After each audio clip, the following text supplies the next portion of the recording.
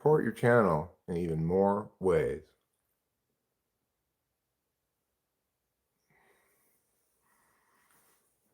These glasses need to be cleaned. Where's my orange glasses? I need to find those. You need blood treatment? I am actually, yes. Oh my gosh! Can I have an Adderall?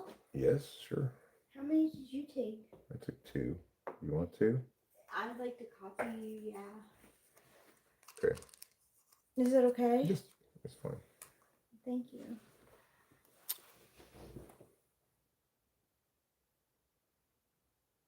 And change chat modes in live.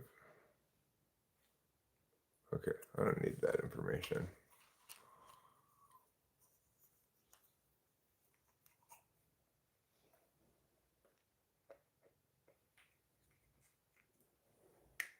Oh, the comments. Oh my God, the comments.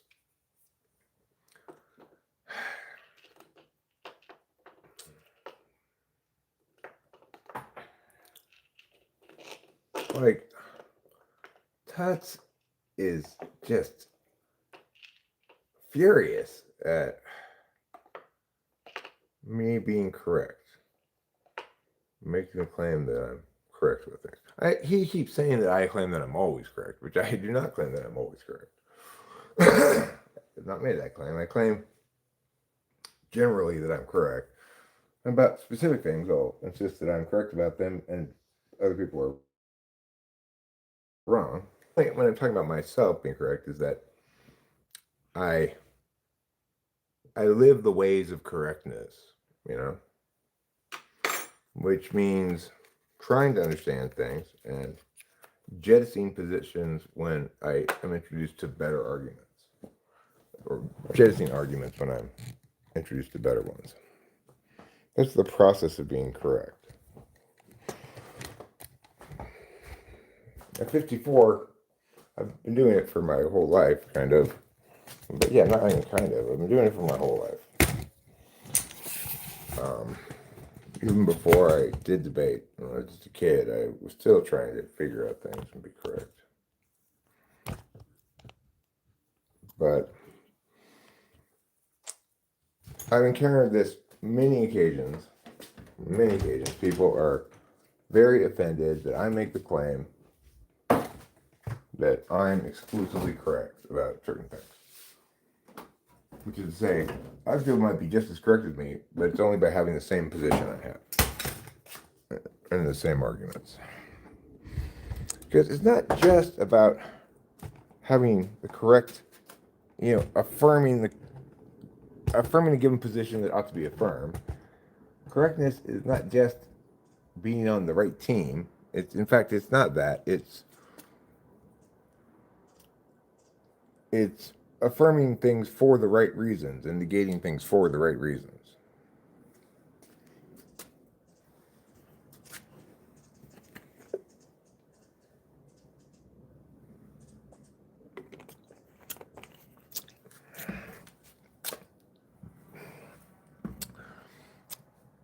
So I've decided to live stream here today because I read those comments and they annoyed me.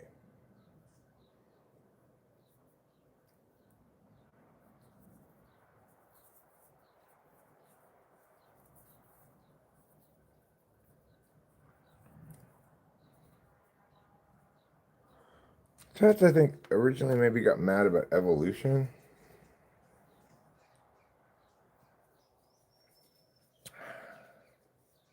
But I think it's a general objection to an FE problem, being FE problematic.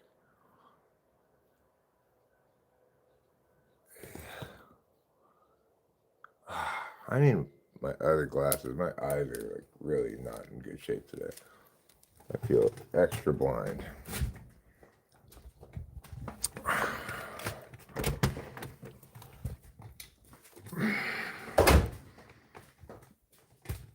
Okay. Where are my other glasses? That's the question. What is the answer?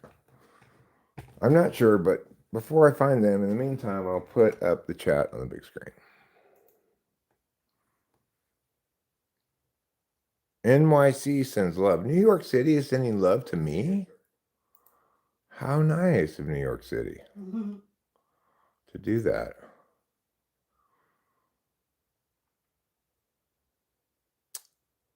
Elpidio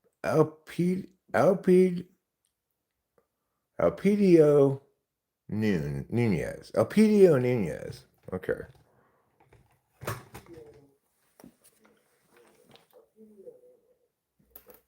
I got your name. You are the mayor of New York City, and you're sending me love. Just 70%. Prejudice plus systemic power. What does that mean? I don't know what you're talking about.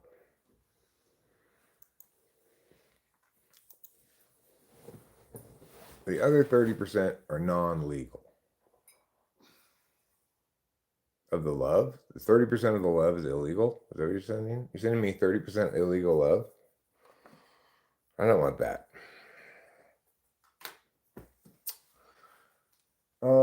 What I do want, though, is to find my glasses. Which ones? The orange ones, yeah. Are they in the car? No, they're right here. I found my glasses.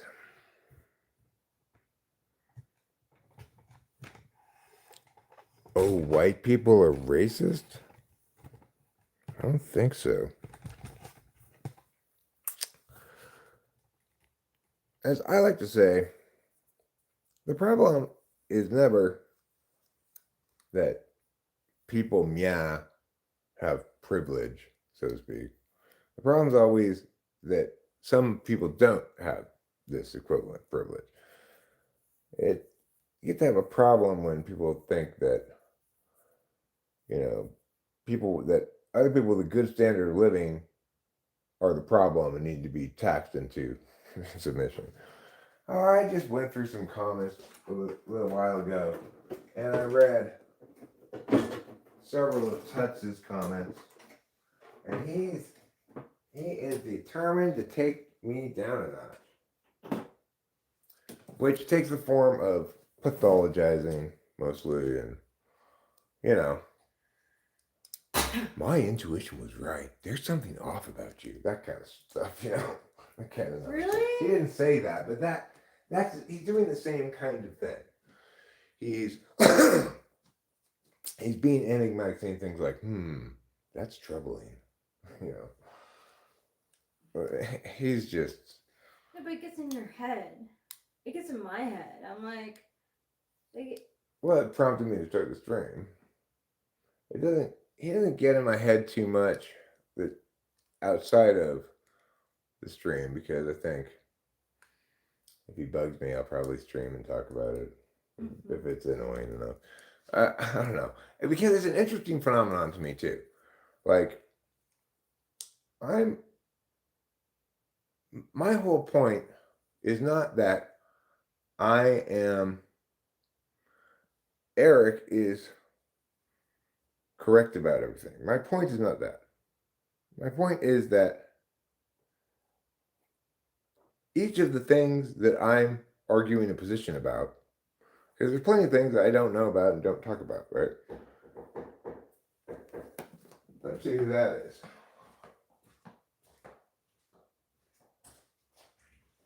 Oh, hey, Jerry. How are you? Good, how are you? Come on in. Hey, Lulu!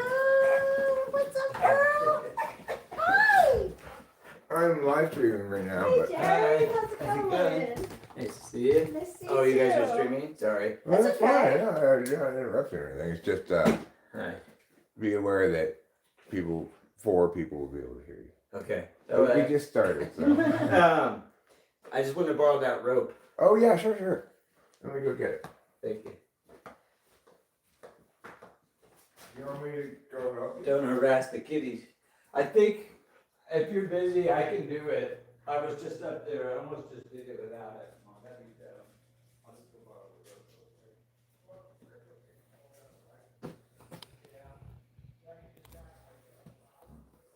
So apparently, according to Gemini, I have olive skin tone because under my eyes is like yellow grayish. And according to Gemini, uh hey Winston's mom, according to Gemini, if you have like grayish or like yellowish look, or not yellow, like green, you have olive tones to your skin. Hey Jeremiah Fix.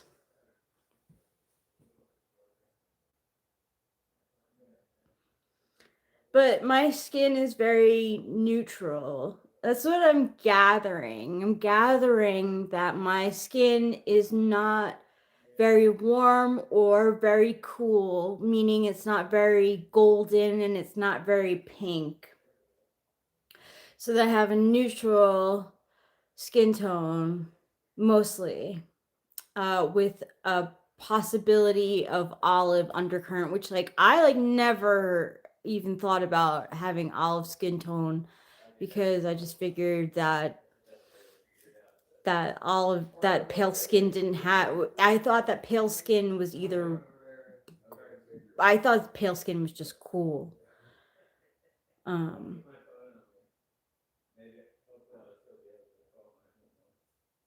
Okay. Good luck. it looks less than pink than autumn. You're right. And I think that Gemini AI is actually getting it right when they say that I have olive skin tone. I was See, he's golden. This is a golden skin tone. Yeah, I'm golden brown You are. because I've been fried in fry oil. Eric is very empirical. Even his whimsy likes to be empirical. It's not that he is inherently correct, but that he loves to be right so much that he refuses to identify with wrongness. I mean, that's not my point. My point is, me is irrelevant to this. The things I am saying are correct. The things that I am saying are incorrect are incorrect.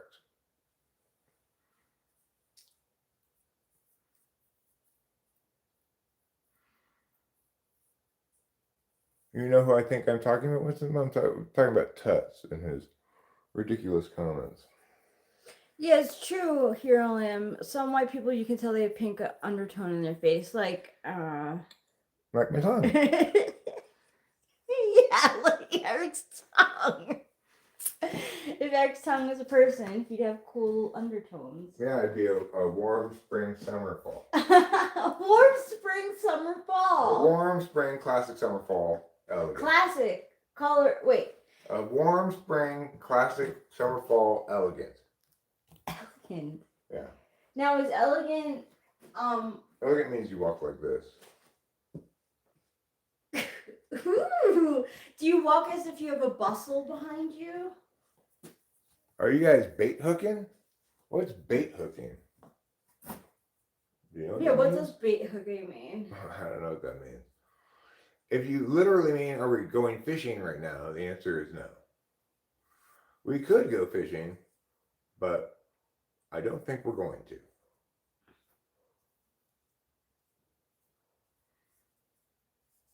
Your skin is not overly thin like some people who are easier to notice. You mean it's less translucent? Is that what you mean by thin? I think everybody's skin is probably the same thickness. Well, like, Snell's under eyes skin is probably thin. Blake Snell's. Blake Snell's. Oh yeah, yeah. It's constantly like. Well, he's got those big tiredness bags under his eyes. But I don't think that he's always tired. I think that he has thin skin. I don't know. Or just like more veins under his eyes. Well, I don't mean to be clickbaiting anybody. Okay, so what I'm going to do as a special treat for everybody is I'm going to just go to the comments, just start with the ones that I haven't responded to yet. We'll just see what's there. I'm not going to go back to comments that I already hearted to make them go away. Okay.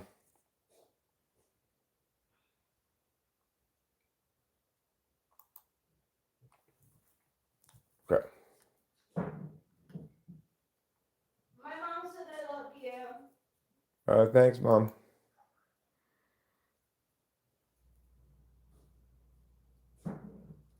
It also kind of borrows authority by recognizing job title. I don't know what that video is about. Hawaiian Piff says, ha ha ha. Oh, there's a Shadow Puppets one. These are nice comments, you know. Just a reminder, please know how special and wonderful you are. While malaise is a tough nut to crack, no doubt, you will get back on track. This was 2 weeks ago, in a time when probably touch was not quite so aggressively, you know, anti-Eric.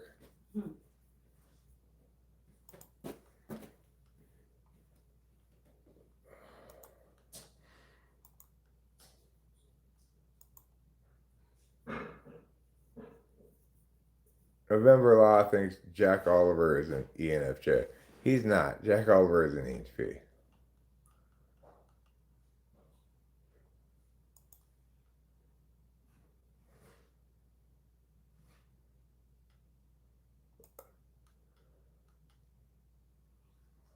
Even the sensing intuitive gap isn't that big and is changeable. For example, if somebody become accountant, they will become more detail-oriented. In my country, women are accountants. Okay, that's not the point. You're not responding to anything I said.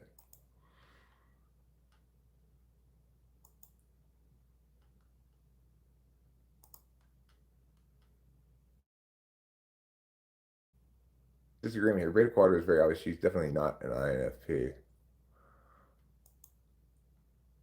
I don't know what I typed her as.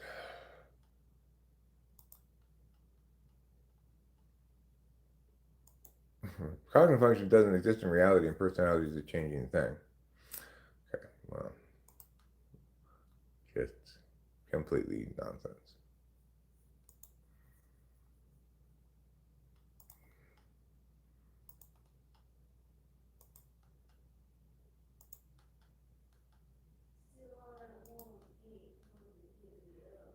So, you know, this is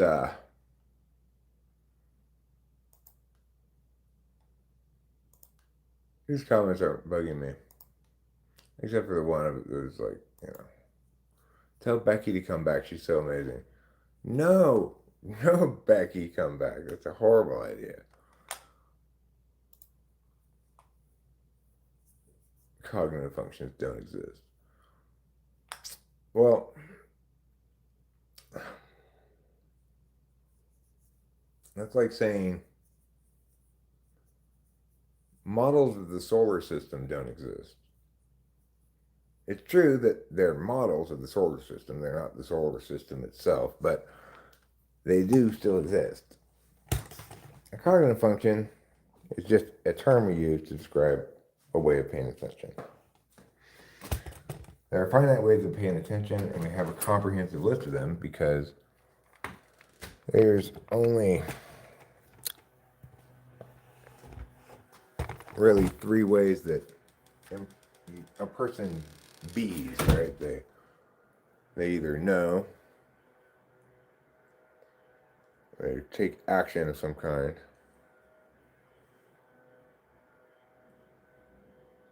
they determine things, or they do a kind of dynamic no action combo that's interfacing. Information can be put, gotten, or received. That's it.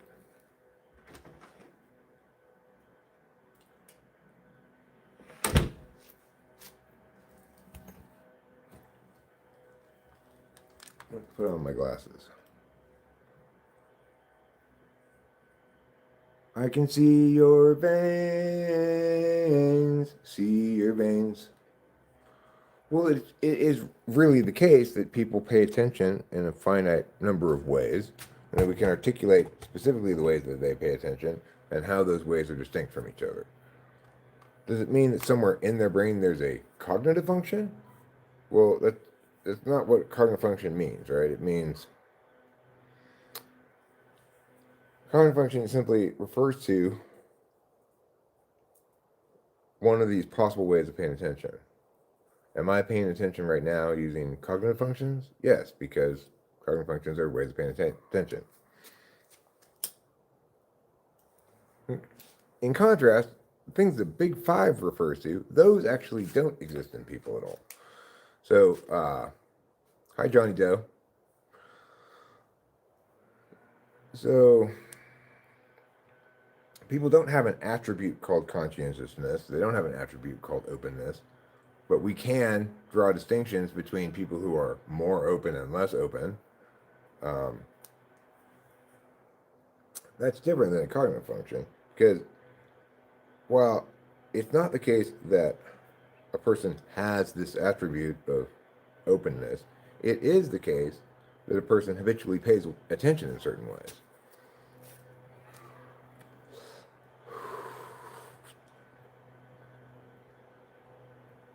I'm not from Ohio. How would you describe Enneagram 1? They're just the type that doesn't want to deal with other people's volatility. So they'll remove themselves from... And if somebody comes at them with anger, they'll say, I'll deal with you when you're not so angry. Go away right now or something, or they'll go away right now. I'm not going to appease you, and I'm also not going to fight back with you. I'm just going to disengage because you're upset. Thanks. Thank you. It's more neatly put together than when I gave it to you. I unknotted it. Oh, thank I you. wasn't sure if it was all me or. I think we might have got it last time, because the water was drained, and I got all the way to the edge this time, and there's actually like a screen on the hole, so not much can go down there, unless it's already clogged way down there. Yeah. I think this drain over here, I need to get the snake up there and try to snake Try that. to do that. I had not thought about using that on the drain. Yeah. Yeah. Now I think I'm going to do that. Right. I'm going to copy Yeah. it. You get 2 inches on Thursday, they say. Yeah. That's quite a Starting bit. tonight, so that's quite significant. Yeah, that's a lot of rain. And a lot of wind. Oh, really? You're supposed to get wind too? Hi, Lulu. Oh, yes. What a good dog. So there's gonna be shit everywhere anyway, but I figured I'd clean it a little bit first. No, Lulu, come on. You want to go harass the baby? No, come on. Bye, Lulu. Have a nice day. He likes it. Let's go inside.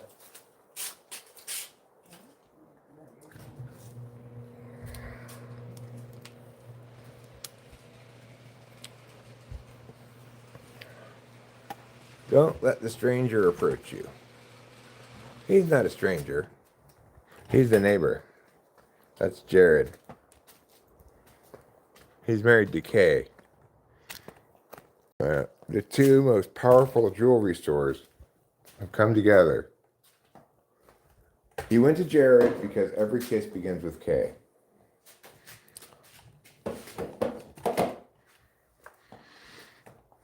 Okay, well now I'm really thinking about doing a little bit of rain gutter work. Let's do some. Let's have some little bit of fun with the rain gutters. What do you say? I'm gonna start up here. Oh boy, we're getting into some things now. We are getting into some things. I'm gonna put my shoes on.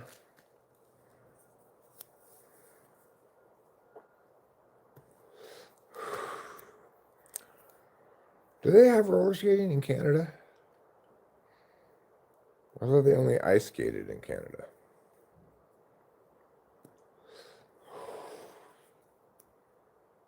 You can't play hockey on roller skates.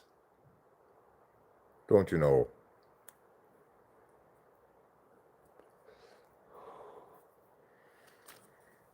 All right.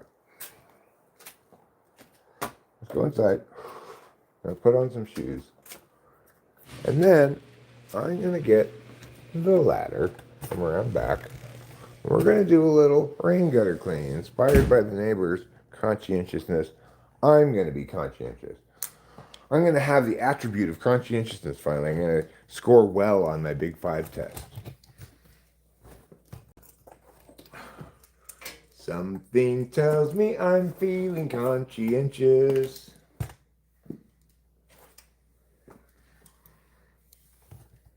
Did I eat anything yet today?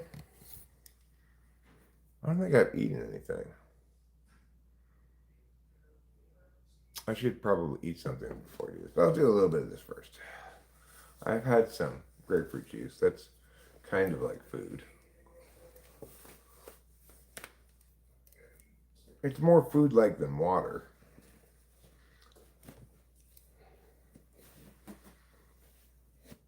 Oh, Mr. Bubbles. You scratched me this morning. That's not good.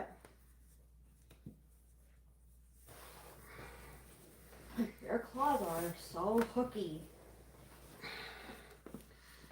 Alright, so let's do a little bit of exciting rain gutter work. Do you want to eat something before you start? I can heat you some food up. No, I'll do a little bit and then I'll come and eat something. Okay. And I'm going to make sure that you wonderful 5 people are going to see all the exciting rain gutter action. You're going to be like, damn, he's clearing out that rain gutter so good. Look what I did yesterday. Oh my God. I finished all the harvesting and took down the plant thing, the plant stand-upper. Scaffolding, I guess you could call it.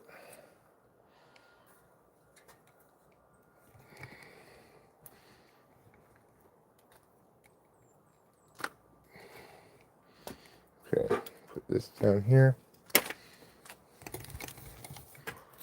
Get these cigarettes and throw them away. I'm using this bucket as a trash can right now. This hammer can go over here. I could put this stuff in the garage so it won't get wet. If it's underneath there, it probably won't get wet, but it might get a little wet.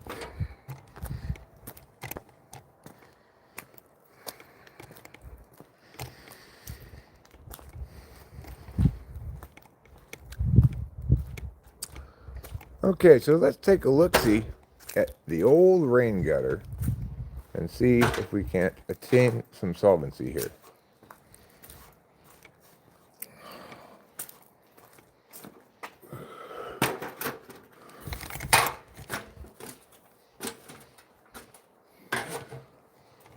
You know what? I'm not going to come from this way. This is a dumb way to go. Let's get on the roof.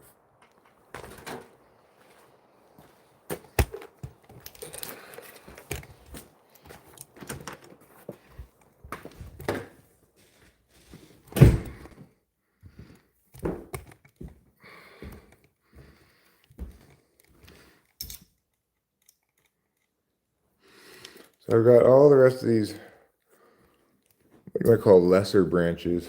Are you going through the bedroom? Yeah, I'm going through the blue room. Okay.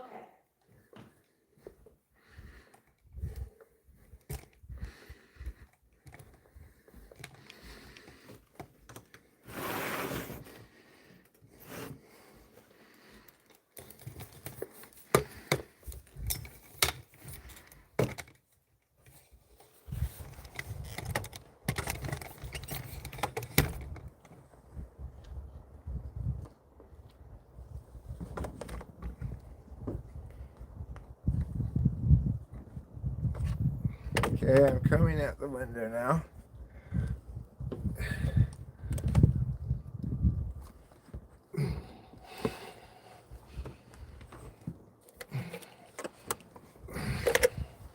There. All right. Now let's go over here.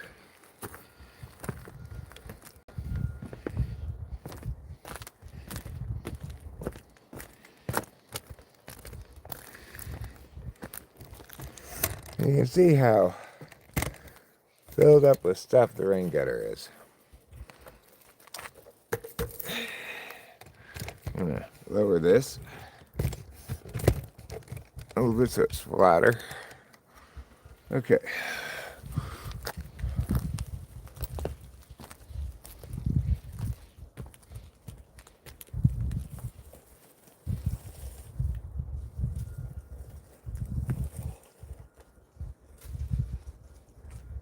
A bunch of crap in there. Okay, well, I don't really love the idea of going on this part of the roof. But I guess I can. Nothing's stopping me.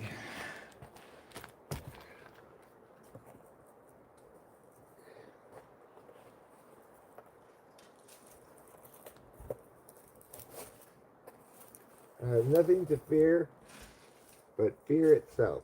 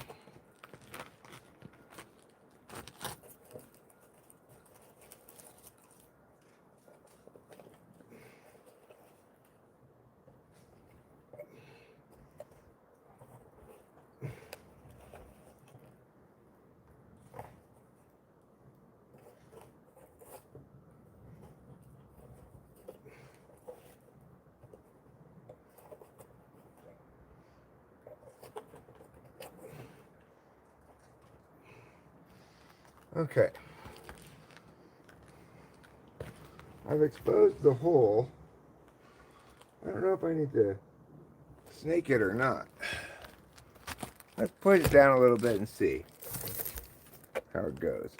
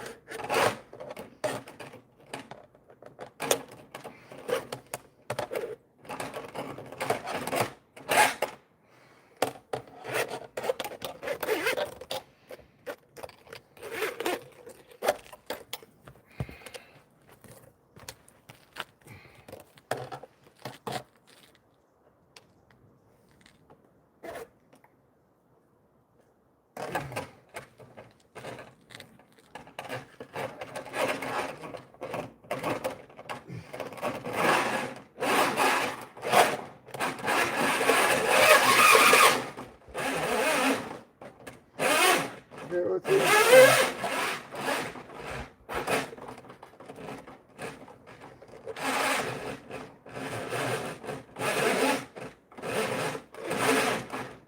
You're thinking, Eric, doesn't this roll back in with this handle? I thought that too when I bought it, but no, it does not.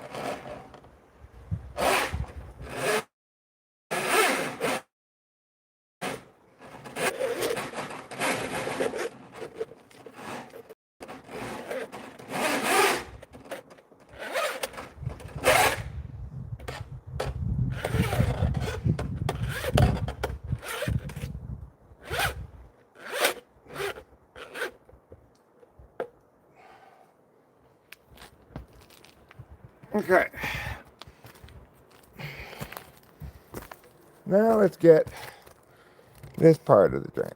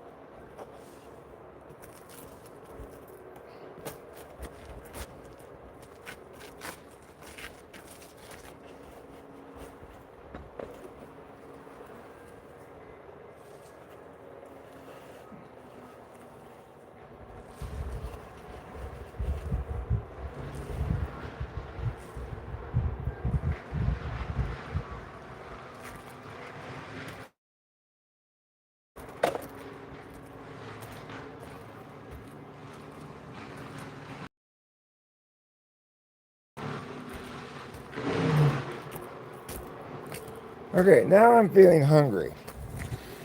So, got this. I'm gonna go eat, and I'm also gonna bring some kind of tool up here, like the shop vac, I guess.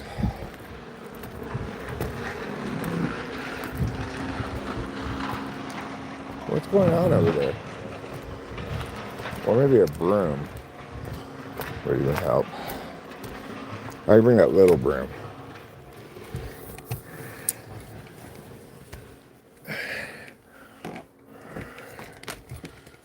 Okay.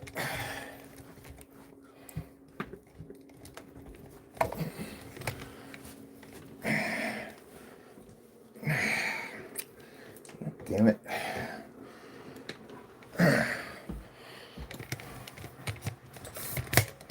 Okay.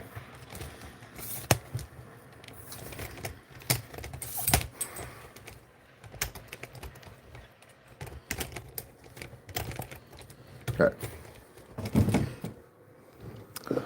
Now let's go eat and get a couple of tools.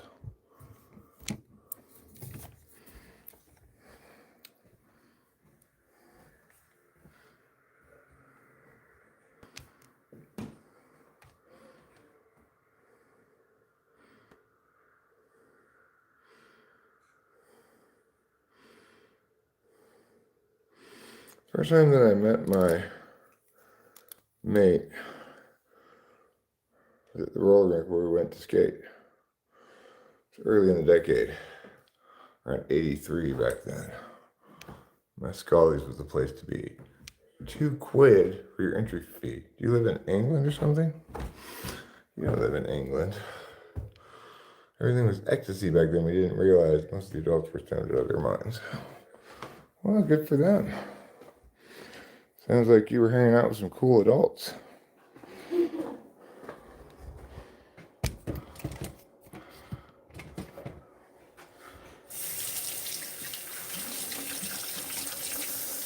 All right. I'm gonna wash my hands. When I go up next time, I think I'll put some gloves on. I'll bring a little broom thing. And I think I'll bring the shop vac as well as an extension cord. I may put the shop vac on top of the ladder. No, that won't work, because I have to move the ladder too much. Because, the shop vac, I think it doesn't necessarily work if it's not level.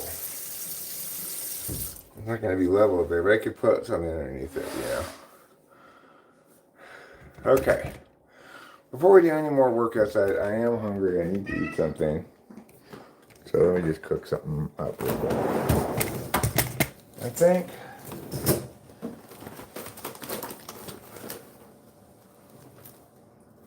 think I will make these bratwursts. You want a bratwurst, Rachel?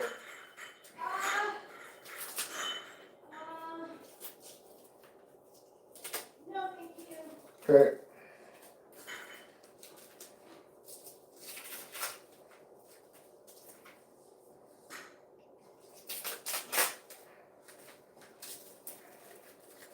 Okay, I got these bratwursts. Sorry if you're looking at my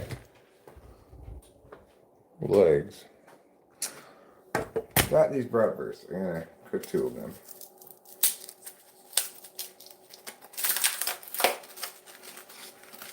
This is what you might call on diet.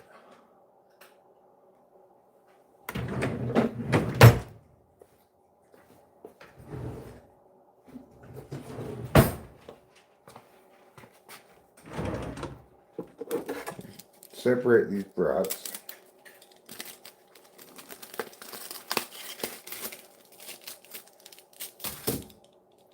It's not about you. Shut up. It's not about me either. I am my sister's keeper. Just chill. Alright. Couple of brats.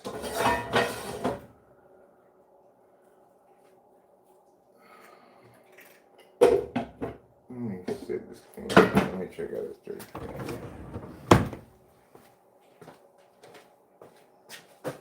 I'm gonna get a sense of just how dirty it is. Give me 1 second.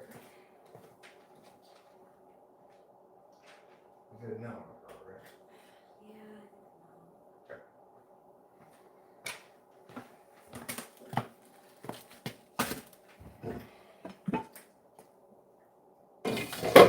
Because I need to clean this pan.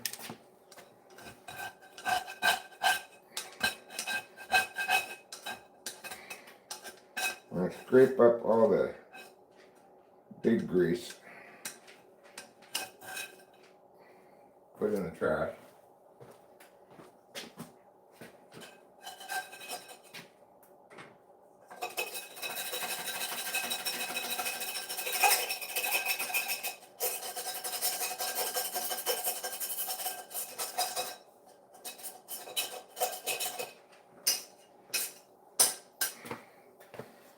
I'm scraping this pan clean. It's got some baked on, cooked on grease. Only the best laundry, dish soap will cure. Or you can scrape it up with it.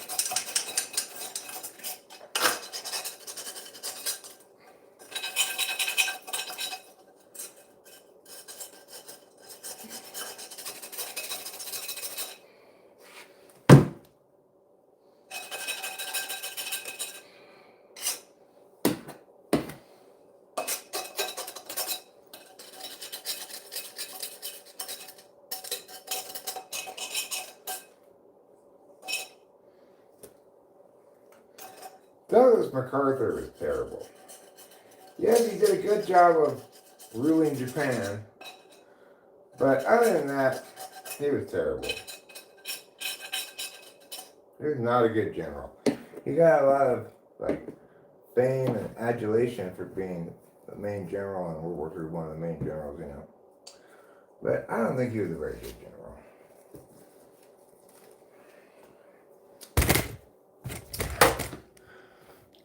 He really fucked up Korea. He disobeyed Truman and closed within about 100 miles of the border of China, and China doubled down on their efforts. Would they have stopped? Would they have not done so if Truman's plan had been followed? It's hard to say, but what am I making? I'm making bratwursts. 2 bratwursts. Maybe I should just make all 3 of them. I can eat the other one later, but I don't want to eat it now.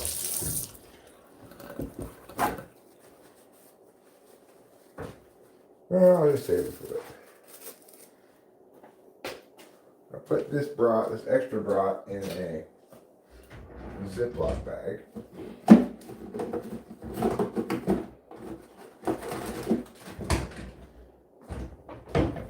As permitted.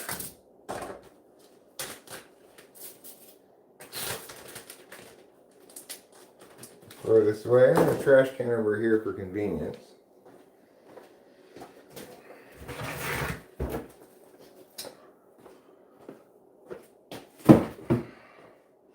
Okay.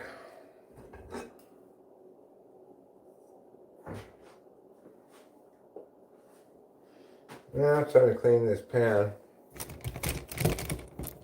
properly in the sink.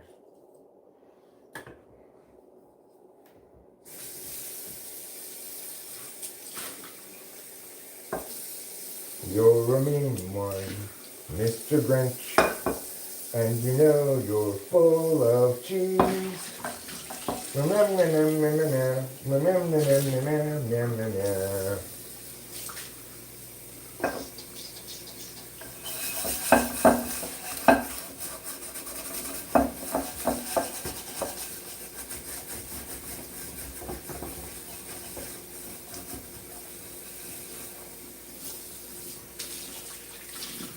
Okay.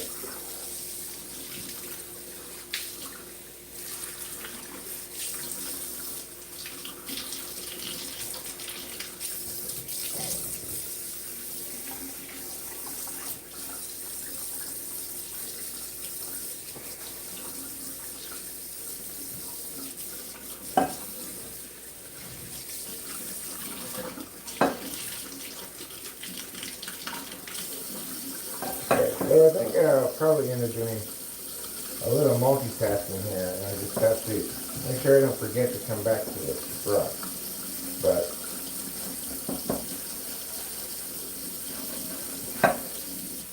put that here. Rinse it off. Okay. Good enough.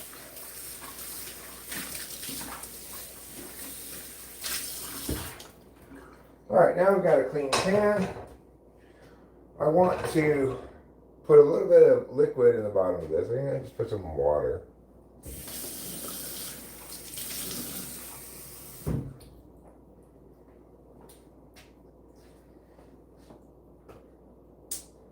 Mom's like super excited she was able to help us out with the decorations of the tree. Well, that's nice. Yeah. Put a flash of wine in as well.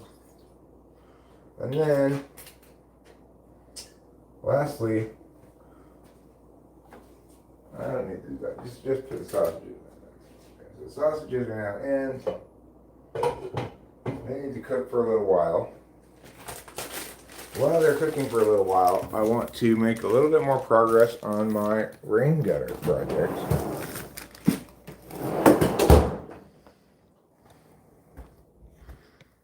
I'm going to take a look at some options here. I think this is going to work out well what I have in mind.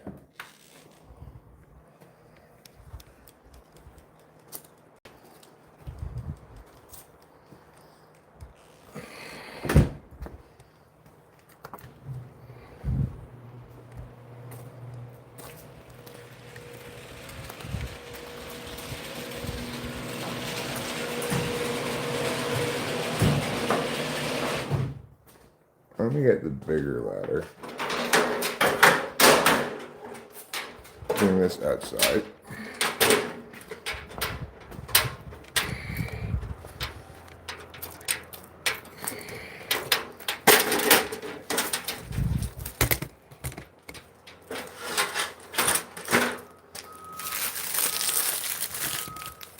All right.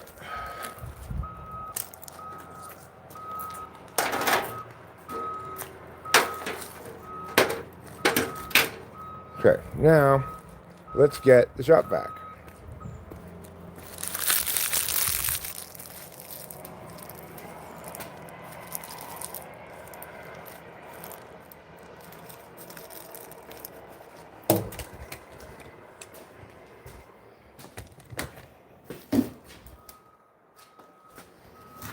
Get this and this as well.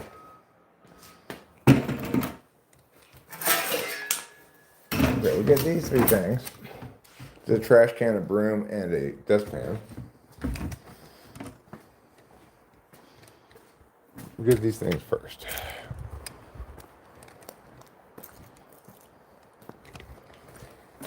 So, I'm just gonna sweep up some of this stuff I pulled out of the rain gutters.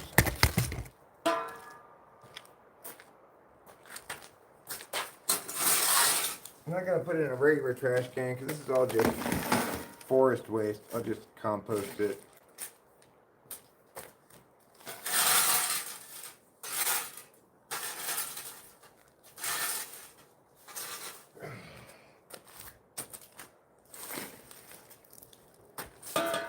This stick, I just throw out of here.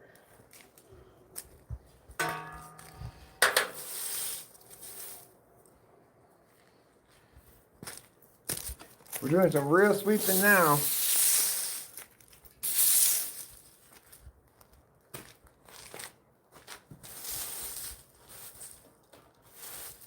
Do as I say, not as I do.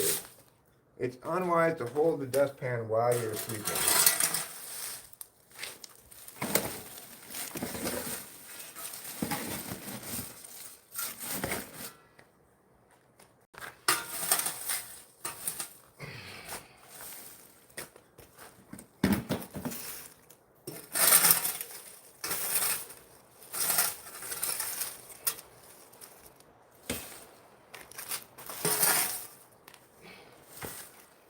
All right. Next, what are we going to do? Well,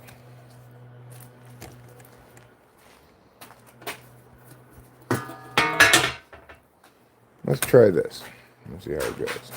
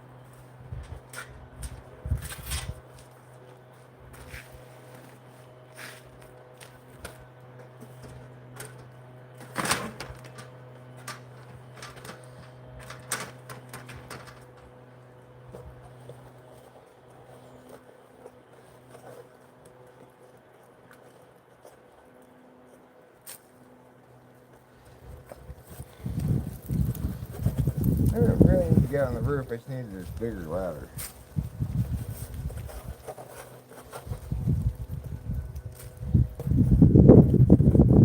You know, like when a small ladder was too short, I just kind of, for whatever reason, abandoned the idea of ladders entirely. I can't see how you're going to do this for very long. I've got to check on more bratwursts.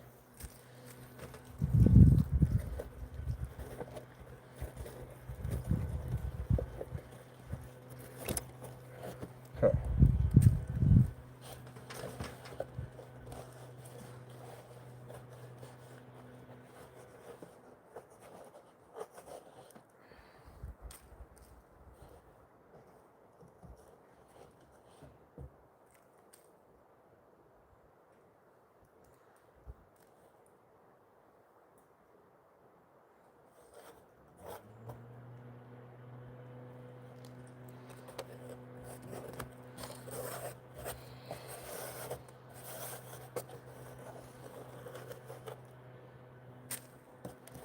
Let's go check the brats.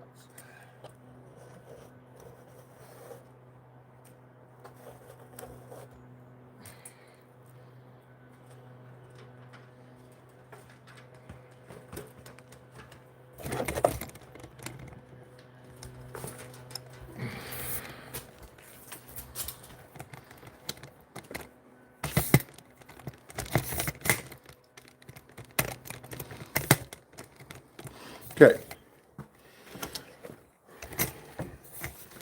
So I get it. I get it, YouTube. Today, this afternoon, we're not going to get a lot of traffic here at the live stream. That's fine because I'm a busy guy doing important things.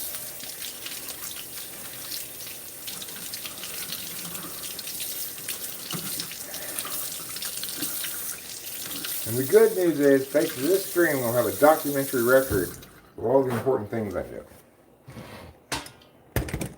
Alright, now, let's meow these.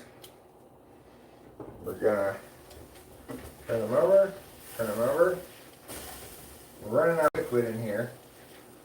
I don't want them to burn while I'm doing stuff outside, so I'm gonna put a little bit more water in.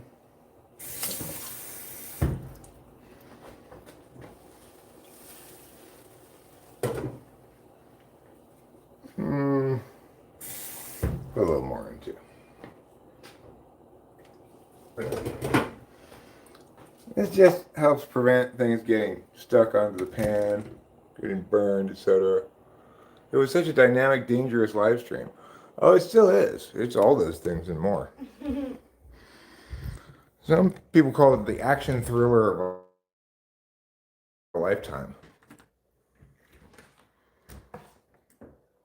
I heard of a social experiment recently where a famous violinist was playing anonymously in the street and no one cared. See, that surprised me a little bit that no one cared.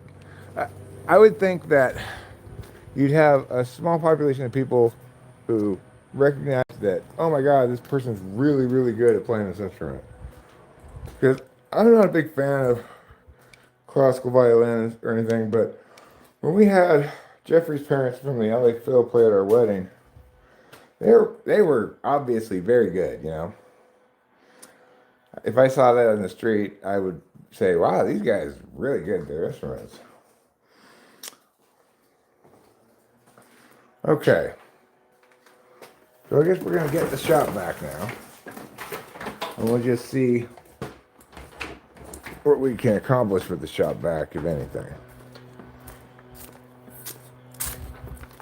If I were to put the shop back on top of this little ladder, then it's not going to stay, and that's not going to do any good. Alright, so it's going to have to, somewhere or another, get up there onto the roof if it's going to be used.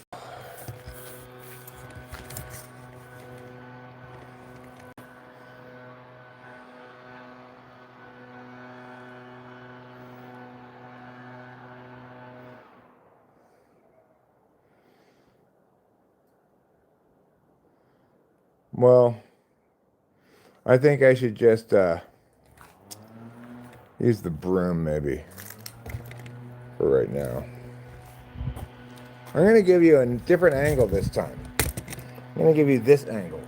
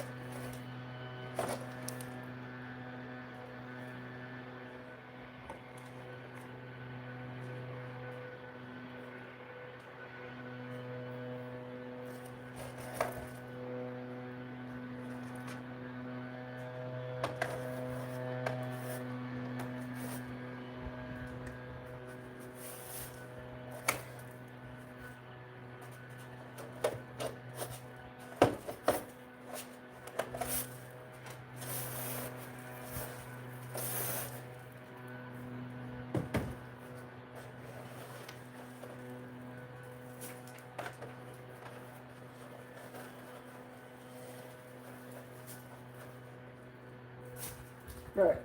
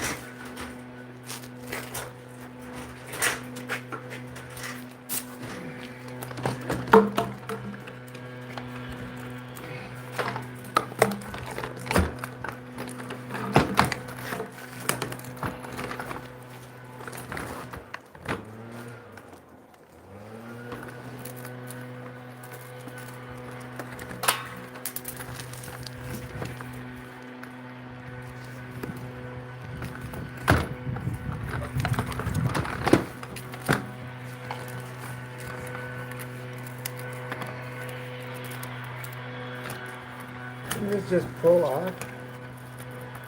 Is it bolted on or something? God damn it.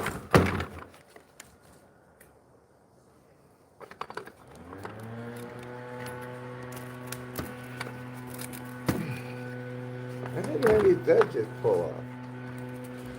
Oh. Well, alright, let me find a different solution. I got a better solution.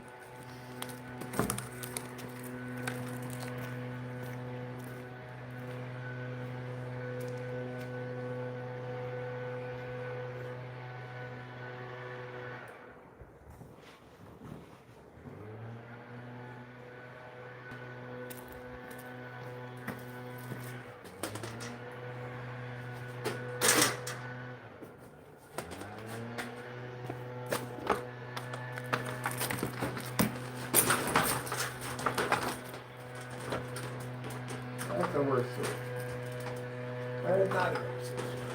Okay. I need something that's not flimsy like that.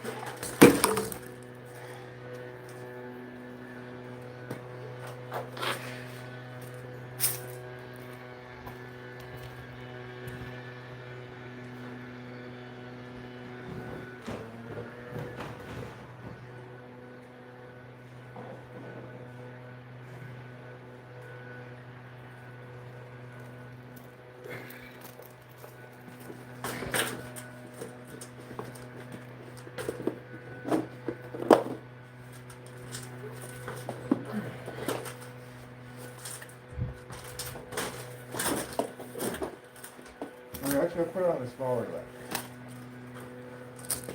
This is the way you talk.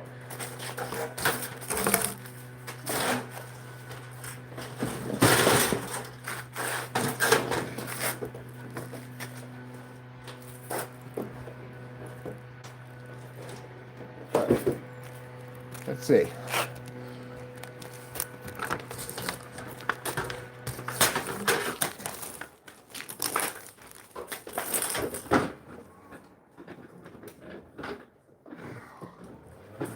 Still doesn't fit. Oh yeah, it does fit barely. Okay. That's pretty good.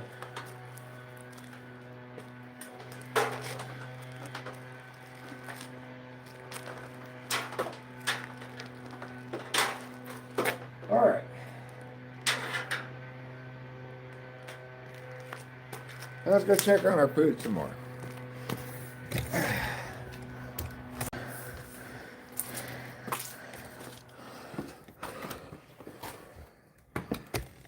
You don't like my plan with the ladder?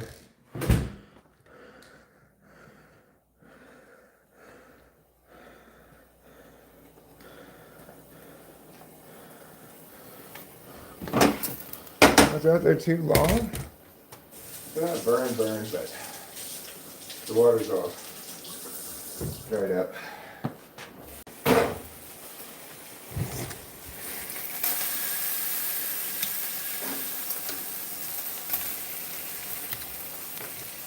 We'll get some more water in there.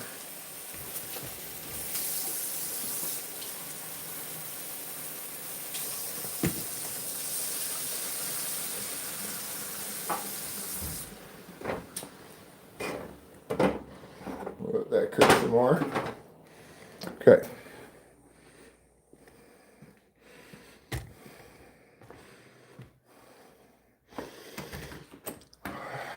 All right, now we need an extension cord. So we'll get one of those.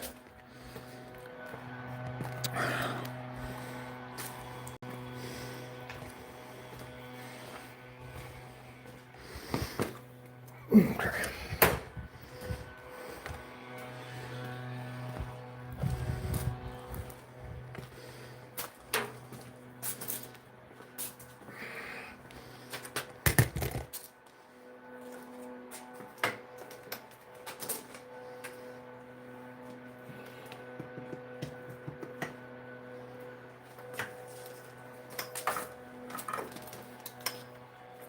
It's on top of it.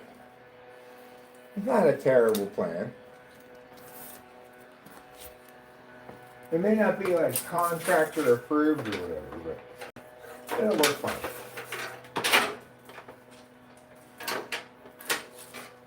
Just you wait and see. I'm gonna put this on blow until it sucks.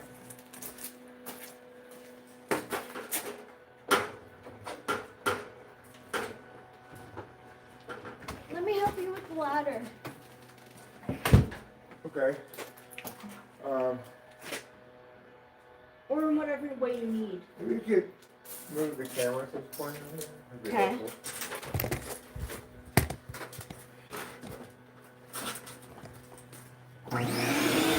Oh my god.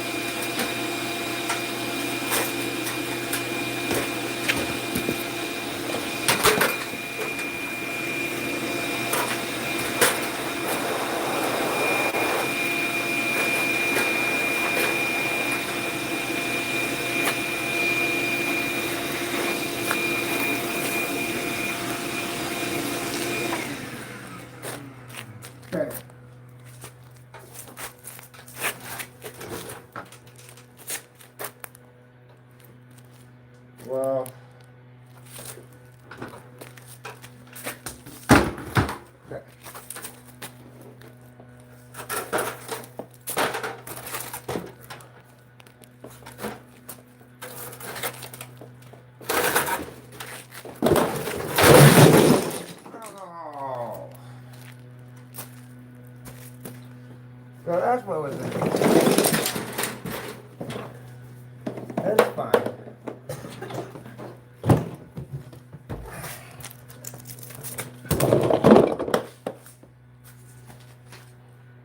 But I'm still gonna use this and I can put the rocks back in right now.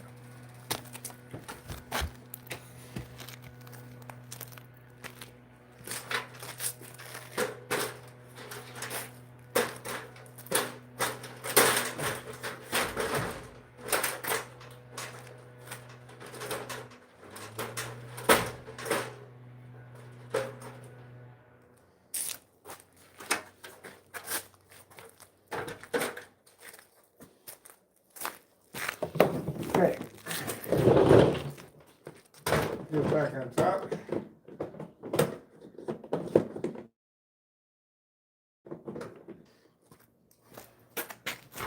This goes back on top.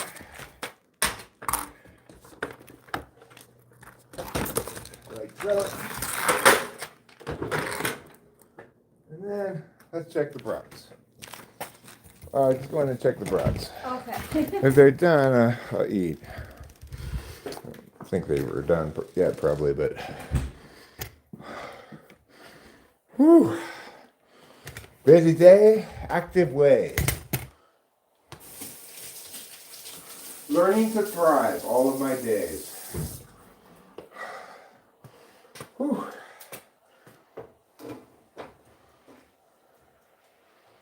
Still got a fair amount of liquid in there.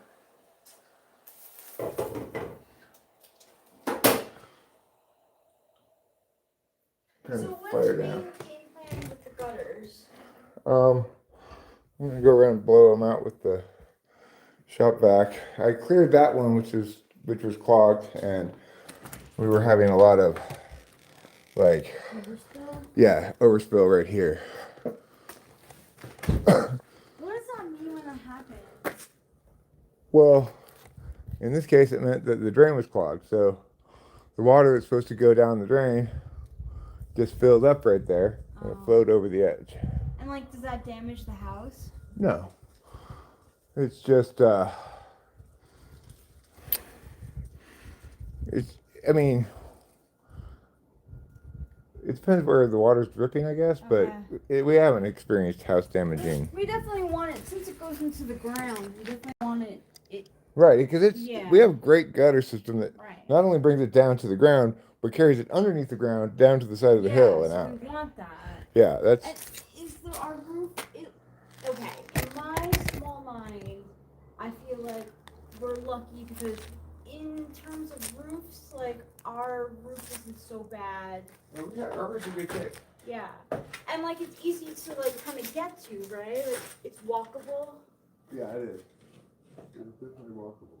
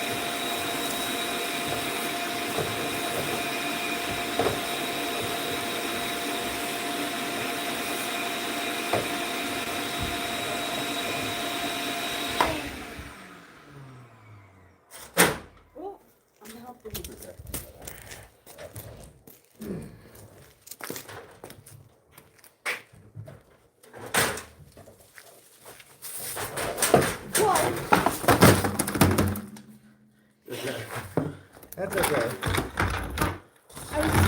I'm glad you didn't try to catch it. No, you shouldn't have tried to catch it like that. You'll hurt yourself trying to catch something like that. you for being conscientious in that regard, but I actually don't want you to hurt yourself trying to catch that. No, I realized that as soon as it started coming down. I'm not sure I even need to put it on the box. How did you do it?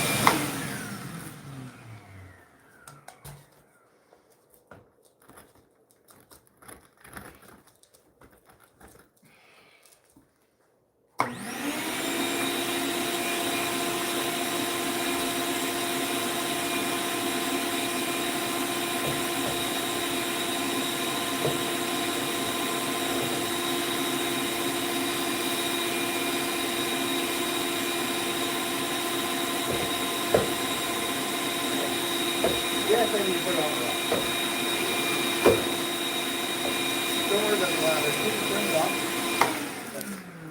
Sure.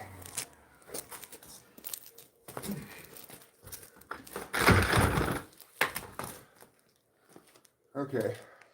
I think the broth's probably done now. Let's join. Hi, G. We have a very intimate live stream today. Just a few precious souls spending quality time together.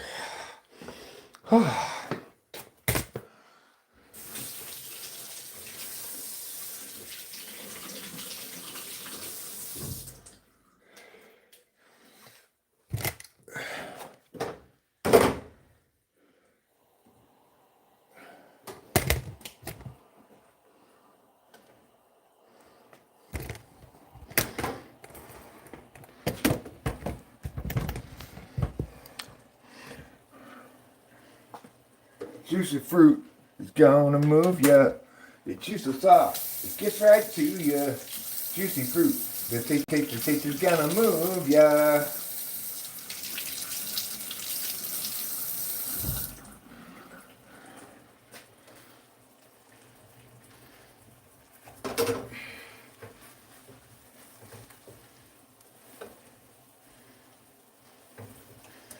So say goodbye a little longer, make it last a little longer. Live your breath, long lasting freshness with Big Red. So yeah, these are done. I'm going to turn them over to here to give them a little color on this side.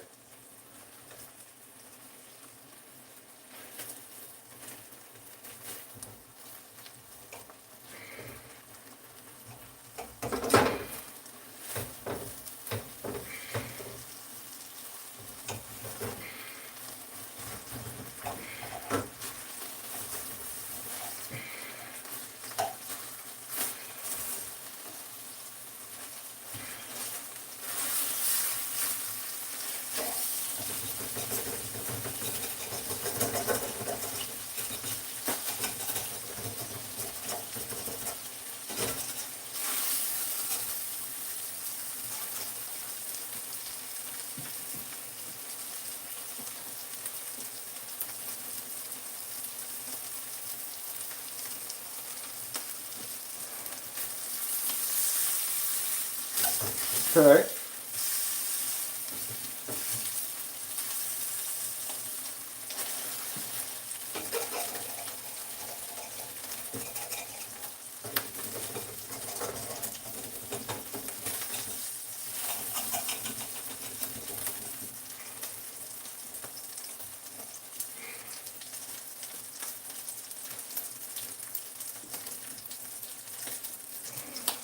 All right, they're done. 1, 2, 3, 4 half sausages. Now we're going to cut these up into smaller pieces. So I'll just do that right here. I got a fork.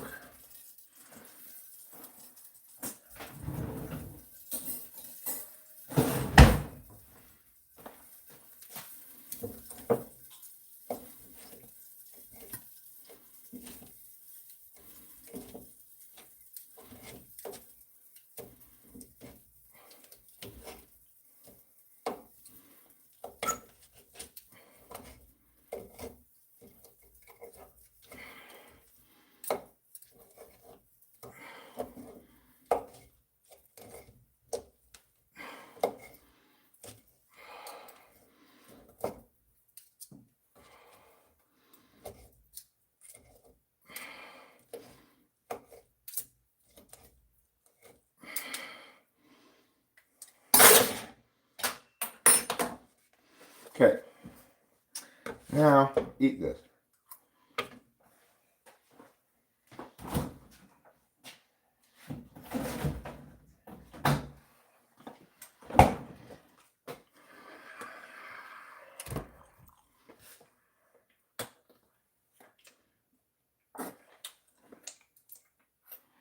No mustard water, please. That's what you get for not shaking it up, Eric. Okay, fair enough, but I still don't like it.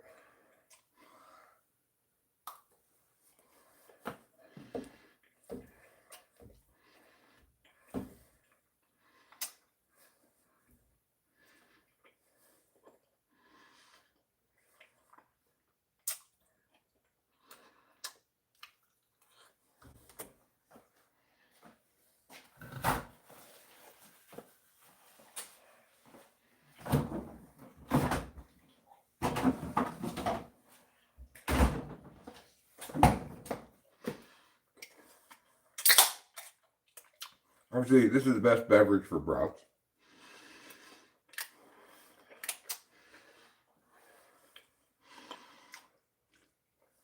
Of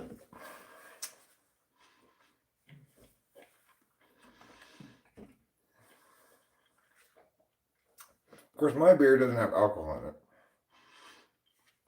But it's still a great taste pairing, beer and broths.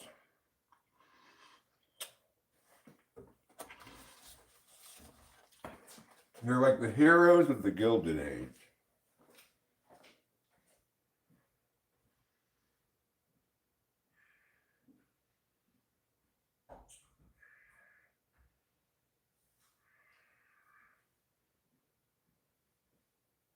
Hi, Ruben. ChatGPT 5.1 came out, huh? Oh, wait, what? Ruben said ChatGPT 5.1 came out.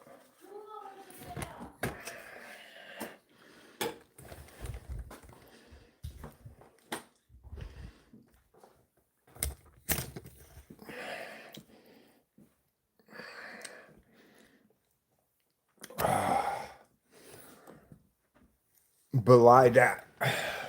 What does belie dat mean?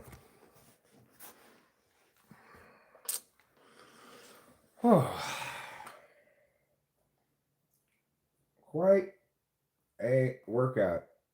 Going up and down the ladders, blowing up the rain gutters.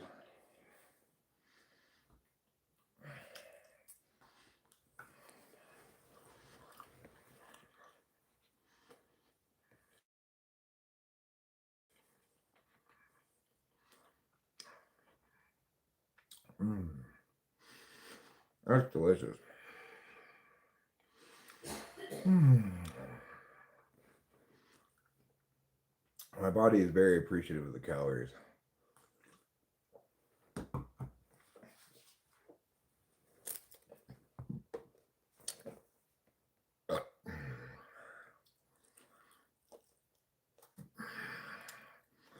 So we paid for all the dental stuff now. I mean, Rachel's $20, but a cleaning / exam.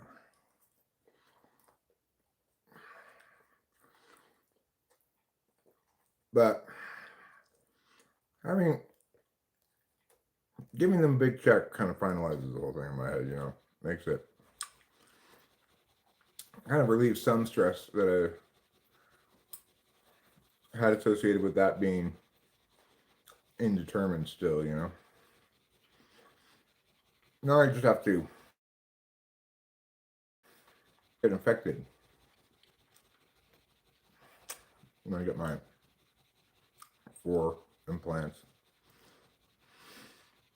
and top denture.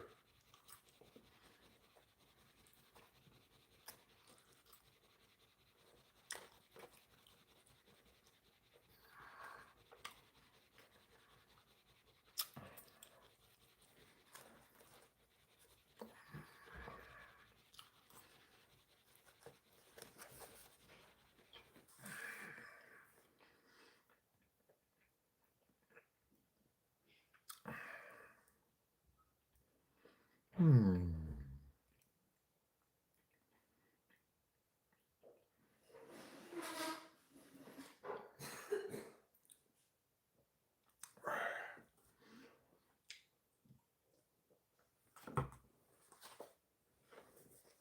Oh, that's so satisfying. I'm really thirsty, I guess.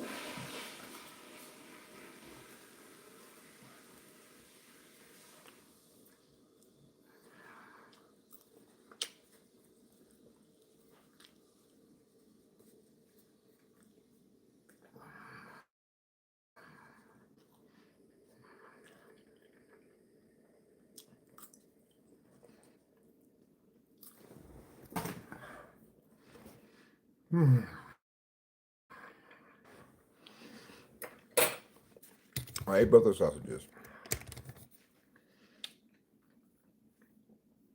Like nobody's business.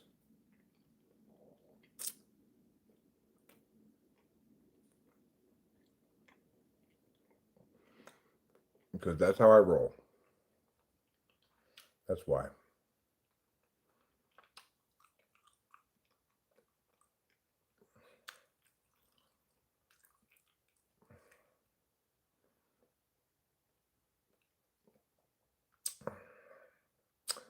All right.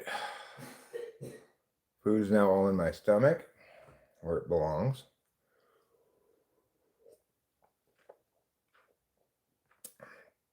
I'm getting a little bit of hydration. Plus, I'm keeping and maybe even sharpening my edge.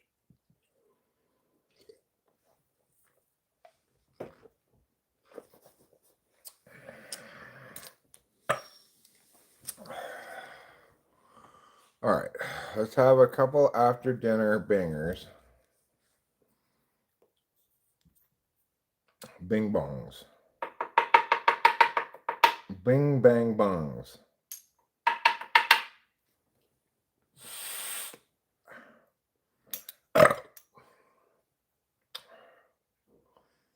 Gotta scoop and put. Scoop and put. That's the actions one must take to do this. Where's my lighter? A common refrain. Far too common, I fear. Doctor, is there something wrong with me? Yeah, you suck. Across the board. I'm glad you came in and asked me. I didn't want to say it. You know, people don't want to hear that. But since you're asking, Eric, what's wrong with you? You suck. Doctor, that's not a diagnosis. I'm afraid it is. General suckishness. But doctor, is there a cure? I could give you a lobotomy. No, I don't want that.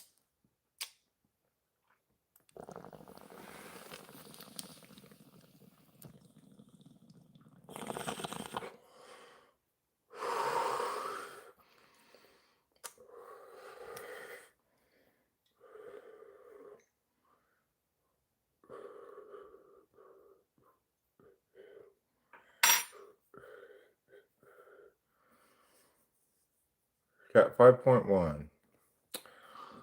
Well, I wonder how it'll be better than previous generations. The current ChatGPT, I get a little annoyed by it doing things wrong for FE reasons. Like when I asked it what temperature is Celsius and Fahrenheit, it told me, so basically you use the formula 9 over 16 plus 32. Not basically, that is the formula. There's no reason for basically. It's like when Delilah said 2 nights ago, if that makes any sense.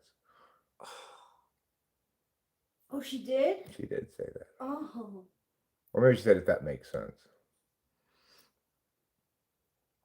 I get it. Sometimes we might develop that habit because we're accustomed to people not necessarily following what we're saying. But I don't think that was the instance in that example. So I don't know if I can talk about this. Oh. It's her stuff. It's her.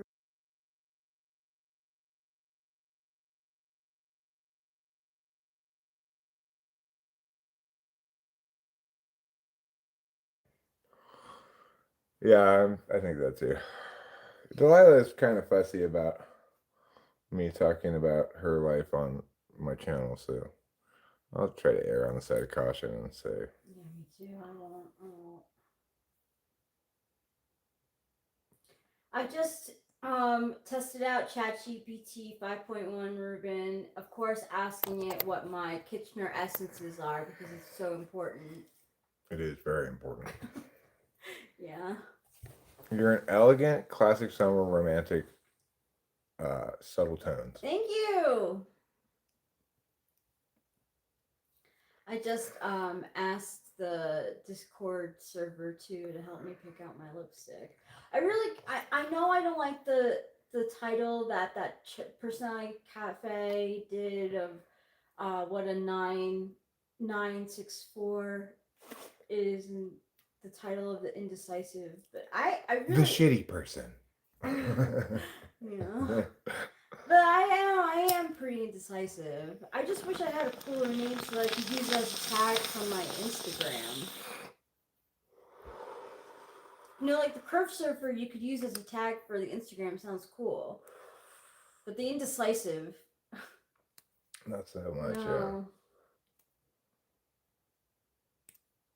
So I just have the main what the tri-type 469 is, and that's the seeker. So that's what I have.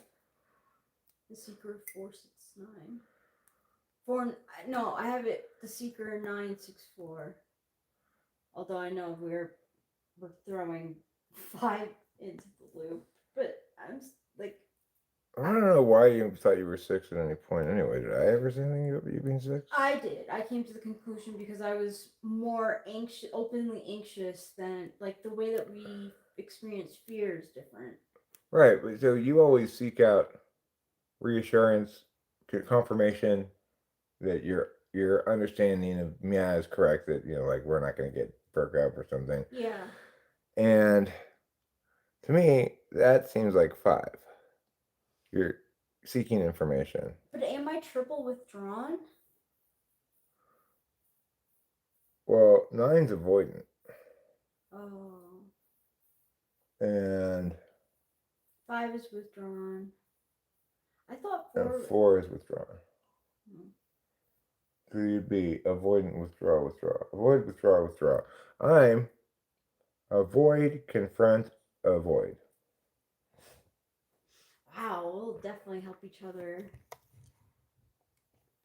Yeah, first I avoid it, like something scary is coming down the pike, interrupting my playing.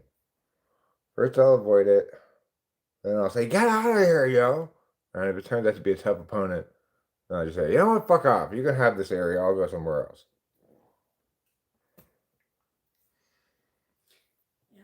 Yeah, but for you with avoid, withdraw, withdraw.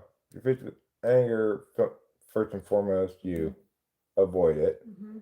If then it shifts to either fear or shame, you withdraw.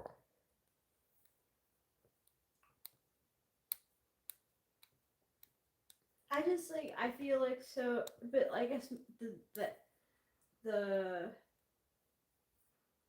order of it matters, right? The main thing is that I'm a core 9. Because, like, when I compare myself to Acacia, like, she's definitely a 4. What she, Ruben, 459, she says?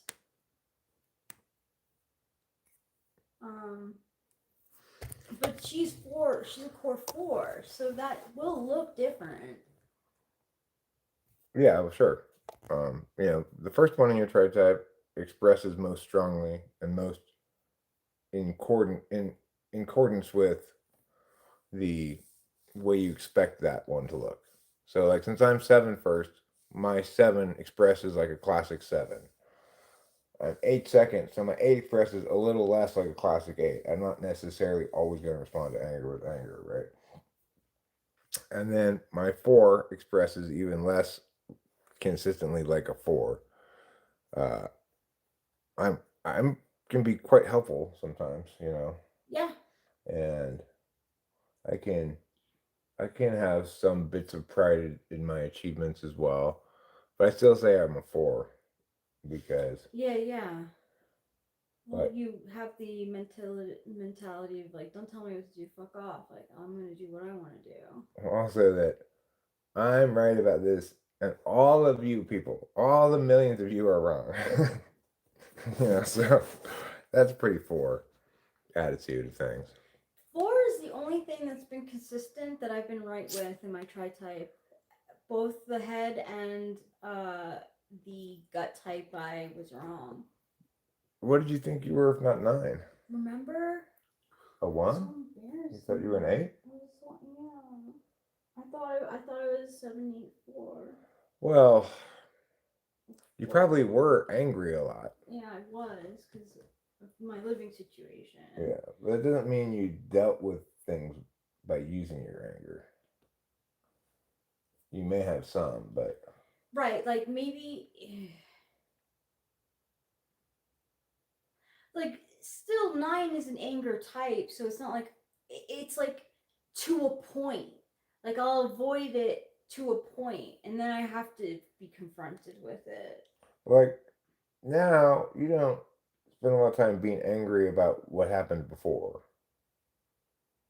No. I mean at night like I'll be like, oh, why did I do that? You know, like Well, right before I go That's to sleep. like cringing. That's not anger though. Like I wake up mad at people sometimes. That's true. I woke up mad at the dentist the other day. You should And that's because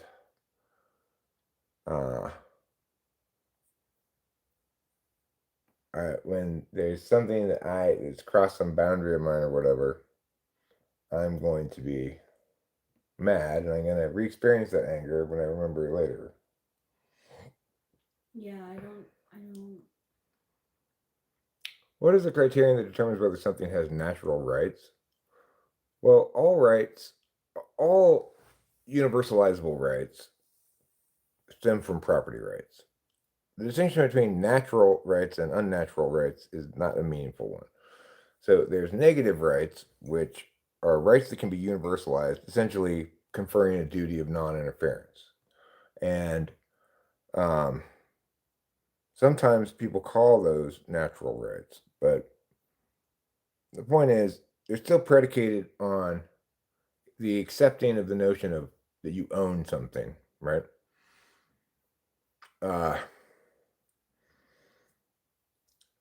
Positive rights are attained through agreement. Like, I'm giving you $27,000, dentist. Now you have to do my teeth. You can't just be. I can't go down there and be like, "Well, when's my appointment?" And they're like, "What appointment? What are you talking about? What $27,000?" Anyway, they'd be violating my positive right to dental work.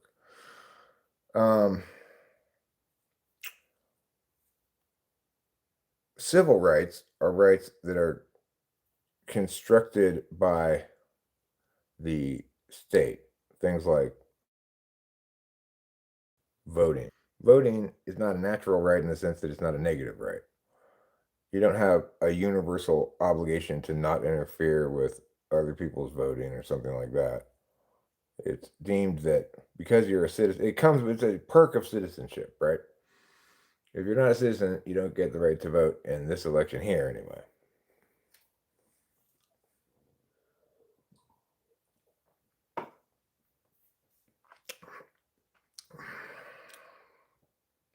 Then you have things like reasonable expectations. Person has a reasonable expectation of privacy in a bathroom, even if it's not on their property. Thank you. I always thought that, like, even when I was babysitting, I was like, no, this door is closed. I know you are children, but I have a right to go to pee in private. Yeah. Well, you have a reasonable expectation of privacy. Right, yeah. And in fact, it's so accepted that it's been codified, so you have a legal protection as well. If somebody films you surreptitiously while you're in the bathroom, you can have them arrested, etc.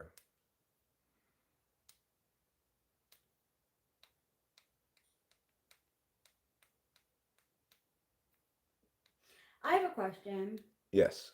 When Noel does his, like, plane trips, do you think when he's sitting next to someone that he has to say like, "Hey, I'm recording this video." No. Really? Because there's so much noise on a plane, and he always talks directly into the mic like this, that even the person sitting next to him probably can't really hear him very well. Okay. Planes are noisy on purpose. People like it better with all that white noise than if it were quiet. They could make planes quiet. I didn't know that. Yeah, I didn't know that until not that long ago either. So he doesn't have to say, "Hey, I'm a YouTuber. I'm going to be filming. I'm just going to be filming me." Like he doesn't have to do any of that. Like I would so feel like I would. I don't know. I mean, I think he's just kind of, a lot of times he's kind of holding the phone and it's filming as he's walking, but people can't really see that's what's happening. They just see the front of his phone, I suspect. But I don't know. Why do you and I have them whereas animals don't? Well, it's because to have a right, you must have the capacity to fulfill the duty by the universality, conferred by the universality of that right. So if I don't have the capacity to respect rights, either because I'm profoundly retarded or an animal, then I can't expect to enjoy rights. That doesn't mean that humans ought not have some custodial responsibility for the well-being of other creatures in the world. I think we absolutely do. But it's not because they have rights. Humans are the only moral agents that we know of. How do the elderly population, especially if they've lost a partner, sustain living in a house when there's property taxes? Are you asking, like, how are you going to stay here if I die? Well, that's like what it comes down to, my thinking. But I do wonder, like, just in general, like. Well, you have to have money. You have to plan for it and have money set aside that you know is going to last me how long because it's this much money, and it's the only way to do it. But It makes me sad though, because I do think of. I mean, I could get some life insurance, but I don't really like the idea. I know. I'm not. I'm now. I'm speaking generally. It makes me more empathetic towards elderly people who have to do things alone, like because there's so much planning, and sometimes things happen unexpectedly. I don't know. I just becoming a homeowner. I've become I've learned more about what it is to actually maintain. Yeah. So why does this not resolve immediately the issue of abortion as the baby isn't capable of fulfilling that necessary criterion? Because we make an exception for early stage of development humans. In other words, we assign to humans the job of regency, essentially, which is to say that kid is still the king. He just hasn't grown up enough to fulfill the role. But what if it's a zygote? Well, stage of development, like if a newborn baby enjoys protected rights that just stem from the fact that the baby's born owning its own body, and we have to respect that ownership, even if the baby doesn't recognize moral reasoning or rights or anything like that yet. We make an exception for stage of development of early human beings, which is why it doesn't make a lot of sense, really, to say abortion's legitimate on stage of development grounds, because babies don't have any less of a right to not be murdered, for example, than adults, right?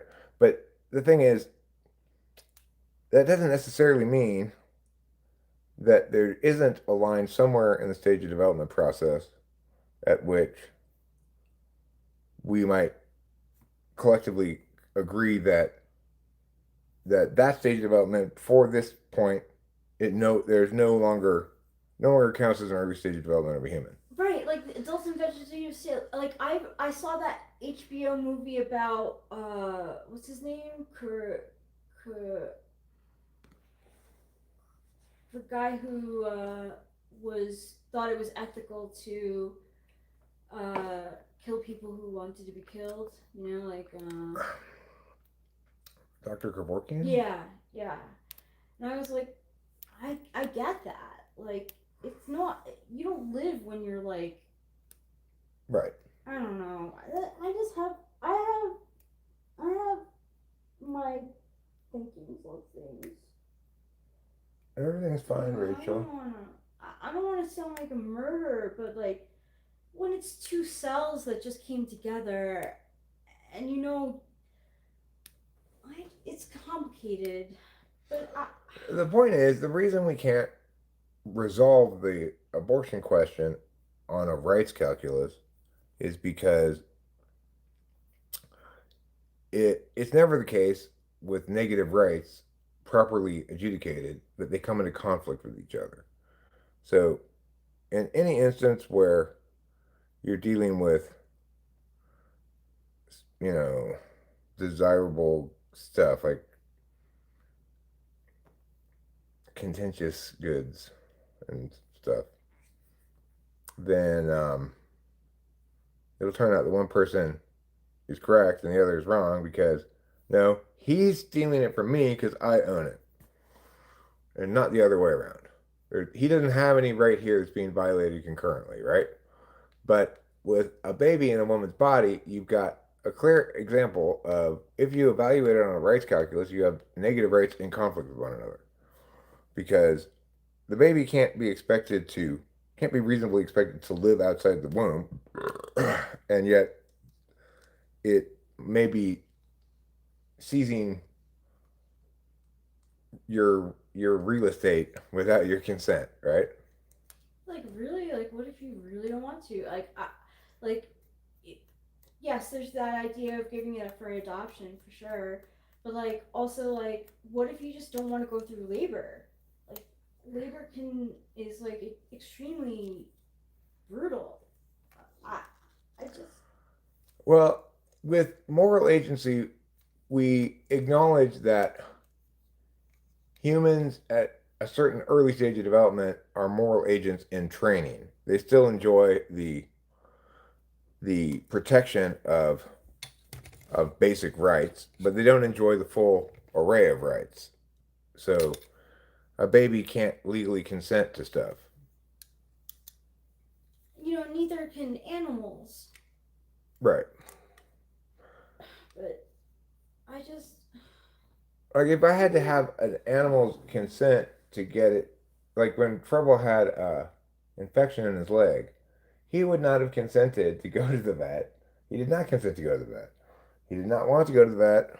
He was very upset about the whole thing.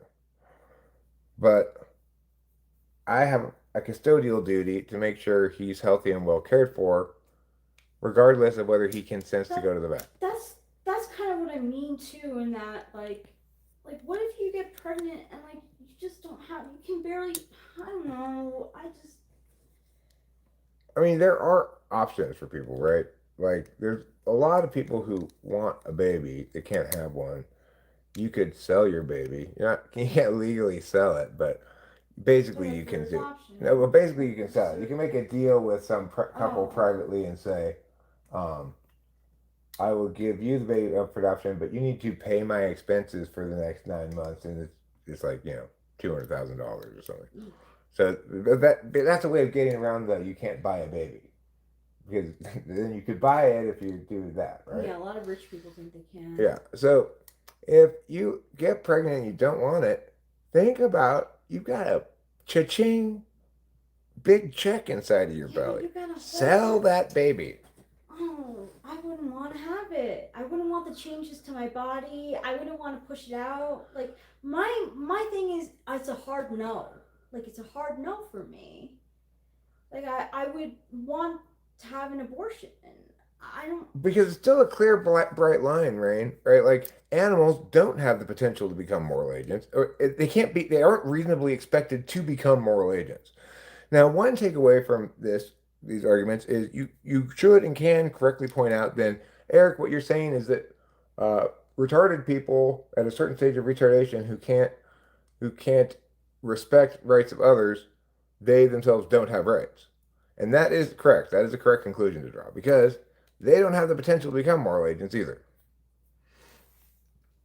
That's how I feel, Shomi. I feel like if I can't have a baby, if I'm not capable of even taking my care of myself, how am I going to take care of a baby? I don't want this baby. I don't want it. And also, just no. You're not pregnant. But There's plenty of good reasons for you to get an abortion. there's plenty of good reasons for. I mean, you actually have the winning argument though, because in other words, a pregnancy would endanger your well-being and health. Yeah, but So, doesn't it? in that instance, But if you're not financially stable, isn't that also like a harm to the baby? well, refer to my previous plan, sell that baby. Right? You could make a lot of if you're in financial trouble in general, this should be you just think, hey, I can make a lot of money on this. So like I was talking to Kimi and she was talking about how this couple that she knew, they got pregnant. I think it was Kimi that I was talking to, and they found out that the baby actually was retarded, and they decided not to have a baby. It's a good reason to abort. Right? There are good reasons not to have a And baby. if the baby's retarded enough, remember, it doesn't have rights because it does not have the potential to become a moral agent. And most people would say, Eric, that's appalling to say, but that's the conclusion that you must draw from this whole thing. Because we can add the distinction that baby moral agents still get treated as moral agents from the having rights perspective, like protecting their rights, even if they're not capable of fulfilling their duty as moral agents yet. Because it's also the case that I can't fulfill my duty as a moral agent when I'm asleep, or let's say under sedation at the dentist office. That doesn't mean that I'm no longer a rights possessing entity.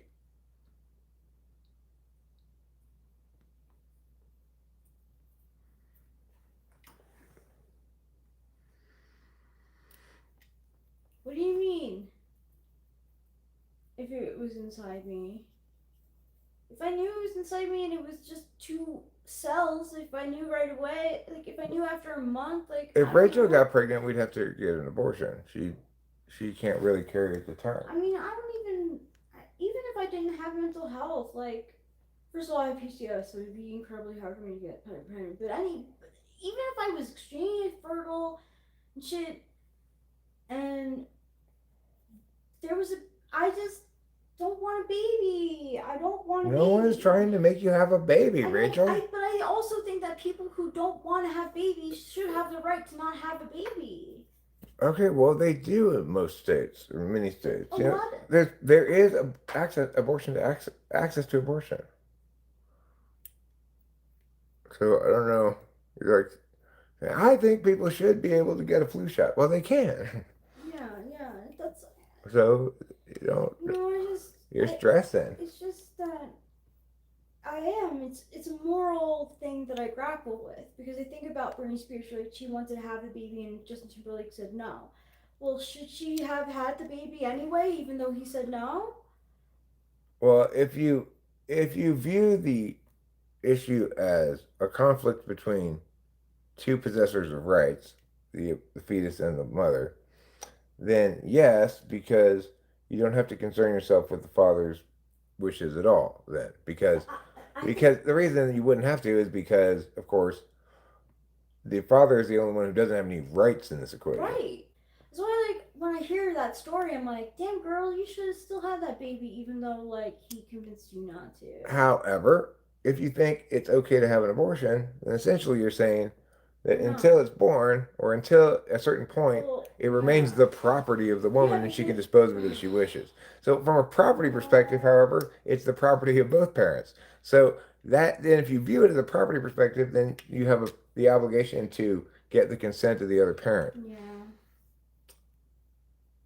It's not just potential, right? It's that babies are temporarily unable to drive with their engine running because they're in the warming up phase. Okay? So if you can determine that this baby is profoundly retarded, then it does not have the potential to become a moral agent, and accordingly, it would not have any rights.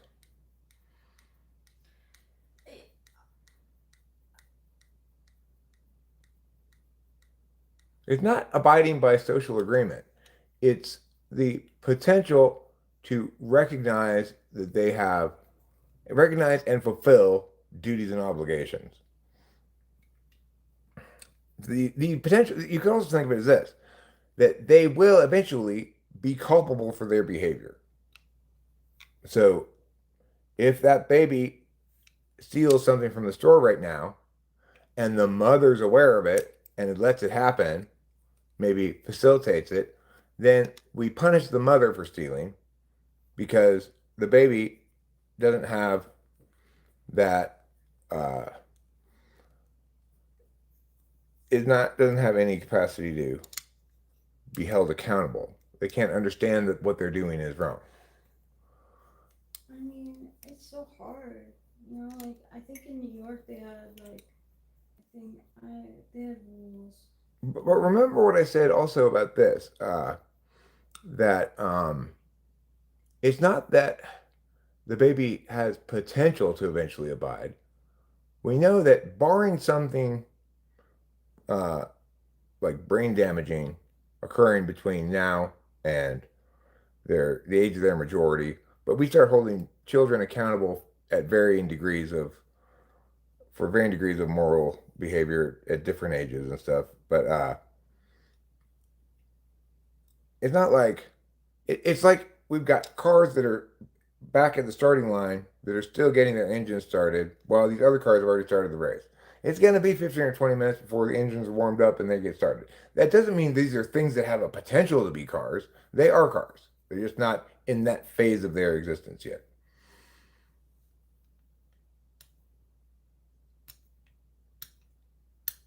What is the warrant there that beats the alternative position? What's the alternative position?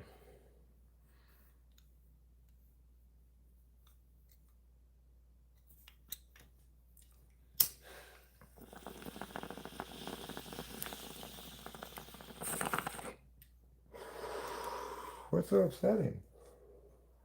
It's a tough topic, and like I have like conflicting feelings about it. Like I feel like I liked the rules that they had in like New York State, where like you had like a certain amount of time to get an abortion, and then after that it was like illegal or something. Well, I mean, Because I don't. I think this conversation is mostly about whether babies have rights, not necessarily pre-birth babies, okay? At this point, Ray and I are just talking about whether babies ought to have rights because they don't have the capacity to act as moral agents. And he's saying if you're going to make this arbitrary distinction that it's okay for babies to still have rights even though they can't fulfill your criterion, well, what I'm saying is they are fulfilling my criterion. They're just in a super early stage of development where they can't do it yet. It's interesting because like once they're born and stuff, then they are sort of under the umbrella of human rights. Like once you have that baby, you have like Well, sure, it has rights. the moral obligation to like raise it. Yeah, and you can be found criminally liable for child Okay. abuse and stuff. Okay. And if somebody else, like say, runs up to a baby who's eating some candy and steals the baby's candy, then they could be culpable for theft from the baby. Sure, because the baby can still own things. Yeah. And just because you don't understand that you own something, like because you're a baby, like your parents say give you this stuffed animal, it's your stuffed animal, but you don't understand that the concept of ownership. If somebody steals it, they're still guilty of theft. In some way though, they do understand that it's theirs because even that baby that we saw in Mariposa Pizza Factory, like it had a doll with it, like a little stuffed animal, and like you could tell that baby knew it was theirs. You know, and if someone took it away from them, they would definitely cry. The difference between pre-birth babies and after-birth babies is that pre-birth babies are susceptible to being aborted. So we have to ask questions about what makes that legitimate or not, right? And there are various answers you can come up with. You know, you can say that, you know, you could say that there's no rights in utero because you don't have rights to a place that you're squatting in. Something like that, right? And say babies are squatters unless you were trying to get pregnant. Like, isn't there something like until it has a heartbeat or something? It's not really like. People can draw lines arbitrarily any random place. The one thing I can successfully argue for sure is that Plan B is never immoral because it never actually qualifies as abortion. Because the thing that might be in there that's getting fleshed out by the Plan B, nobody's had a chance to observe it yet. And existentiality supervenes upon observation. Oh my God, the comments. Yeah, well, there are some annoying comments that I was looking at today earlier. People want to do my job and tell me how things are. Well, actually, Eric, just get your butthole lips sealed and stop talking with your ass because you do not know what you're talking about. I've got my shirt like this, so I'm extra tough. Let's put a handle on these rain gutters. Welcome to the gun show.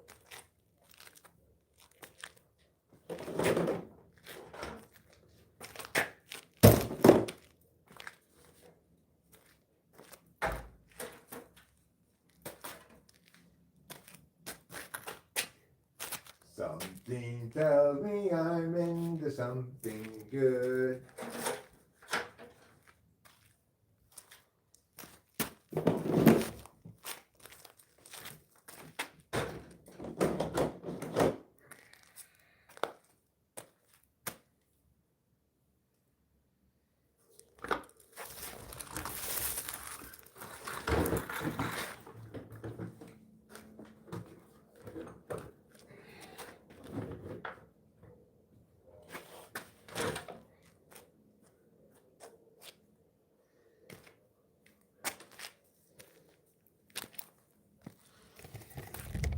What do we mean?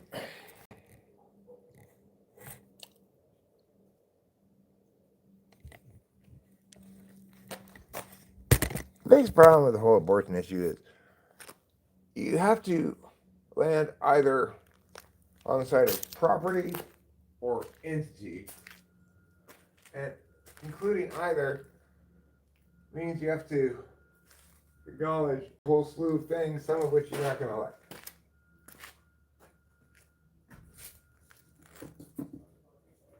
Where's this thing? Where's the button to make it go? I guess I'll push it from up here. But I can see it better. There it is. Okay. We're going to blow this out now with our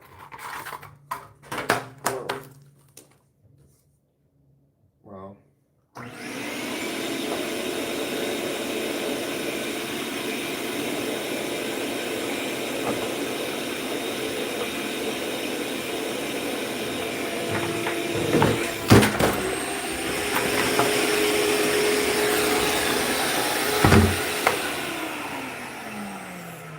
God damn it.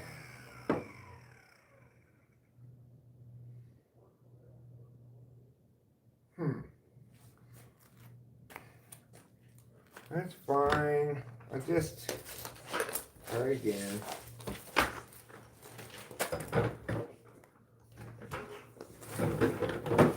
there any way that you can like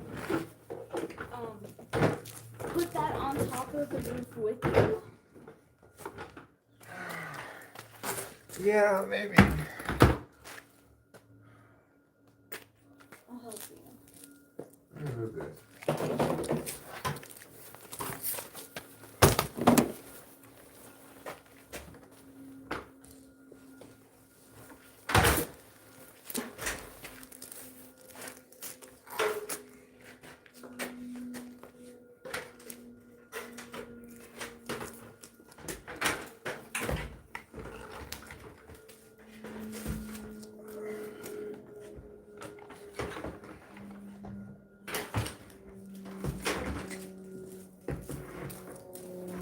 Pretty well.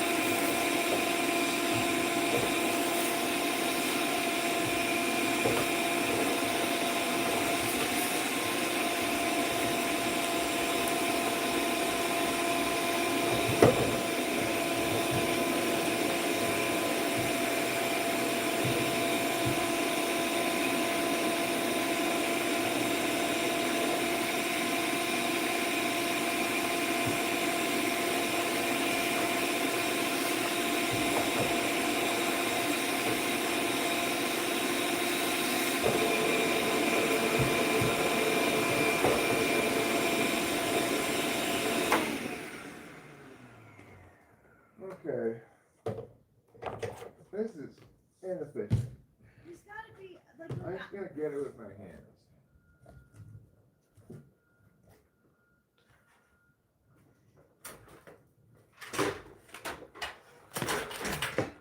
That's highly inefficient. Okay. So let me get a glove on or something.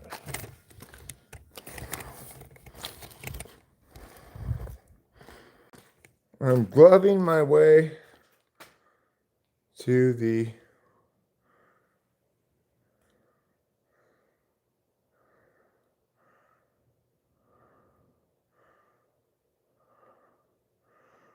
all right, but that's civil liability, not criminal. You could say he has criminal and moral liability as well because he knew he was operating something that his disability made it impossible for him to safely operate.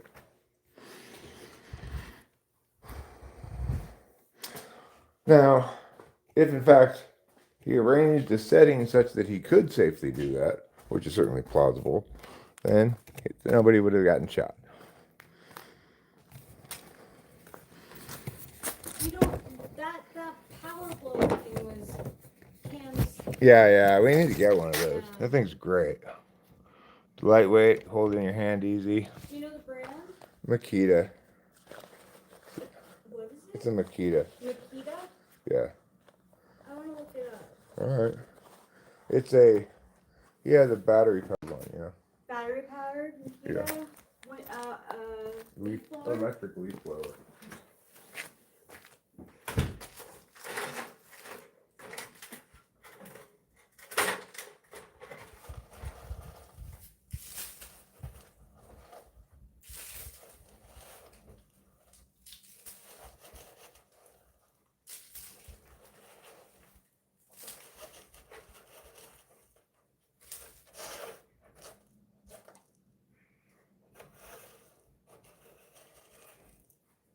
Alright, you rain gutters.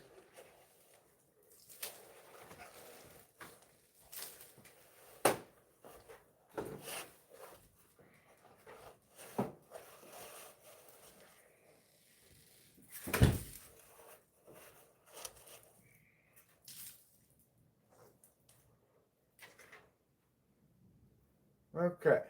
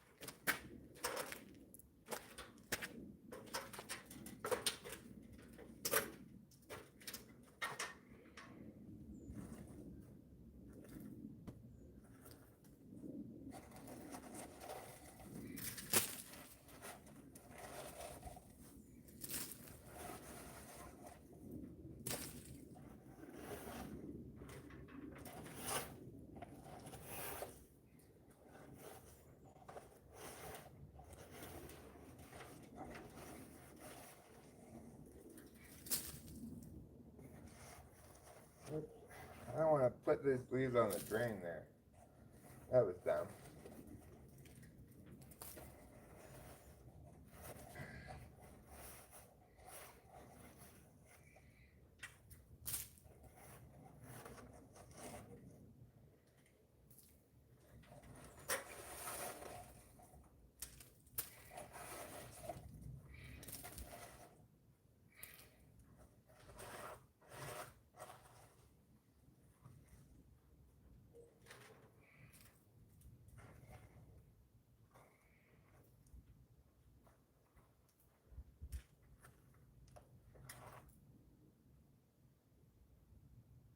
Okay.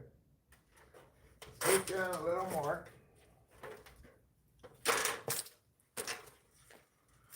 Get these off of this.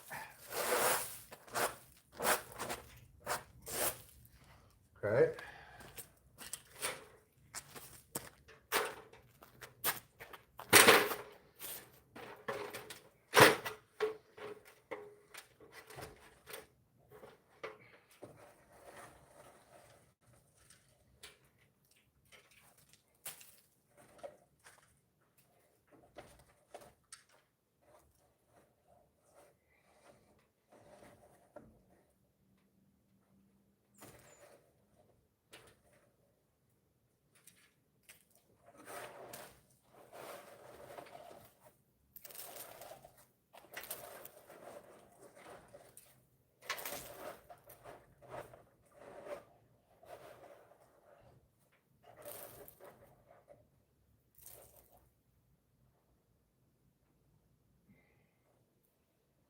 Okay.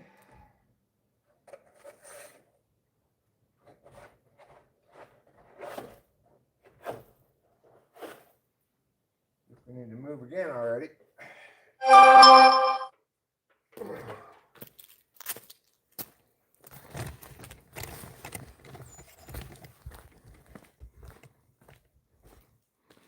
So you're an anti-drug person.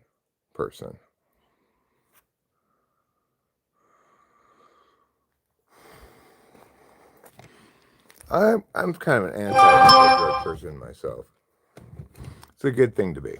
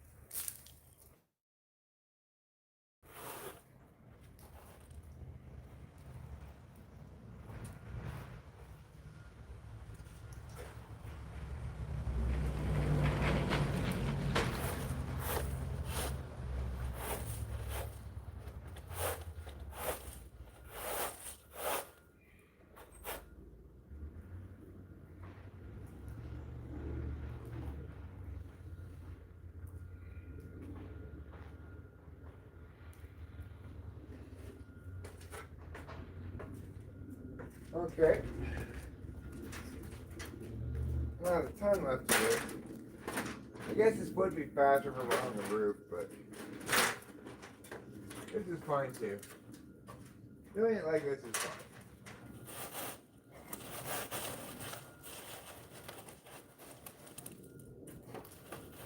There's less of a chance that I fall off the roof when I'm on the ladder. Of course, there's more of a chance that I fall off the ladder, but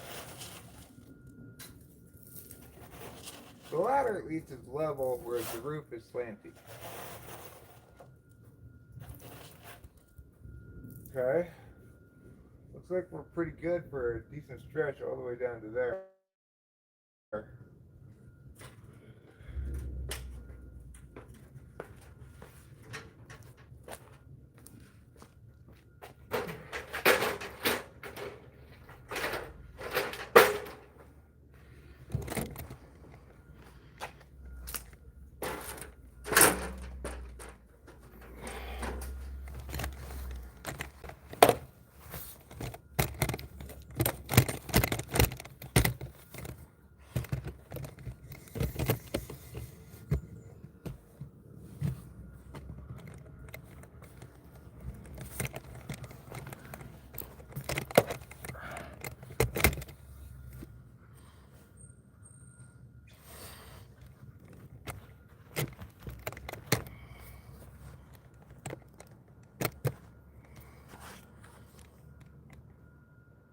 There. Okay.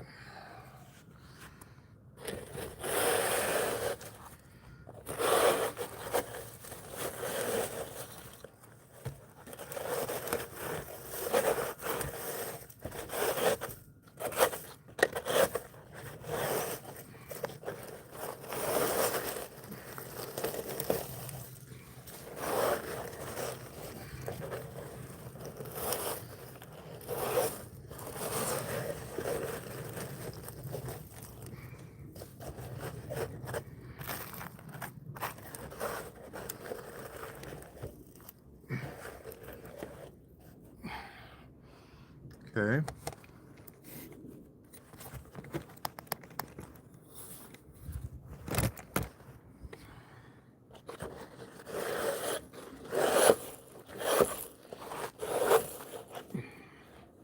Now we're gonna move it down.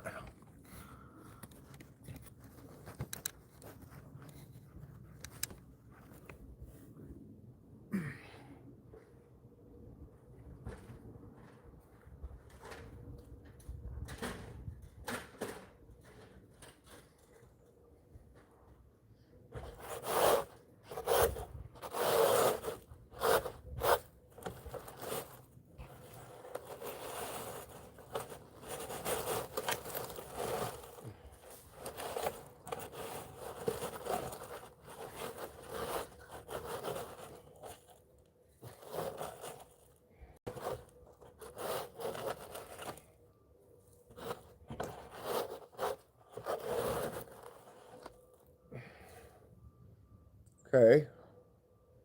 It's looking pretty good. No reason to lie to ourselves about that. Let me get the very end.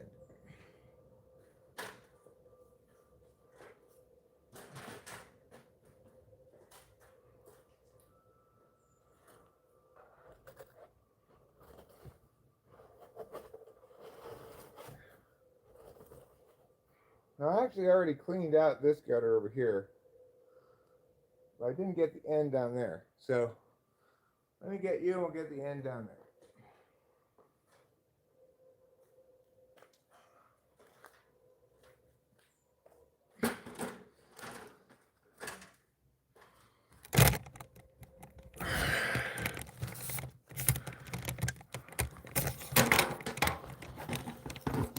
Whoa. Careful now. Be very, very careful.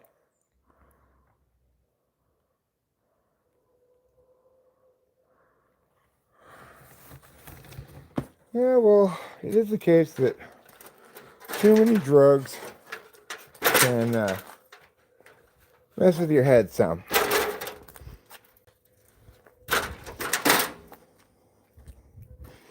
I would say it's a really good idea to be careful with the psych drugs.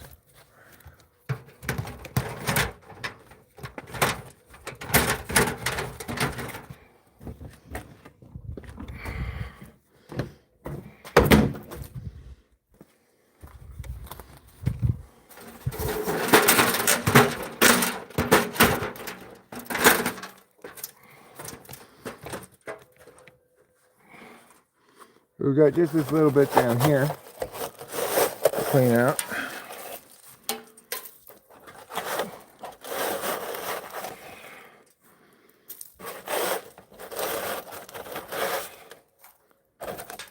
All right, now I've gotten all of those gutters cleaned out.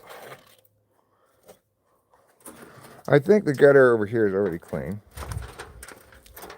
But let's go look.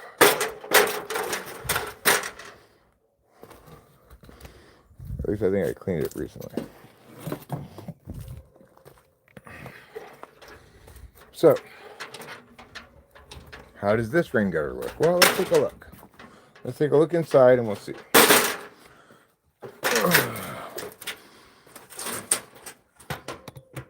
Pretty clean. A little bit of stuff down here.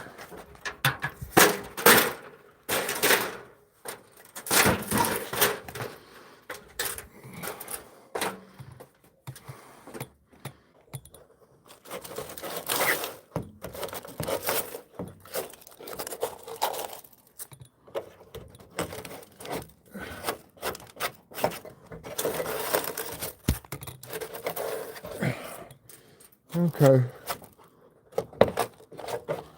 That's pretty good.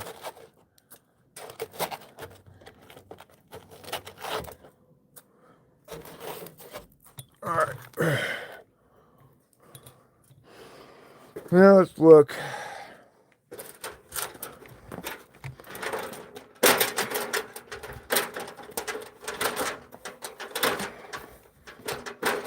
Over here.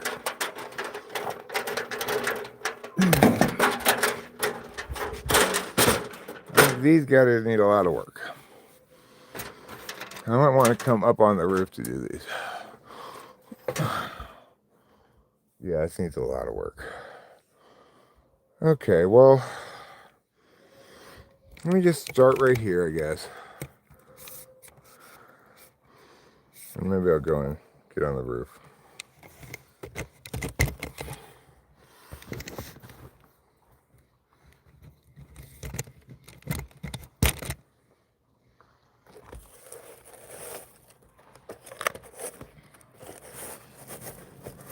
Oh, that was the hole.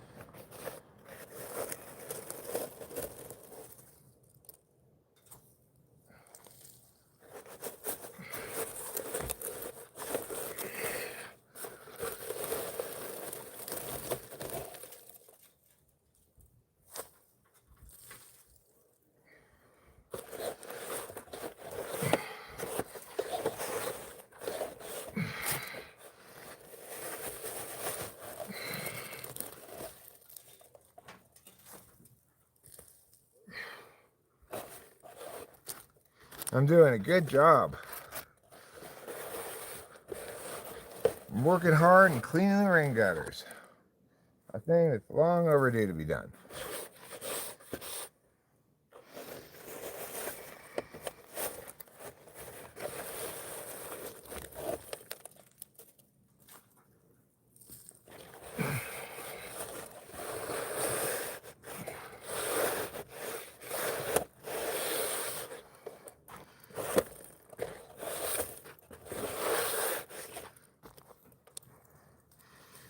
Okay.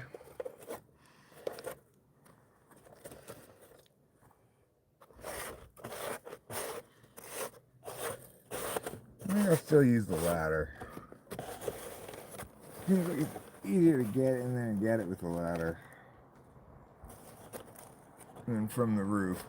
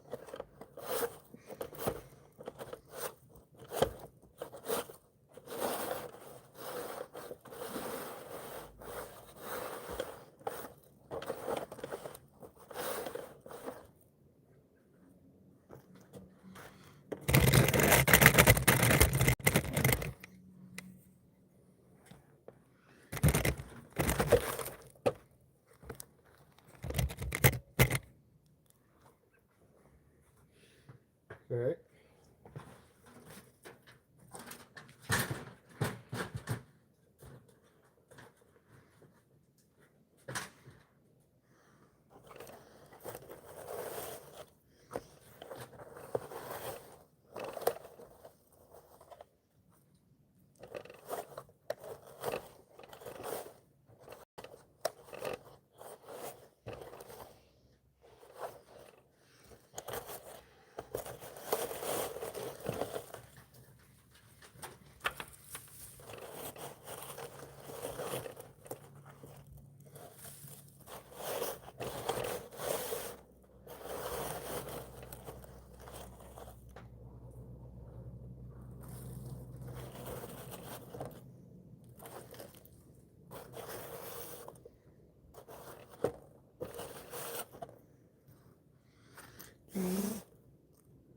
Okay.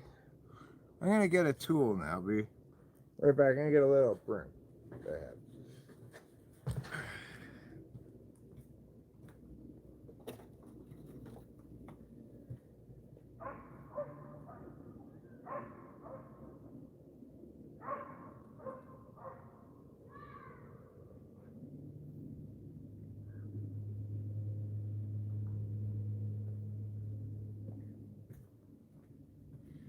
Okay. I've got my little broom here.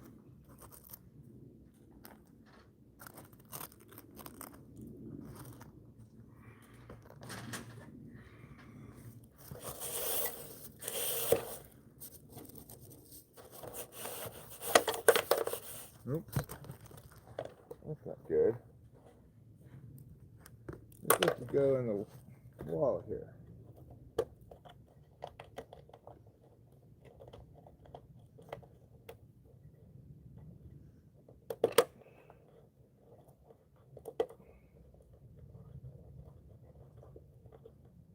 Right, good.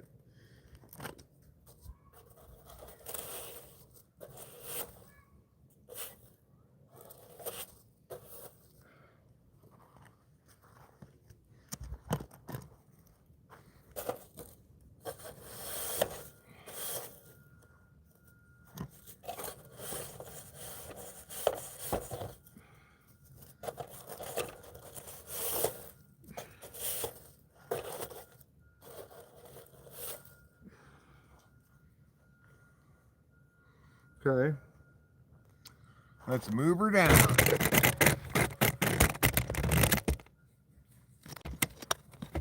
Let's move her down like Jacob Clown.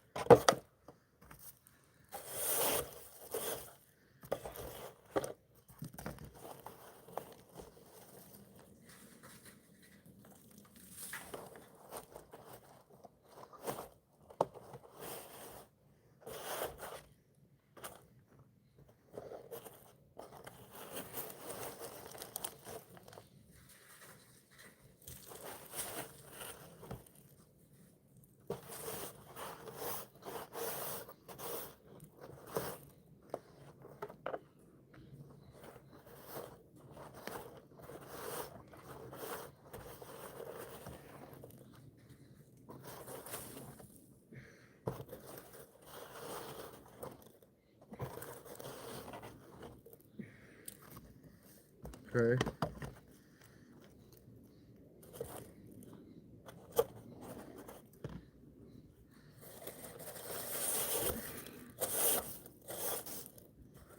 And I guess what they say is true. I can never be the right kind of girl for you. I can never be your woman.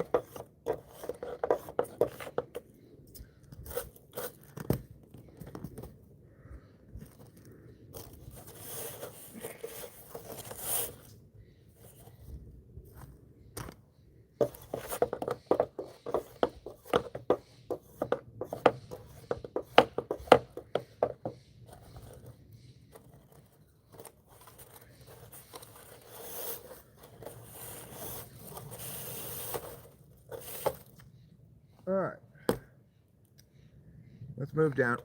Oh, you're so far away.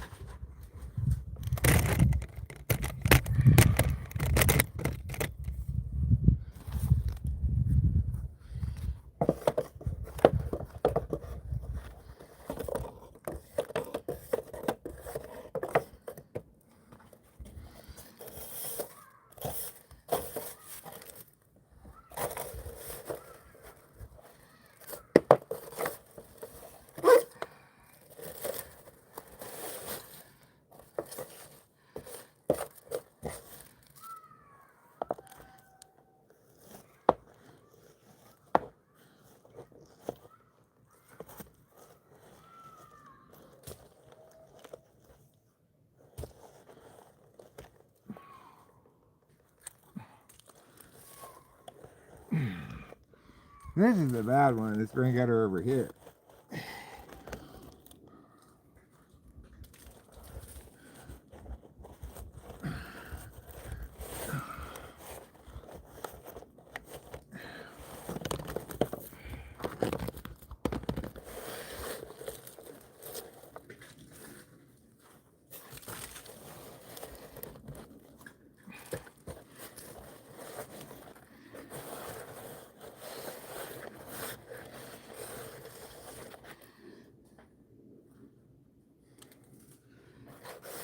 Okay.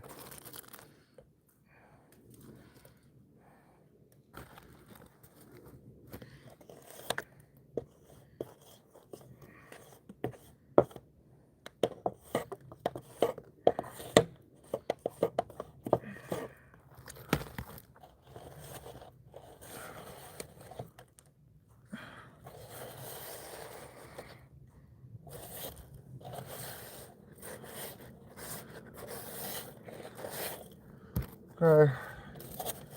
There you go.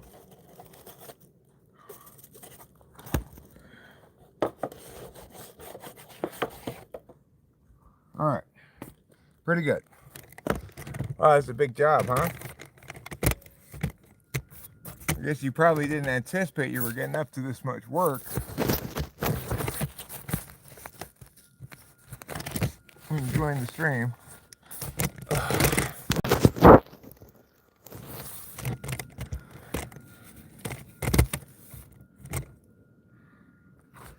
Good.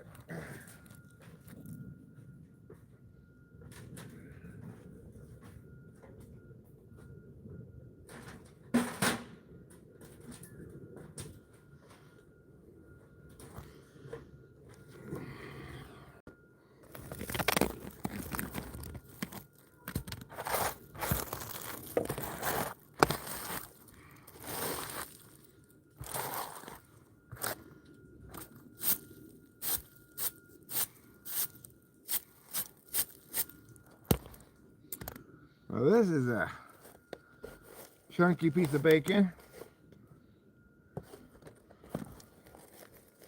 No doubt about that.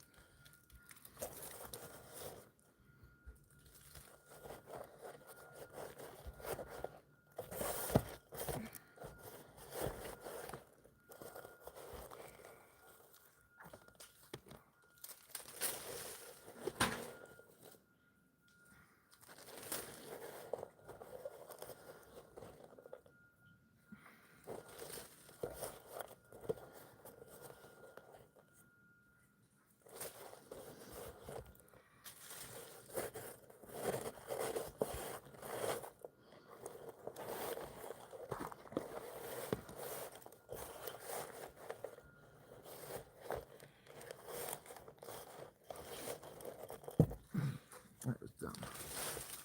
That's fine, Eric. You do dumb things sometimes. This is one of those times.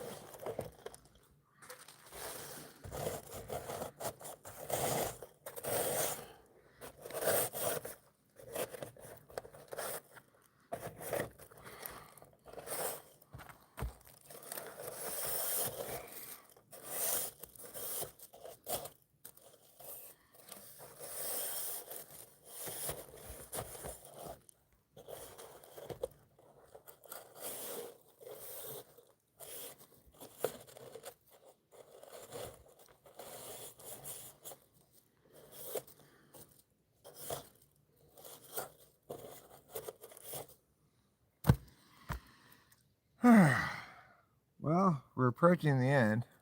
There's still quite a bit to go.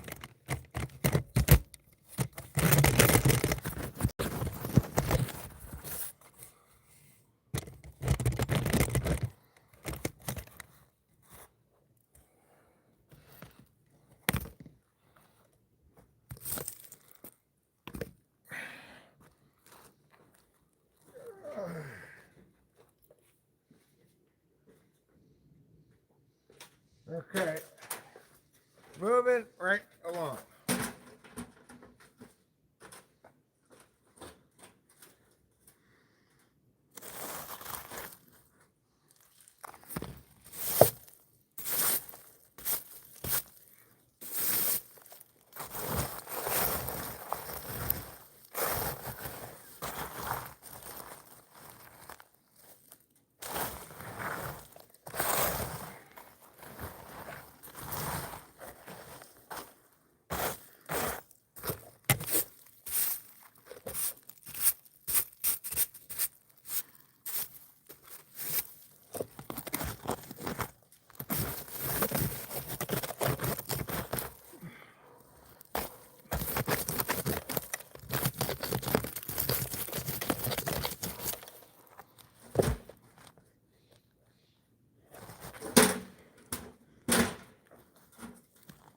What's going on here? All right. I don't know what's going on here. This ladder. What the fuck, ladder? What are you doing?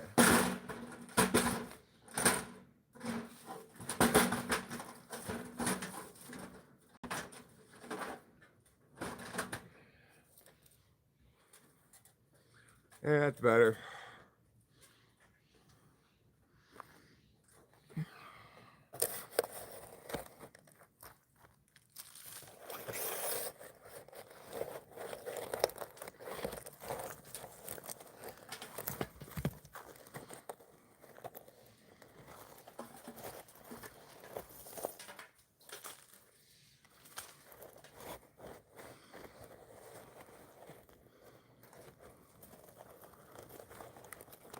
Urgent things come to urgent people.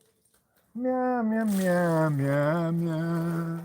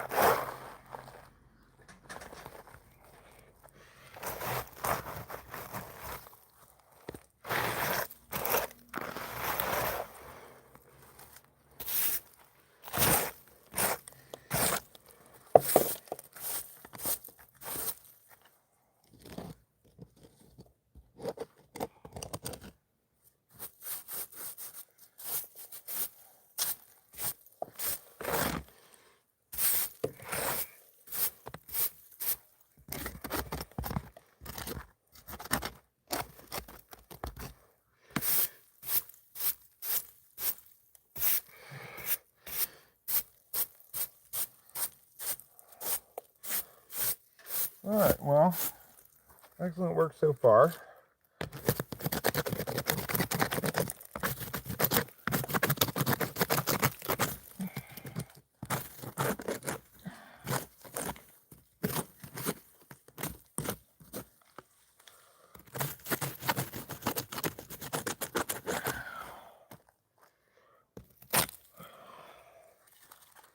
Okay. More progress.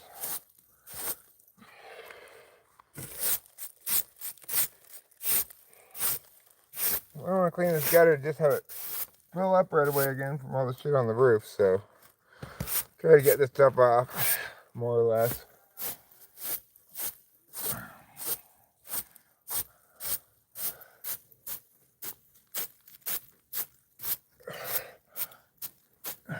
Okay.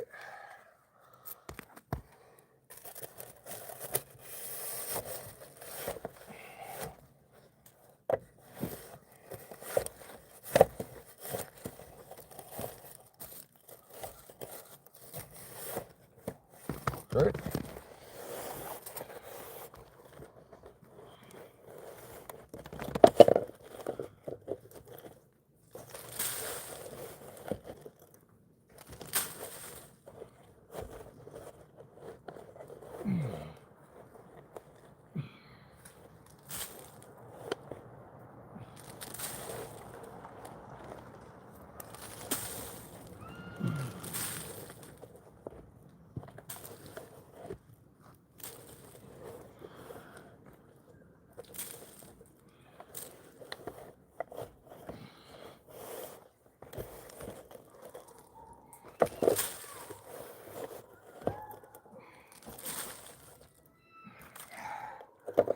Okay.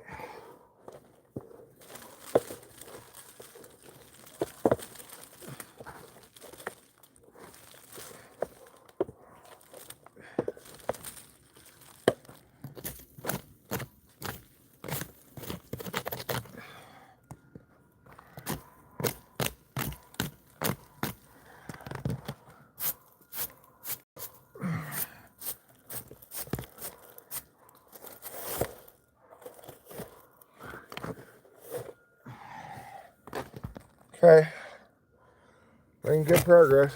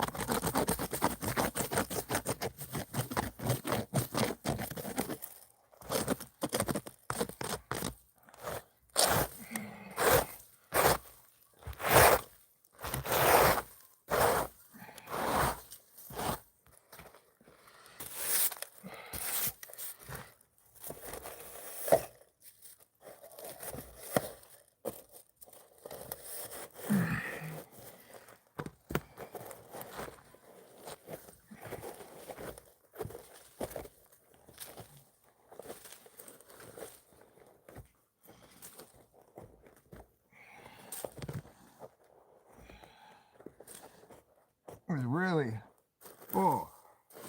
As full can be.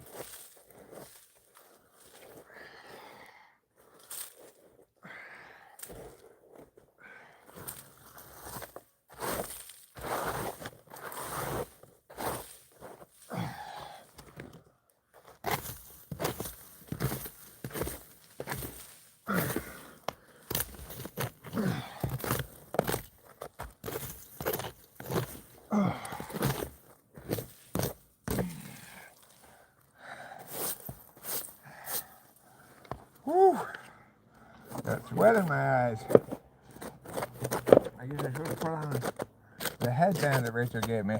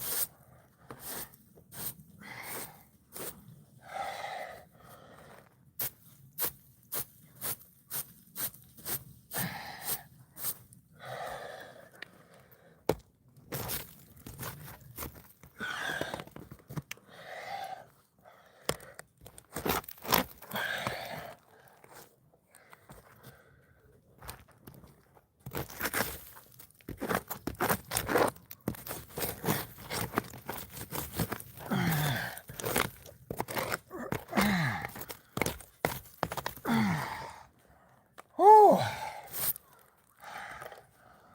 that's a real workout.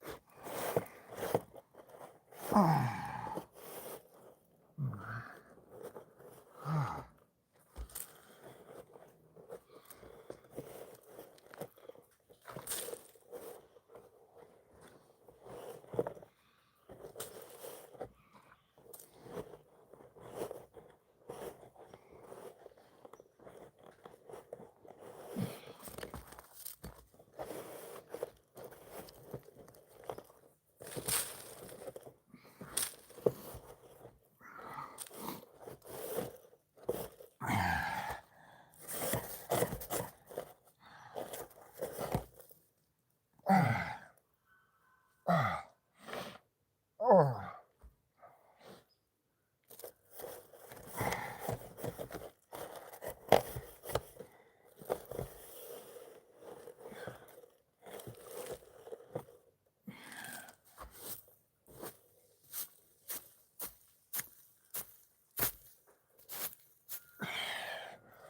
Okay, we're almost at the end now.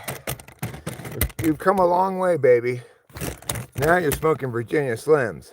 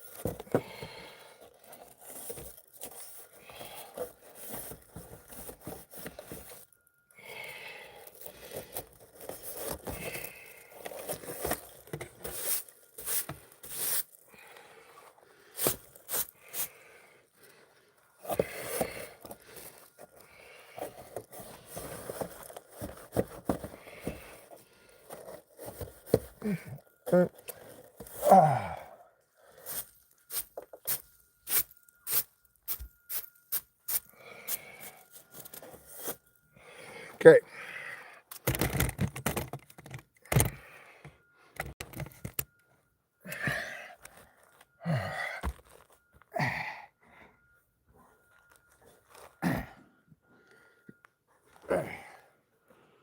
Okay. Now, there's a ladder over here.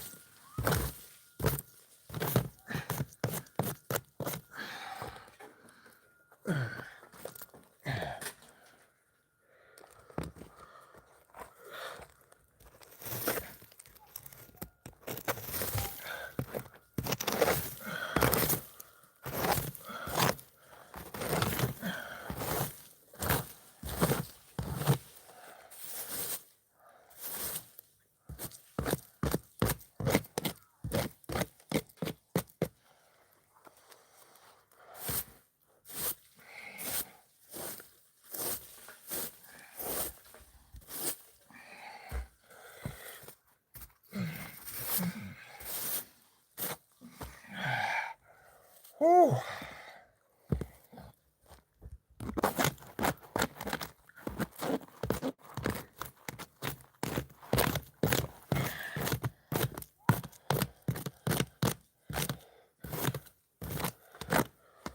Okay.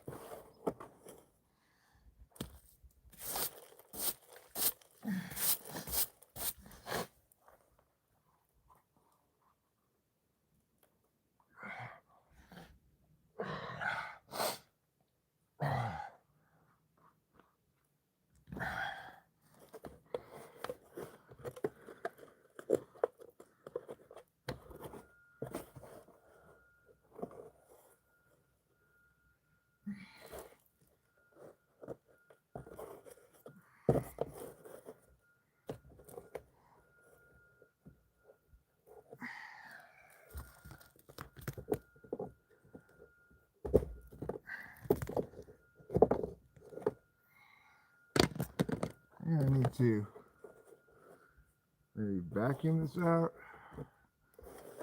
Not sure how I'm going to get the stuff in here out. This one's pretty clogged up, it looks like.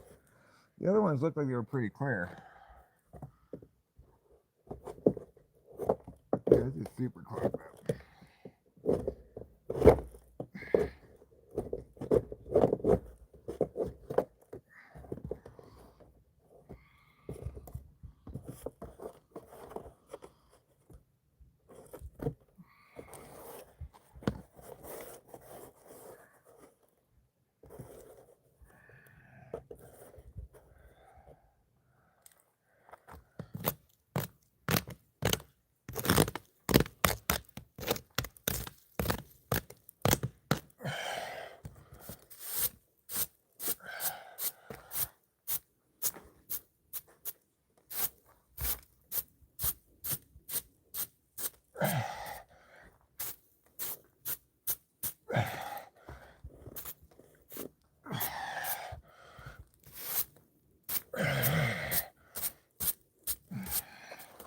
Okay.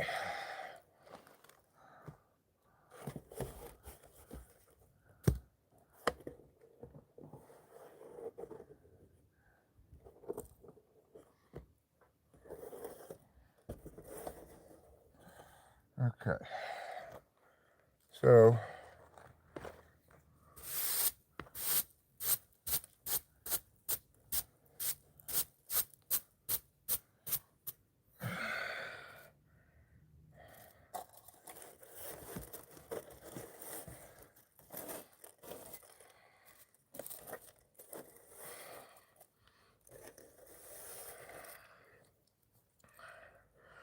the title of this was about the comments because I was reading crazy nonsense in the comments that people do. And it's like they're not even really commenting, they're just trying to find some way to position themselves above me.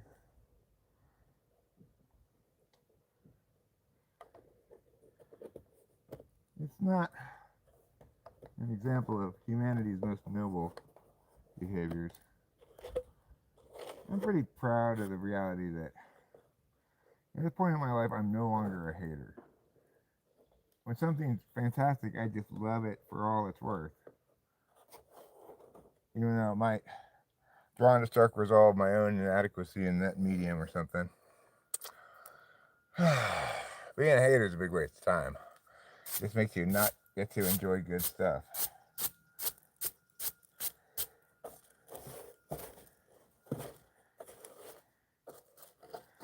Well, I guess the problem I have with haters commenting is that whatever they're saying is just cover for you suck, Eric, I'm better than you, or there's something wrong with you, Eric, or whatever. But I tend to want to think like, okay, well look, if I successfully explain what's wrong here, rebut it correctly, make clear that I understand much better, maybe even the commenter themselves, what the commenter is doing, maybe the commenter will learn something. Well, they're not going to learn anything because the purpose of their using of words at that moment is just to attack me.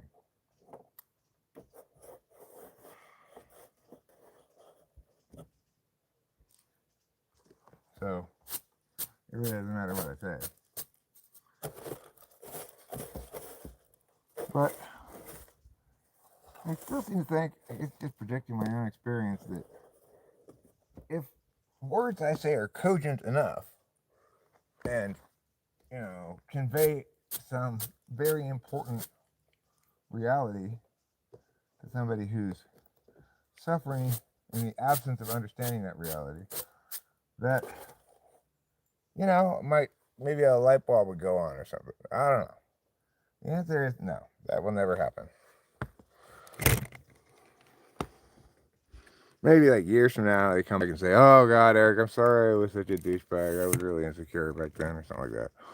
But, so I wouldn't say never. It's not going to happen contemporaneous to me correcting them. All right, this is done. It's true, it's still clogged, but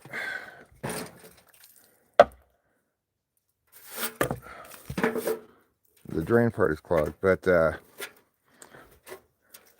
it's time for a break regardless. I'll go around and sweep up all this mess. I might be able to vacuum out that hole. Wee-hoo!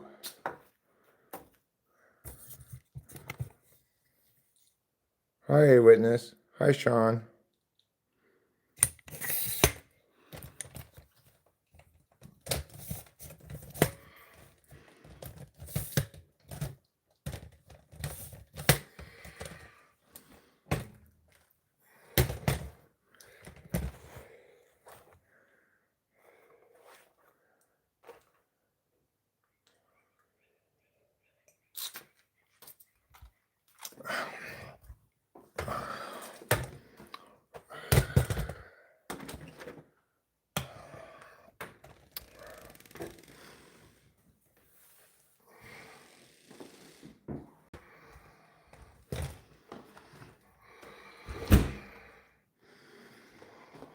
Oh, good. The TV went to sleep. Good job. Good job, TV. Thank God you didn't leave it on the thing we wanted to see. I don't know where the I had it. Oh. I took it outside like a dum-dum.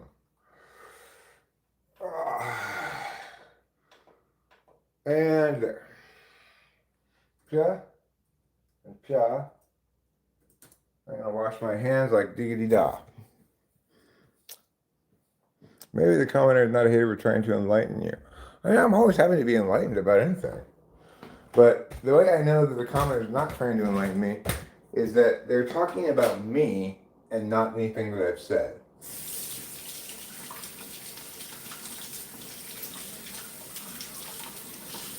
So I don't claim to be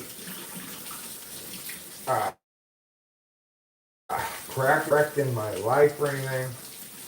I don't claim to always be correct. I do claim to be correct in the things that I'm saying and advocating and arguing. I don't argue about things I'm not correct about.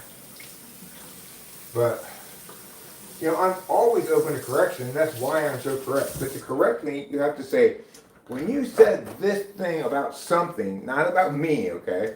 When you said this thing about something, you were wrong because here's a better argument. That's how you have to do that. Then you can enlighten me all day long and I'd be thrilled because I'm always looking to improve my correctness. But what you're doing is trying to critique me personally as a means of taking me down a notch. So it's possible you're not aware that's what you're doing, but that is what you're doing.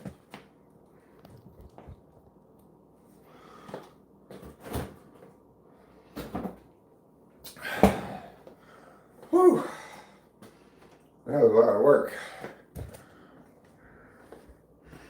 Well, I got all the rain gutters cleared out except for that last drain, which I'm not sure I'm going to be able to clear it out, but maybe I can get the snake in there for that. See what I can pull up out of there. No, I never said I'm always correct. I have never said that. Okay? I'm wrong sometimes, and I am thrilled and eager to have you point out where I'm wrong. So what you're going to do is say, when you said this, Eric, it is wrong because. Then I can update my wrong thing with your correct thing, and I will have one fewer wrongness that I advocate or affirm. So I've never said I'm always correct.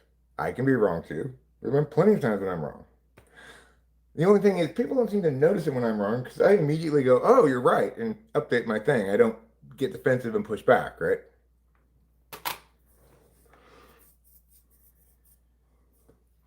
My question is, like, who's telling Tuts about himself and where he can make changes? Like, does he only do the pointing of the fingers, or do people point fingers at him too? Oh, he's upset about the, I guess the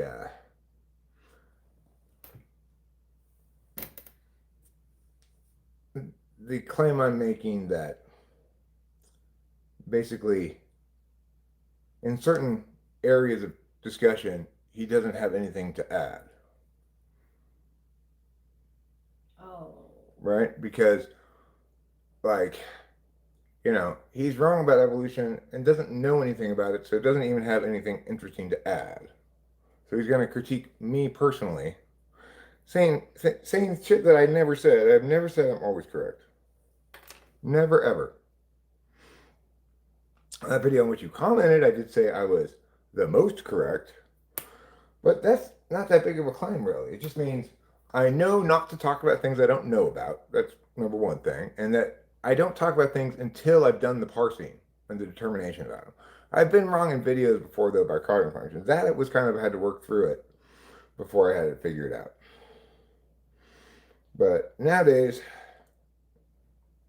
I make a limited set of claims about cognitive functions, all of which are correct.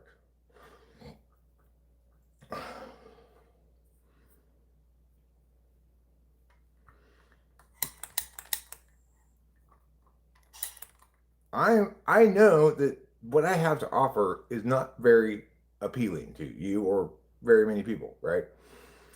That you don't want to be attending a classroom lecture where you have to sit there and learn things all the time, and I'm the only one who's the conveyor of truth or something. I get it. That's super annoying to you, and understandably so. But we have different kinds of conversations around here. Not all of them are correcting wrongnesses.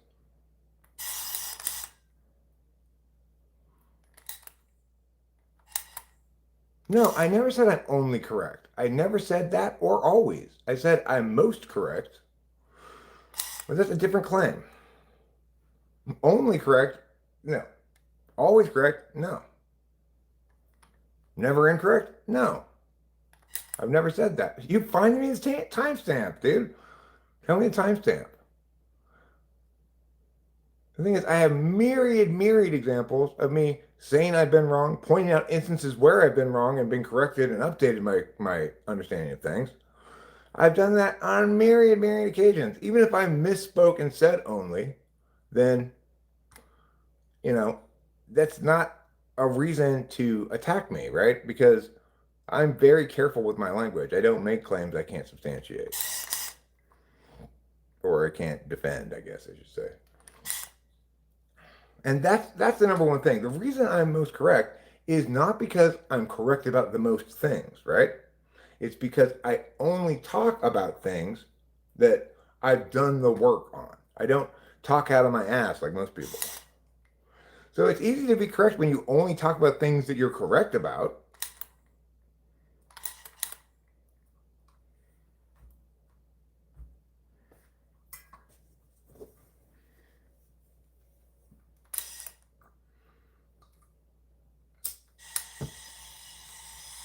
There are plenty of things about which I don't know shit. And if I were to make claims about those things, I'd probably be wrong. But because I don't know anything about those things, I don't make claims about them.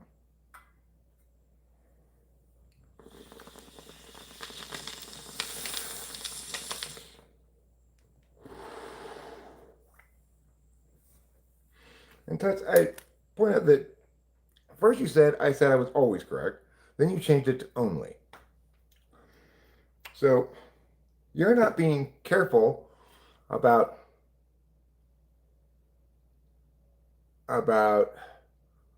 my discourse or yours. And as Sean said, you're cherry picking some tiny little thing. If it were the case that I said only.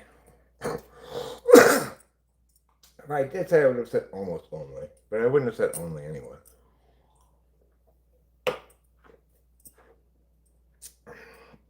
Anyway, the video was saying how it's a shitty superpower to be rigorous with your parsing of things and therefore be correct, because what you have to offer to people, correction, is not something anybody wants.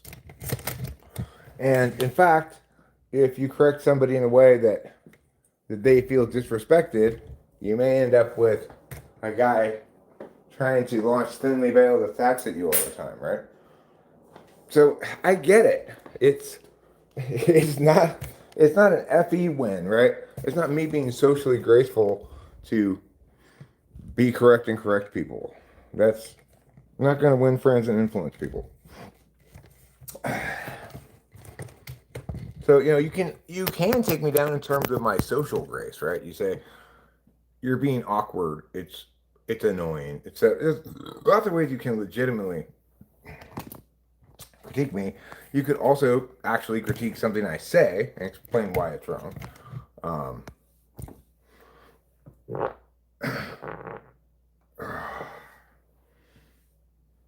But yeah, it's an incredibly shitty superpower to have.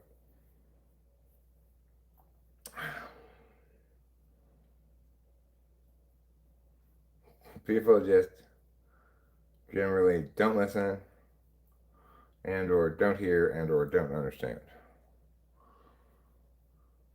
No, you're spinning like you do. You're not projecting. I didn't say you were projecting. Did I? I don't think I said you were projecting. Projecting would be that you think that you're the one who's claiming you're right and you're telling me that I'm the one who thinks he's right. That would be you projecting. That you're definitely not projecting, right? What you're doing is called hating. You don't like the fact that I have asserted these things that are unpopular truths, like evolution is bullshit. And because you understandably, I'm not suggesting you should have researched evolution a bunch or something. I did because I was curious about it, trying to figure out how it actually worked. At some point I realized I don't understand this. So I researched it to figure out how evolution actually worked, and I learned fairly short order it's bullshit. But you want to take me down a notch because you think I'm arrogant or something. You think it's a pathology of self-concept. But it's not. The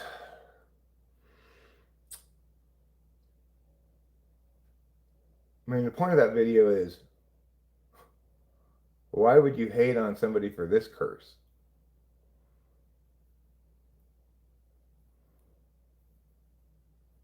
Believe me, you don't want my problem.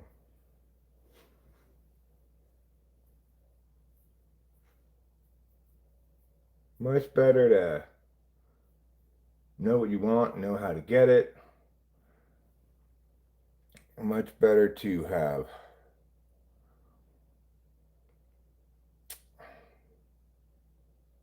good relationship with your objects and resources and archival abilities. Much better to be able to pull the trigger and execute tasks you need to get done. A lot of things in life are a lot better than being correct. And I guess I was coddled kind of in an incubator of the debate community where it matters if you're right, Well, it's almost like too, like you kind of like were raised to like. Tuts. I was responding to Tuts. Have you ever heard any good arguments for daylight savings time? No. I haven't. Not in the world of electric lights. Even in the world of just candles, just get okay with the fact that sometime in the year it gets early late, and sometimes in the year it gets early early. I don't get it. I have not. If somebody can successfully affirm daylight savings time, they will be making arguments I've never heard before.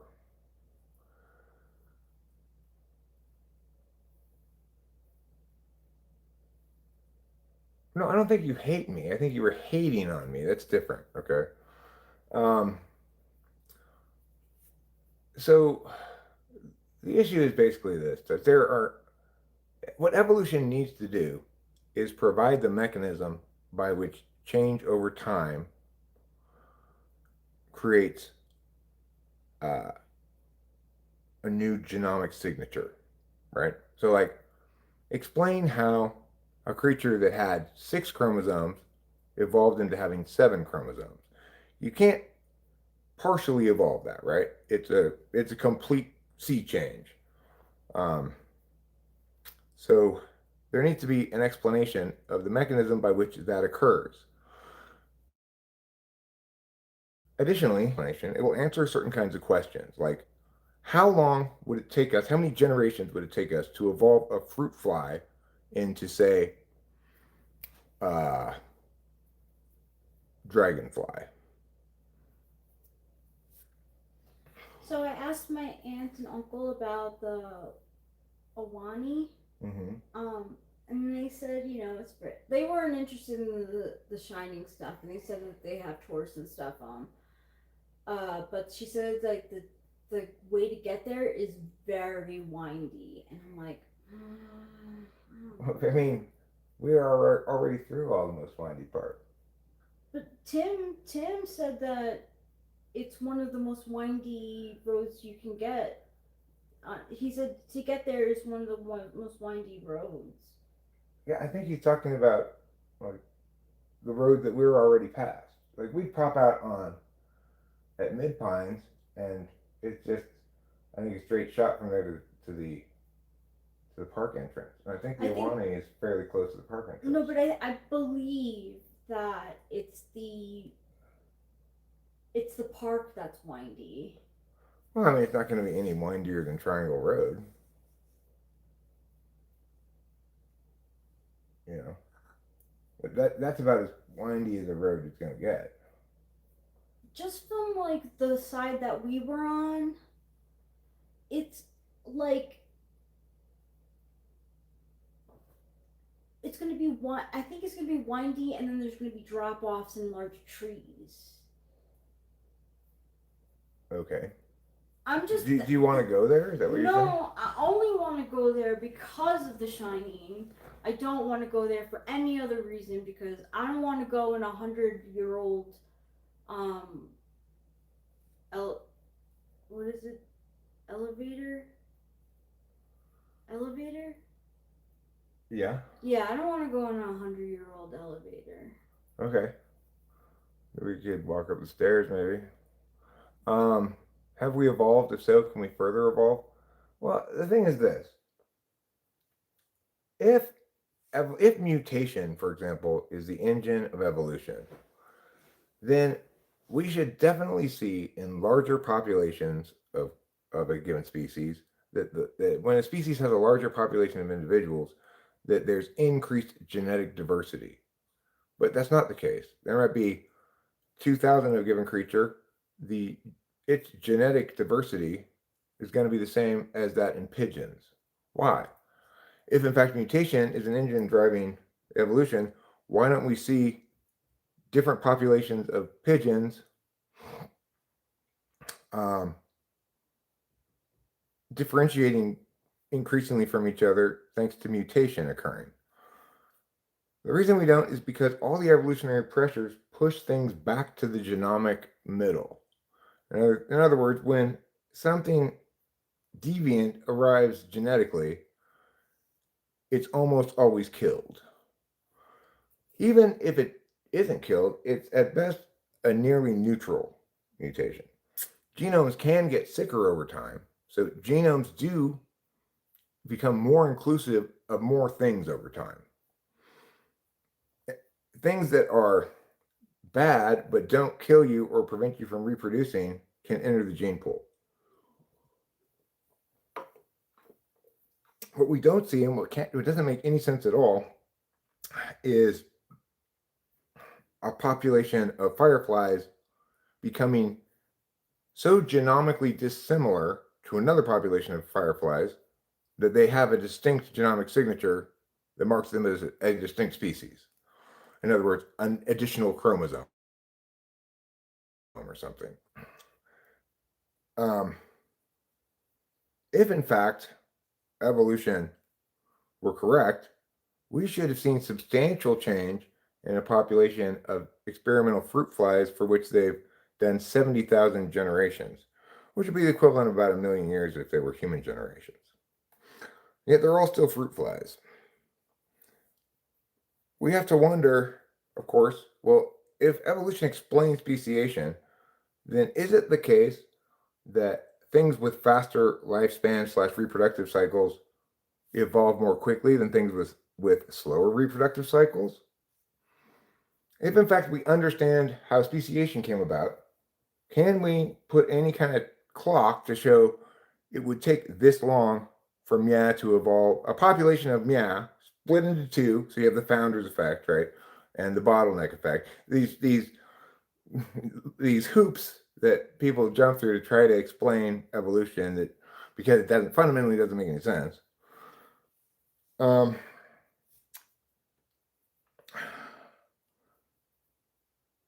If we have these two distinct populations, and you're getting distinctions between the populations simply by eliminating some portion of the extant population. Like you can imagine a population of bears going to an island, right? This island has not very much food on it, so only the smallest bears survive, and this population of bears is smaller consistently than this other population of bears over here. So let's imagine that has occurred. What has happened there? All that's happened is that nature has selected for some expressions of the same genome versus other expressions of the same genome. There's no mutation going on there, right? And there's certainly no move towards increased complexity.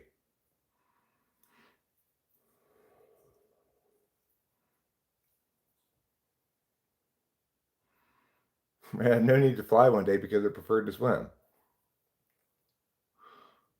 Yeah, like wouldn't we like evolve into like being able to breathe underwater and fly and Well, I mean, the thing is this. If you ask most people who believe in evolution, is everything currently evolving? The smartest of them will say no. Because, of course, we've got many species, you'll hear this all the time on videos, largely unchanged for 180 million years. The dragonfly is a pinnacle of evolutionary success. Let's say something like that. Well, it's unchanged for 180 million years. So has it not been evolving for these 180 million years? No. Well, why not? Because it reached evolutionary stasis. Well, why? Because it didn't need to evolve anymore. what's the difference between evolution and adaptation? Well, individuals can adapt. So, for example,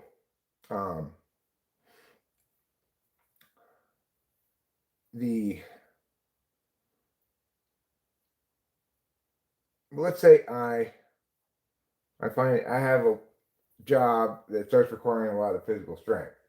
Well, my body will adapt, my muscles will get stronger, I'll get calluses and stuff like that, because that's within the plasticity of my individual body, right? So I can work out and get stronger, get muscles. But what's not within the plasticity of my body and my species is if I flap my arms a lot, I'll eventually get wings. That won't happen. And the same thing is true with speciation. You've got distinct species who are distinct because they all share the same genomic signature and they have the capacity to reproduce and produce others of their kind. That's the definition of species. So in no way, shape, or form can we imagine two penguins giving birth to something that's not quite a penguin and not quite something else, okay? Yeah, and like because of their genetic makeup, they'll always be unable to fly. Right? They're not evolving into flying birds. They've already done the development to live in the place that they live in. Right? Okay, so Tuts, actually different breeds of dogs all have the same genomic signature species-wise. If you get some DNA from a Chihuahua versus a Great Dane, they'll both come out dog. Okay, so there aren't any big genetic differences among breeds of dogs. And what's notable about breeding dogs is despite us breeding dogs for 10,000 years and creating vastly more differentiation within subpopulations of the species than nature ever could, ever would conceivably dream of, right? They're still the same species. They can still breed with each other and produce reproductively viable. So, on fact, and you're wrong on frame. I will read your comment, Rain. a chain of mutation coincidences. Ecological niches are few and far between compared to diversity in mutations. Each niche would have some gravity associated with it, and there would be an escape velocity in the form of a chain of mutation coincidences.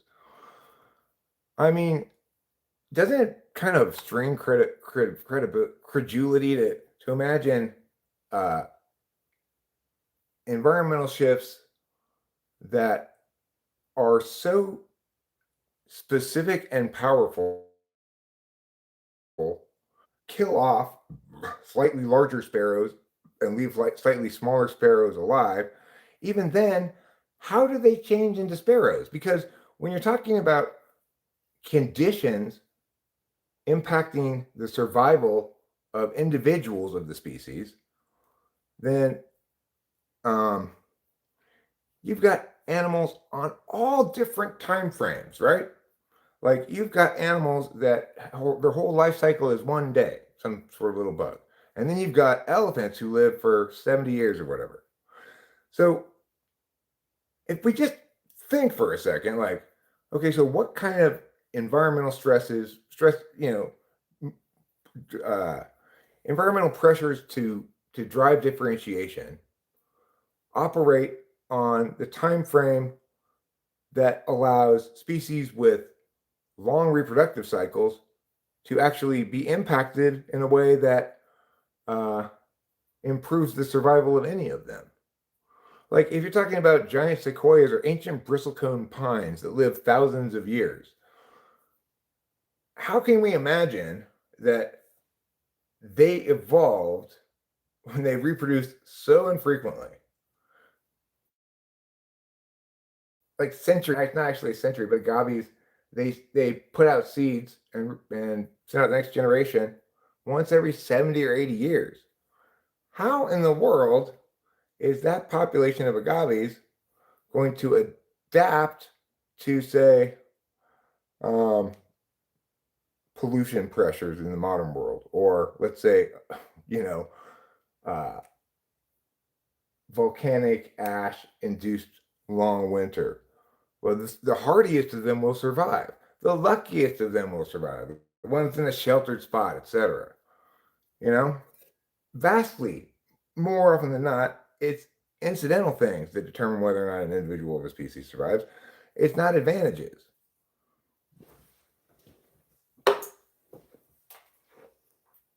And again, if species were so capable of evolving to changing conditions, why are things still not evolving? So when we look at various species in the world, we might note, oh, look, their genome now has this additional little thing in it that is a genetic sickness of some kind that actually was caused by a mutation that was nearly neutral, so it didn't kill the host and entered into the genome of that species. We might note that sort of thing, right? But why hasn't a dragonfly evolved in 180 million years? Is it because environmental conditions have been steady the entire time? That it's never been advantageous for it to change in 180 million years?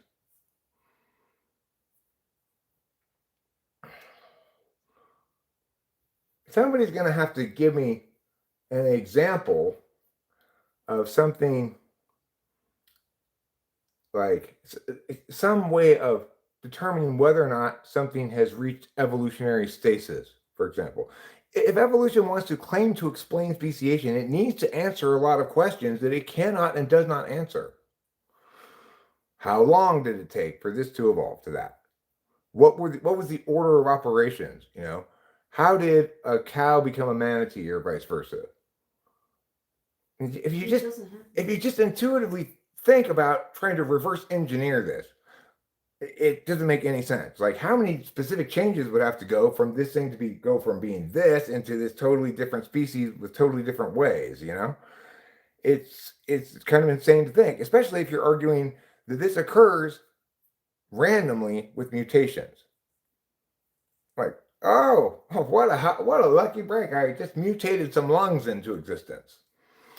And remember, we have no explanation for how anything that has necessary but insufficient conditions could possibly ever evolve. So woodpeckers could never evolve their hitting their head against the wood that hard, because it's only useful to hit against your head against the wood when you can hit it at a certain strength. Then you can get to the bugs. If you hit half that strong, you get nothing. It's not advantageous at all, and there'd be no reason for you to even begin pecking at the wood. So it's not conceivable for evolution to explain how a woodpecker came to have its ability to do its thing before that paid off, right?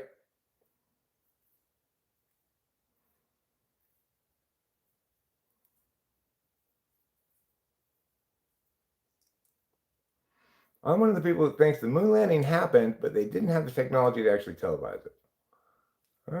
I'm not sure. I don't. I would say I don't think whether or not we landed on the moon matters very much. You would think that everything would try to push forward consuming sunlight as energy that would solve most survival issues. It's one of those things that people are like discussing now, that they think that you're dumb if you didn't think the moon landing happened. Tut says you were just upset the millions of years of evolution created you. I want an actual explanation, dumbass. Like, I looked into evolution in the first place because I realized I didn't understand it. I was confused by it, and I assumed that I was going to learn how it actually worked when I read about it. What I discovered was a slapdash haberdashery's worth of empty hats. I don't want to feel special. I don't have an alternate explanation. I'm not a creationist. So I don't know what you're not thinking about how things actually are, right? What I'm saying is, gosh, I wish we had an actual explanation for speciation, so that I could know where species come from. You know, like a science explanation, one that makes predictions, that validate instead of falsifying.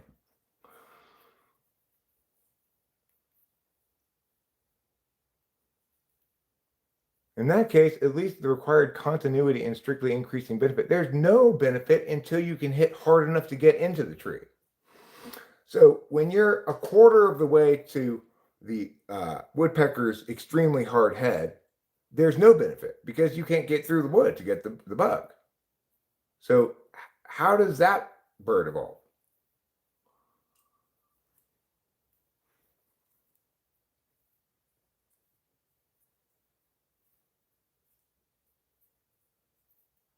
Well, okay.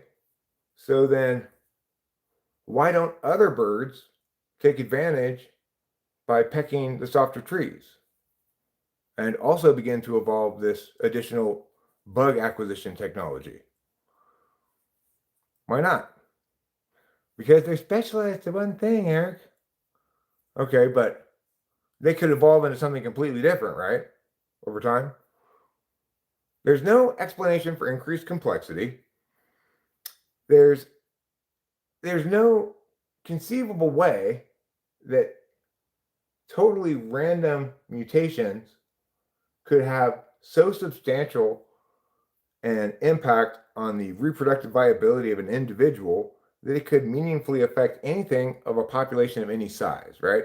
So, like, there's no way, no matter what incredible mutation you're born with, there's no conceivable way that you're going to substantially change the genomic signature of the pigeon, because there's millions of other pigeons around, and even if you're 10 times more reproductively successful than an average pigeon, it's still not going to make a dent in the genome. Note, of course, if in fact mutation were an engine here, we'd see genetic diversity with increased population size, because a certain amount of mutation happens randomly per member of a 10,000 population or whatever. You're going to have more examples of mutation entering the genome. If you're saying that this is a totally natural process whereby the advantages of a mutation allow it to take up within the genome of a species and thus slightly alter the genomic signature in a way that's advantageous enough to create a subpopulation that becomes a new species over time, well, then we're imagining an endless sequence of incredibly advantageous but random mutations, and then an incredibly coincidental sequence of populations getting stranded from each other and experiencing different kind of different kind of environmental stresses while concurrently being a very small population, so that we can conceive of maybe advantages could make a significant difference in the genome. That's why they have all these caveats that are like concentric circles, right? The thing is, what I was taught as a kid was gradualism. Now, there's this idea of punctuated equilibrium. But there's no explanation of what punctuates the equilibrium. So why was it that we saw all these new species during the Cambrian era, and then once we find their fossil in the fossil record, then they say that species thereafter. But so why did they all evolve super fast for this stretch of time and then stop evolving completely? Well, contemporary evolutionists will tell you that that's what's going on. It's punctuated equilibrium. But they won't explain what that means, right? Well, why does it start and stop? If you understand the mechanism, then you have to be able to answer that question, right? And simply saying, well, they no longer needed to evolve is not a meaningful explanation.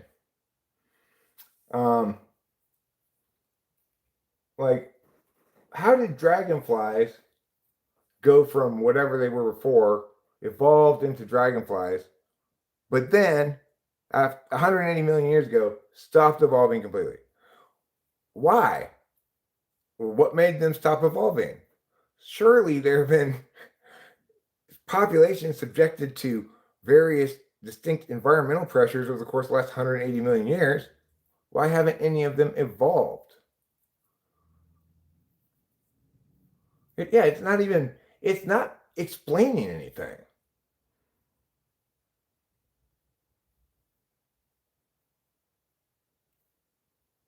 Listen, remember, when we're critiquing evolution, we're critiquing a mishmash of different ideas.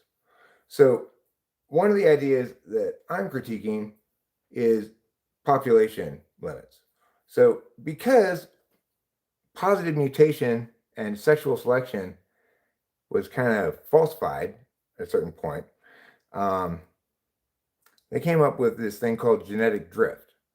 But mathematicians have shown that genetic drift can only possibly impact the genome of a population of well fewer than 100 members.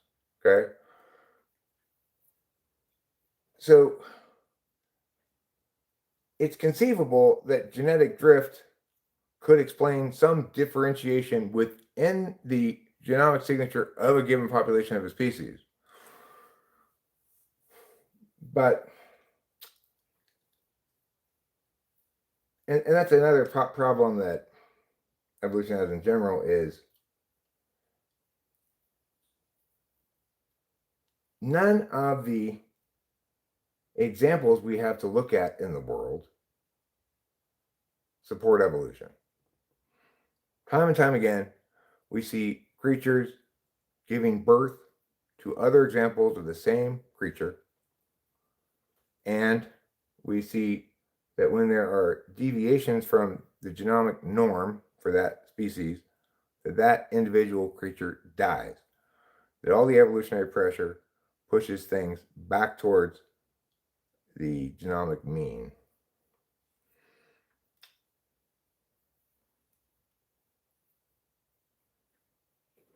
So the thing is, we all know that genetics exists, that you can put two people with the same recessive gene together, have them have a baby, and that baby will be more likely to have that gene expressed, it's depending on what kind of expression rules it has, But we've all learned about Mendel's P's. So we get that we can show phenotypic differences by breeding things selectively. We get that selection does work, right? What it doesn't do is create a new species. Ever. And remember, we can select much more vigorously than nature ever could.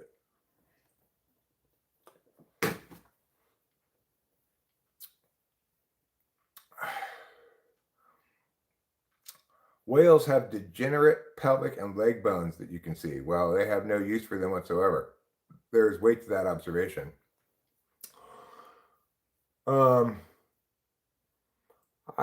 I'd be surprised if the presence of those bones wasn't critical to their balancing of their weight, you know? Like, my nipples are really important. Sure, I can't lactate and feed babies, but I can use them as lights at nighttime because my nipples have luminescence in them. Population there, big guy. So there's proof we were once cavemen and cavemen. So our communication, well, there's proof that there were once Neanderthals, right? There's proof that there was once Homo erectus. And there are proof that there were human beings too, right? The assumption that people make based on the fossil record is that those earlier existent forms became more sophisticated forms. But that's the point in question here. That's what we're arguing about, is whether or not that's the case. So I get that a branching fossil record seems to suggest some relationship between the species. Of course, remember, we're putting those branches there. They're not naturally occurring branches. But I'm not spinning anything. Why do you keep using that word? The words I'm saying are very good words. I'm not spinning anything. I'm not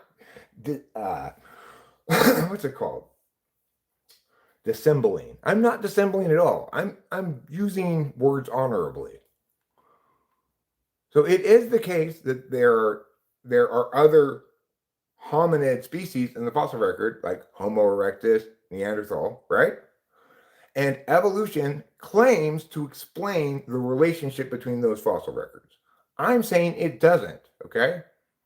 The fact that the fossil record is that is not evidence of evolution. It's what evolution claims to explain.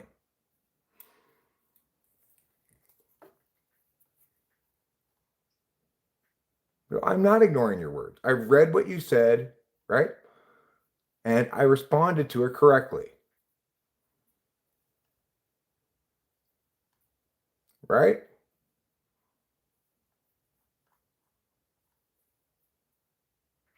Explain the communication we have as a species. Now, I've read the whole thing. So it is proof we were once cavemen and cavewomen. So our communications and our brains have not evolved. Why aren't we speaking in grunts and beating each other with clubs? The environment controls. Well, that's what we'd like to know, is how did this species specialized for the things it specialized for come to be? We would like to know that, right? I would love to know that. Evolution says that we once were a proto-species that wasn't human, that became gradually more complicated and sophisticated over time and broke off into two distinct populations, one of which was the old proto-species, and one of which was this new, more sophisticated species called humans. That's what evolution is claiming, okay? So it's saying that the fossil record, where we see these distinct species, Homo erectus, Neanderthal, etc., that the relationship between those species and our current selves is one of evolution. But I'm saying that's not the case. I don't have an alternate explanation for how we came to be because I'm not affirming something. I'm not saying I have an explanation. I'm saying evolution fails to meet its burden to affirm. It does not explain.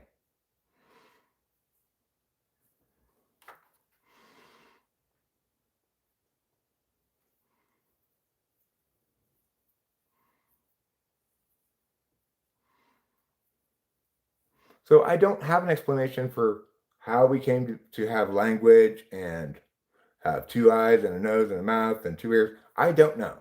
I wish we had an explanation for that. So in fairness, apparently the whale bones are crucial for reproduction. It's still very curious that they are specifically pelvic, leg bones when they could be any shape, even non-bone, that aids whale sex?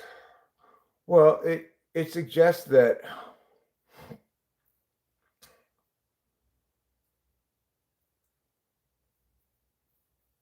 I mean, I agree that it's weird that like snakes have little bones like for legs too, don't they?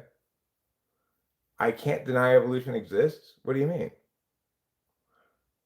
No, what I'm saying, Tuts, is that evolution doesn't explain, it makes the claim that humans emerged from a less sophisticated, less genetically sophisticated species, right?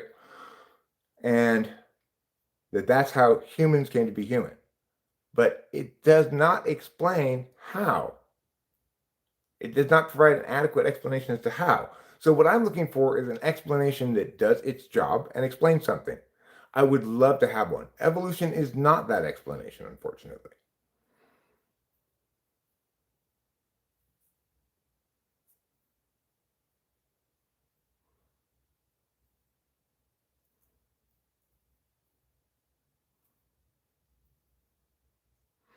Well, I'm not a creationist because it's like I like explanations that allow me to understand things.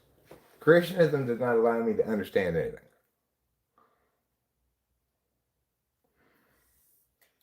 And most importantly, from my perspective, is I don't even need evolution to be wrong. If somebody could explain it to me so that I could understand it, answer my questions about it, and it could actually do the job it's supposed to do, then I'd be thrilled to say, I was wrong about evolution. Evolution explains things. I finally understand it. Somebody finally made it clear.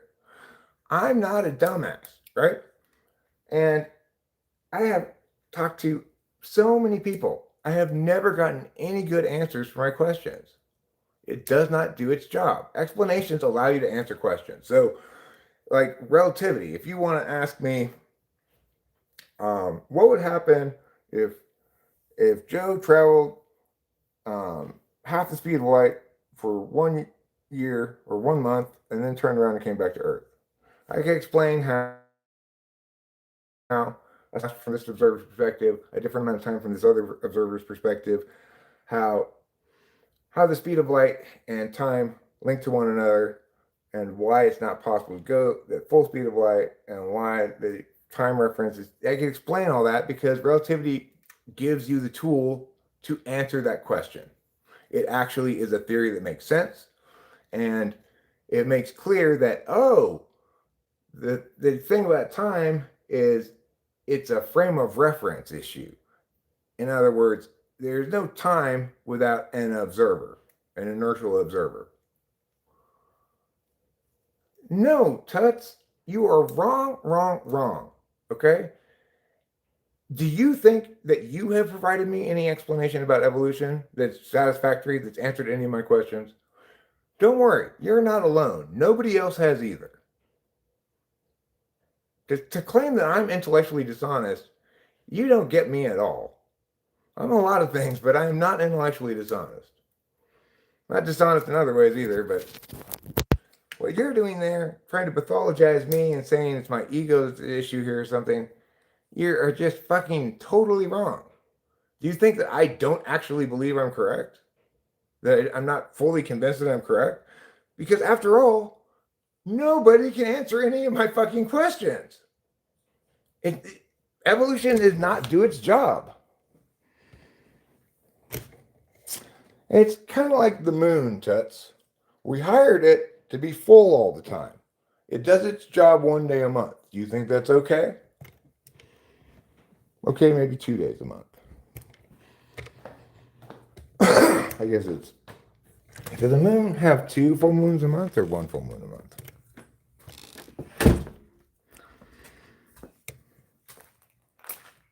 You know, when I ask questions, if somebody gives me an answer that's actually an answer to my question that makes sense, you're suggesting that I would ignore that information because I want to continue to win this momentary argument about evolution. Never. I want to be right about it forever. I don't want to win right now. I don't give a fuck about that.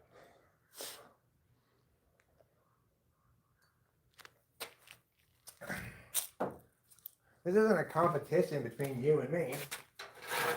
This is me correctly pointing out that evolution, that is not science. Evolutionists should not call themselves in the science area, okay?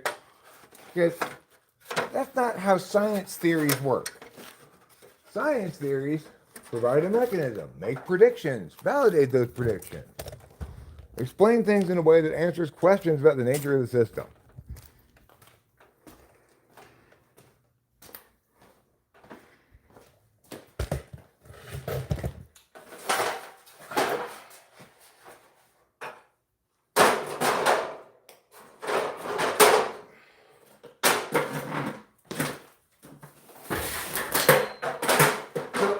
If I could get one thing across to you, Tess, that would save us a lot of wasted energy and time, it's that the problem here is not my ego. You might think, let's say, I'm completely delusional. Like, he really believes that he's correct about evolution and all these world scientists are wrong. He must be delusional. That would be a fine thing to conclude, right? Because that would at least be saying, I actually believe what I'm saying. If you think I don't actually believe what I'm saying, then I'm just stuck on maintaining this position because I don't want to appear to have been wrong. You're just pulling shit completely out of your ass. At this point, I think it's extremely unlikely that someone will actually come around who does answer my questions and does explain it, but it's possible. And then I would say, oh, I understand it now. Turns out evolution was correct. It's just nobody seems to understand it except this guy who explained it to me. I'd love for that to be the case. My questions are veiled and designed to steer. No, they're tests. They're tests of the integrity of the system, right? I'm saying if this is an actual explanation, it should be able to answer questions like these. I'm testing it for legitimacy, for integrity. You don't doubt that I believe what I'm saying. So then you agree it's not a function of my ego that makes me say this. That it's a genuine, this is how the issue has played out in the adjudication formula, you know? Now, that doesn't mean I can't be wrong about it. Remember, I never said I'm always right. I never said I'm only right. I could be wrong. It's very unlikely, though, because I've talked to so many people about it so many times, asked so many questions of so many people, and not designed to steer. If they have an answer to it, then that's powerful, right? It's an important question. If they don't have an answer to it, that's very revelatory, right? Because it's an important question that an actual explanation would be able to answer.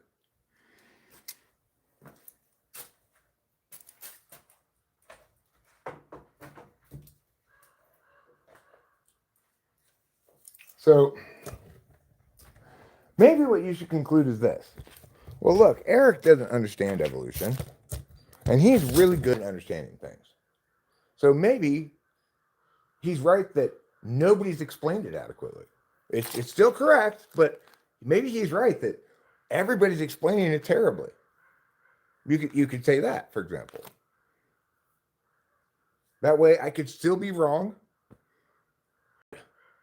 At least that has some plausibility, right? Because I'm not an idiot. I genuinely would like to understand it if it were understandable. And I'm good at understanding things. But despite talking to many people about it, reading many, many things about it, I still don't understand evolution. It doesn't make sense.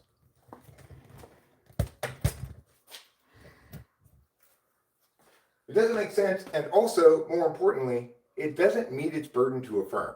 It claims to have an explanation that it does not provide.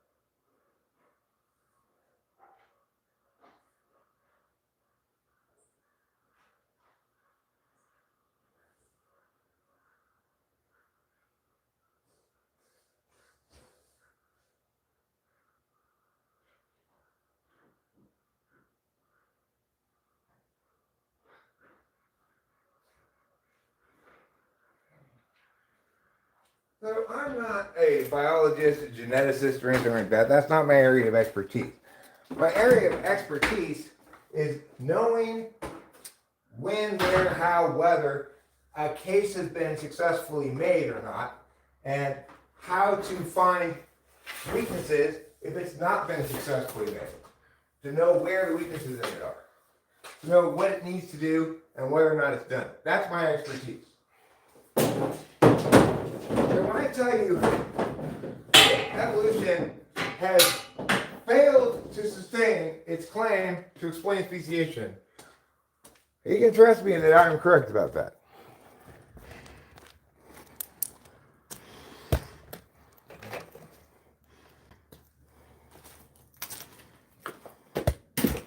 Okay, now you put these rocks back in here. They fell out when I dropped that thing earlier.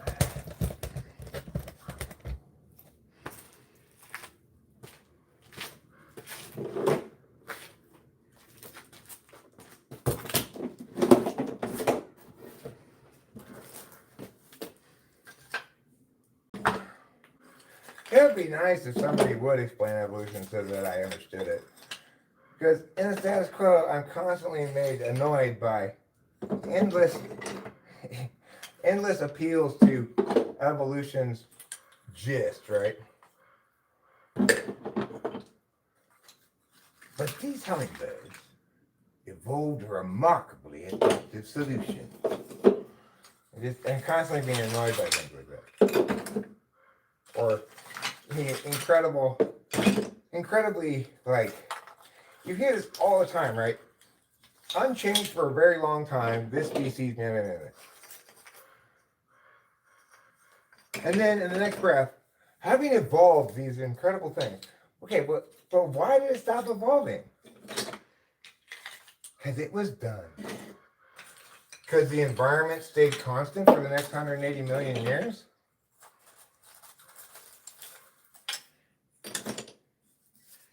Surely, you'd see some evolutionary adapting in that long a period of time.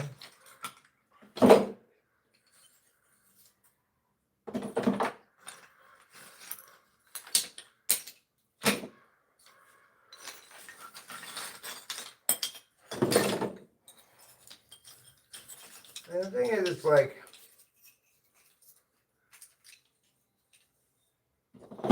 you need one part to stay unmoving in things. I don't know how to. I've never come up with a good way to explain this or say what I'm saying, but I'll say it anyway. It's like,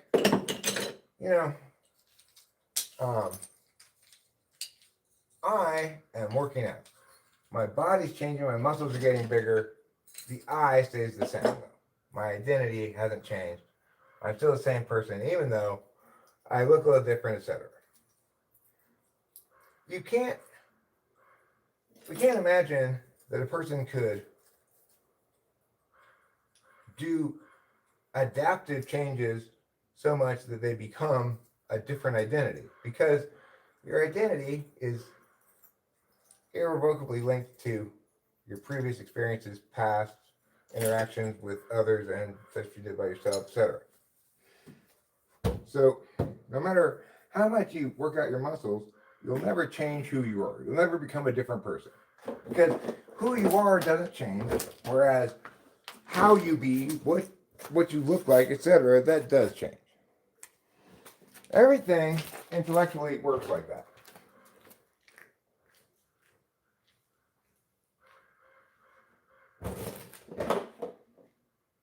To do something intellectual work-wise, you need some part to stay put while others change in relationship to it. And the problem with the evolution runs into right out the gates is that it's trying to explain speciation, whereas our operational definition of species definitionally excludes the possibility of giving birth to anything but another example of the same species. So you've got contradictory premises right out the gate, which is fallacious. So what evolutionists have done is they've tried to change the definition of species so that there is no definition of species. because when they operationalize one, it falsifies them.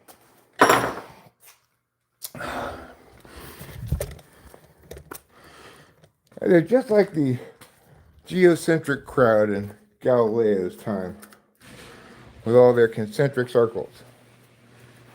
At some point, people should realize they're grasping.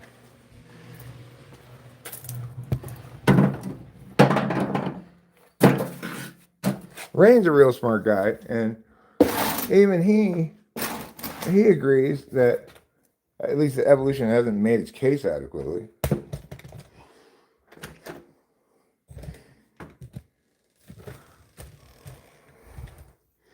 The reason I'm confident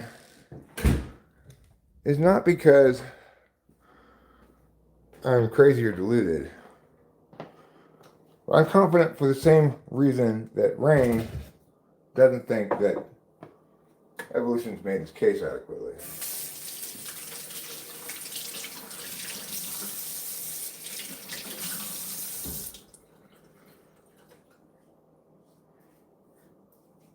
Good explanations all work the same way.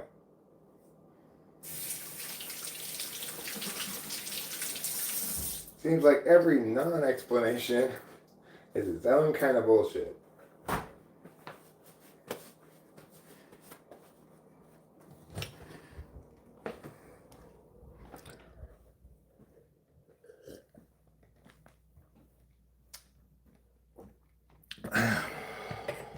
Look,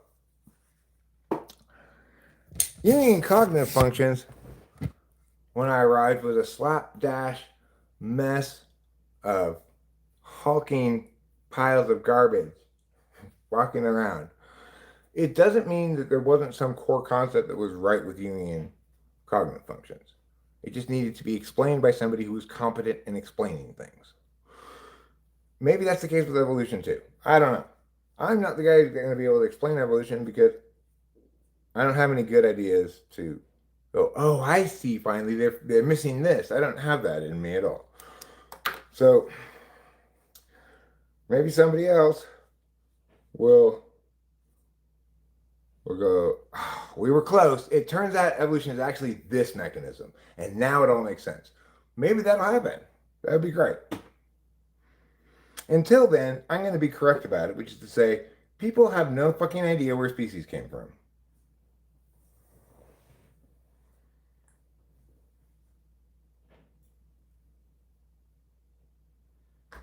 Not just me, nobody else does either, because to have an idea of where species come from means to be able to explain it.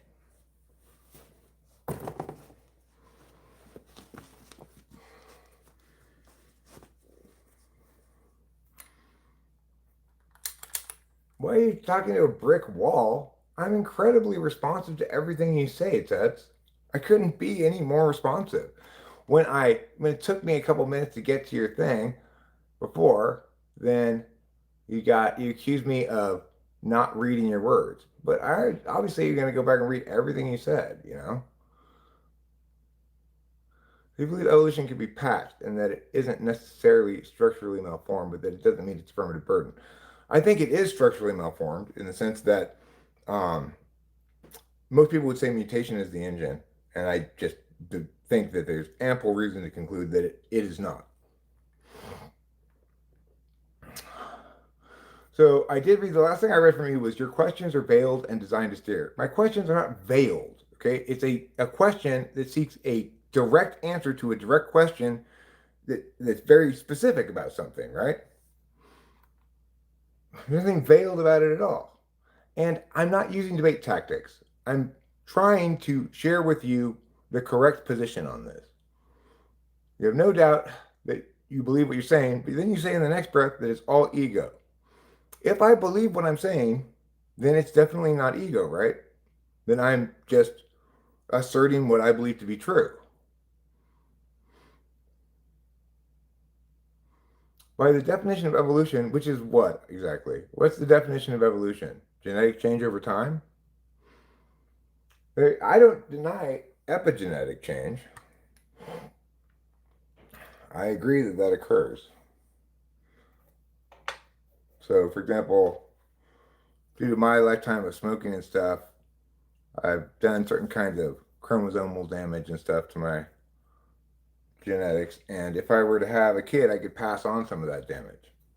That's actual evolution. That's one way in which evolution actually occurs, where a species genome changes over time into something so distinct that it's an entirely different species, is what evolution claims. But that's not what happens.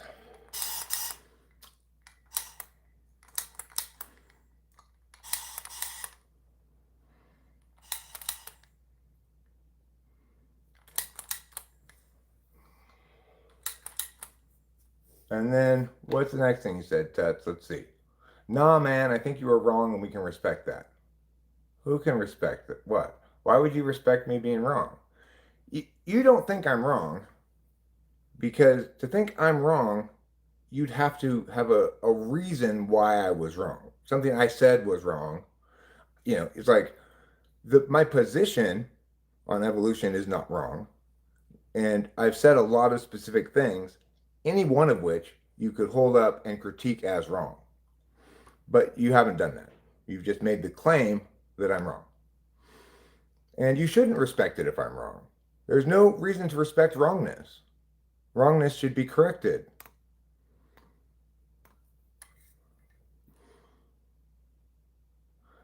If you have studied it and still have this stance, it reinforces my belief that you are in comfort in your beliefs, and the big picture eludes me. I mean, I genuinely don't understand it, Tuts. If evolution turns out to be correct, it'll be because of some explanation I've not heard yet. It's not because I'm comfortable in this belief. I'm uncomfortable. I'm constantly arguing with people like you about it. And they don't hear me or aren't convinced by what I'm saying, even though they can't answer any of my questions or be responsive substantively to anything. So, no, it's not comfortable for me to be correct about something that the whole world is wrong about. It's annoying.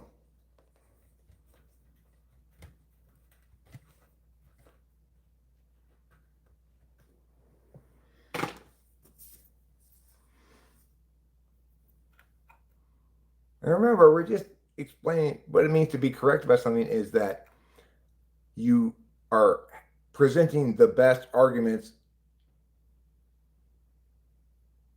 until they no longer are, right? So I am correct because all of the things I'm saying go unresponded to and are still necessarily standing on the flow accordingly. Thus, I am winning the argument. But I don't care about winning the argument, right? I care about explanations and stuff. So Tuts says, I'm good. I don't need to try to talk to a brick wall. I mean, I couldn't be any more responsive to you.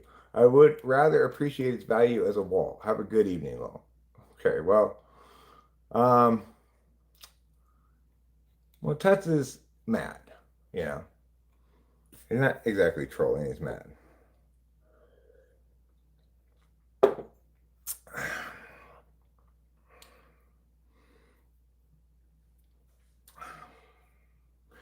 Because people don't like it when things that they thought were resolved in their maps get disrupted. Like, you know, Rachel and I briefly floated the notion of moving on this really terrible day I was having where I was depressed and having like anxiety attacks and stuff in my feels. And it was never really a serious consideration, and we're definitely not going to move. But just floating the idea disrupted the certainty of assumptions that Rachel had been operating with. I guess probably I had too. And it was quite upsetting and disruptive because once we've concluded that a given part of our map is resolved so that we don't have to consider its accuracy or truth any longer, then we do not want it to be, you know, assailed argumentationally, because it's one of those characteristic things. We want our maps and our territories, our maps and realities to match up. And the reason, like, underlying assumptions, when they get disrupted, it's so upsetting, is because we don't know what other stuff we have built on top of that. Unless, we don't immediately know anyway. We just know that it's an assumption that we didn't think we had to evaluate for correctness that now is being assailed as vulnerable, whereas we thought it was resolved. That's going to be upsetting. But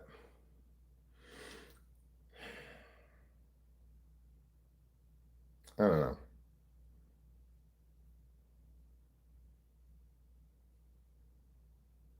The two things that make me most mad are evolution and COVID. Because you still have people who will defend the lockdowns and the waiting for the quote unquote vaccine and claim it was a vaccine, etc. And that shit just makes me so furious because I was explaining at the time before the lockdown why it was a terrible idea and how we should not do this terrible idea. And everybody was all like, "Oh, we gotta panic as much as possible. We're gonna be stupid and scared." And then now, even in the aftermath, when I've been proven 100% correct about everything about it, people still don't agree with me. It's ridiculous. It's insane.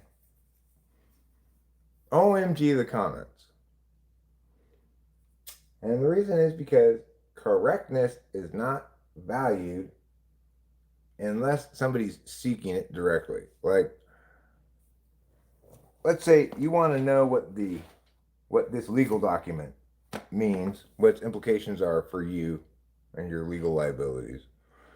Well, you go to a lawyer because you want them to correctly articulate to you those pieces of information. And you believe they're able to parse out what's correct about that legal document better than you are, and know how the processes work as well of the courts. So in those instances, people value the ability to be correct. You want your doctor to be correct. And you go into your doctor a lot of times too humble, thinking, well, I don't know what's correct about my health. But the beautiful thing about explanations of external world phenomena, data, whatever, is that we don't need to access any subjective data. So let's say I was super egotistical, and that's why I'm right about evolution instead of something else.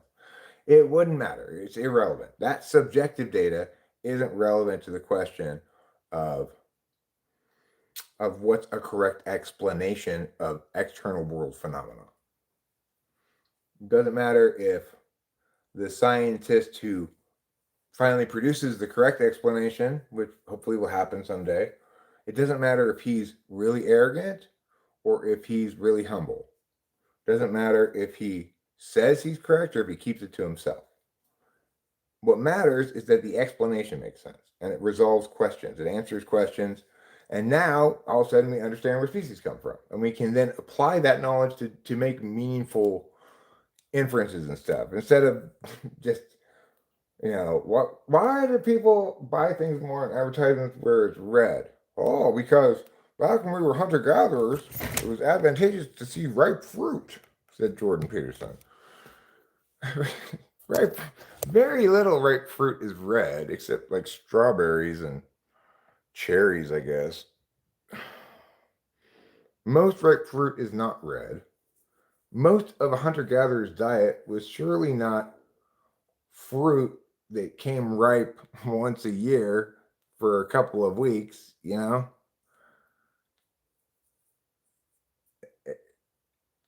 Imagining these hunter-gatherers walking through their home range and stopping by the apple tree, the pear tree, the apricot tree. Not like that. If they're hunter-gatherers, that means they're not cultivating varieties of foodstuffs that we have bred to make them more suitable for agriculture. We have differentiated lots of different vegetables from like one core, what's it called? Cruciferous vegetable. Apparently, somebody told me that. What did your mom study at Berkeley? Biology. She believed in evolution.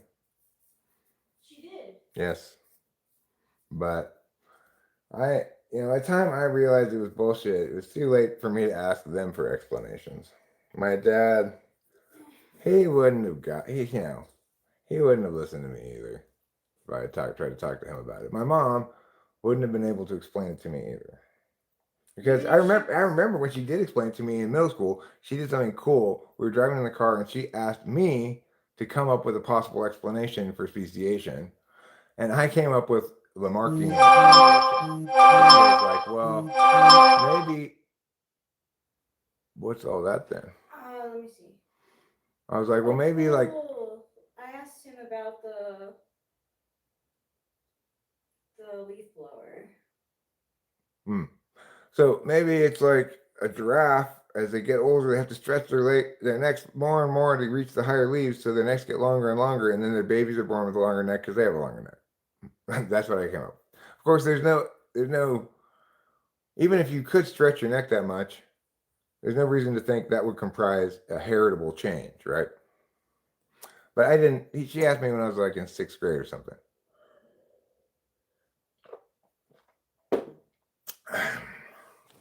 And then she explained it to me as sexual selection of positive mutations, which is no longer believed to be the mechanism at all.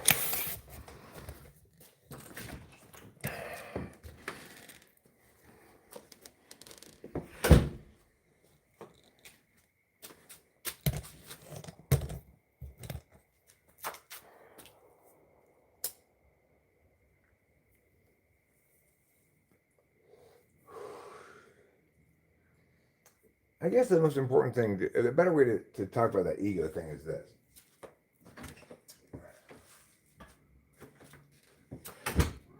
Even if my ego is motivating me to be wrong, that's not a way to show that I am wrong, right? Like, let's say I have strong ego motivations to persist in claiming that I'm right. Well, that may explain my motivations to saying these things, but if you're going to say the things I'm saying are wrong, you still have to critique those things on their merits. Then, after you've shown those things are wrong, you can conclude that, oh, you were probably wrong for this psychological reason. But simply positing that I have some bias is not a critique of anything that I'm saying.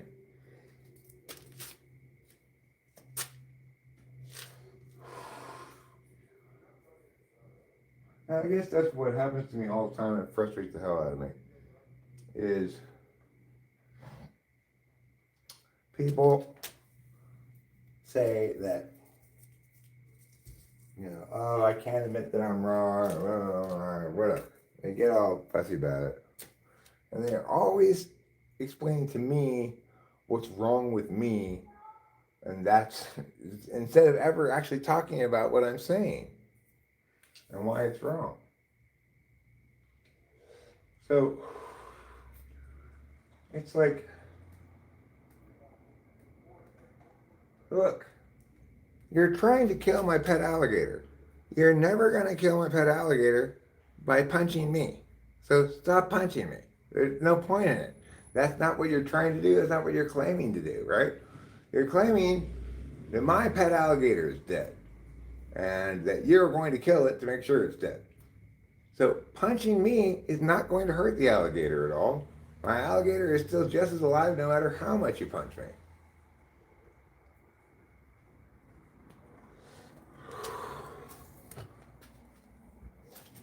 Well, that's something that a lot of people seem to have some trouble with, is the idea that, that words ought to be critiqued on their merits rather than by pathologizing the person saying it.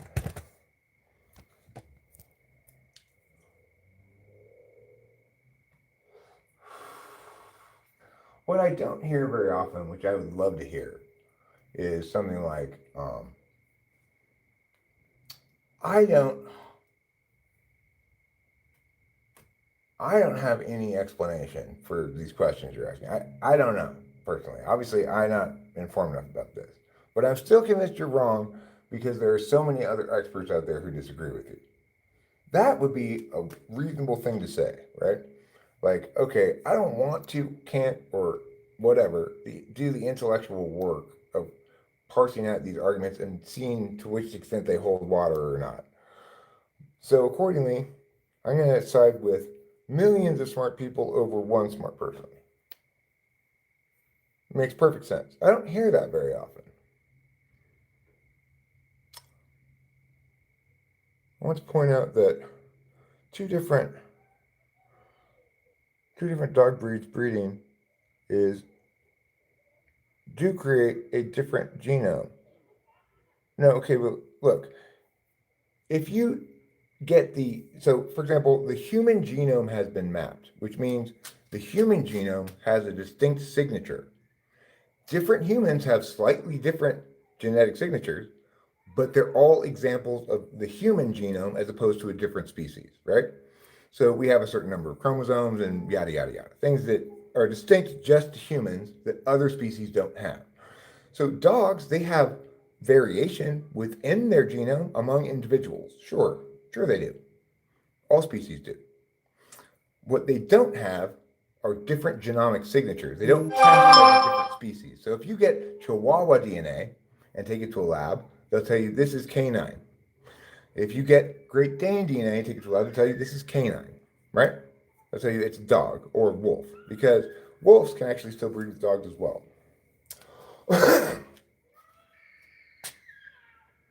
So sure,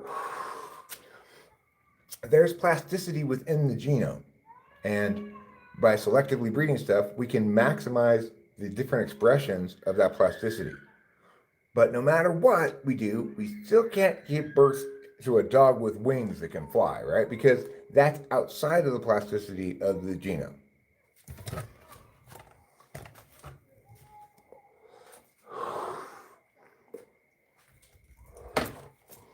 So it's true that, like in plants is a better place to make your argument, really, than dogs.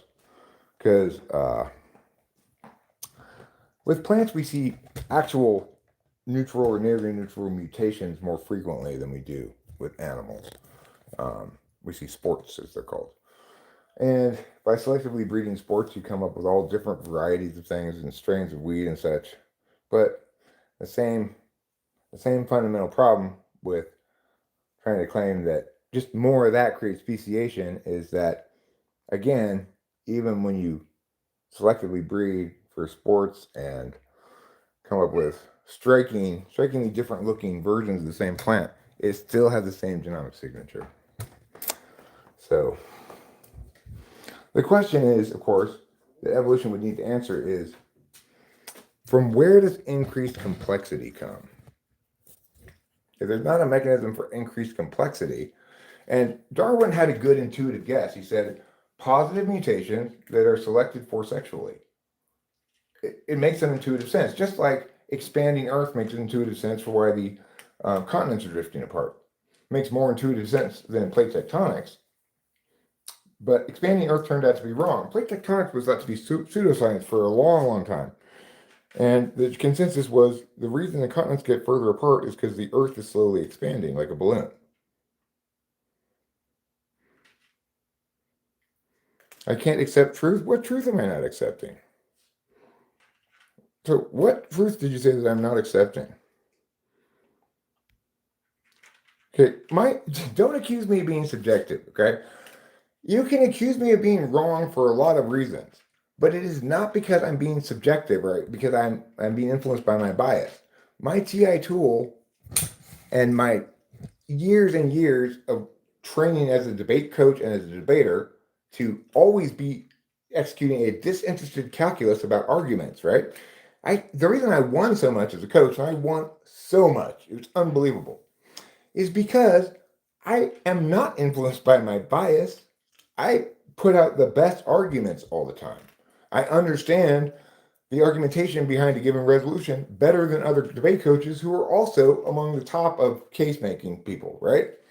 So yeah, I'm naturally very talented at this, but most importantly, what I am is unflinchingly disinterested in my calculi. That's why I'm right. You know, it's because I'm not, I have a lifetime of day in, day out, hour in, hour out, always critiquing things from the disinterested calculus. And in fact, if I think I might be biased in some way, I'm likely to err on the side of the other side. Although probably not, because it's not going to really influence me anyway. But it depends on the kind of thing, I guess. But yeah, the idea that what you keep insisting, and this is the thing that I'm trying to correct, is that I'm wrong because I want to be right so much. I do want to be right so much. That's why I'm not afraid of being wrong. That's where being correct comes from. It's from excising wrongnesses.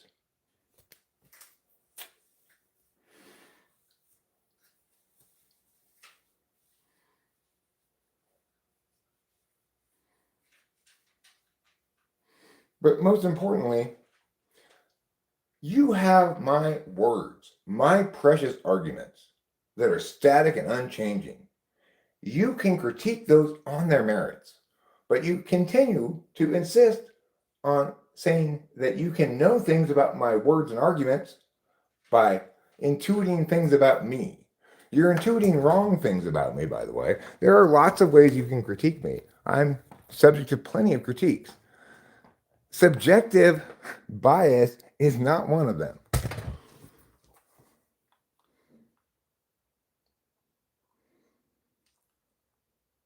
No, it is the same signature. Like, so for example, if you send dog DNA to a lab and have it tested, it doesn't matter what breed of dog it is, the lab will tell you this DNA came from a dog. So it, like I said, people don't all look exactly the same, right? But they still all have the human genome rather than some other genome.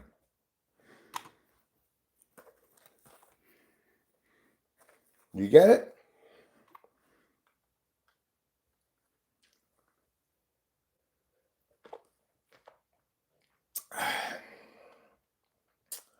TI tool, let's not go there. Wanting to be right so much seems TE dumb. SI tool, to be honest. You base everything on your plethora of historical experiences, never looking forward. I'm not basing anything I'm saying at all on my experience. I have not experienced speciation personally. I've not done any experiments myself or anything. I'm purely talking about the arguments that are on the flow. Evolution claims to explain this. Here's why it doesn't. None of those things stem from my experience at all. Do you not understand the difference between experience and ideas?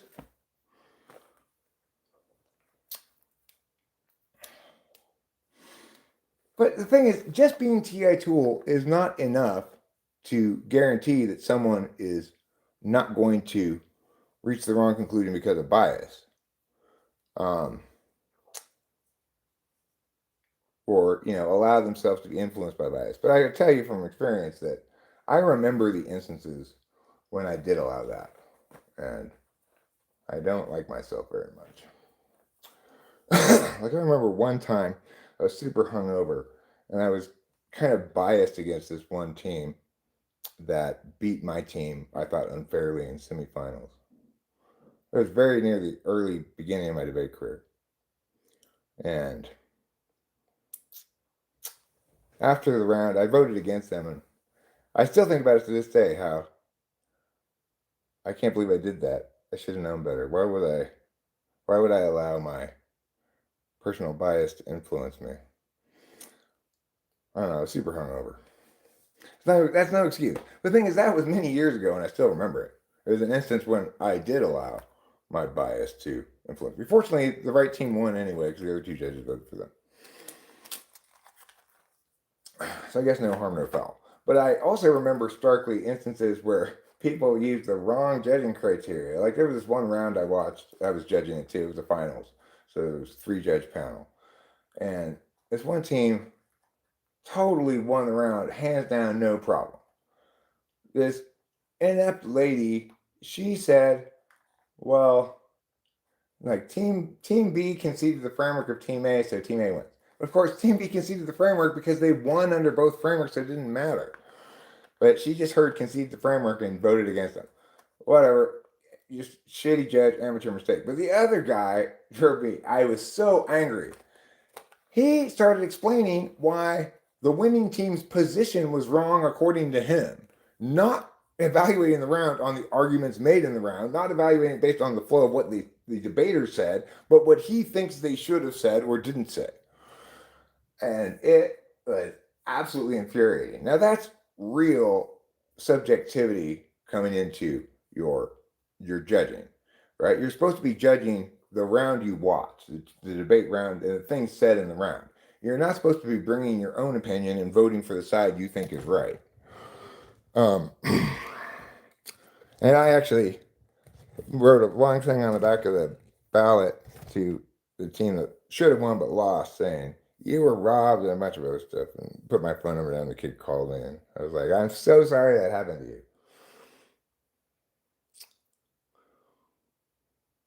Can two beige parents create a dark-skinned baby? Now, can one beige parent and a dark-skinned baby create a dark-skinned baby? Can those babies as parents give birth to both beige and dark-skinned? Yes. Because skin color is within the plasticity of the genome, right? So humans are never 6 inches tall when they're fully grown, or even when they're babies, but humans are never 6 inches tall. But sometimes they're like 4 feet tall. Sometimes they're like 7'5". So there's a lot of variation within the expression of the species genome. You know, different genotypic and phenotypic expressions, because it's not a perfect replication of the exact genome of one parent. It's a combination of their genes, which creates health in the genome, right? You want diversity of expressions of the genome because different expressions of the same genome might have different viabilities. So if you imagine a species having interests, which it doesn't, but then the species would want to see all the range of the genomic expressions of that signature genome to be realized in the world, because it gives their species more robust adaptability to changing circumstances. No, it's not added to our genome. It's already in our genome, right? So, like, I'm tall. If I had a child with another tall person, I'm more likely to have a tall baby. So that's one expression of a human genome, is the taller expression. Sometimes you get two shorter people that have a shorter baby because that's the short expression. The point is, that's not a mechanism to explain speciation, because that doesn't involve any mutation, right? It's just a blending of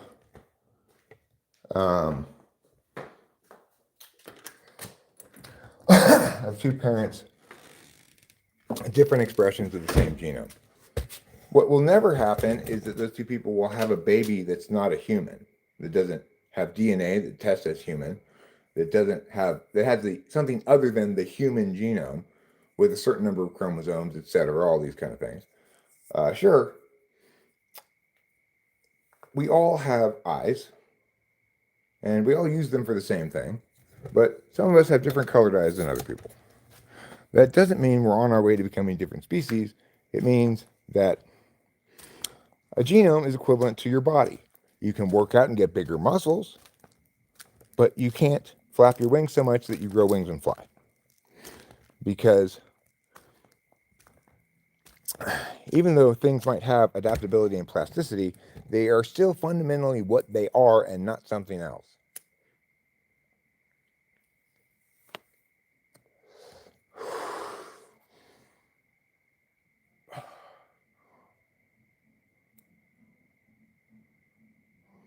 I could maybe see if the neighbor's going to come hang out over here. We could jam out. He's playing music. But I don't know if I super feel like it or not.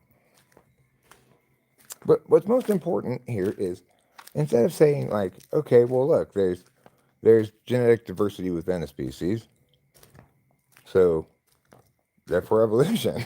I mean, like, be like, okay,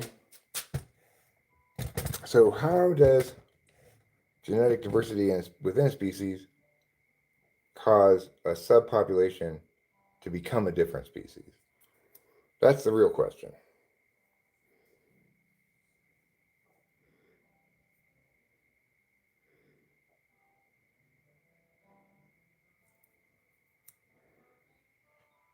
I mean, I'm open to it too, right? I'm totally open to evolution being the explanation. It just needs to do its job.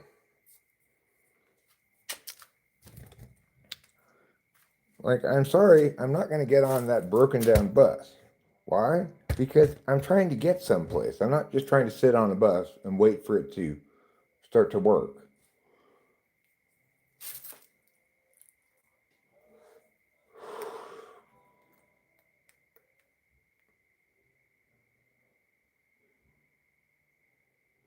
Traits are taken from one genome and added to a genome by generations, unless the generations are incestual.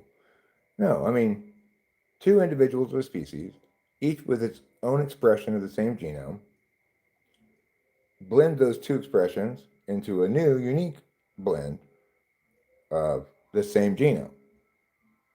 So, no matter how much blending goes on, what's given birth to is still a human and not something else, and or something else either.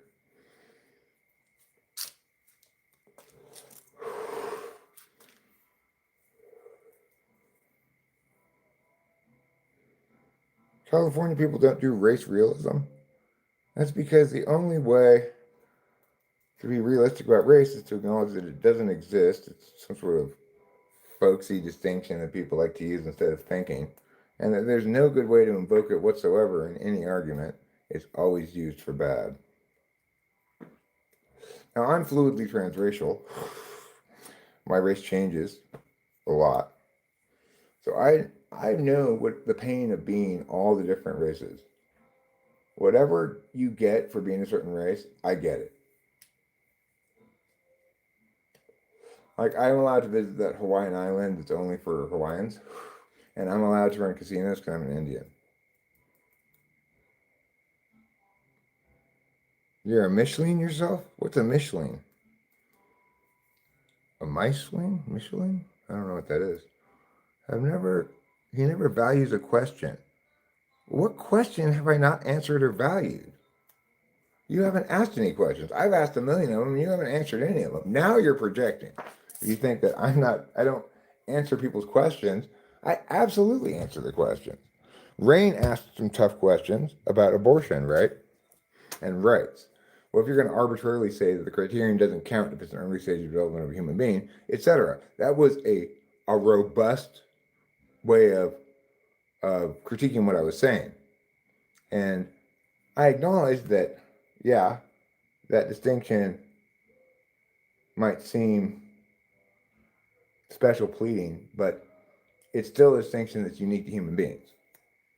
So I didn't agree with him, but I certainly answered his question in full.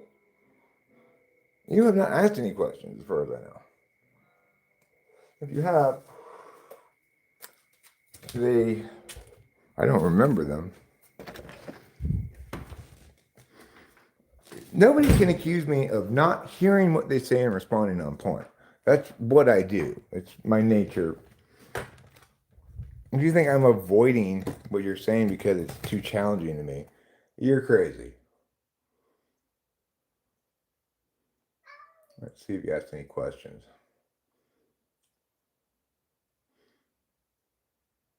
You referenced TI was just talking cognitive functions. Well, that's part of the reason why I'm disinterested in my calculus.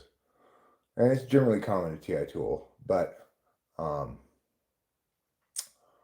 there's more to it than that, right? So I see a lot of, let's see where you write a question here.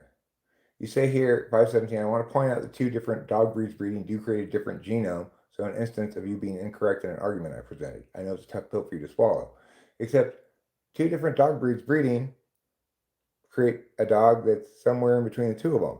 But it's still genetically a dog. I respond to that. Find better experts, don't be selective. I'm not being selective at all. I'm not researching evolution currently anymore. But when I was researching it, I was looking for all different kinds of shit. I researched myriad articles. And the problem is, I can't even figure out what the consensus explanation of what evolution is because people say all kinds of different contradictory things. So you can't accept truth. It's annoying law, but I like it. None of these things are questions, Tuts. Not the same signature. Don't morph it, man. Come on. It is. TI tool, let's not go there. Wanting to be right so much seems to eat down SI tool, to be honest. You base everything on your plethora of historical experiences, never looking forward. Again, still no questions, right? Ironline asked a question, and I answered it. I answered it in full. Well, it's obvious, Ruben R., and I'm not saying anything, Winston Mom. He referenced TI and was just talking carbon fringes. Still not a question.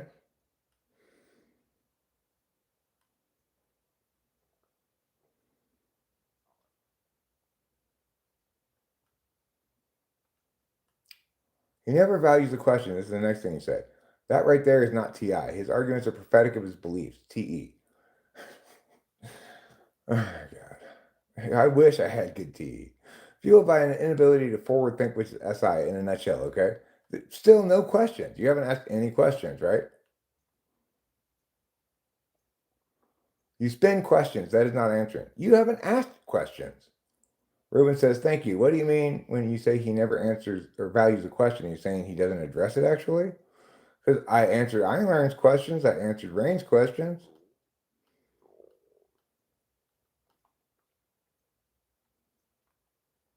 If evolution is the thing, what are humans evolving into? We're actually going back to Neanderthal next.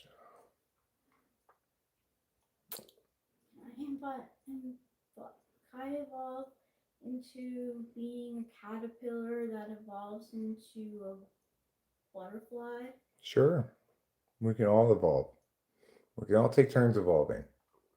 I want to evolve to breathe underwater too. Okay, that would be useful. I have a question. How deep do you have to go underwater to get to 3 atmospheric pressures? Because I was watching this video the other day about some time period, 70 million years ago or whatever, and the median temperature on Earth was like 71 degrees, and the average atmospheric pressure was 3. Because, back then, there was a lot more oxygen in the atmosphere, and it explains why there was more megafauna. And it was a lot warmer, so more friendly to reptiles. We're cold-blooded, in case you haven't heard. So I was watching that video and made me wonder the question, how far do you have to go underwater to get to 3 atmospheric pressures? Like, can people handle 3 atmospheric pressures no problem? I can gleek, so I think I'm probably a little more evolved than most of you. I'm pretty convinced my laser eyes are going to kick in any minute now. I believe I was born with a genetic mutation that gives me laser eyes, and that they just haven't awoken yet. Something needs to awake my powers.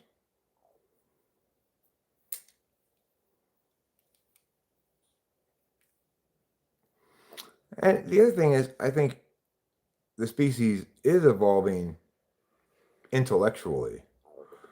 Like, we're evolving by adapting the environment to us and by creating things like this metaphysical ecosystem that we can exchange discourse in.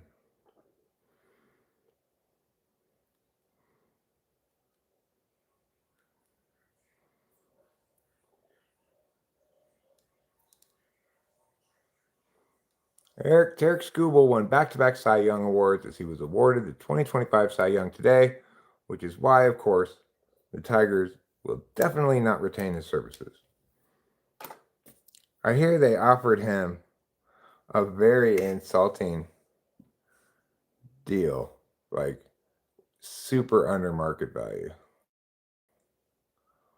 I had this nifty perk I call Blood Anus. It's kicked in. Blood Anus.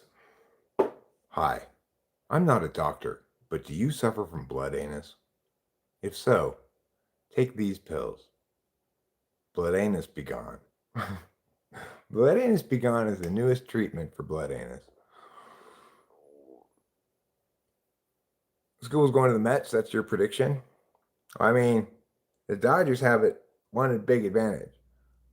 People want to play for the Dodgers so much that they're willing to take a pay cut sometimes. But Scooble might not be willing to this time because this is his first big contract. But I wouldn't be surprised if the Dodgers try to clear up some payroll room and find a way to sign his ass. If we had, like, we could get rid of, say, Blake Snell or Tyler Glass now and replace him with Scooble. Yamamoto, Scooble. Let's say Tyler Glass now still, and Ohtani is your 4 main starters. And then you could try to put Sasaki back in a starter role. Try to get him rounded out. And or figure out your 5th starter somewhere from your farm system or from a trade or something. The Athletics will not pay Scooble, no. The Athletics are going to be good this upcoming year, and they're going to be a fun team. You know, who won the AL Rookie of the Year? Who? I don't know if they voted on it yet, but the answer is Nick Kurtz. Nick Kurtz is a real star in the making. The Athletics rookie first baseman this past year. He spent very little time in the minors. The Athletics called him up early-ish in the season. And he started producing pretty much right away. And then the power started coming in bunches. He's exciting to watch. Eric, did you get some leaves in your hair? Possibly, probably, I don't know. I asked you a question yesterday. If God created Earth, what do the other planets practice? I don't think God created Earth is an explanation, right? I've not claimed that God created Earth. So why should I have to know conditionals about it? If God created Earth, what do the other planets practice? I mean, I don't know. I find somebody who claims that God created Earth. I don't think magical thinking frames do the job of explanations.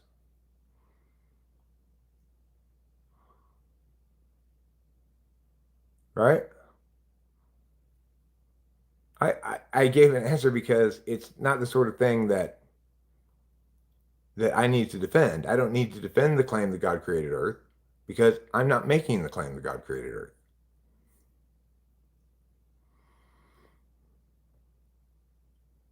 So TE responses are not non-answers, okay? TI is a determination or deliberation function. TE is a different kind of function entirely. It's an interface function. TE is about solving problems, not having the right position on things.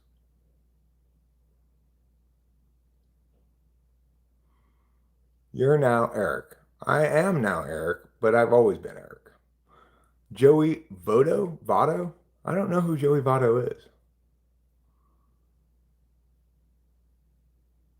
Exactly. So the thing is, the reason I made a joke about that question is I didn't think it was a serious question. I didn't know you thought that I claimed that God created Earth. I never claimed that, so I had no reason to believe you thought I claimed that. So I just thought you were asking kind of a fun nonsense question. I didn't think you thought I had to defend the claim that I never made. So yeah, I didn't give an answer to the question because obviously if you say like, well, if the Earth is flat, Eric, then why blah blah blah? Well, I don't think the Earth is flat. So I don't know why people who think the Earth is flat think that, or what they would say about that. Do you get it, Tuts? Do you see what I'm saying? That's not me being TE. That's me being Effie, maybe trying to make a joke and make people like me and be funny or something. But TE is actually solving a problem or attaining a goal or something, figuring out how to do it anyway. Well, my floor is flat. That's true. Dead Star asks, Tess, why is your human existence the difference between a successful planet and a not successful planet? I don't think he's making that claim. You know Joey Votto, old Reds first baseman? The name sounded familiar, but wasn't sure. That's all matter is God, and your human matter is no more alive than an old chair. No, our human matter is definitely more alive than an old chair. So, for example, you can tell that my heart is part of a living body because it's beating, it's moving on its own, you know. Whereas an old chair is not alive. You could say it's either non-living or dead if you want to say it's a dead tree, you know.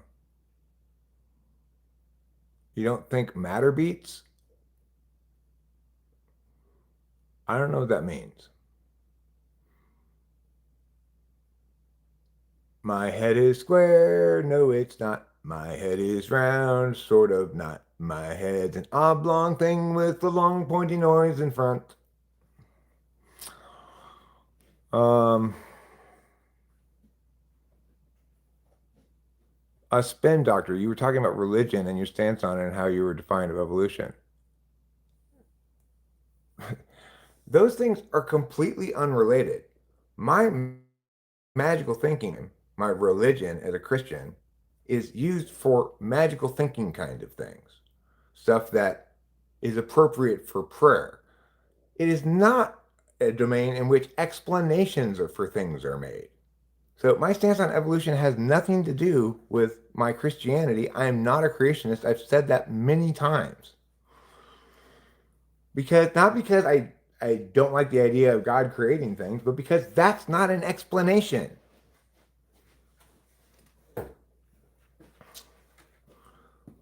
So you were hearing what you wanted to hear, Tuts.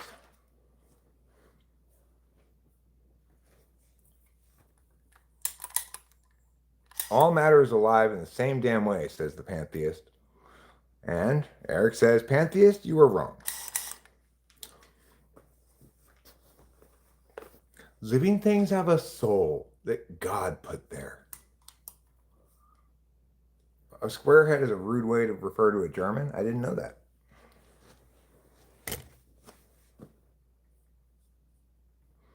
Huey Lewis did say it was hip to be square, but he was wrong. It's hip to be round.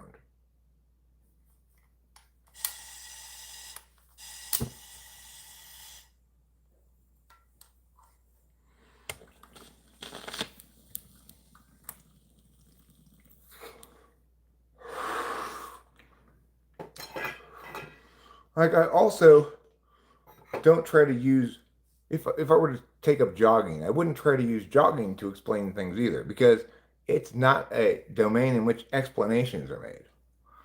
What came first, the chicken or the egg? There is a question. Bring on the TE.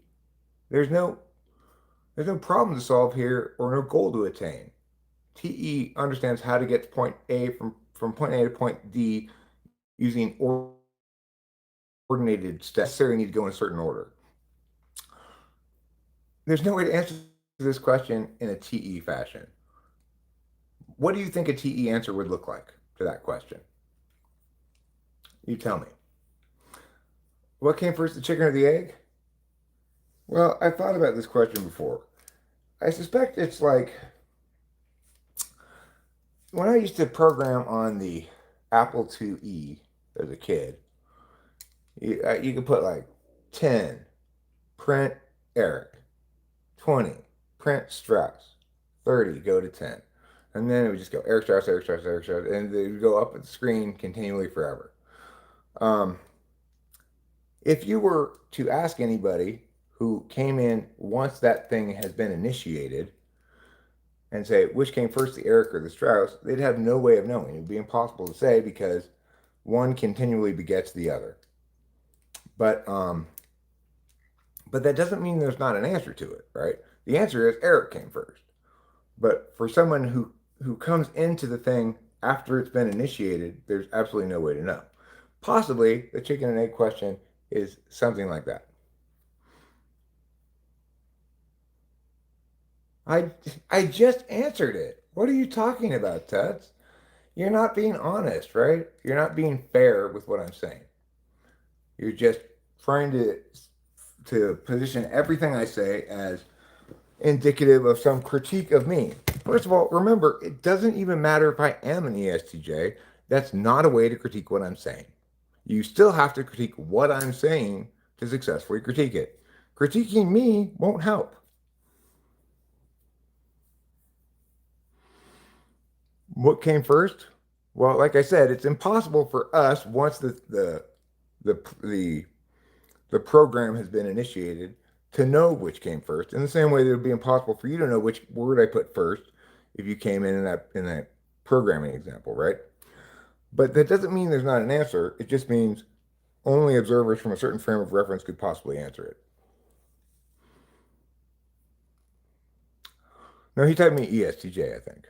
SI tool TE-DOM. That's not very plausible if you know anything about cognitive functions, but even if it's true, it doesn't change anything I'm saying. No matter how much you critique me, you will not successfully critique my words that way. You have to actually critique them.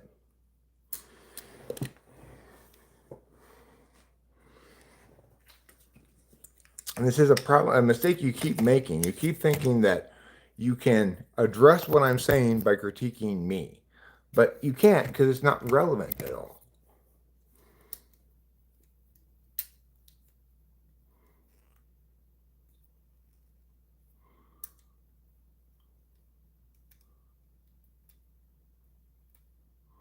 So it's good for people to recognize when they can't know something, right? So like if you come in after I push start on that program, it's not possible for you to know which came first. I could have put print 10 Strauss, print 20 Eric. And it would look exactly the same because it's continually moving up the screen, right? So if I were to ask you, well, which came first, Tuts, Eric or Strauss? The correct answer is it's impossible for me to know. Not Eric or Strauss, right? So we have to be aware of when a question precludes us from knowing the answer. No, it has not snowed here yet. There's a certain group of trolls who all worship the same chaos god that type Eric. They all feel threatened and they need to take me down a notch. So they want to try to say that I'm some type other than what I am.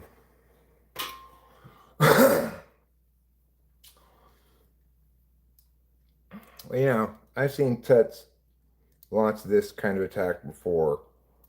If he doesn't like somebody, he says, "You're not what type you think you are. You're a bad type. You're ESTP." ESTPs are cool. Okay, they're not dumb.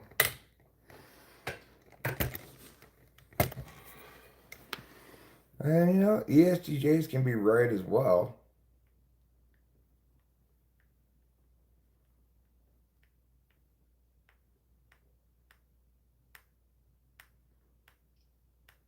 Fly Guy didn't even say anything to you. He just said there's a certain group of trolls who all worship the same chaos god that typed Eric at the ISTJ. I've seen it in PDP comments.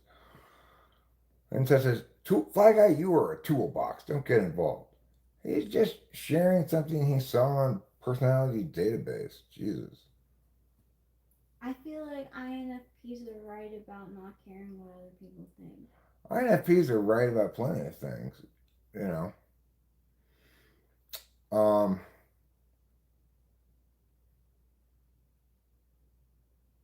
They've got functional TI in the 8th slot. They've got good extroverted intuition.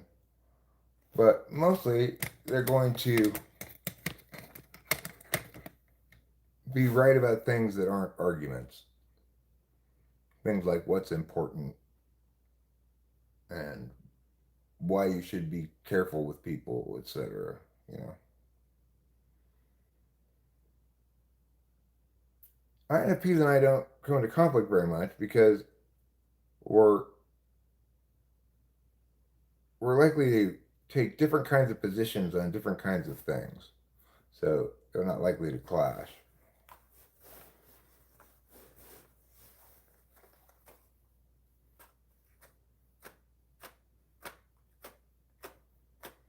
Tux isn't an idiot. He's just in his feels.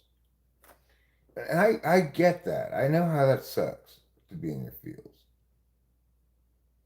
To feel either treated unfairly or mad or frustrated or, offended by someone's insistence on correcting all the time. I get that it feelings are important and your feelings matter, Teds. But I don't think they're serving you well right now.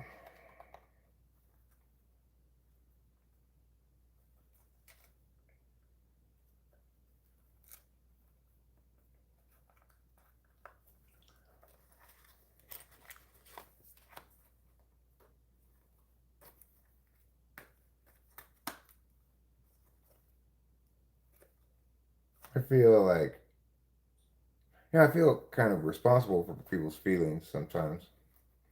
And, but when they're giving me pushback still, and I'm just trying to get through to them with some set of words that's sufficiently clear and compelling that it knocks them loose from their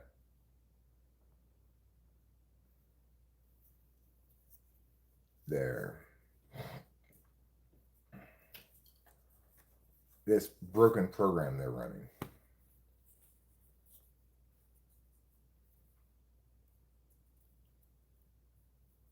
There's nothing stopping you, Tuts, from simply adopting the same arguments I'm making and saying, all right, cool. Now I have unlocked this understanding and I can use it as my own.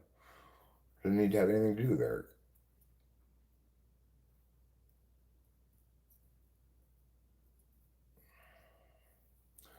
But if you're determined to do nothing but try to take me down a notch, you're going to have to come up with a lot better stuff than you've come up with so far.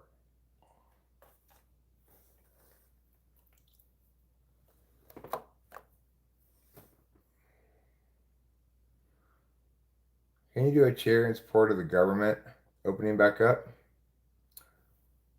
Let's go. Let's go. OPEN. Open your doors and go to work again. Let's go. Let's go.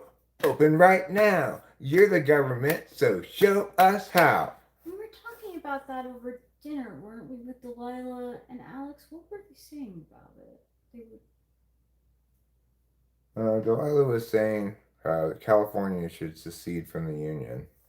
Oh, yeah. I was like, you can have this half of California. I want the state, if we're going to secede, let the state of Jefferson secede at the same time from California. So California will be its own country?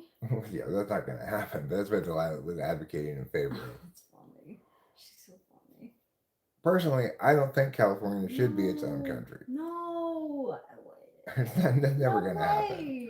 It's never It going to is happen. a huge state, but it doesn't mean that it should be its own country. I'm an American, okay? Yeah. I'm an American. Yeah. I identify as an American more than I identify as a Californian, Me too. The wildfires were caused by global warming. The wildfires were caused by either lightning or arson or some actual cause, and they were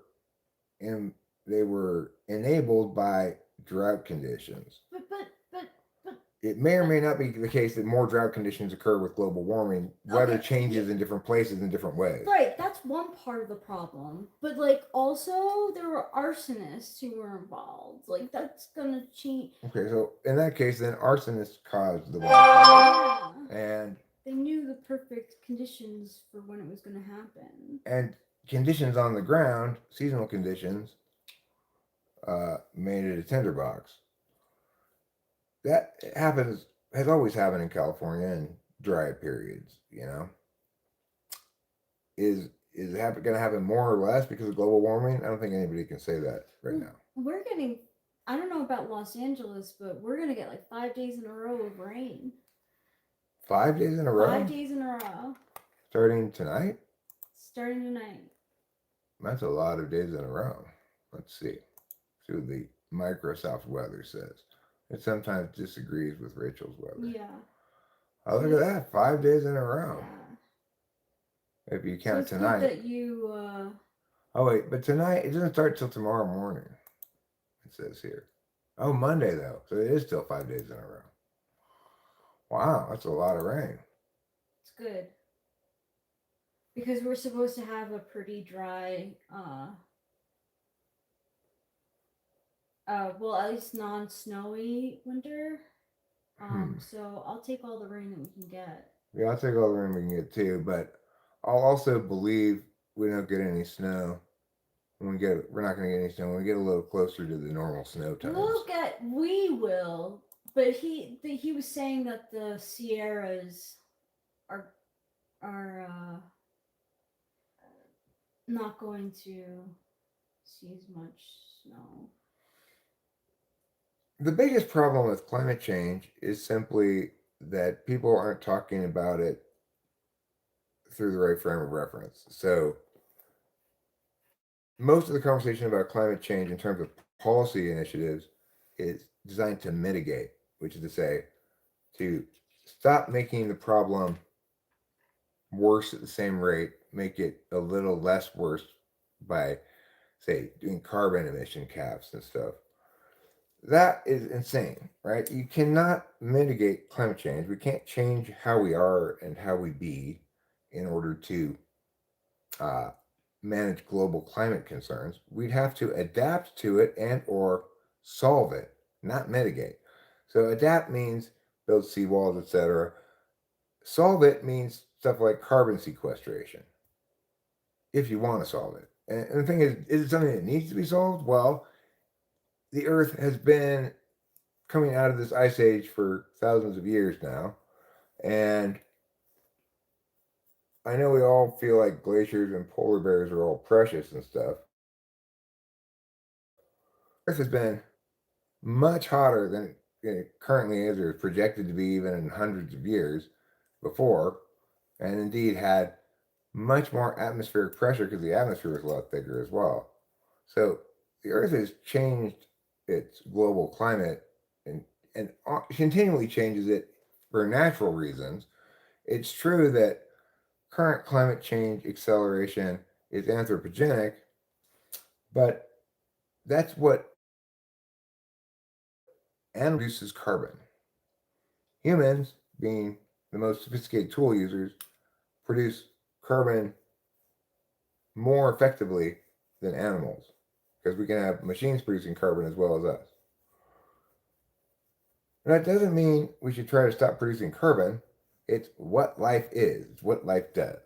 Instead, it means if we want to keep the climate more the same and less changey, then we'll have to do some carbon sequestration. And to think the climate folks don't like MAGA tariffs, they make a good point. Obviously, fewer imported goods means a smaller carbon footprint. But carbon footprint, it should be like, you should be proud. I have a huge carbon footprint. I'm really being productive as a human being. I'm generating not just my own carbon, but I got lots of machines generating carbon for me, etc. That means you are fully thriving. Is the carbon a problem? Well, I mean, it's inconvenient according to some things. It's inconvenient for some things. It's just, we were wrong to assume that the climate would always stay the same. Right. Well, there are natural negative feedback loops instilled in the system. Like when it gets hotter and wetter, you have more plant growth for longer seasons, which absorb more carbon. But it's also the case that with the huge human population, the effectiveness of that natural negative feedback is diminished because people have chopped down so much green space, you know?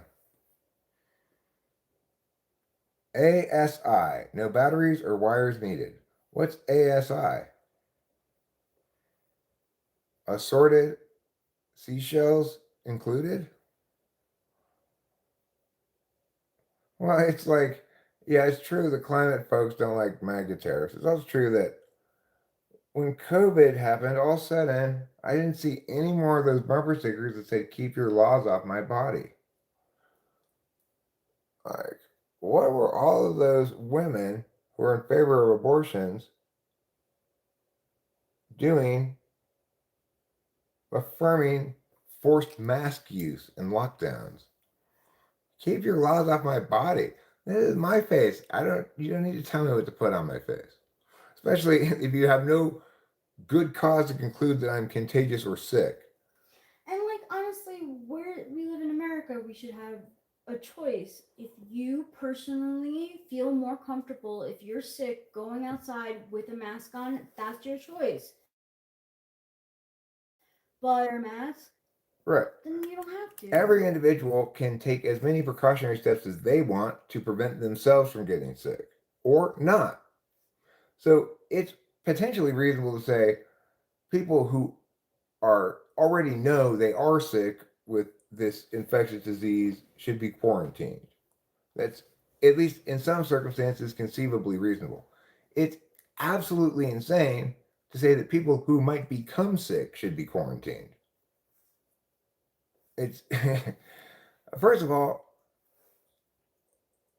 you know, I have the onus of responsibility for my health decisions lies with me, not with anybody else. Nobody else can decide what my health decisions should be. Yeah, if a vaccine works, then get one.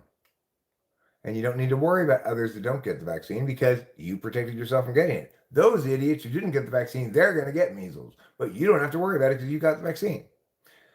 Except somehow that basic reasoning escaped everybody when it came to COVID, and there was an attempt to force everybody to get the vaccine. It's crazy. Absolutely insane. Artificial superintelligence. Oh, where's the artificial superintelligence? What's it going to do? What's it going to do when it comes for you? I don't believe there's any artificial general intelligence or even super intelligence. There are artificial ways of doing things that we normally thought of as unique to human intelligence, like say making music or making pictures or chatting. That distinct AIs can do well in ways unrelated to how humans do them. But we'll never have AI that has genuine interests of its own that are authentic because I think that requires a body.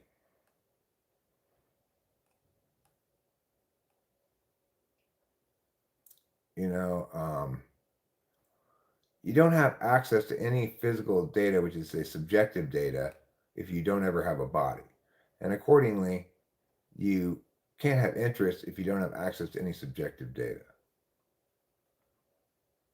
Right. And let's return the term vaccine to mean a thing you take that prevents you from getting a disease instead of whatever whatever that COVID shot is.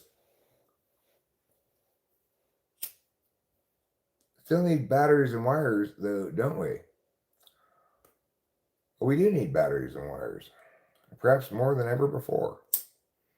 However, I will acknowledge that Bluetooth eliminated a little bit of wiring. Well, I mean, I think we do know what it was. It was a failed attempt to make a vaccine.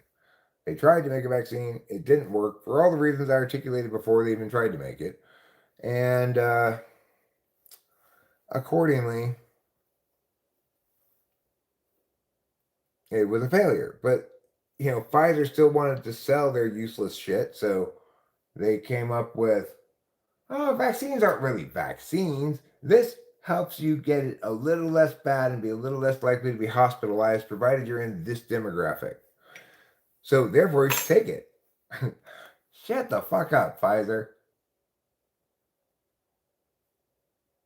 I just keep on thinking about how like Delilah did all the right things.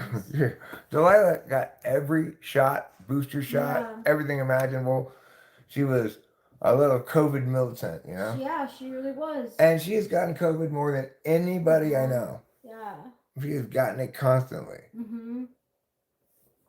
If there's like a little COVID in the air, she gets it.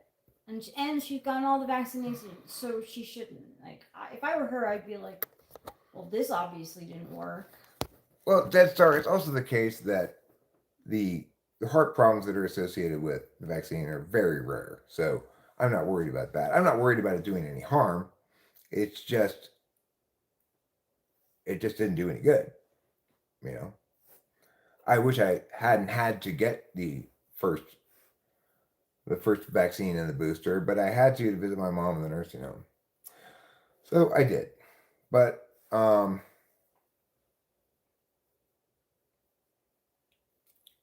horrible thing about the whole COVID thing is that nobody learned anything, right? I still encounter people who are like, oh, you're anti-science, huh, with your COVID positions. No, moron. I think things should be what they're supposed to be and not what they're not, right? So like the idea of taking preventative health measures is that you can be in control of your own health, right? I can be vaccinated and wear a mask, and that way I won't get sick. The idea isn't that you force everybody else to be like that. I know, it was appalling, deplorable garbage, obviously. But at the same time, let's not get all conspiracy theory-ish about, you know, that the vaccine was designed by these nefarious cabals of powerful people to do math. Let's not be all like that. We don't need to be all like that because we can see very clearly that the reason the world went crazy was because the whole fucking world, all the various people in your community and mine, were all being stupid and scared. And everybody just took up with incredible fervor these incredibly bad ideas as advocacies. So there's nobody to blame but ourselves. Not me. I wasn't wrong about it, but everybody else pretty much.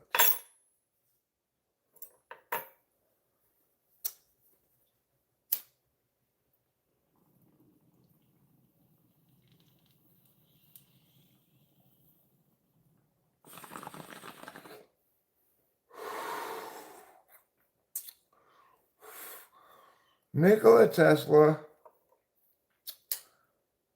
he may not have needed batteries and wires, but he wanted them. Lockdowns created massive inflation, caused food prices to skyrocket. I don't care about stunning the educational progress of children because I don't really believe in schools. But yeah, the lockdown destroyed many family businesses that maybe had been livelihood for generations, you know?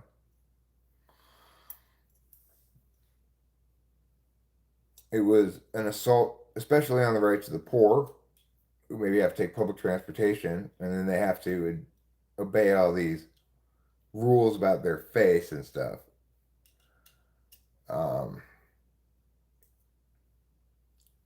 It was the sort of folly that only could be come up with by extremely privileged people who've got no sense of what it means to live in the real world.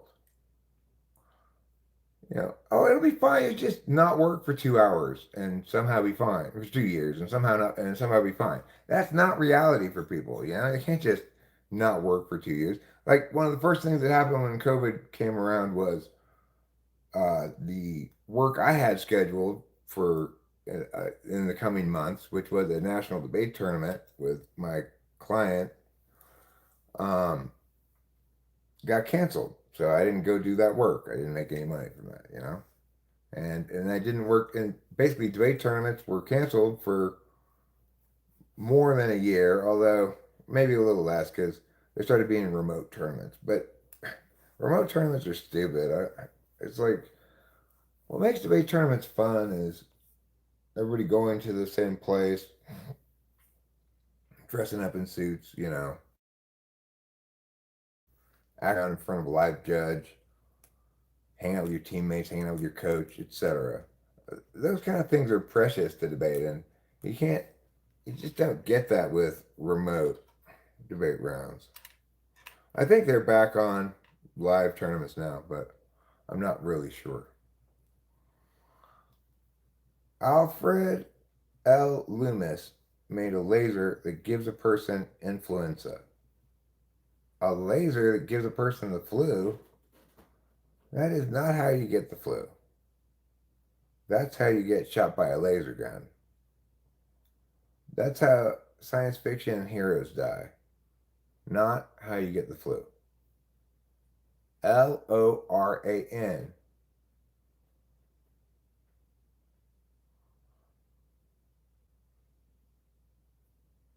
I mean, how would a laser give you the flu? Do they put little flu viruses on top of the laser and say, okay, ride the laser over to that guy? I don't think so. That doesn't make sense. If Tuts is an ESTJ, Fly Guy would actually be your supervisor, Tuts, because he's an INTJ. Who thinks Tuts is an ESTJ? I don't know. He just was saying ISTJ or something. Well, I think he was accusing me of being an ESTJ. Oh. I must be the world's shittiest ESTJ. Because. Well, I mean,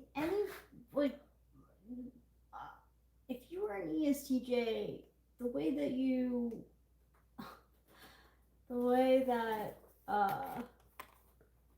the setup with the shock vac and the roof would have gone differently. Yeah.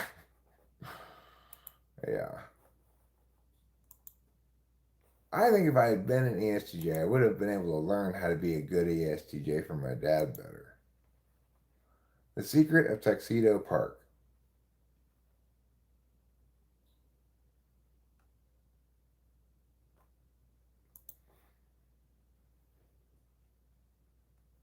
The Secret of Tuxedo Park tells the story of the role played by American tycoon and physicist Alfred Lee Loomis and a team of British scientists at Loomis's home laboratory in New York City in countervailing Nazi advances in nuclear fission during World War II. Where in New York were they in? What does that have to do with a laser giving people the flu? Okay. A laser that gives people the flu. There's no known laser that gives people the flu according to AI. The flu is caused by a virus, and lasers are used in medical and agricultural contexts for purposes that are unrelated to causing the flu, such as enhancing vaccines or sterilizing air. Enhancing the flu vaccine. Near-infrared or Fraxel lasers have been shown in studies to act as an adjuvant to the flu vaccine. The laser treatment calls special immune cells to the ejection site, which boosts the body's immune response to the vaccine's inactive viruses, making the vaccine more effective. Well, I'd have to learn more about the mechanism by which that occurs. It doesn't sound like anybody's using the laser to give somebody the flu, though.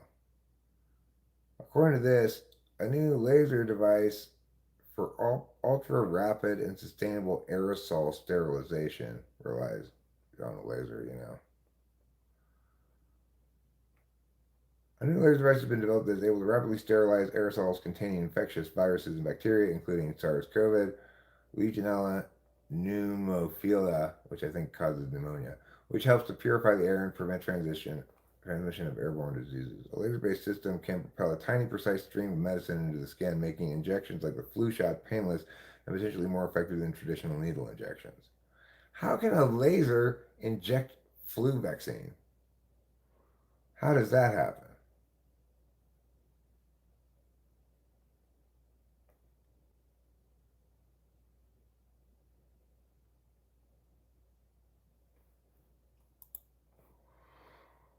Laser-powered needle promises pain-free injections.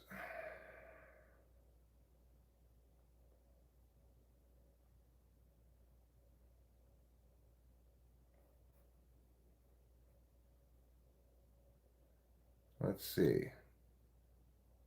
The system uses an erbium-doped yttrium aluminum garnet laser to propel a tiny, precise stream of medicine with just the right amount of force. This type of laser is commonly used by dermatologists, particularly for facial aesthetic treatments.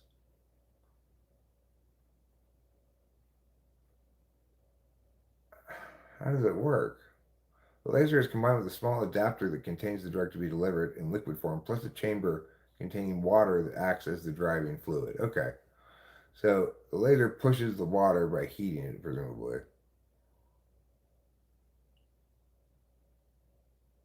See, a flexible membrane separates these two liquids. Each laser pulse, which lasts just 250 millionth of a second, generates a vapor bubble inside the driving fluid.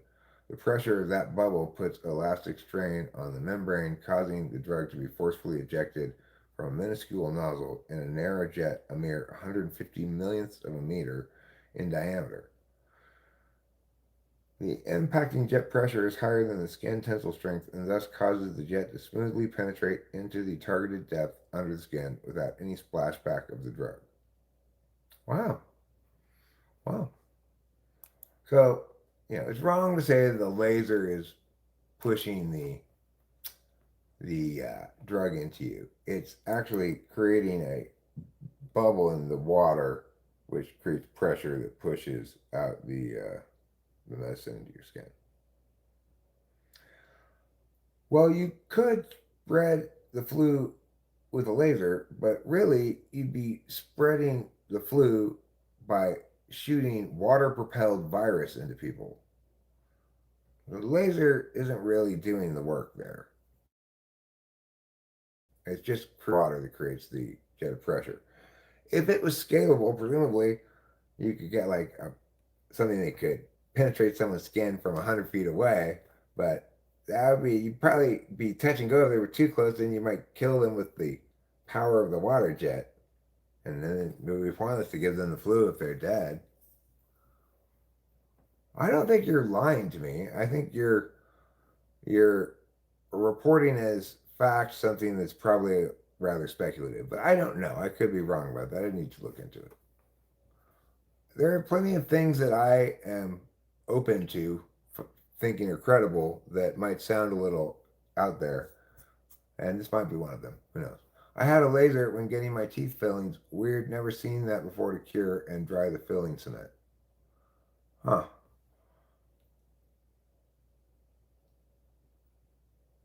What advice do you want to give to the younger generation? I'll tell you right now, SHMVIB. Poop when you can. Don't wait till you have to. I never get the flu. I never get a flu shot. I don't know. I think it's silly to get a flu shot because it's like, if I'm going to take a vaccine for something, I want it to last my entire life. Maybe I need to get it re-upped like 30 years later. Okay, fine. But I don't want to have to get another shot next year, Whereas the new flu strain comes out, then now we have to get a different flu shot. Just forget it then. I'll just get the flu. I don't care. You're asking me to be too proactive in preventing things.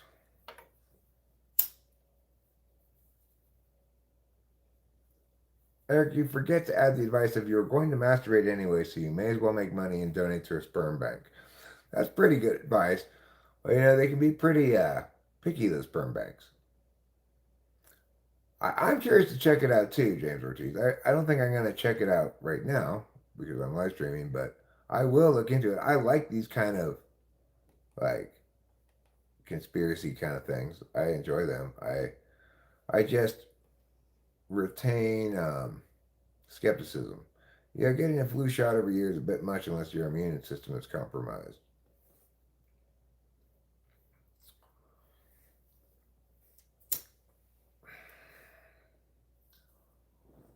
Well, you know what Elvis Costello said? What's so funny about peace, love, and understanding?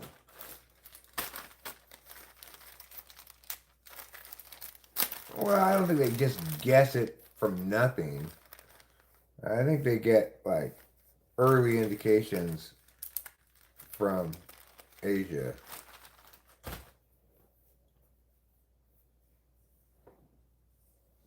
A child deserves the love of their genetic parents.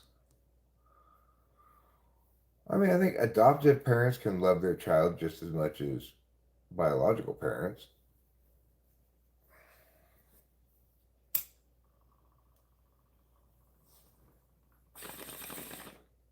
And some people are just shitty parents. Like, Delilah's biological mother was a shitty parent. I replaced her with my second wife, Candace, who was a good mother. What Delilah needed was a good mother, not her biological mother. Now, she has to, she's still, she's got a pretty good relationship, I guess, with her biological mother. But, her biological mother is a bit of a mess.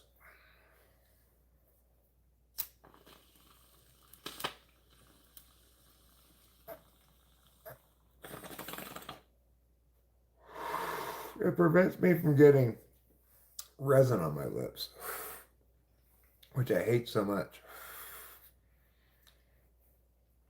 Yeah, nature versus nurture was studied with twins, and it continues to be, and results are mixed. It's right. But generally speaking, unless your nurture involves trauma, your nature is going to be determinate.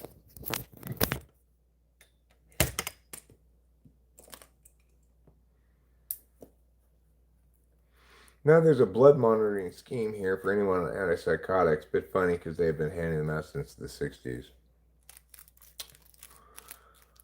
Well, I guess maybe they've learned in the ensuing years that it's bad for people's livers or kidneys or something,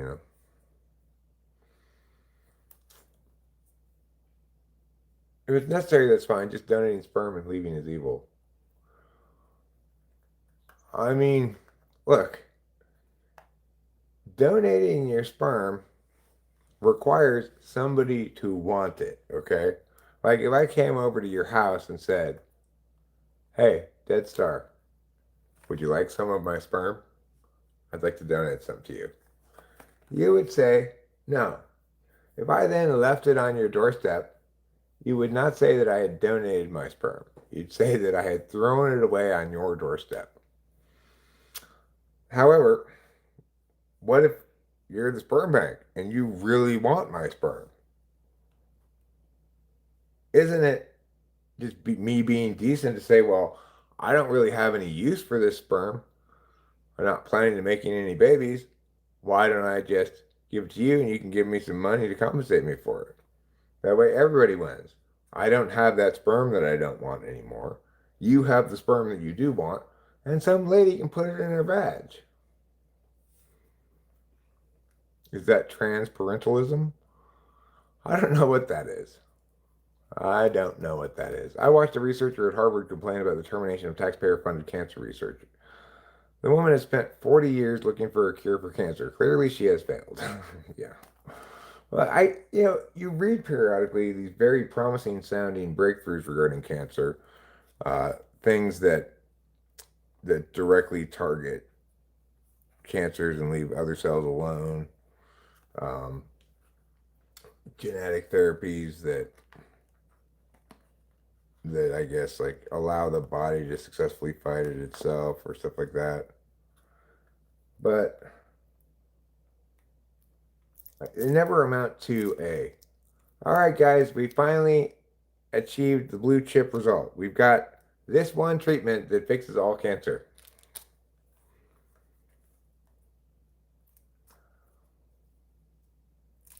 A blood monitor checks to see if you have a blood pass when you're in the halls during class. If you don't have a blood pass, then you are no longer allowed to have blood in the hall.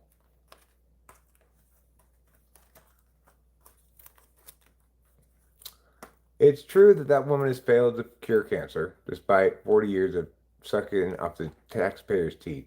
It's also true that despite the myriad examples of breast cancer awareness, given the ongoing assault of breast cancer awareness stuff, we must conclude that there are still many people who are completely unaware of breast cancer.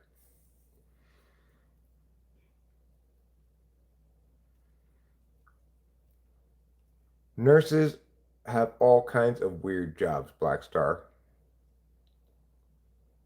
Why would they cure cancer and throw away an entire market to make money in? Well, because there's no single day, right? Let's say I've got a little pharmaceutical company called Eric's Pharmaceutical Company. It recently had its IPO. We've gotten a lot of money in from stock buyers' money, and we come up with a universal cure for cancer. Now, keep in mind, we don't give a fuck what Vanda Pharmaceuticals wants. We don't give a fuck what Pfizer wants. We give a fuck what our company wants. We want to get rich off this amazing drug that's going to steal the market share of every other drug out there and make shit tons of money for our company. So, absolutely, there's financial incentive to cure cancer because every company wants to destroy every other company's ability to have market share in that area with a single preferred drug in all instances. Well, breast cancer, let me tell you, Putty Cat, breast cancer is something that we have an awareness week about, okay? And you, I guess, have not known what all those pink ribbons and stuff were. They were to try to make you aware of it. Obviously, it didn't work.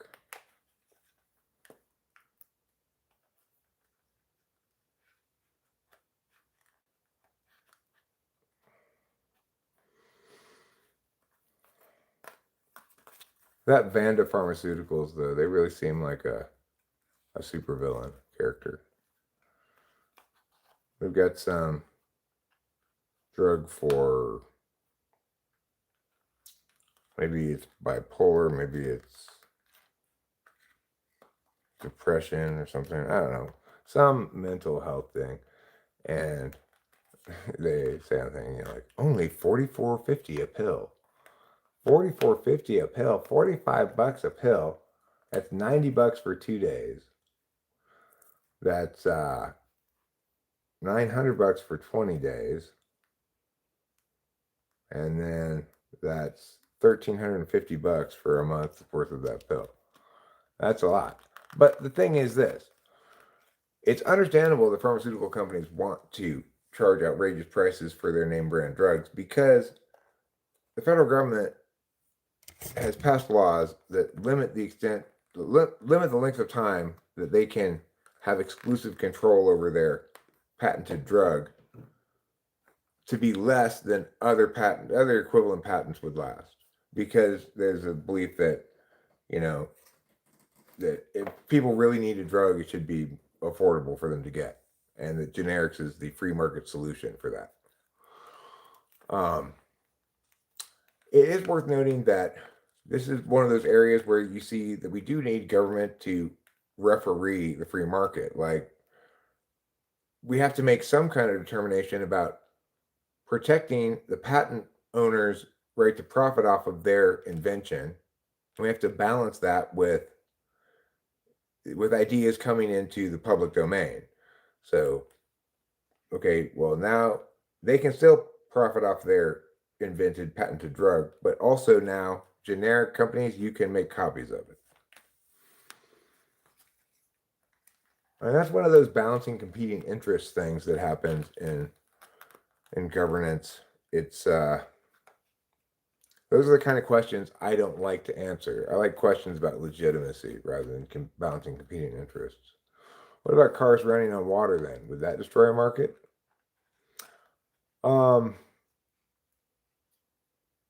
Well, whoever invented and patented the technology that allows cars to run on water would be the financial winner in that, right?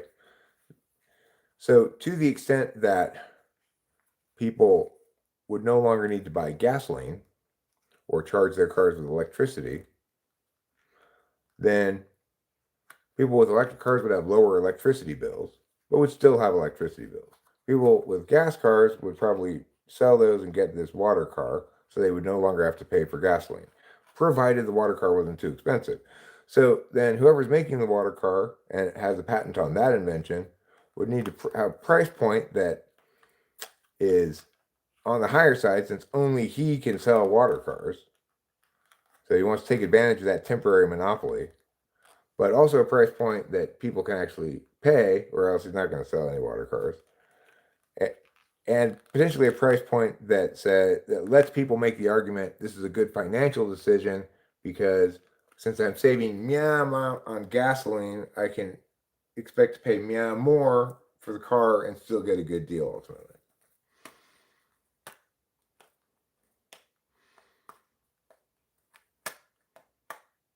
I mean, the thing about the idea of free energy existing but not being released, if free energy can be attained through some mechanism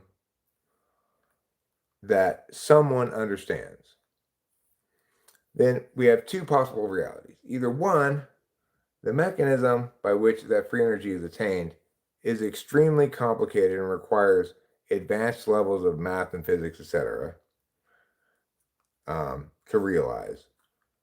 Or if it's an idea that's not that difficult to understand or comprehend, if it's a technology that can be replicated by people who are, good at fiddling around with tools and machines and stuff, then the idea can't be suppressed. It just needs to be either spread by one person who comes up with it, or it just needs to be re-come up with by somebody else again. And if it's easily replicable, then there's no way to suppress it. People will simply make their own version of that and take advantage of the actuality of it. If, on the other hand, it's not easily replicable, because, for example, it requires you to cool these things down to 0.5 degrees Kelvin, wow, maintaining a strong magnetic field around the whole thing. If it required all that kind of shit, then it's probably not a viable technology for energy generation. It's probably in still some sort of experimental phase, like fusion energy. But yeah, because of the way the free market works, if you have a revolutionary disruptive idea, that's not going to be suppressed by the free market. It's going to be encouraged, because if you've got this revolutionary disruptive idea, you can potentially make a lot of profit. Now, sure, you have anti-competitive practices by some parties in the business world. It certainly is the case that Tesla was suppressed in his stuff because of Edison's interests and stuff like that. Sure, it does happen. Edison's a good example of somebody who had kind of anti-competitive practices intellectually. But the bottom line is, if your idea is good enough, then that means it's potentially very profitable. And sure, there are losers in the free market. So the onset of your extreme profit phase may mark the end of the buggy whip industry. But that doesn't stop the extreme profitability of your idea from being a powerful motivator for it to be realized, not just by you, but by other people. So venture capitalists, they're looking for a great idea that's going to be a surefire winner too. All these things are important. So I like Warren Zevon.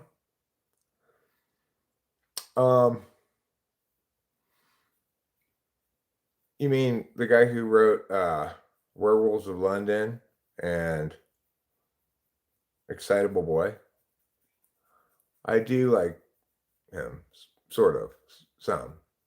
And he also wrote that song like the Ballad of the Headless Thompson Gunner or something like that. Yeah, he's pretty good.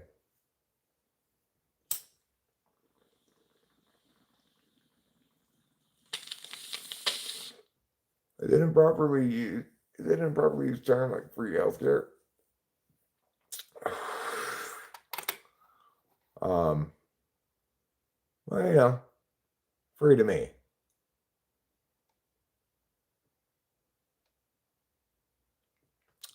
I was gambling in Havana, lawyer, guns, and money.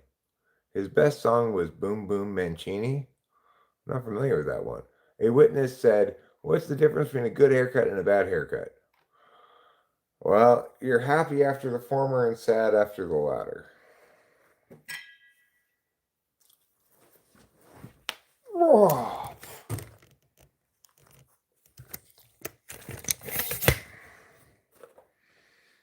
It's already 8:43, huh? So late. No, 6:43. My eyes were seeing wrong. I had my wrong eyes on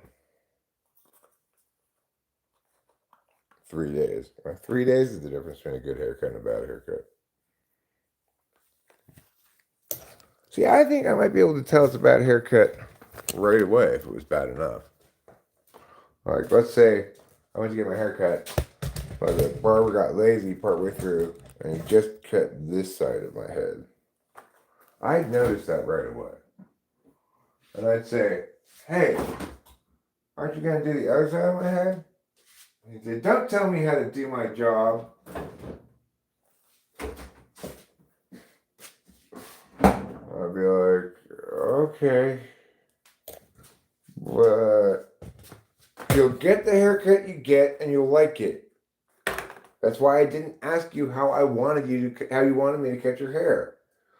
Because I do it the way I want, not the way you want."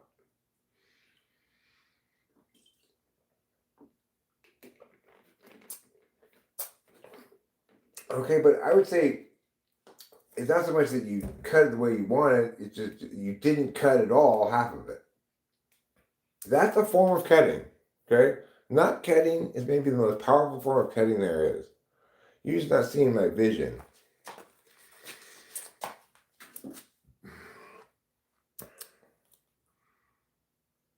Maybe it's 1 week in reality.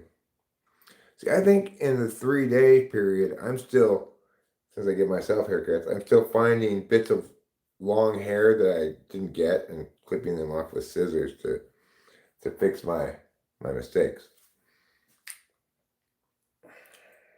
But I always give myself the same haircut, so whether it's good or bad, it's not unexpected.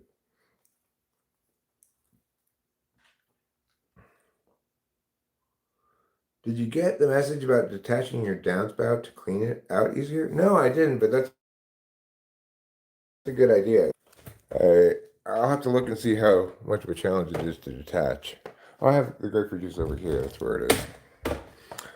I was like, "Where my grapefruit juice go? I can't find it now." Silly Eric, it was right in front of your face the whole time. Right in front of your stupid face.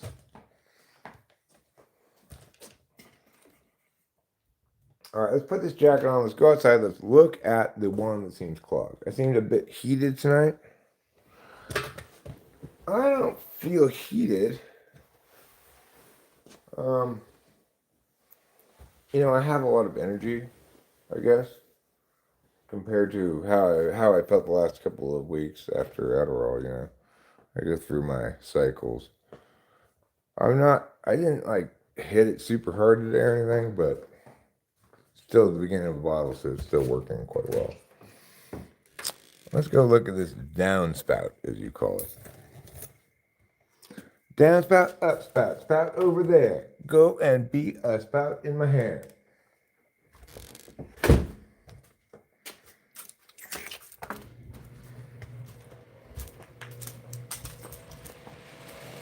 I'm gonna probably need to get a flashlight as well here. But I want to turn on this light.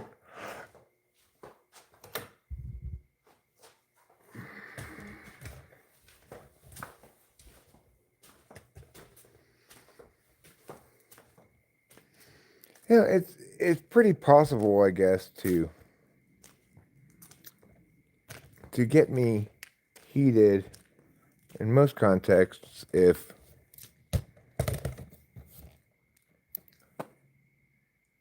you want to argue with me,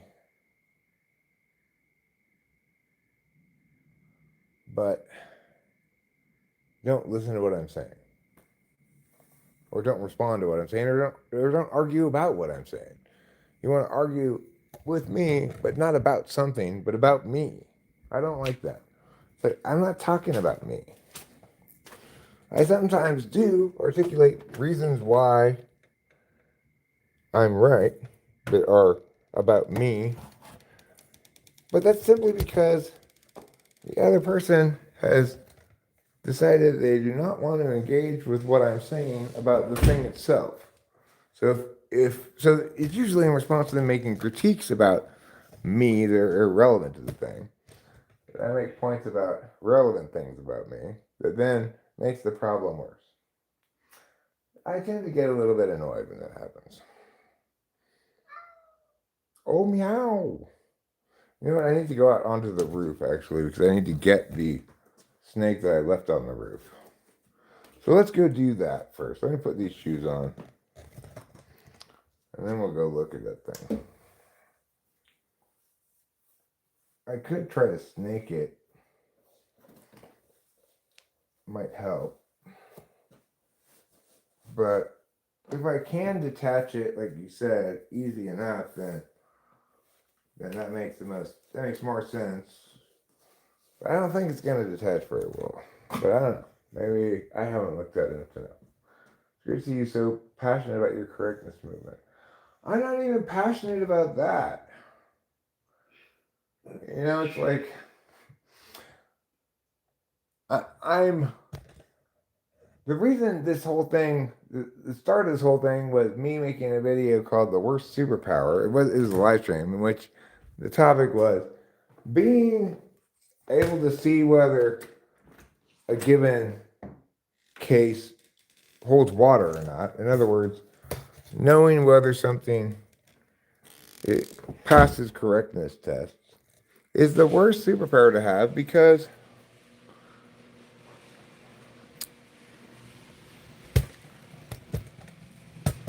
it doesn't, you might think like, well, the correct position is a good one to have because it allows you to understand things, and things predicated on those understandings will be predicated appropriately. They won't produce unexpected outcomes. But in reality, people don't want that. They don't want the service I have to offer. They don't want it at all.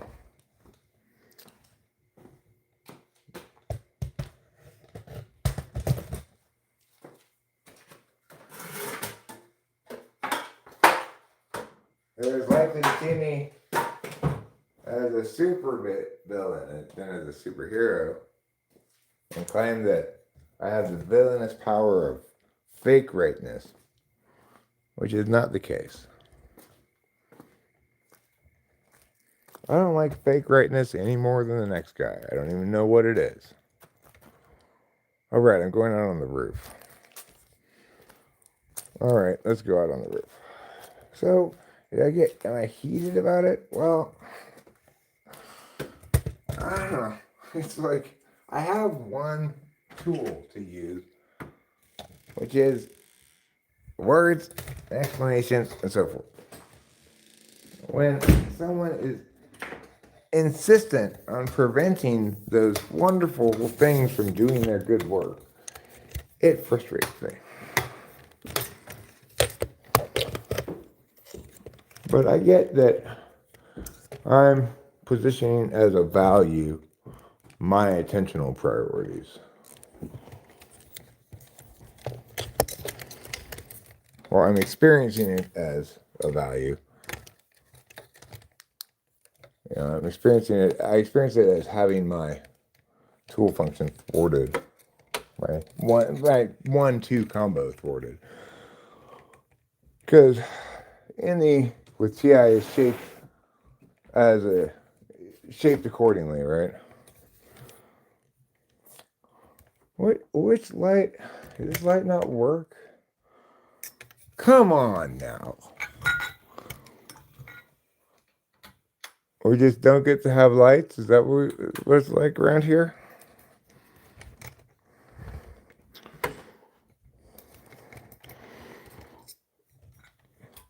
Well, no lights till Brooklyn. I don't know. I don't know what's wrong with that light. There appears to be no lamps in here. So we're just going to have to deal with it. Let's go out here. Let's get the snake.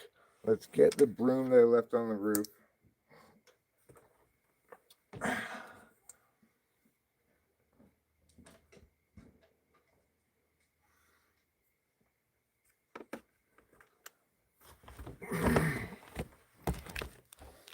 Okay.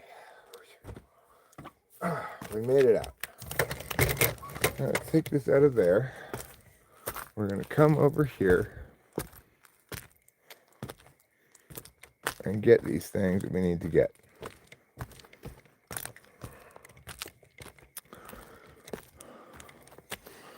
There's the snake. And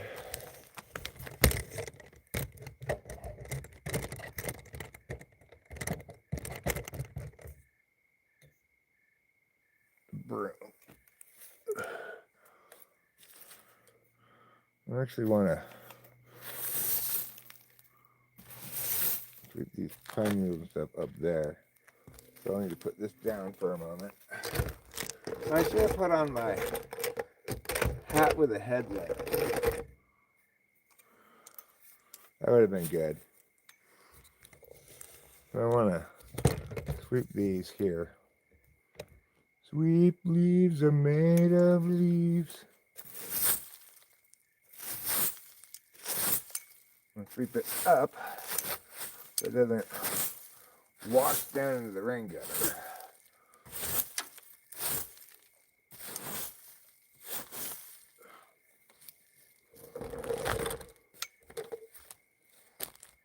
Let's put this up here.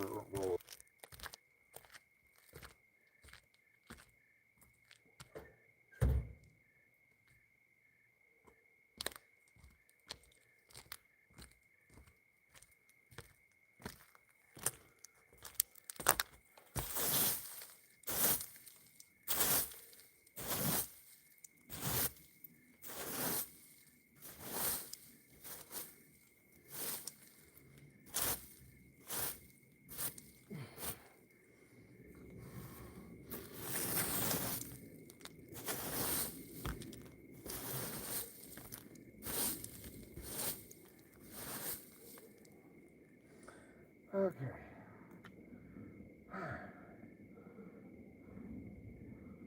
Let me just finish sweeping this up into a pile here.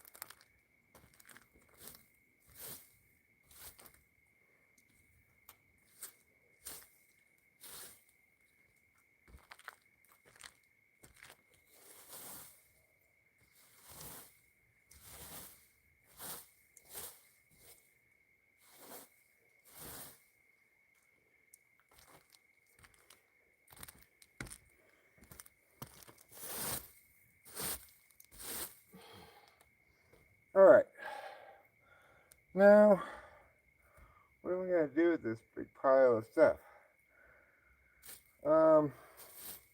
Good question. I think I'm going to carry it over the edge and throw it down.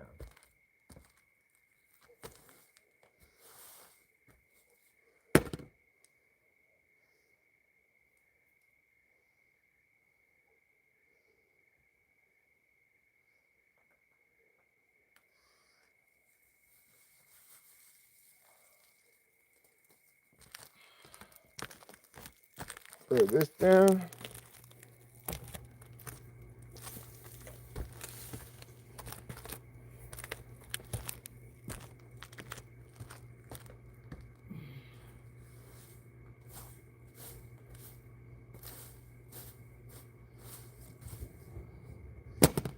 I'll get this.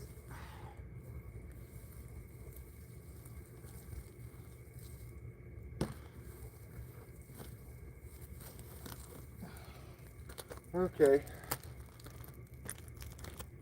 Got these pine needles and leaves. And the stick. Here you go, stick. Throw it over the edge. Now, let's have this little bit more here.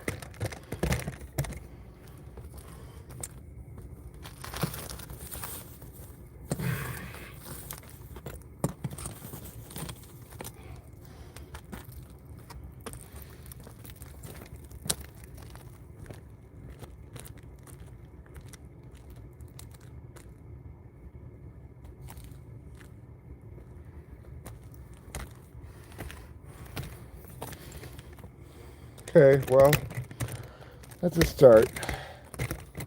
Let me just sweep the rest of the stuff up here.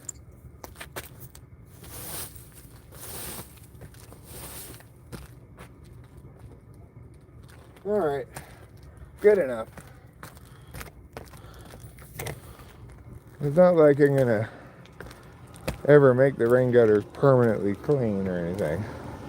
They will get more stuff in them as it rains more. Oh right, I wanted to come down here and maybe snake this out. This is kind of the steep part of the roof, but I guess it's fine.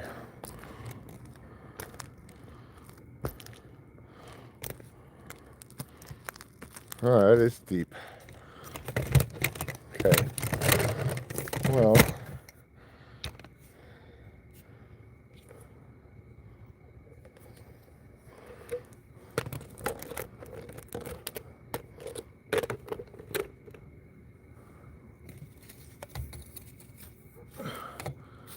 all right.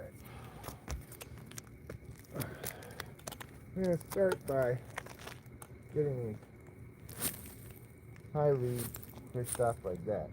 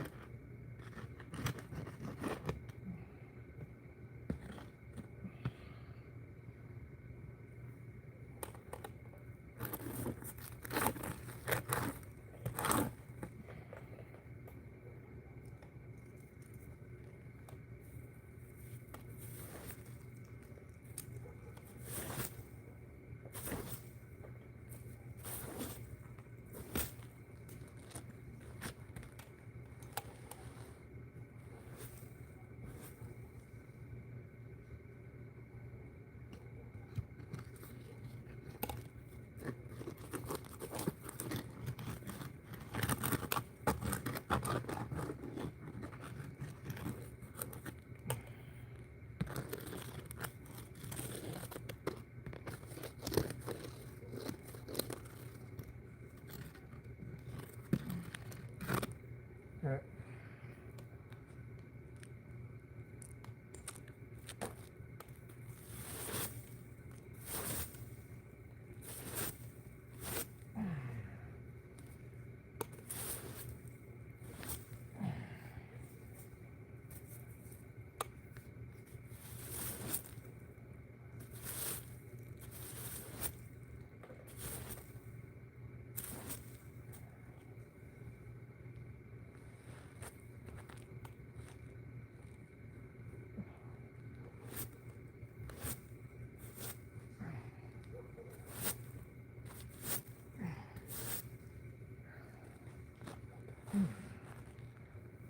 Okay.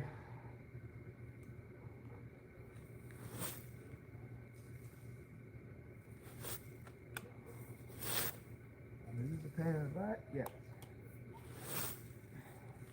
Does it need to be done? Yes.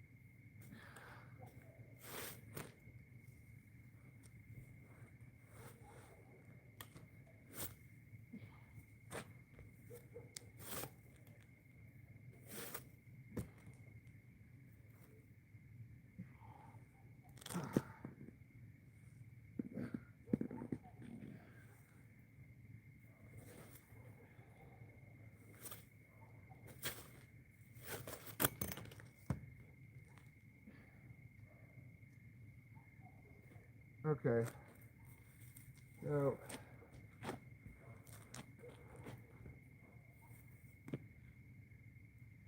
well, I guess if I'm gonna snake it, then I could snake it.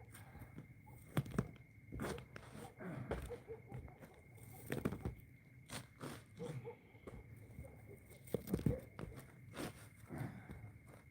Pretty sketchy. This roof is so steep.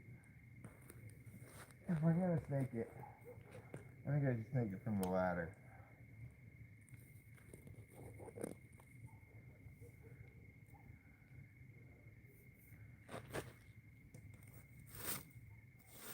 It's a real steepy bo peepee. It's got the kind of steepness that makes people fall off a roof.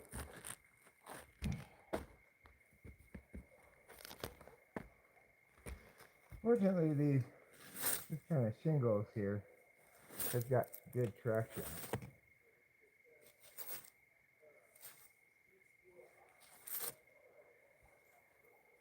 Kind of like a no-slip surface, really.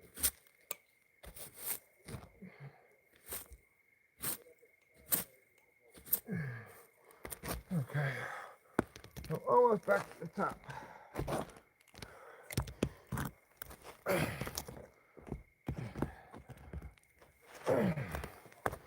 Okay, I made it back to the top. Okay, does this thing turn or not? No, it doesn't. This part does. Okay, so I guess these are the directions. South is that way, actually. Alright, I'm going to throw this broom down so I don't have to carry it down.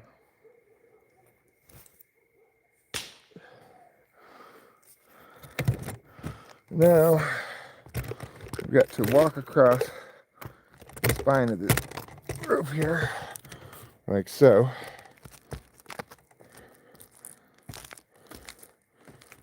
Until we get over here. Now we can go down this part, which isn't so steep.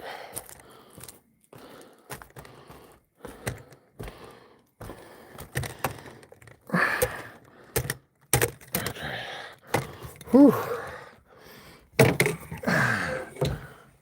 I am hot with workout.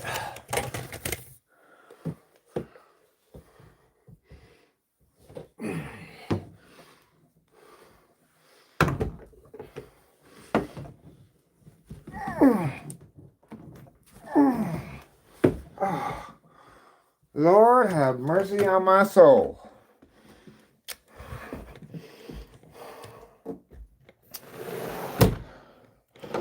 All right.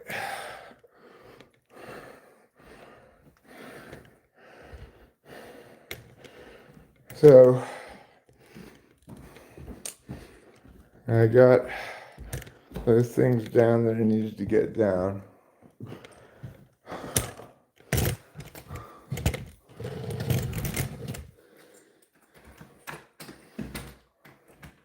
Y to the E to the S to the S to the S to the SIR.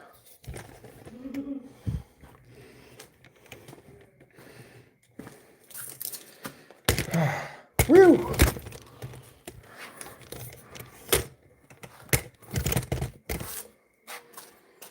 Feels like someone's taking a shine to pickle juice.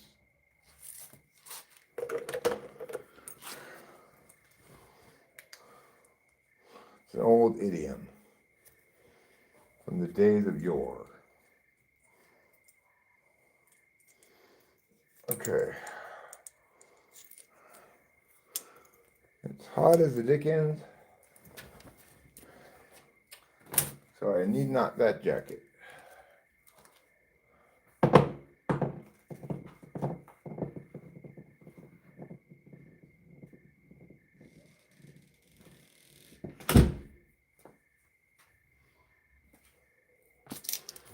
All right, did I open the garage? Yeah? I did. Good.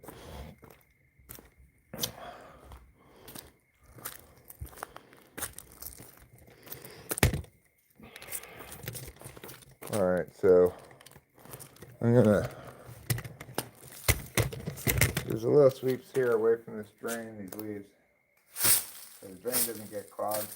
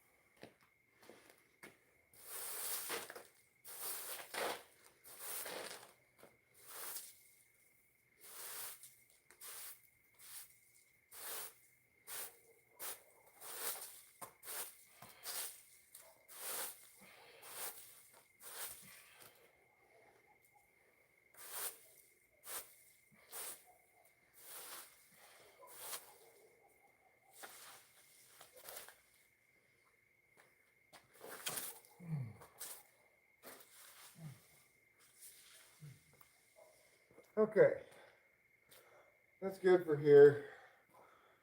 I have a little bit of sweeping to do here as well.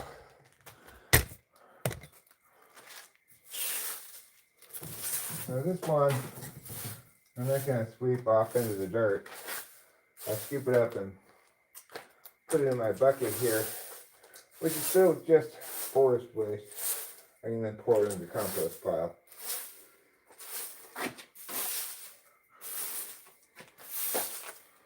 Which realistically probably needs more brown. If you're familiar with composting, different kinds of things are necessary for a full, complete compost, including brown things and green things.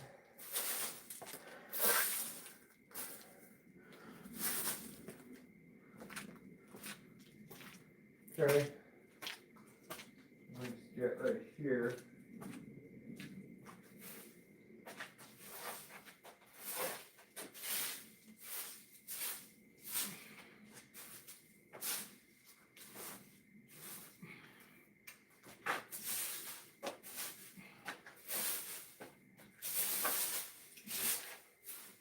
Okay.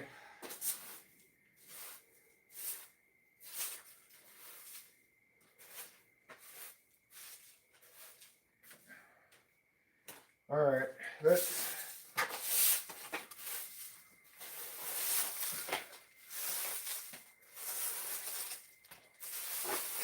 get that.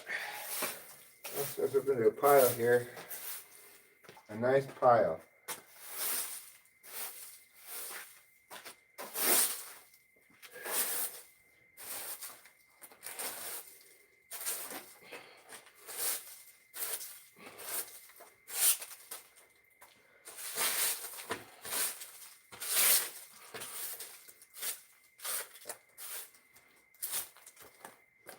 Okay.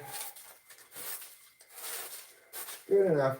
We're not trying to sweep the whole driveway or anything. Just clean up some of the mess I made cleaning the gutters and avoid drain clogs. So sweep away some of the stuff around the drains. I guess let me get my blue gloves on for this.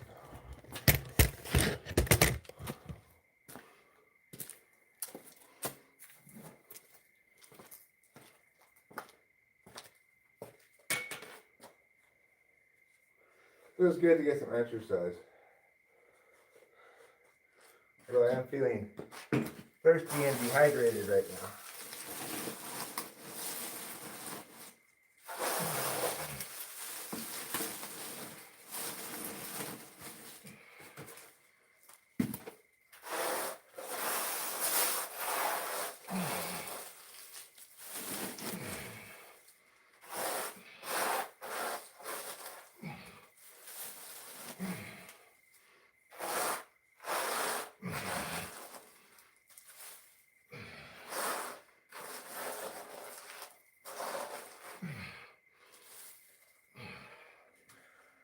Okay, let's go put this in the compost and come back for the next pile because this is full.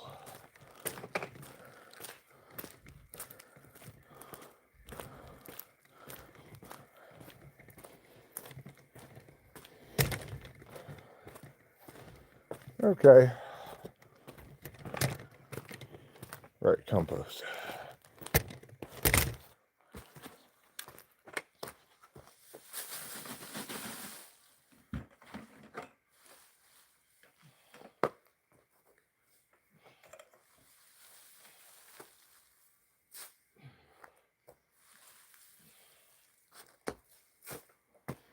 All right, and we'll get more piles and put them in here. I could use a scooper, even though I don't technically need one. I think it's worth getting one.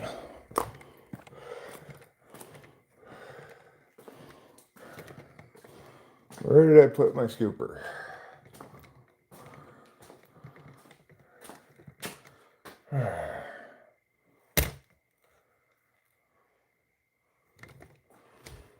Oh, where has my little scooper gone?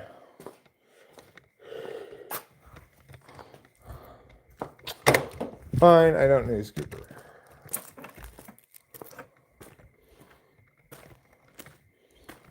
Isn't it ironic? Don't you think? It's like losing your scooper when you're picking up leaves. It's like having to pick them up with your hands on your knees.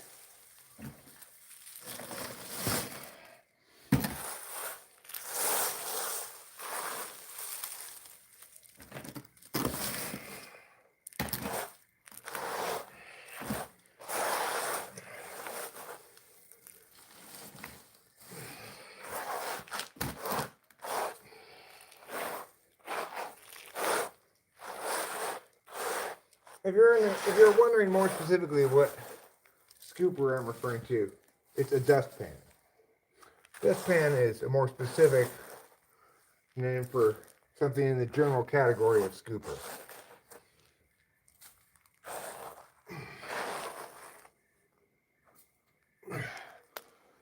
Okay, I got that pile picked up more or less. Got this right here. I'll get the broom. All right.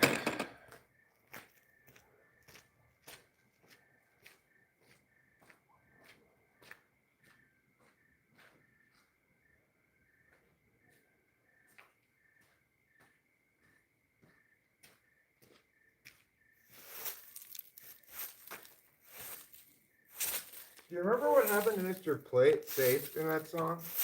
He died.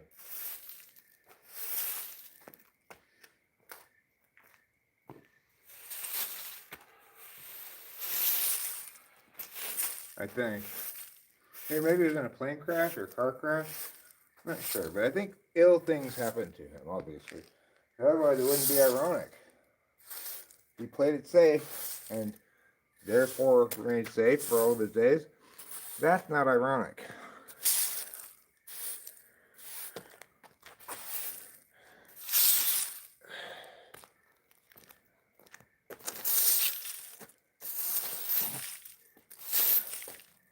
You wouldn't know irony if it bit you in the ass.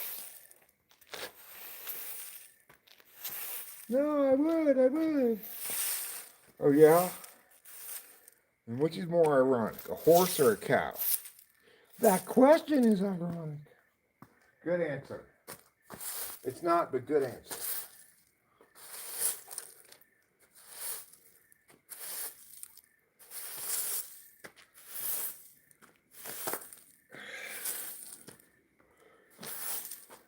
Okay. I still don't have a scooper, but I still do have my hands.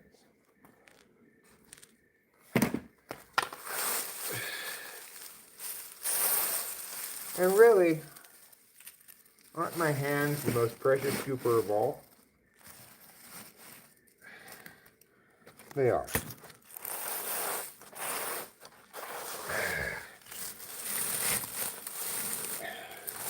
They're scoopers that are literally attached to my arms. They could not be located any more conveniently for scooping.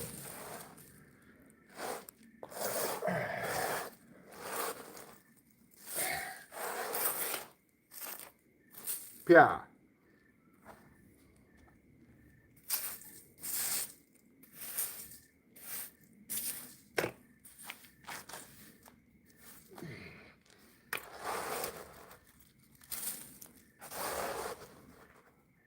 Pia.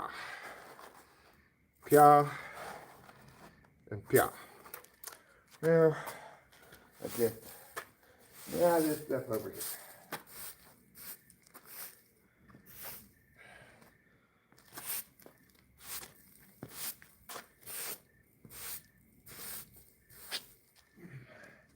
All right.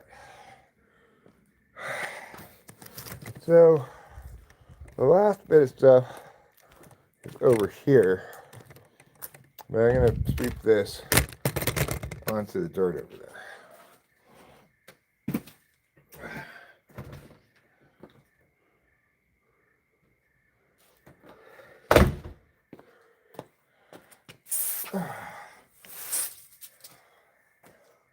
I got sweat in my eyes.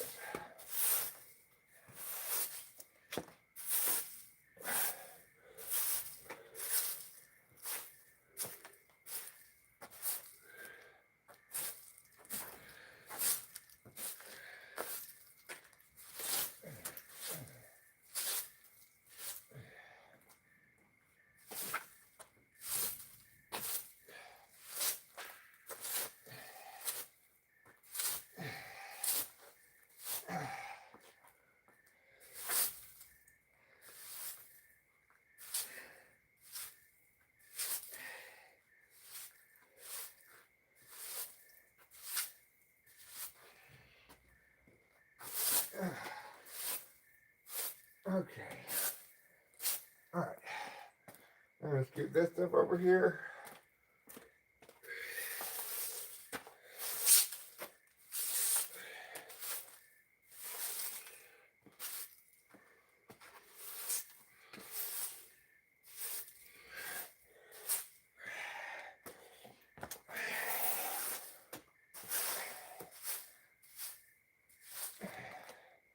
Tell you what, actually, we go empty that little trash can into the compost, and then I'll scoop this into there. Oh, we'll be right back.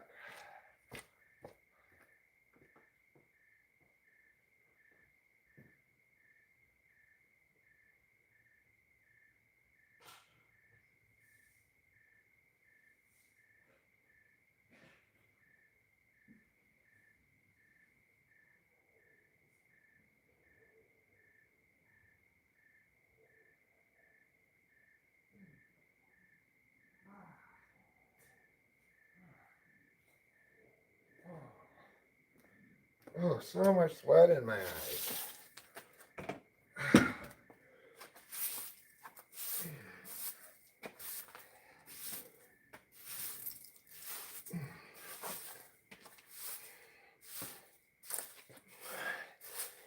Okay.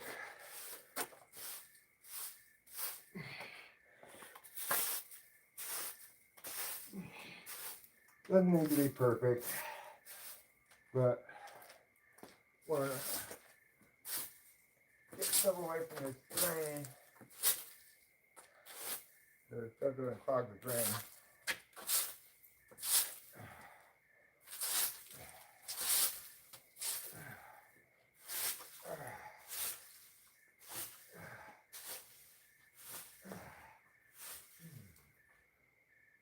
Okay.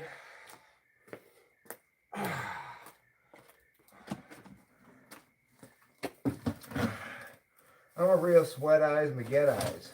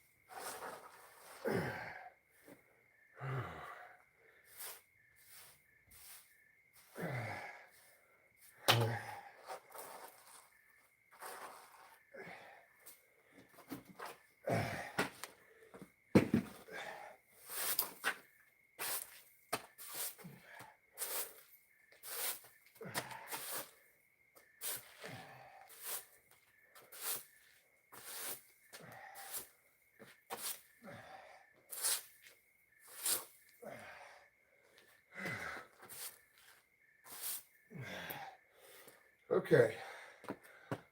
I'm done with that.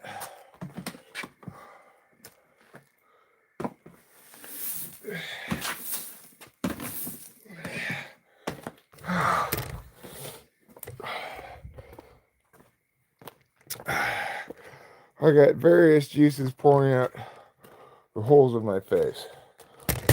Sweat streaming down my forehead. Tears coming out of my sweat-stung eyeballs. And snot coming out of my nose. Oh.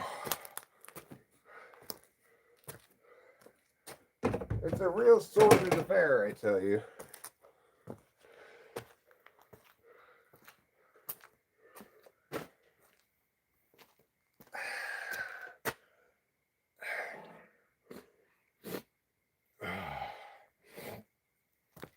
Okay. So, good start.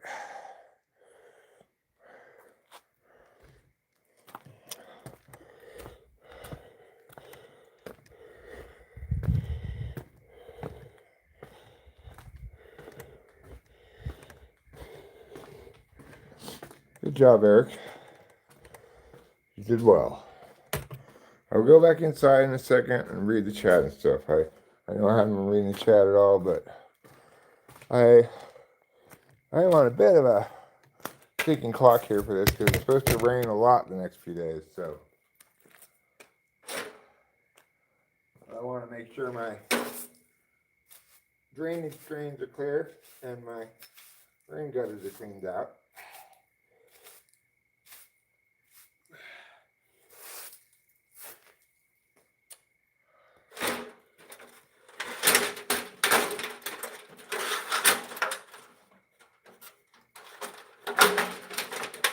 Put this in the garage.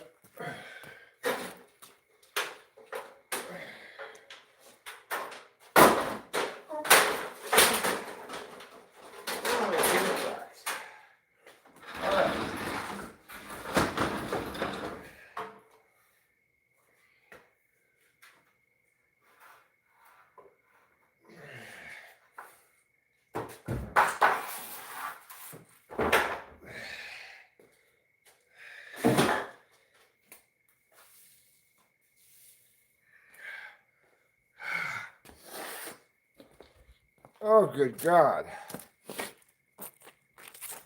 Whew. All right.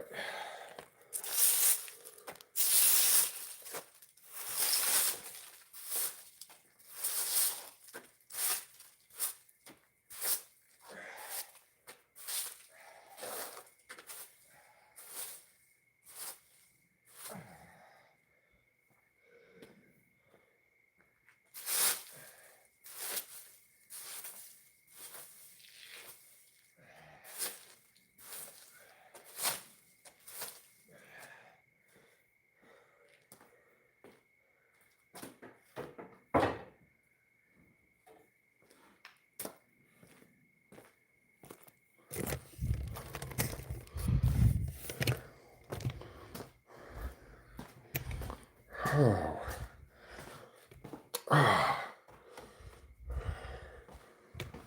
Stingy eyes make brainy buys. I need a beverage, a cigarette, to wash my face.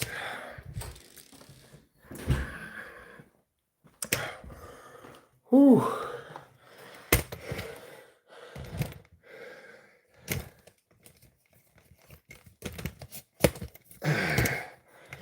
Okay.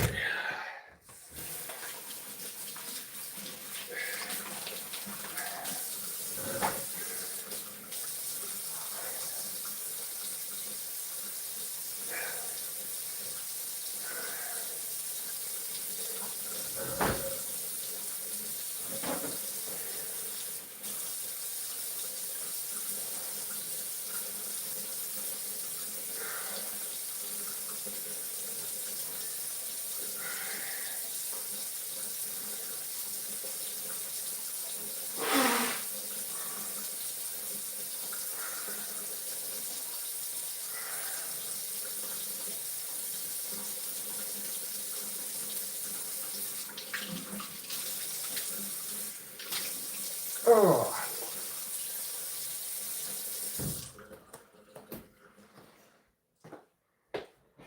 Mine eyes have seen the glory of wiping off the sweat.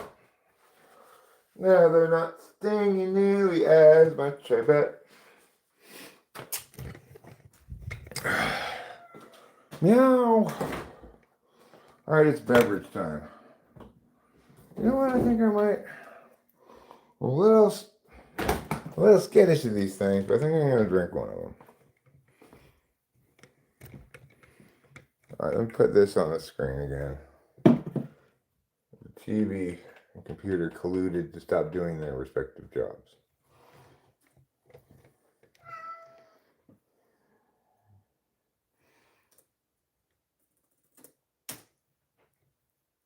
There.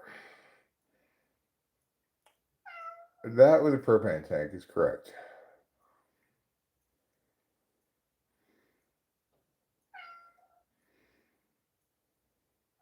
Septic tanks are below ground. Yeah, well, I had a lot of stingy sweat in my eyes. It's causing me problems. That's why I sounded like I was dying.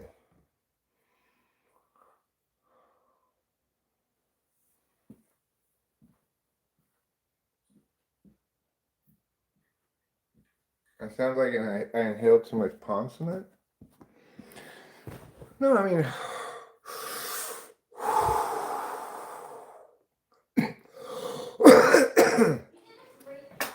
Thanks, darling.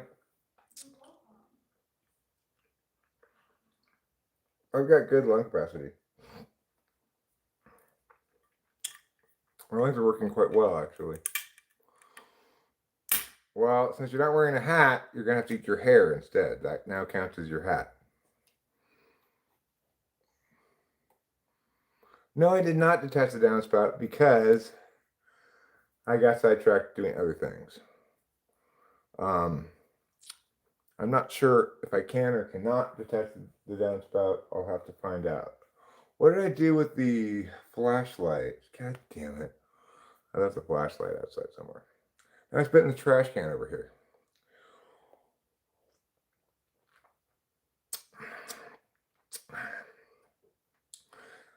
This isn't the Old West. I don't spit in the house into a spittoon and sometimes mist or whatever. YouTube it. Well, let me go look at it with the flashlight. Since now I realize I don't know where the flashlight is and I need to go find it.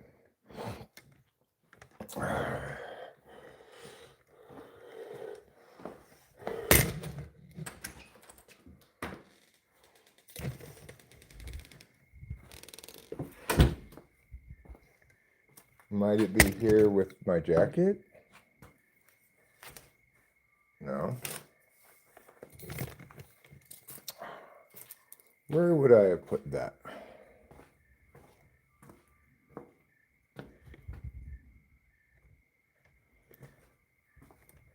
Not over here.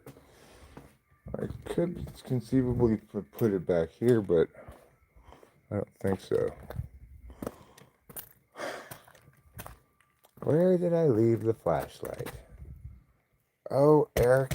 Eric.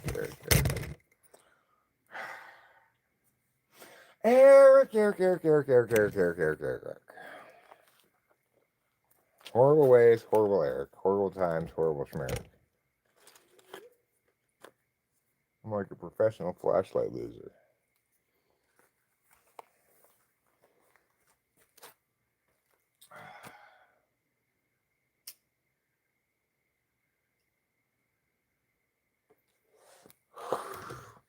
Well, let's go look around here, I guess. Looking in the dark for a flashlight is not especially high success likelihood. Unless I left it on, then it would be easy to see in the darkness.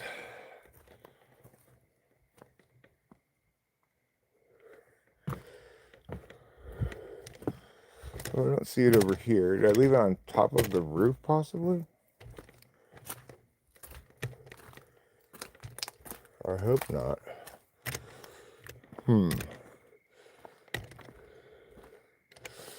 Well, I have no idea where it is. But it's somewhere on this property. It did not leave the property, so... I'll come... Oh, there it is. I hung it right there. Look where it was.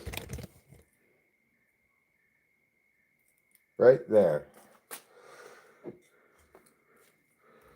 So now we can go look and see about detaching the downspout. Let's go take a look. See what it looks like.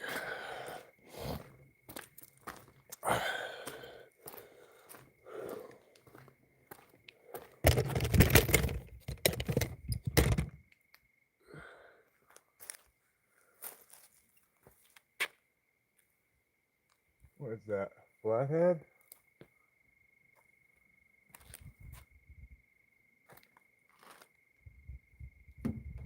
What? I could try that, but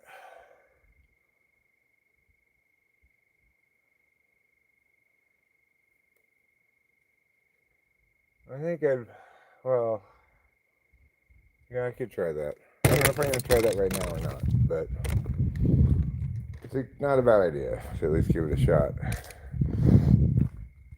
Since it's got that curve there, I want to get into the curves part where it's most likely to have gotten clogged. Okay, well, I found my flashlight, so that's good. Put that right there.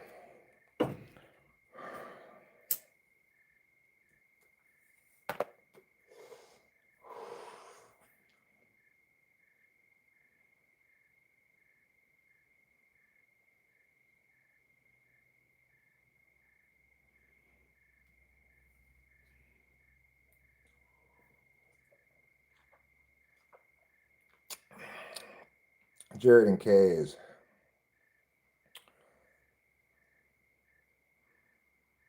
You're right, Ply Guy. I'm a little hesitant because of that reality. Taking things apart is a good way to break them. But I'm not sure if snaking from the hole on top is a good way to deal with the clog or not. Maybe it is.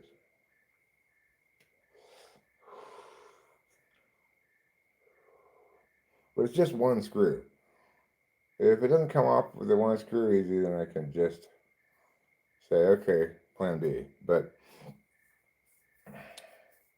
unscrewing one screw should not be a big deal.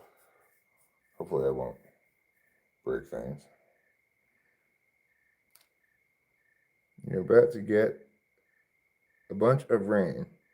You've unclogged the gutters pretty darn well already. That's true. Well, the thing is, the holes on all these other ones seem to be not clogged at all. So it's just that one that's clogged because that's where it gets the most tree litter fall on it because it's got a tree above it. I could, like, the previous owners kept it trimmed back some away from the house.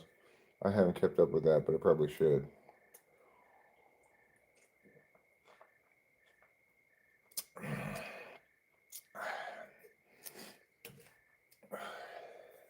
But I did get a lot accomplished today. I'll admit that I'm pleased with how much I've gotten accomplished.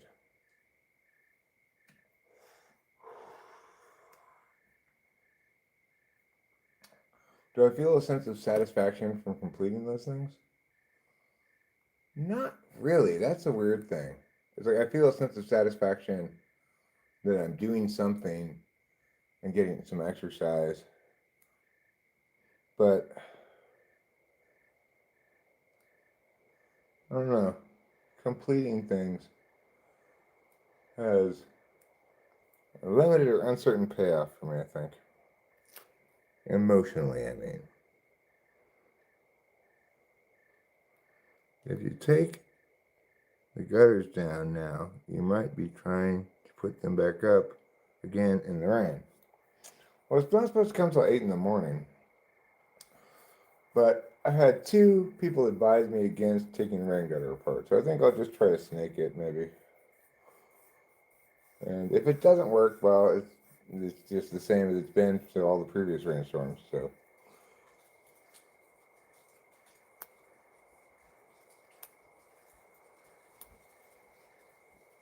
I do feel the wind picking up. Hear the wind chimes saying, "A storm is nigh! A storm is nigh!"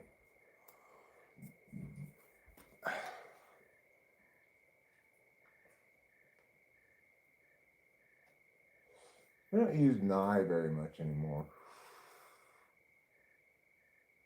I guess alternate synonyms have just been preferred. Soon or near or coming rather than nigh.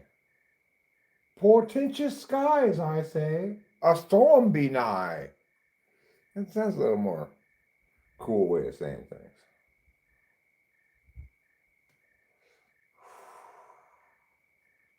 The day of reckoning has arrived. That's what this game I used to play on the Apple IIe used to say. There's this game where you take turns against the enemy, the computer, like changing the trajectory and velocity of your catapult shots until one of you hits the other one. And before each new round, it said, "The day of reckoning has arrived." I'll turn off these outside lights. Turn off this light. I'm gonna turn off this light. And I'm going to turn off these outside lights.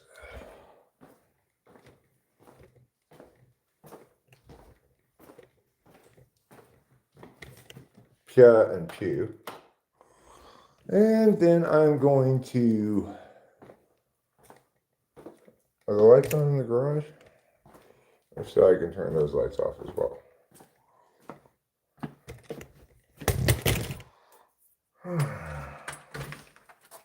Oh, the lights in the garage are off.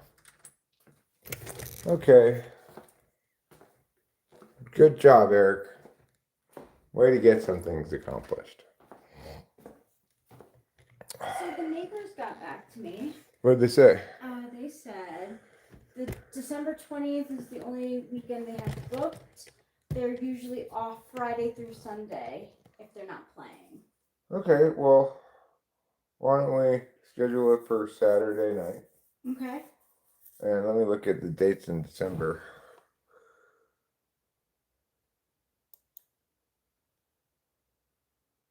Yeah, but there's taking things apart, and then there's like detaching something so you can unclog it. Like I was not worried about taking the things underneath the sink off. You just unscrew it and take this plastic tube off, and unscrew and take the other plastic tube off, and they screw in perfectly fine together. So I wasn't worried about taking those off because I knew it was easy to put back on. I wasn't worried about breaking that. So okay, December. So we could try for the 6th or the 13th. I think those are the days. Yeah. 6 or 13. 13 gives people a little more notice. That's what I was kind of thinking. All right, let's go December 13th. Right, I'm gonna let them know so they don't book a thing. Okay. We were almost safe from the roof.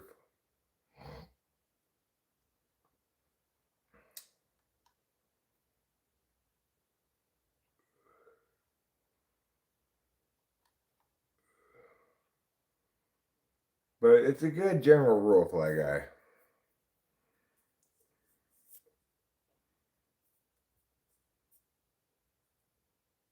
The issue right now is it's dark and I don't have good lighting on that side of the house. I could put on my hat that has a built-in light in it. That's a useful invention. Headlamps. So much more useful than flashlights. Because if you need to shine light on something, probably you have to do something to that thing. And probably it's going to require 2 hands.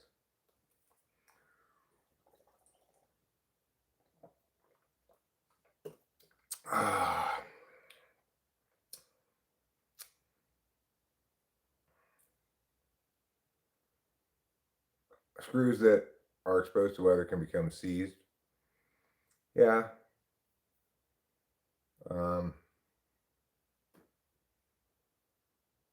Fair enough. I think that mechanism is simple enough that I could jury rig a solution regardless, even if I took out the screw and discovered that it had been rusted shut, and when I was unscrewing it, I ripped the sheet metal or something. I could still figure out a solution probably. But, well, it's not supposed to rain till 8 in the morning. It's currently not even 8 at night. The question is, do I feel like devoting myself to that thing from start to finish? In other words, I can't quit partway through, leave it broken, and then deal with have the rain come down and have it be worse than it was. WD-40 is not going to help. Okay. Either the screw will unscrew, in which case no problem, or it's rusted in there, in which case I'm gonna, because it's in sheet metal, right? So it's not gonna be very strong.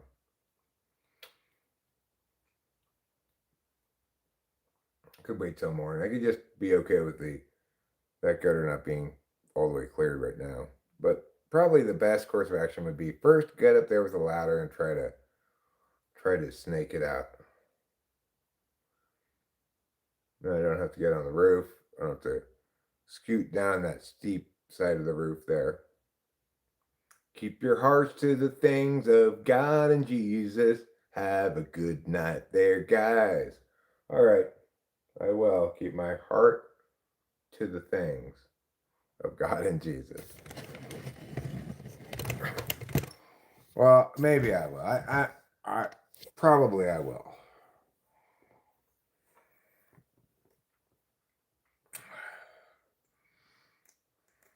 Open. Oh, okay.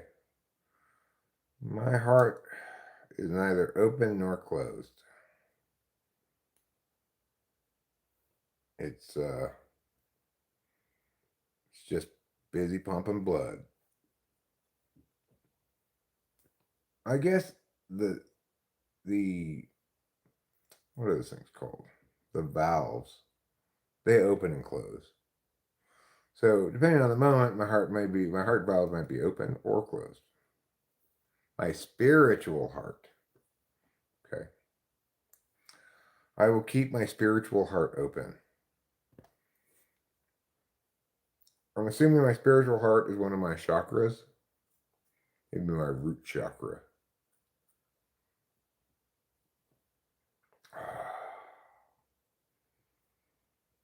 So what are we doing tonight, guys? Are we just we're just hanging out? Are we accomplishing anything else? You're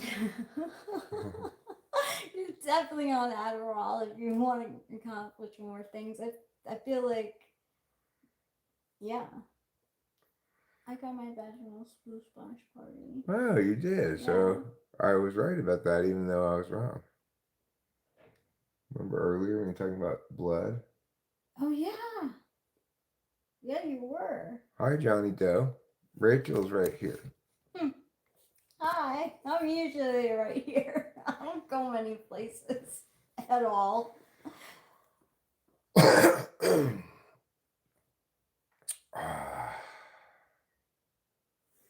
This is kind of nice.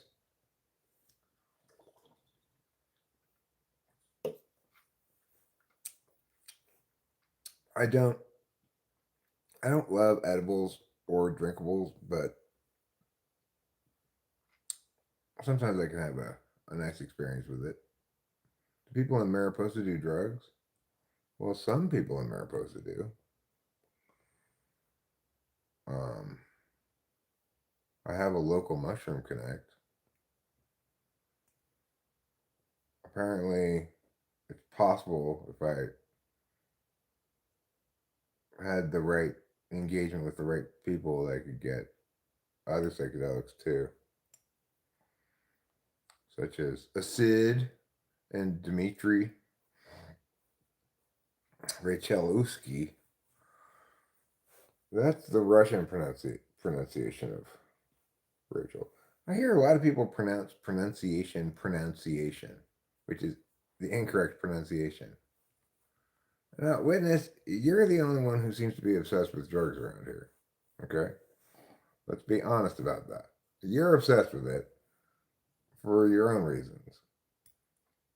I just have various things integrated into my day-to-day life in healthy, sustainable ways. So I don't know why you're so obsessed with it. You don't hear me talking about drugs very often, right? I mean, I might talk about, oh, I'm looking forward to doing these drugs or something, but it's not an interesting topic. There's not much to say about it, right? People self-soothe in various ways, and it's not a moral issue or anything. So there's not much to say about it. There's not any interesting intellectual work to be done about it.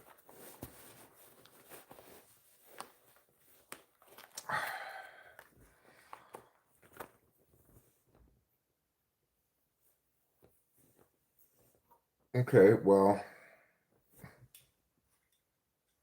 I don't want to see you die either, a witness. That doesn't mean I think it's a good idea for me to critique your choices.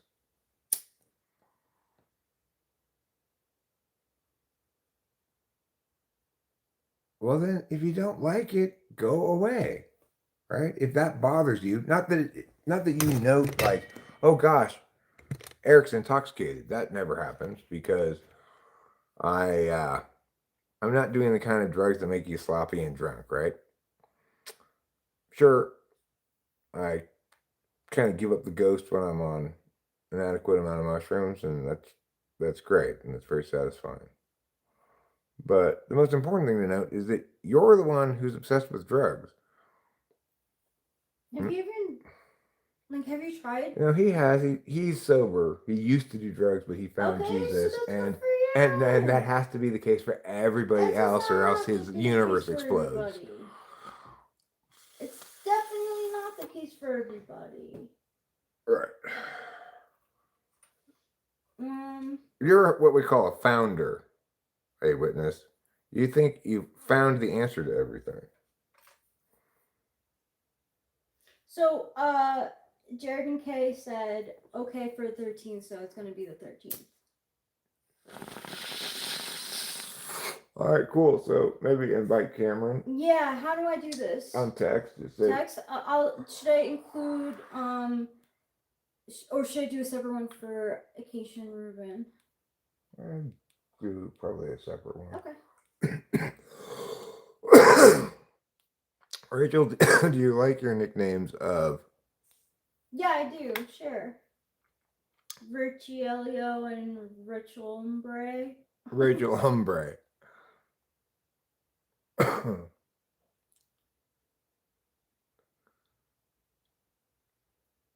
Are you under the impression, a witness, that I'm not aware that I'm doing drugs? Are you trying to raise awareness? Believe me, I am aware of my choices and I choose them for my reasons. For subjective things that are not moral or ethical issues, we should all respect each other's choices.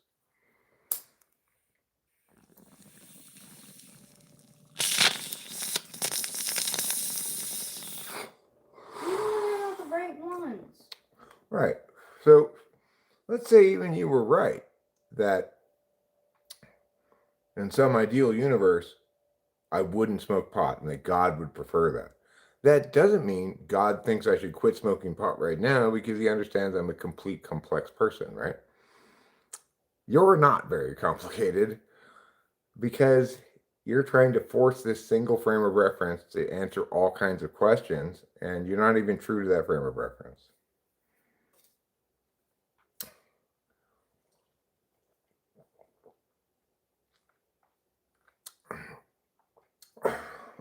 Okay, well, who would be better equipped to know how much drugs I do than me? I mean, you have no idea how much drugs I do because you only see me when I'm live streaming. Whereas I know how much drugs I do when I'm not live streaming. I'm not throwing anything away, a witness. If you respect me, then you respect a guy who's done drugs his whole life. And you respect the person that helps shape, right? If you respect me. What time should we say? 6? Yeah. 5 to 6 p.m. Starts 5 to 6 p.m. Or I don't know. If you put 5, you put 6. 5. You want me to Put 5, and then we can actually start at 6 if people Okay. rolling late, maybe.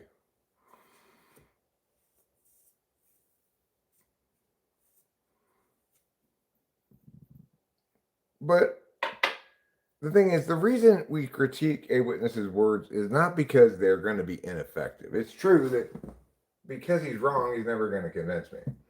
But the reason we critique a witness's words is because they're indicative of an ontological shortcoming that produces what you'd call, epistemologically colonial behavior, trying to assume you understand enough to tell others what their epistemics look like, which is, of course, crazy. We can only do that about things that are entirely objective data. We want those things to either validate, for everybody or invalidate for everybody.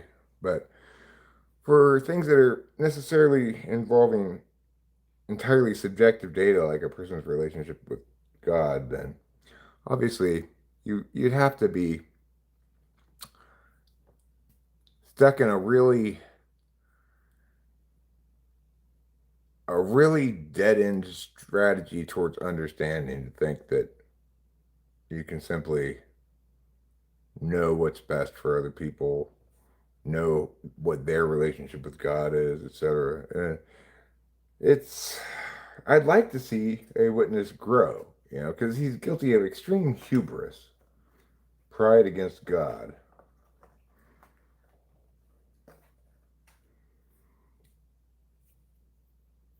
Nevertheless, he wants me to quit doing drugs. I want him to quit proselytizing. We're both going to be disappointed.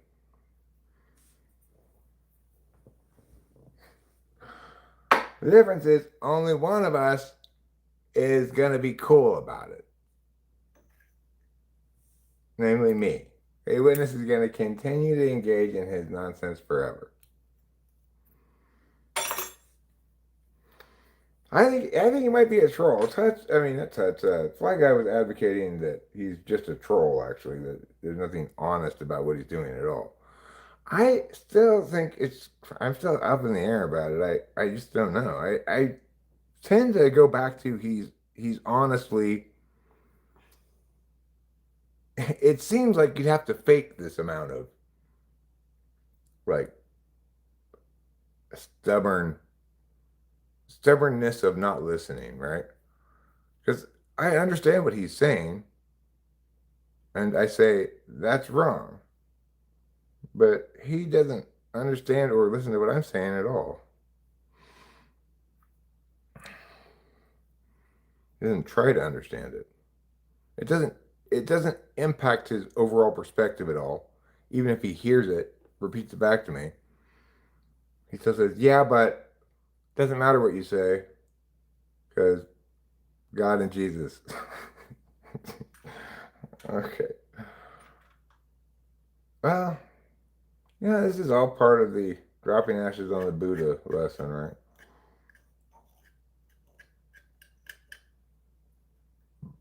It is true that I want my influence on people to be positive, in the sense that I want people to benefit from what I'm saying when I'm saying it directly to them.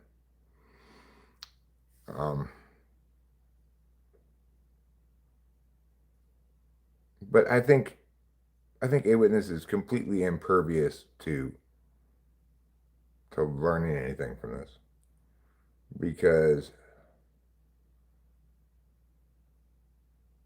I guess probably because he doesn't think he needs to have any consistency on specifics with his magical thinking frame, because it's a magical thinking frame. So accordingly,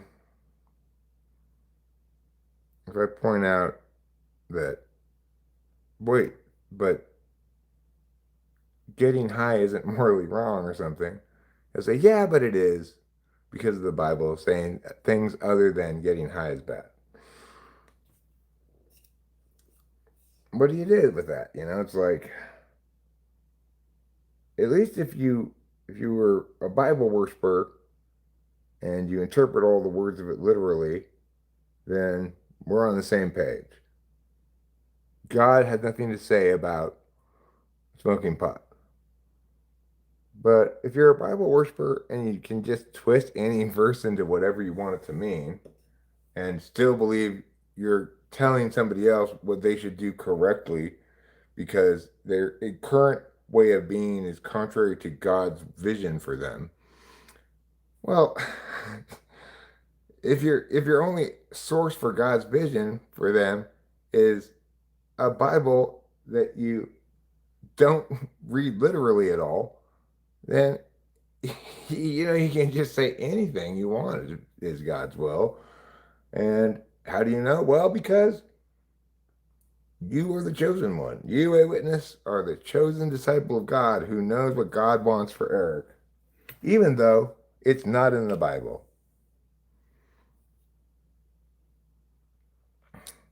You're not caring for me, right? Because the number one job of somebody who cares about another person is to respect their boundaries. And you don't respect mine. The second most important thing from my perspective in respecting a person is to listen to what they say and respond to what it says. And you don't do that either. So, yeah, you definitely don't respect me at all. Which is probably why I speak rather harshly to you sometimes. You're constantly disrespecting me. Not that I feel like aggrieved by that disrespect, especially because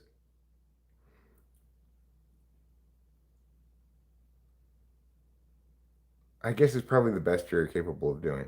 I don't know.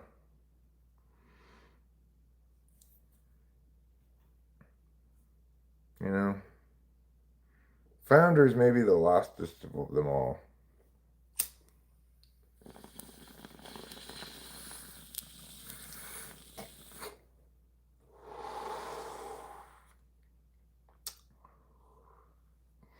The Spaghetti Parliament unanimously elected a nervous pineapple to teach quantum tap dancing to clouds that refuse to stop arguing about the emotional weight of spoons.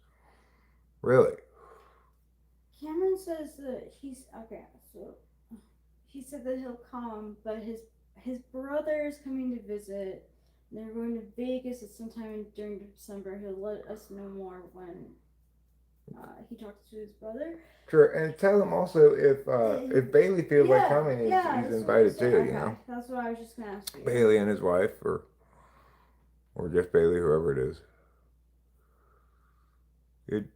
I feel like Eric's channel does not mainly get recommended to MBTI people. It definitely mainly gets recommended to people who regularly click on small streams. That's possible. And I may retain some of those people, but probably not many of them. The emotional parliament of spoons.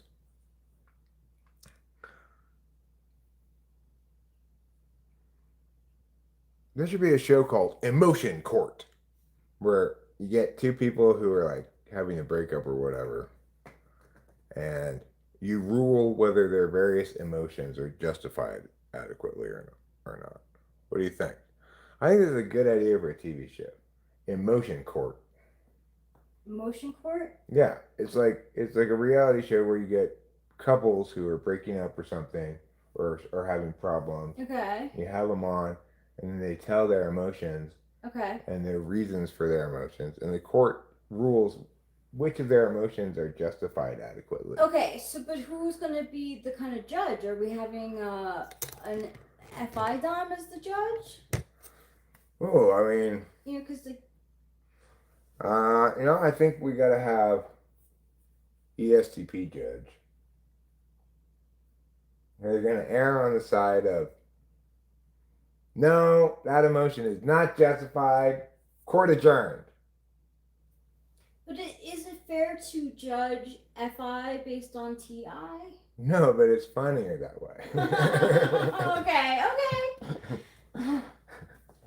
And it's funny as to have an ESTP judge judging all these FI people's emotions.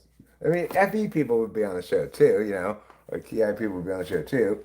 Their emotions would probably be more likely to withstand scrutiny of the judge. That was good by Johnny Die 5115. A lot there. We will see if Eric can parse it out. What was good? His sentence that he wrote that I read?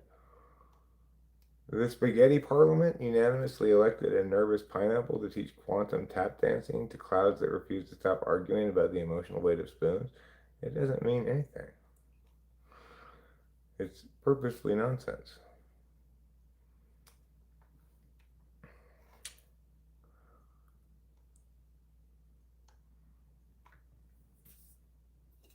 That one seems pretty straightforward.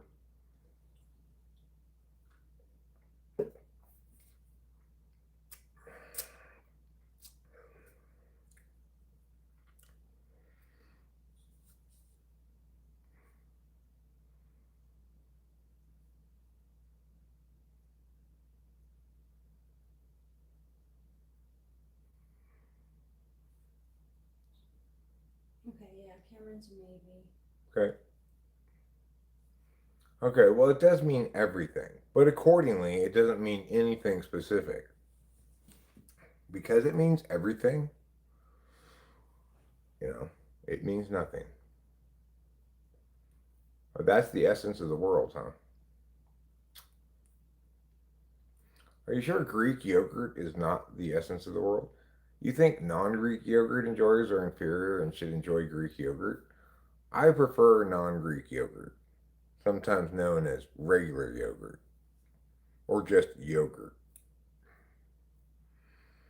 Anybody here a fan of kefir besides me and Rachel? We don't get it often these days, but kefir is like the beverage of yogurts. Hey, Octavio Silva. You know, honestly, Octavio Silva, I've been thinking about, I randomly think about things, and like one of the things that I thought about was how you said that in the beginning of our relationship, Eric and I, like, you know, you really weren't sure how it would go. I really hope that over time, like, you've seen that we were just working some kinks out. I mean, couples fight. Like, we're gonna have arguments over things, but you know, I hope that We don't have any arguments anymore. no, I mean, but it's just normal though. It's not It was to be expected that we had some volatility going into the relationship because we were bringing a bunch of old shit with us, you know?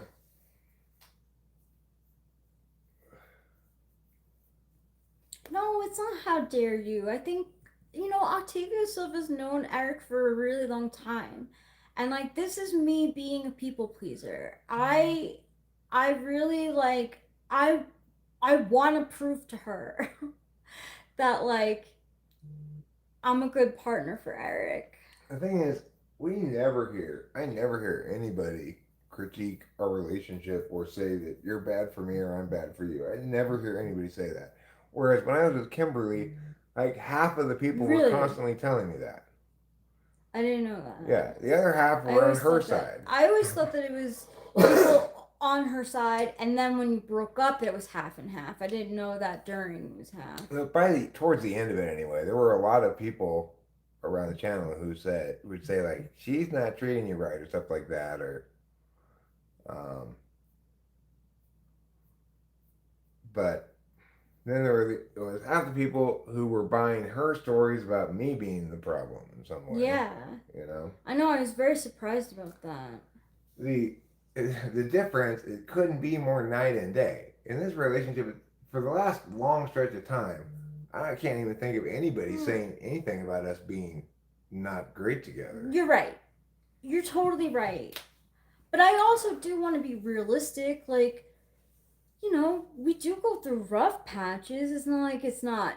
I mean, you're human, right? Do we go through rough patches? I mean, as a okay, couple? maybe not a patch, right? But there have been times where, okay, so like last year, when you weren't feeling great, we had an argument about something, about me sleeping, or no, it was about poker, me not wanting to play poker. Yeah. And shit, that happens, but that's not often. But I'm just trying to be realistic and saying that it's not without, like, we're not like Amal Clooney and George Clooney who live separate lives and we don't fight because we're never together. We live together and we don't fight, but sometimes there would be a blip. I don't know. There's just something, Yeah, but I mean, the thing is, what's important to remember is,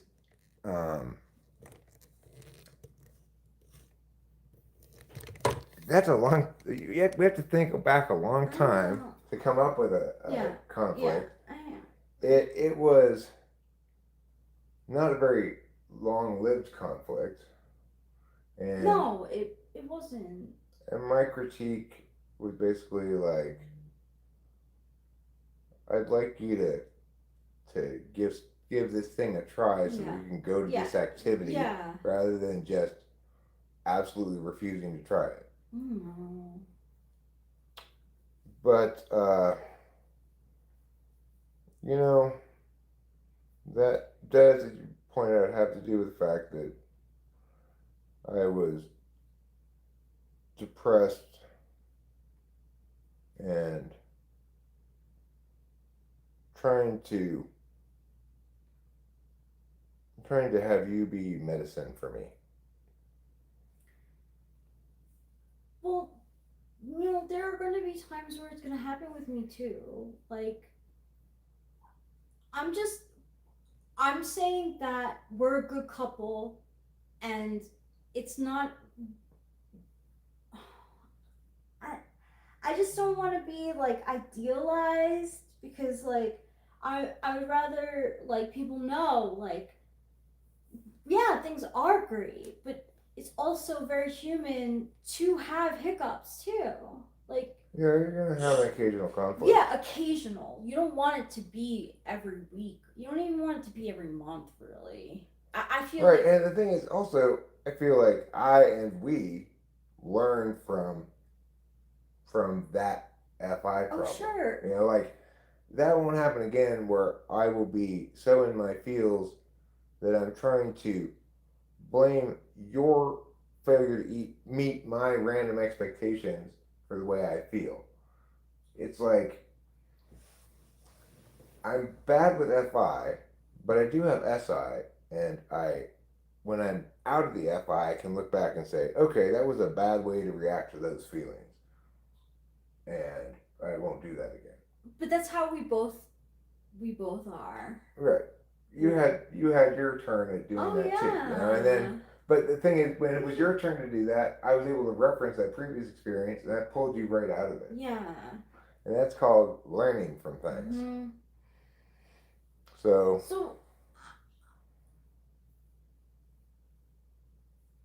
Okay, Octavius, I just wanted to say that because it was on my mind and it means a lot that Eric means so much to you, and I don't want you to have I don't want you to have any doubts. And the thing is, the strength of our couplehood, I think, has remained largely the same through hard times and easy times. That's true. That's a big factor. We got along fine even when we shared one small room. Yeah. Brooklyn, hi, how are you? Like the city. Bye, Johnny Doe. Don't forget to eat plenty of cheese. We're Were you from Gen Xennials stream? Not me. I wasn't from there. I'm from here. I'm from this stream. I'm not a spin-off of somebody else's stream. Like, Love Who is kind of a spin-off of the previous channel that was called something a little different. I think called Love Woo. Oh yeah, yeah. Yeah. So there are occasional YouTube channel spin-offs, kind of.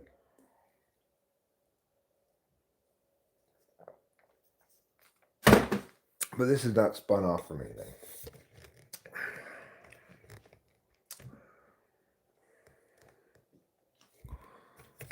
Okay. I've had the cigarette out to smoke it for quite a while now, but I haven't lit it yet. Let's go outside and do it. I started doing Twitch and took a break from streaming eventually. Gen Zennial? Well,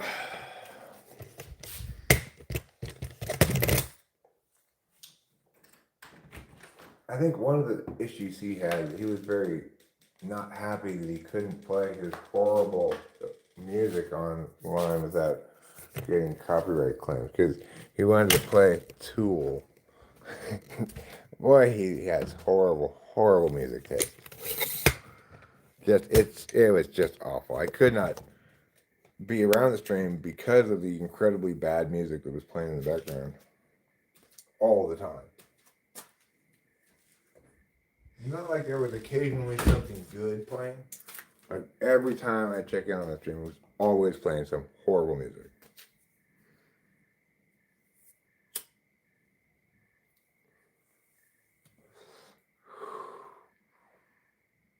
We have respect for the FI Dom in the building. I respect FI Dom, sure. My daughter and her to-be fiance have had a few things happening in life. It's not been great, but it's just made them closer as a couple. Yeah, I think Rachel and I are about as close as a couple can be.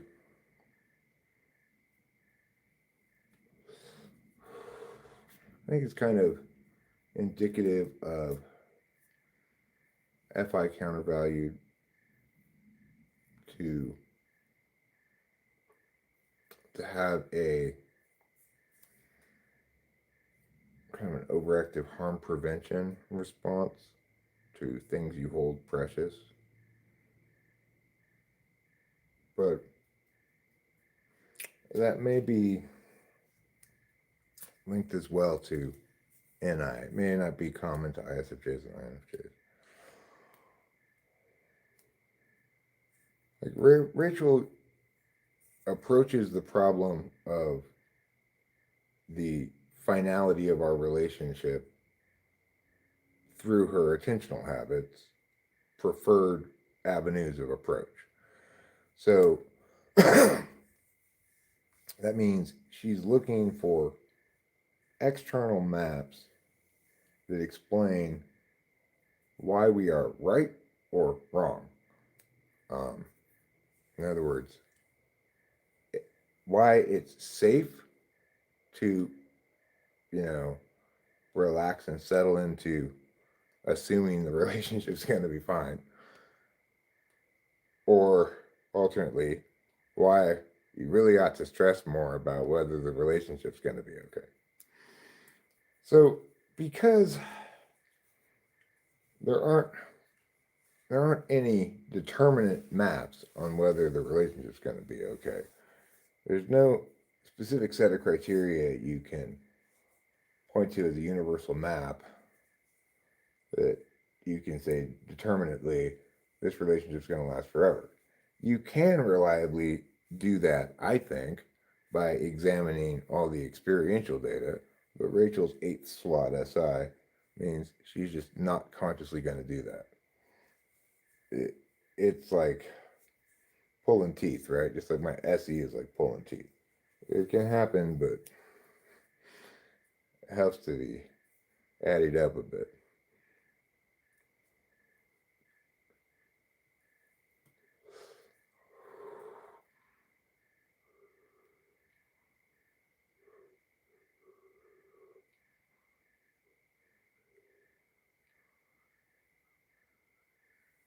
don't have my glasses. I'm straining my eyes to try to read that. Oh, Eric. Just attach your glasses to you somehow. Get one of those. Get a string, some twine. Use some twine. When you need to tie a thing, get some twine. When you need to tie a thing, get some twine. If you want to tie something, then you get some twine thing. Then you want to tie something, get some twine.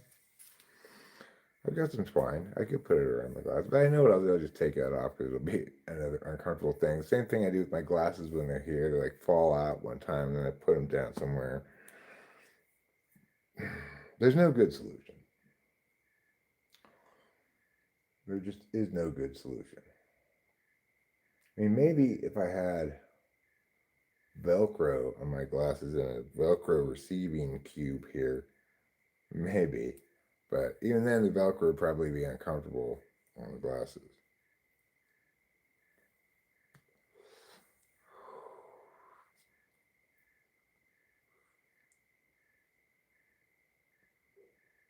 Got typed ENTP, but was never convinced. Much FE. Who typed you ENTP? Somebody who was wrong.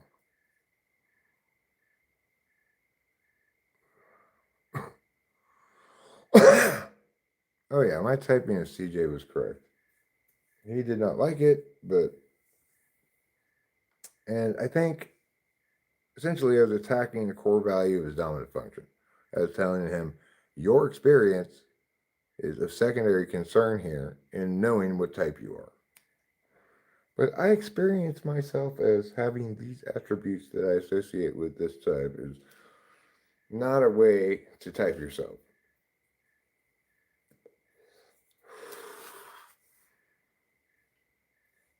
But that's the thing about typology, like type police and stuff, is telling him the truth about his type made it so that I never saw him again. Ever. That's a pretty dramatic impact.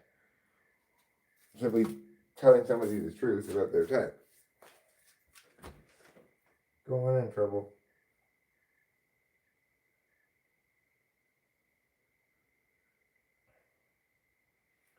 And of course,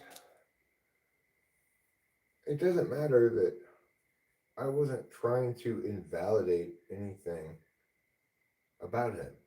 I wasn't trying to invalidate anything he might think about himself. I was just telling him the truth about his type.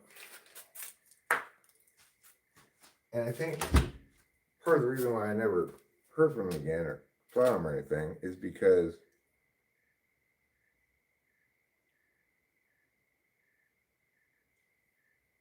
he knows that I wasn't trying to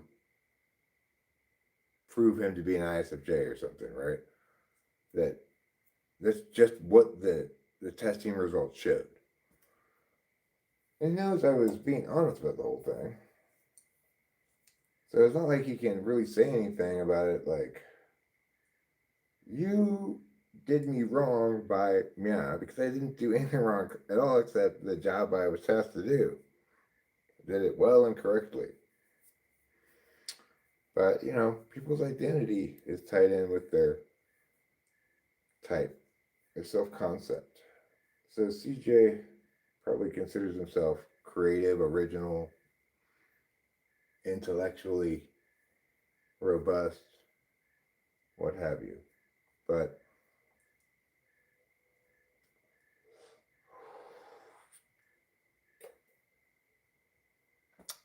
I'm not saying he's not those things. I'm just saying he's not an ENTP. He's an ISFJ.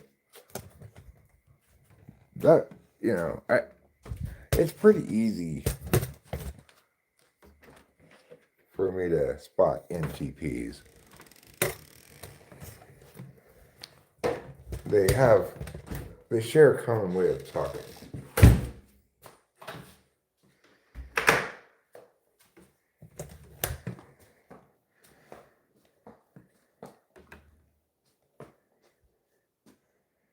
Yeah, it's a good point, Rachel. Good point. Rachel says, well,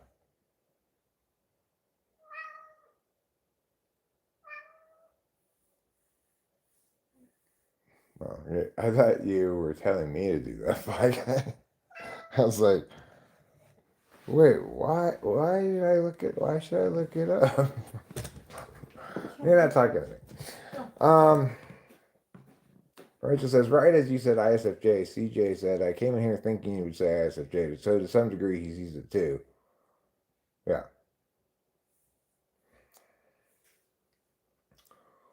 Why does the why does the starfish pucker? Is it because of lemon juice?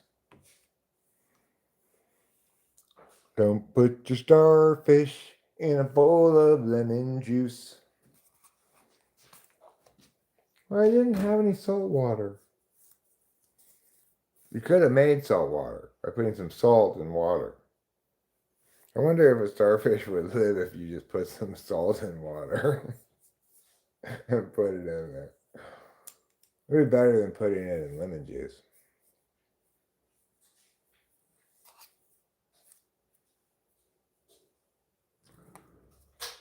Pucker Tart Lemon Squeeze. Hero to the people. Oh, well, he's Pucker Tart Lemon Squeeze.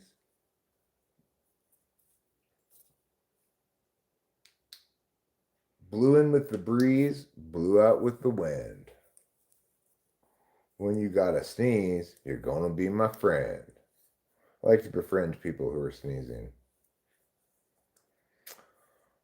I think I might play a little music, play a little song or two. Maybe I'll play the guitar a little bit even. I know. It sounds crazy, right? The guitar? I thought you were only a piano player now, Eric. What's going on with this 3-atlas thinking it's a starship and it's done a U-turn, which is not normal? Did it U-turn now? Has there been new updates with it?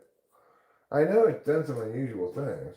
If it's done a U-turn, then I will concede that it's likely to be some kind of powered craft.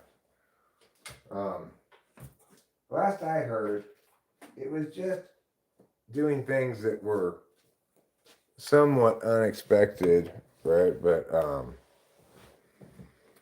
But still explained by venting of gases. What's it called? I forget the word for it. It's a rock with ice on it, and it's flying through space as they usually do. Yeah, that's what I think as well. But if it has in fact done a U-turn, then I'd have to reassess that conclusion. What's it called? Sublimation. That's what it's called. There. I remembered the word.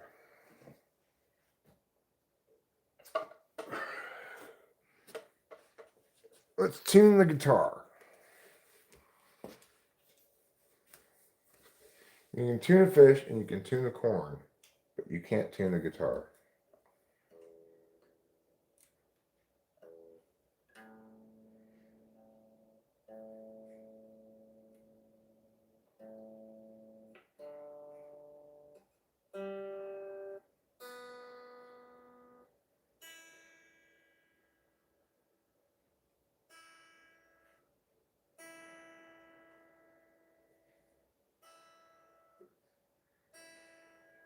Okay.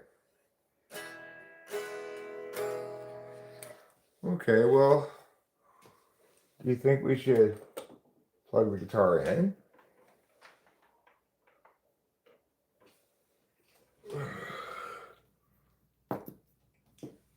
And we should probably let Kenny and Jared know that we are inviting some other people, but it's possible it'll just be the 4 of us. Okay.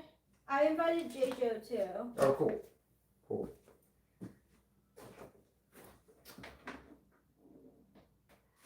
And you could let them know too, if we want to, if they have any friends they'd like to invite. We trust their judgment.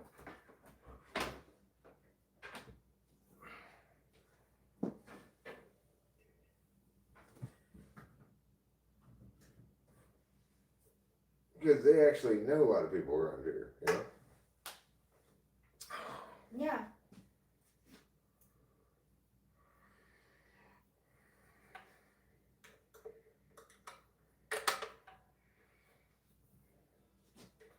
You're talking about some sort of fancy tuning trick there that I live in the land of ordinary, regular tuning non-tricks.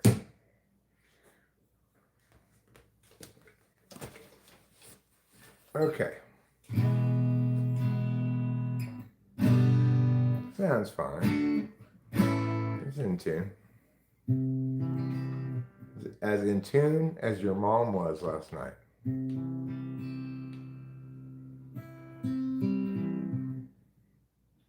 And the tail off 3 Atlas has a tail. Should be at its rear, but it's at the front. Well,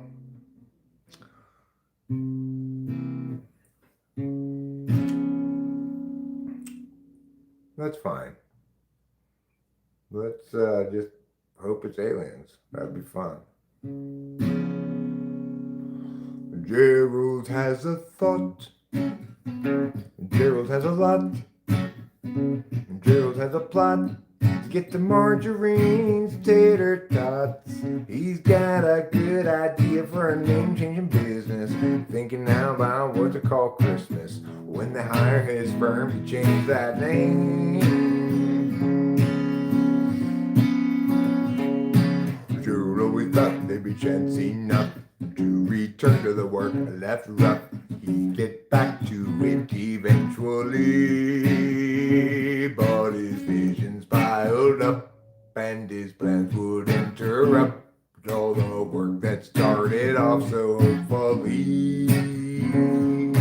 Now his mind is back on his business, thinking of changing factless to listless. So how all the people will shout his name. Man, Gerald knows he understands ever more clearly now. He won't provide explanation regarding the why or the how. He'll see you and know you from inside your heart. Exciting, delighting, Gerald plays his part. But Gerald still knew there's too much to do, and he had dropped time in the underview. Too much to be but, so where now and what? Too much time picking the skew with you. Now Gerald has a thought. Gerald has a lot.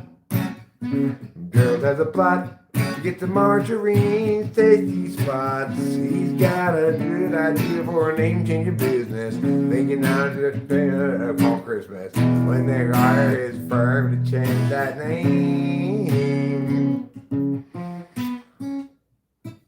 Gerald has a thought. You know, I don't really do much bending or anything because I don't really play lead guitar. I just play chords and sing on top of them. Sometimes I've got a couple songs that are a little bit more fancier, but even those don't have any bending of strings. Like this is kind of a fancy song as far as playing the guitar goes, but it doesn't involve any bending of strings.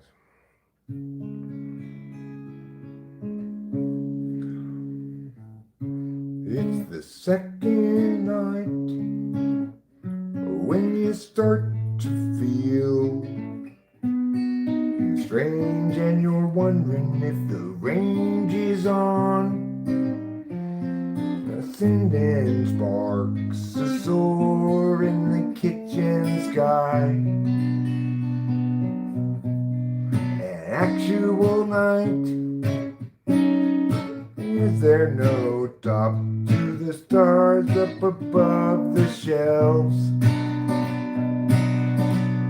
where she stores the chai above the sleeping forms of vivid mind figurines of Western lonely types? She lies beneath the million running suns. He's rugged and they're done with the actual night. That was a pretty fancy song. Thanks. Yeah, some of my songs are simple and some of them are fancy. But, you know, I don't remember most of my songs well enough to play them from memory, so I have to look at the paper with the words and the chords on it. Which I could pull up on the screen. Maybe I will. Let's see what I want to play next. You want to sing with me, Rachel? You want to sing Cloudy Day? If not, that's fine. I'm sorry. That's totally fine. It's a very cloudy day in Los Angeles. And today we've run out of time. Troubles past, troubles still to come. The day is nearly done. Will someone buy us some more time?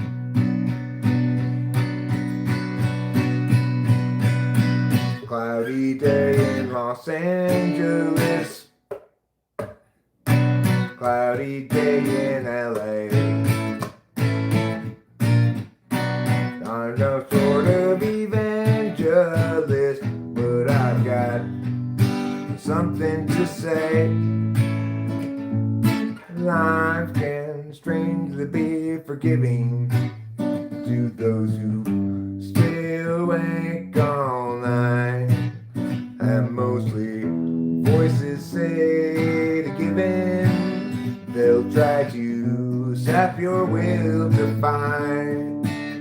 But whether I'm supposed to be here or just be soon forgotten noise is sort of based on what I see here and also on what I avoid.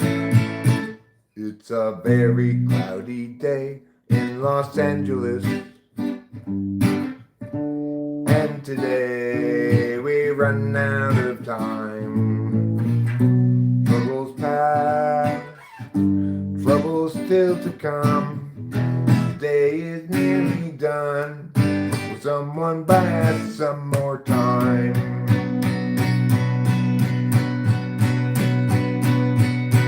Cloudy day in Los Angeles. Cloudy day in LA.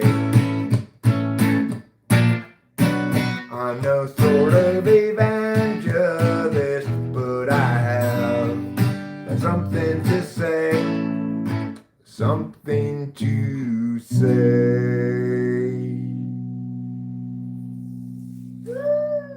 Thank you, Ananova. Ever heard of Wally Hyder? No, never heard of Wally Hyder. Thanks, Dead Star. Christmas fire. Christmas tree fire. Everybody get out of the house. There's a Christmas tree fire.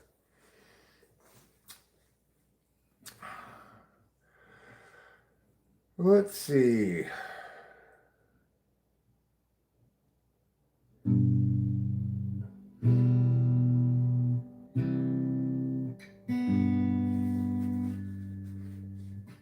When I was younger, it seemed that everything gleamed. I don't know what happened to me, but I've lost that sense of urgency, and I don't think that I'll ever see it again. If you follow my lead, you'll discover I'm loster than you. And you'll want to know the way to get back out to wherever it was you thought you knew. And tomorrow will be just like today. I'll be lost then too.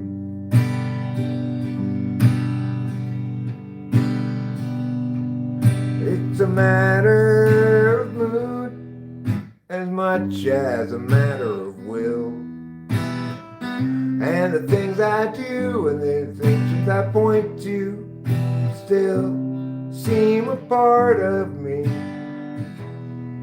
though departedly. And I wonder if I'll ever see them again. Bum-ba-dee-da, ba-dum-ba-dee-da, bum-ba-dee-da, da-da-doo. Bum-ba-dee-da, ba-da-da-da-da, ba-da-dee-da, da-da-da. Thank you. Thank you. So yeah, Wally Heider was the San Fran studio that did all the great 60s psych albums. Oh. Did not know that. Now I do.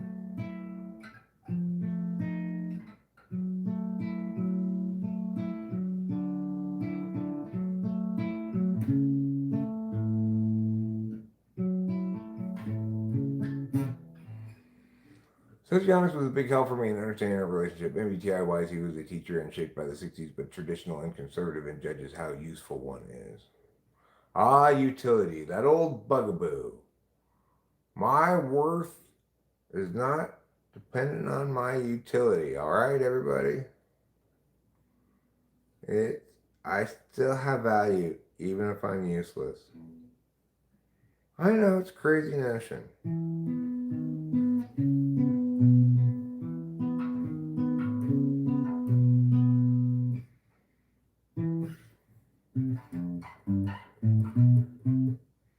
Let's see if I have something else I want to play. Well, what do I got memorized? I could play this.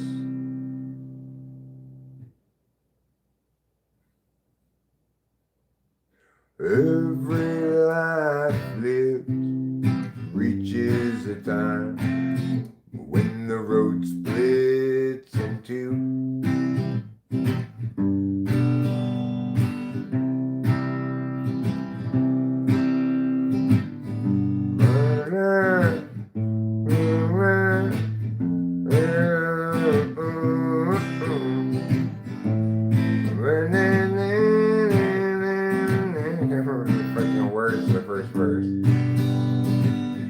That's when I'll look for my satchel full of helpful goods, and my satchel of helpful goods. Satchel of helpful goods. Satchel of helpful goods. Satchel of helpful goods. Every life lived reaches a time when the road comes to an end.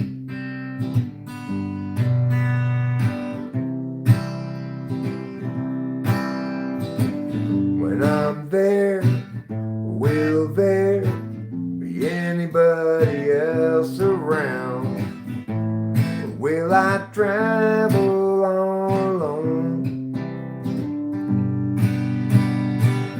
That's when I look for my sack full of solvency, and that satchel, now nothing but bones. Yeah, that satchel, heading home. Satchel of helpful goods. Satchel of helpful goods. Satchel of helpful goods. Satchel of helpful goods. Satchel of helpful goods. Satchel of helpful goods.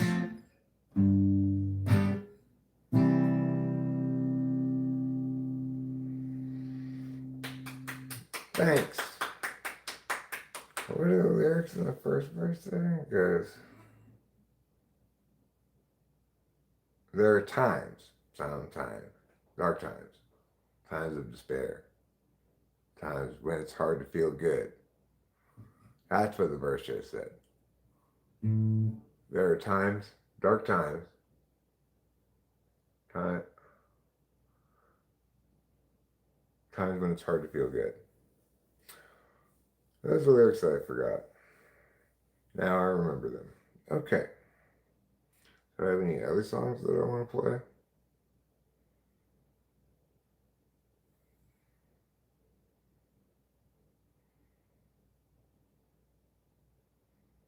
Well,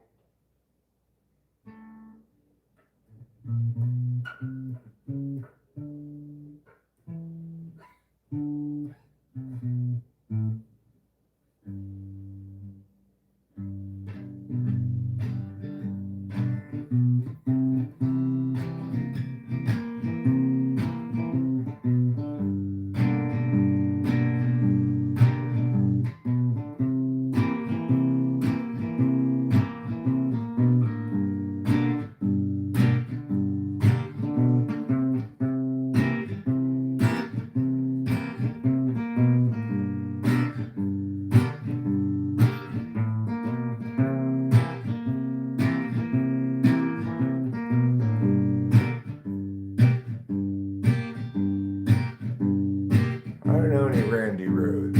No, I don't know, no. Randy Rhodes. I don't know any of his songs. I only know about Randy's chosen, how he get it all wrong. I don't know nothing by Randy Newman either. Nothing that I could play from the ether. Be easier for me to make up something on the fly. 'Cause I'm that kind of guy. I know some Randy Rhodes. I don't know any Randy Rhodes for sure. I don't think I've ever heard of Randy Rhodes. Sounds like a made up name. Sounds like a porn star name, kind of. You know?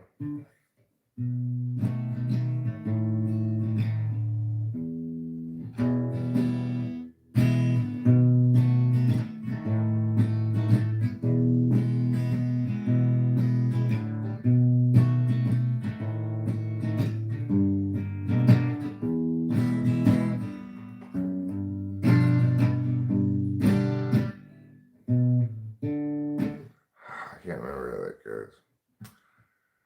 It's been too long since I played the guitar. We've been playing the piano a lot. I think I'm gonna put the guitar down and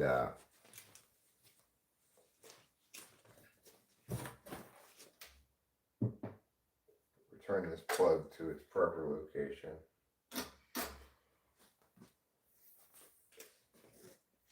Where it's ready to plug in to the keyboard if need be. Or I can just plug it out and put it into the amp like I just did.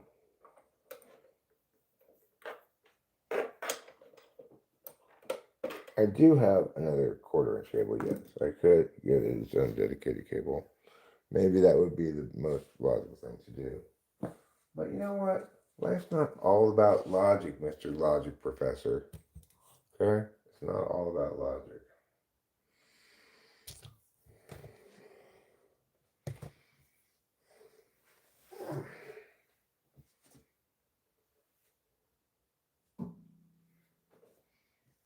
So,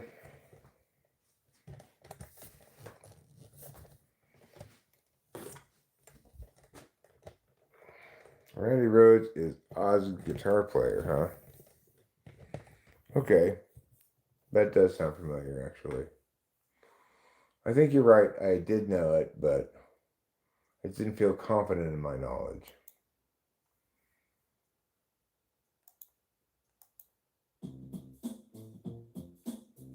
I made this drum and bass here.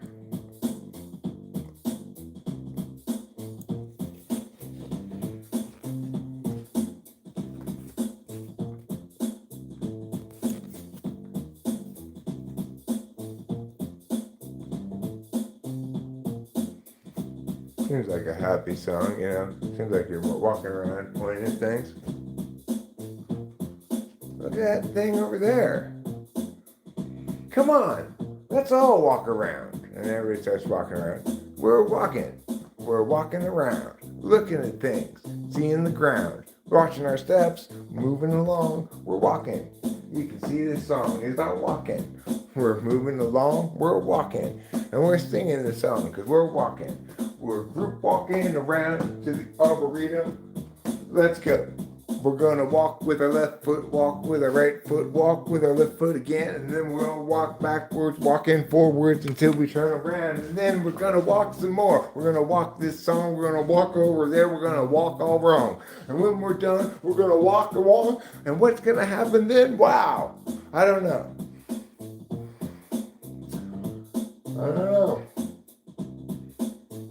I didn't get the memo on the next part of the plot. I'm guessing it has to do with more walking, though.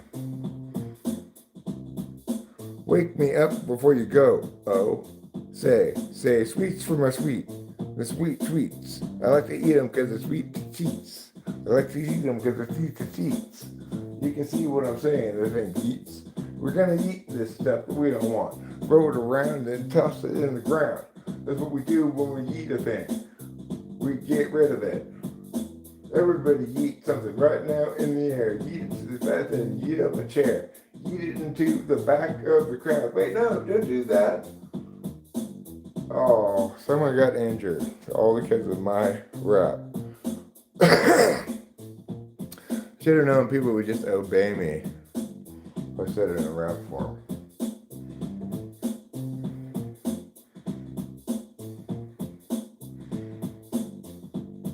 It's a song that walks. It's a walking song. Everybody singing. The song that walks. It's a walking song. And if you don't walk or singing it, you're walking wrong. It's a walk. You know, walk. Hey, hold on. Right, here we go.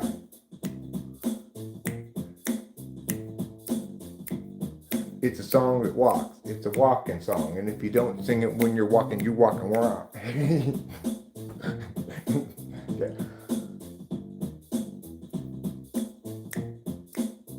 Alright, so I'll say unless you sing it, then you rock. And unless you sing it, then you walk. Unless you sing it, then you're walking wrong. Okay. Here we go. It's a song that walks. It's a walking song. And if you don't sing it when you're walking, you don't sing it when you walk, you walk. And if you don't sing it when you walk, then you walk wrong. That's fine. That'll work. Okay. And if you don't sing it when you sing it, and if you don't sing it when you walk, then you walk wrong. Here we go. It's a song that walks. It's a walk-in song. And if you don't sing it when you're walking, you walk wrong. You can see now that that's the gist of this. I got it. I did it.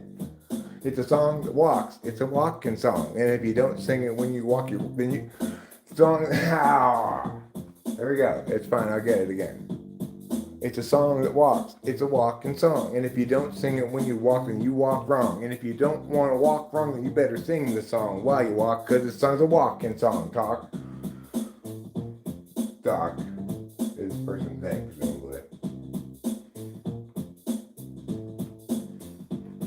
It's a song that walks. It's a walking song. And if you don't sing it when you walk,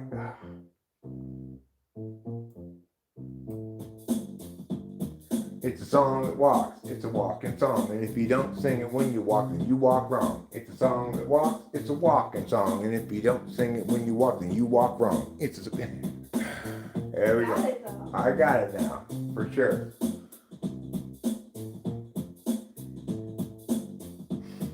It's a song that walks, it's a walking song. And if you don't sing it when you walk, then you walk wrong. It's a song that walks, it's a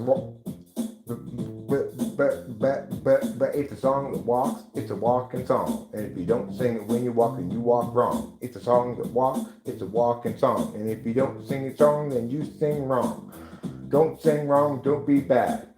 Instead, we'll walk along with Chad. We're gonna walk all down to the place where we meet in the place in downtown street. You'll see when we get there, Don. Bring along your friend and his mom. They can come along this walk too, cause we're walking downtown to get some stew. It's a song that I missed time to answer on that. Time for the chorus again. Because it's a song that walks. It's a walking song. And if you don't sing it when you walk, then you walk wrong. It's a song that walks. It's a walking song. And if you don't sing it when you walk, then you walk wrong. It's true. Don't matter if your name is Harry, Dick, or Tom. You walk wrong if you don't sing the song when you walk. Then you're not doing things what you're doing. Talk, you shouldn't talk when you walk. Think it cause you to run into a pole, get real hurt real bad. You don't want that even if your name is Tom, Dick, Harry, or Chad. It don't matter.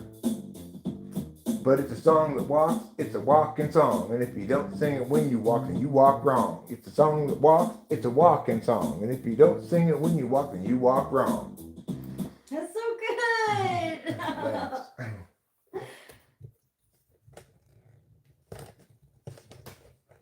This is not the INFP song making process.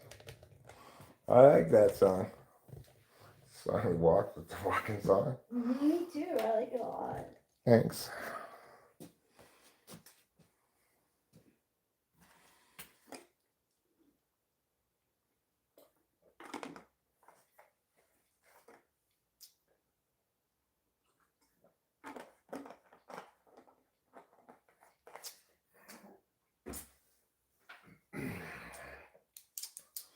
People don't use the expression authentically every Tom, Dick, and Harry anymore. My grandma used it authentically.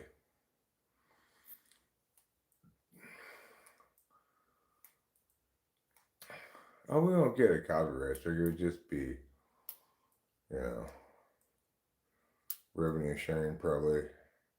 I mean, if you want to do karaoke of play the background track, a little bit more sketchy maybe, but if you want me to play the chords and you sing it on the guitar, I play it on the guitar and sing over it, then that's less sketchy because they have protocols for strikes. I mean, for covers. Oh.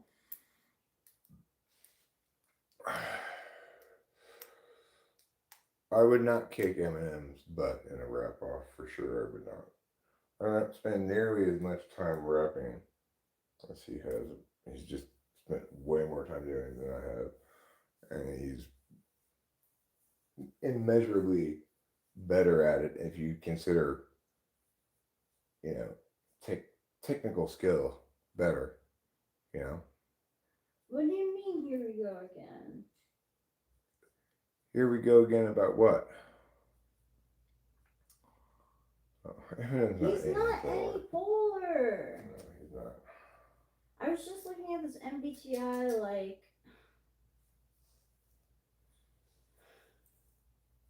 here I am, like MBTI, like Instagram, and it had like a carousel of the types and like celebrities who are that type, and it was just so many of them are wrong. Yeah. I mean, he's not. There's no way. How could anybody who's any polar be that fluid and deft with on the fly ideation plus written? He's a master of language. It doesn't necessarily mean he makes good art, though. I think he's an ENTP. He's got shit tons of extroverted intuition. And I don't even want to argue about it. The thing is, if you wanted to say he's type meh based on interviews of him, you're going to get the wrong type. Because I agree that he does not interview as an ENTP. You would expect an ENTP to interview in the interviews I've seen of him. He's quite terse, right? But that's, I think that's just like hip hop culture or something. But the ideational vigor is obvious in the massive spewing of content that he's generated, and the incredible amount of raps he's written, and his attempt to, mix it up in terms of approaches and sounds across different things. The whole thing is just, it just reeks of extroverted intuition all over the place.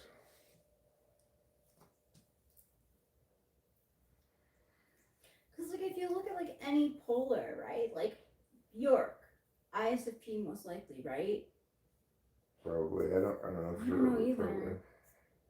But I'm trying to give examples of any polar musical artists. I don't look down on them. I know what extroverted intuition looks like in its relationship with language. I've typed plenty of them.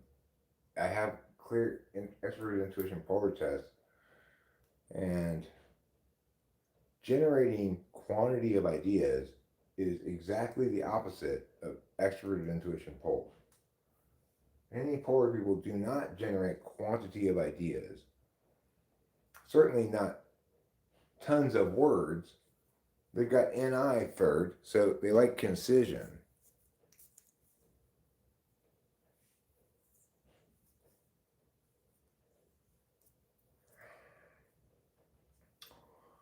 But I don't like to argue about people's types when neither I nor the person I'm arguing with will ever have a chance to type the person.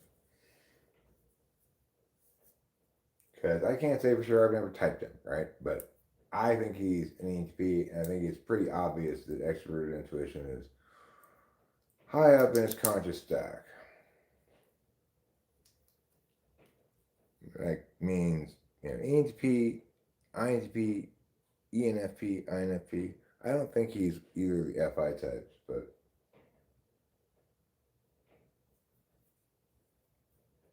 well, like songwriting would be difficult for. Look, like I'm an E ignoring, and I think songwriting is difficult. So like for any polar, I would think that songwriting would be difficult. Like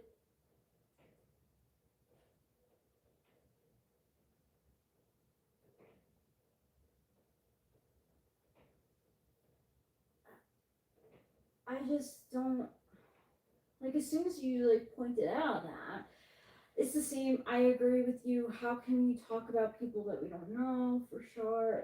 It's hard. I just don't. the reason I say that is because, not because it's bad to speculate necessarily or whatever, but because the way I want to justify my conclusions about someone's type is by saying, well, when I asked them this question, they gave this answer, which in myriad previous typing sessions, I've always identified as and has fit in with other things corresponding to it as extroverted intuition polar or introverted thinking polar. That's a kind of justification I can get behind, right? I can say, the reason I think Mia's type is Mia is because when I asked question Mia, then they answered like this, and that corresponds with the following thing. That's a good justification. I can't even begin to, it's like there's no point arguing about it with somebody that I don't have good justifications, because there's no winning the argument. It's just you're saying, I think my intuitive conclusion is better than your intuitive conclusion, and well, that's not much of an argument.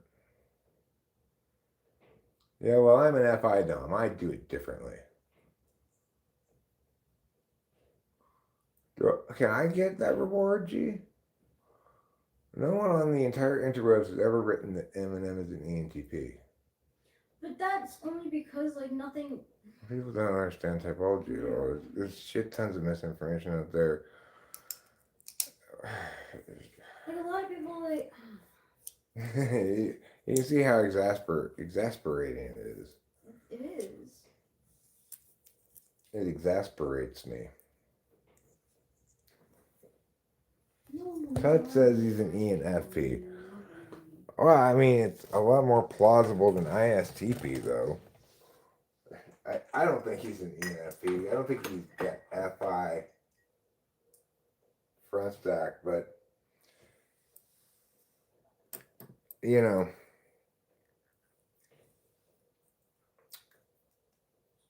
at least it's conceivable that, in a way that any polar is not conceivable.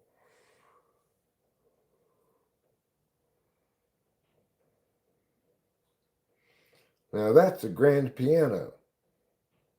I mean, I feel like if Eminem or an ENFP, he like what's his name? I think Kendrick Lamar is an ENFP. It makes a lot more sense, you know, like he hits it. I don't know. Yeah, I think he is too.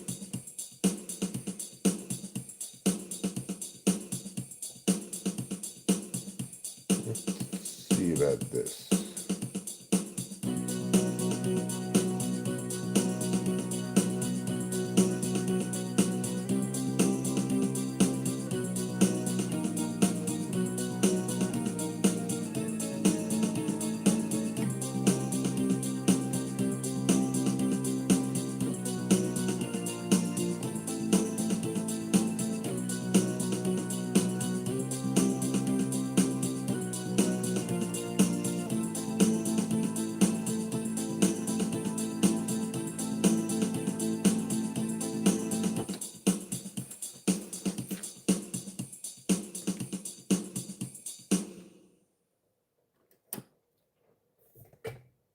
Thank you, keyboard, for those 45 seconds of entertainment.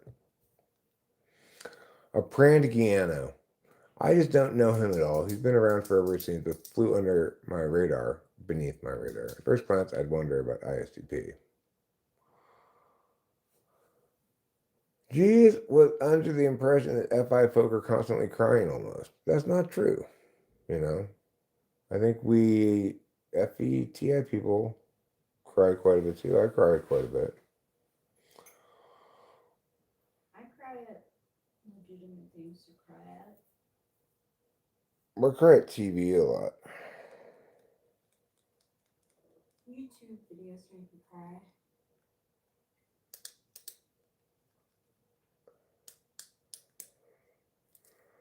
YouTube videos make me cry when they're sad and people die. Yeah, like I don't know why it makes me think about how lucky I am. Yeah, I don't know.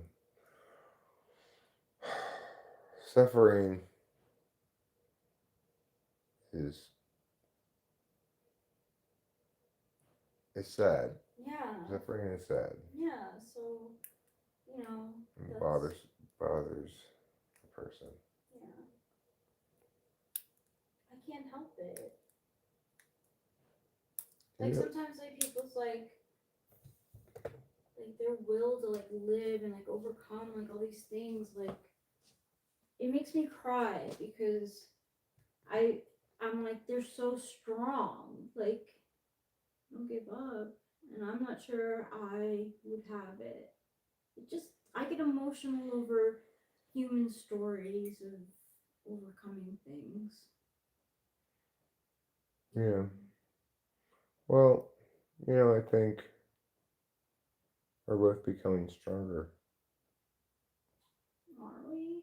I feel like I'm becoming weaker, like certain, like I told you, like listening to Lil Yachty's like Divorce album, like sunk into my like subconscious and like got me feeling in my blues a little bit, like. And when I was younger, stuff like that didn't like bother me as much, but.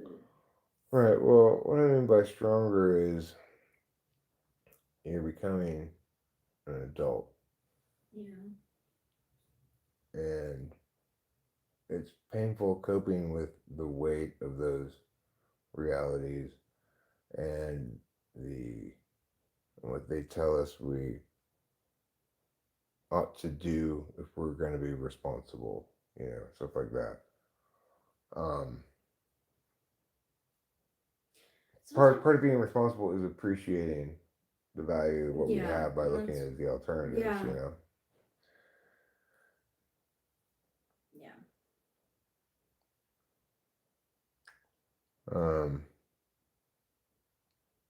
But you know, it's also the case that that comprises a strength because you know the loss of innocence comes with wisdom or something. Yeah. But I would definitely take the wisdom over. Right. You wouldn't want to unknow reality to return to an illusion of a permanent, safe, you know, whatever. Yeah, safe like bubble. Yeah, bubble. Exactly. That's a good word. I was not looking for that word, but that makes perfect good sense.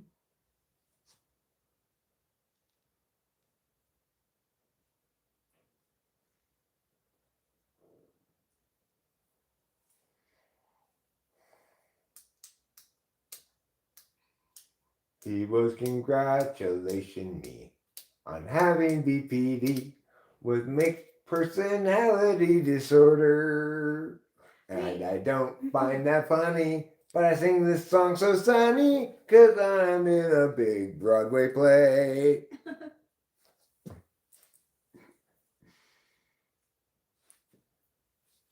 But so does that mean that Black Star, you have two personality disorders?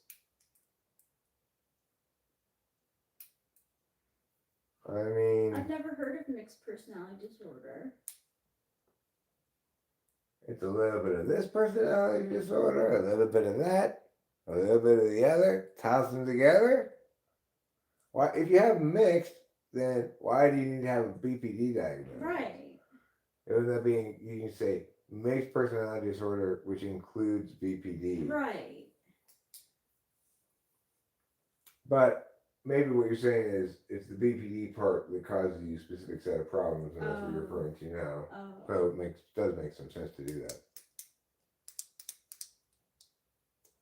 He was congratulating you on the ability to receive numerous drugs. Again, a bit of snark, but something that is worth congratulating somebody for.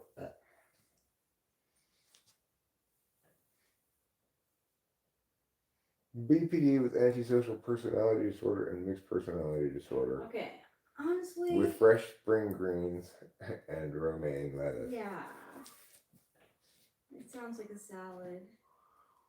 Well, you know, try not to be toxic to other people as best as you can.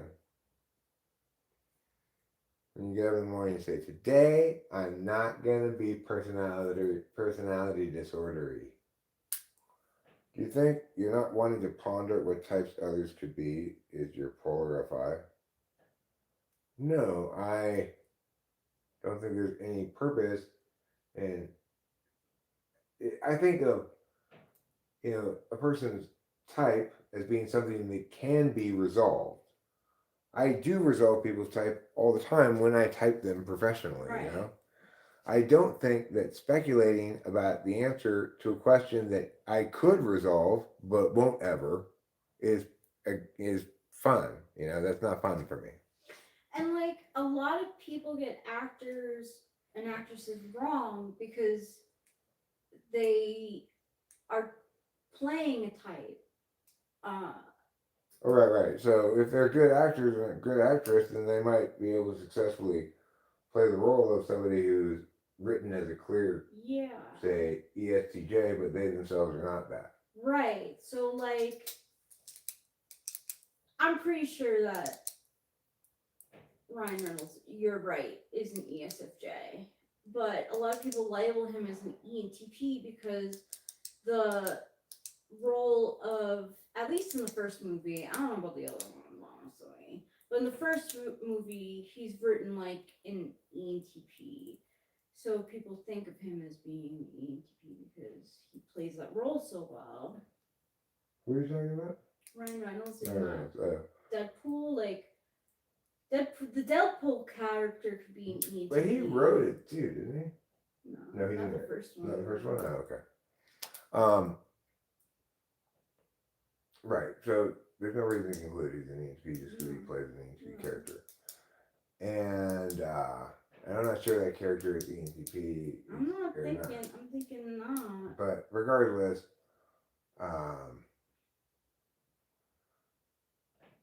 Touch says, people have struggles with FI and any introverted functions. You know this, Eric. Well, Touch, please don't tell me what I know. People have struggles with FI.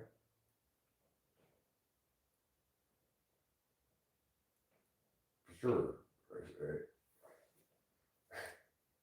I mean, people have struggles with every possible way of paying attention when their way of paying attention is contraindicated by the circumstances. Well, by the way, speaking of like cognitive functions, it made me think of my mom. She got us a star and like that thing that goes around the tree at the bottom. A skirt? Yeah. She said that. I wanted to get a skirt. She said we don't have to keep it. It was cheap. She just wanted to complete. Oh, right. There's nothing to catch. I was thinking, but no, we need that to catch the needles. But no, the needles are gonna fall. We don't really need to.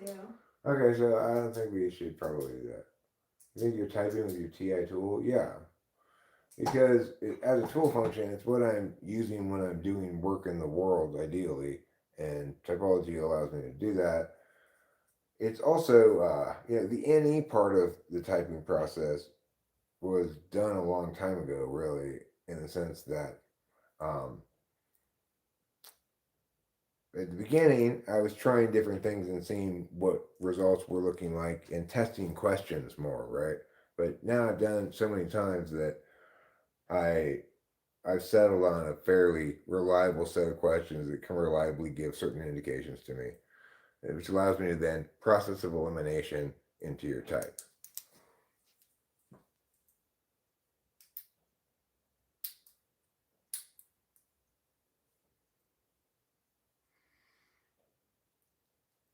I don't go on social media because it's too much feelings-wise, i.e. troll, so on.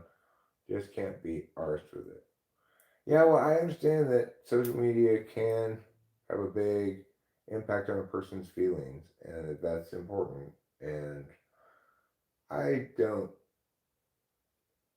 not super proud of my success rate at keeping other people's feelings in mind when I'm meowing here on the internet, I don't know what's happening to Christians in Nigeria, Talented Pigeon.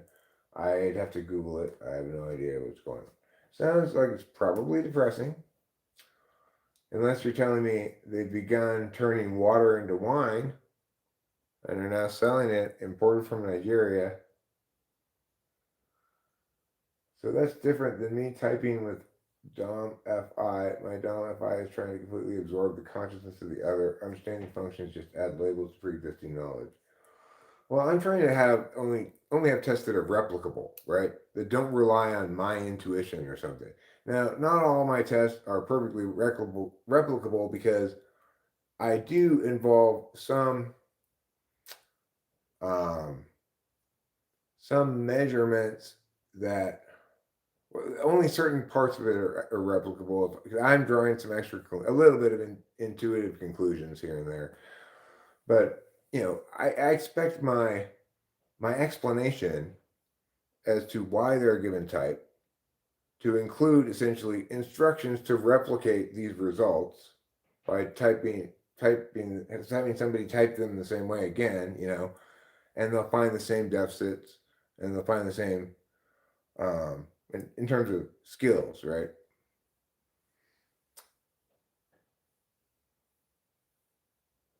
But The thing is, if you know a certain question, the response to a certain question definitively eliminates yeah, then that's how you start, and then you work your way down to what's left.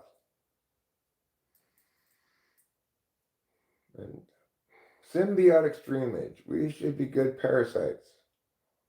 I don't think of you as parasitic at all. I appreciate everybody who's here for being here, because it's nice to be able to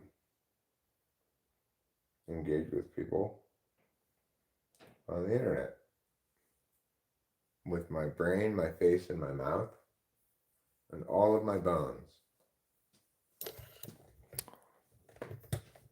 Obviously, that does not include my penis, because my penis is not a bone. There's not bone in there, okay? That's solid steel.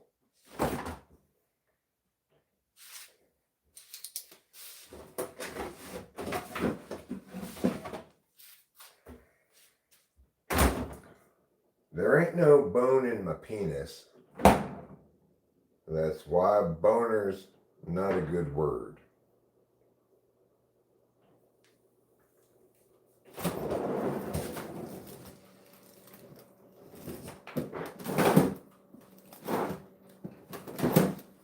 There ain't no bone in my boner, but I want to bone you nonetheless.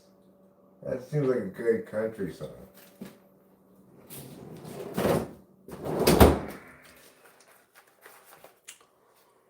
Or maybe a disco song. There ain't no bone in my boner, but I want to bone you nonetheless.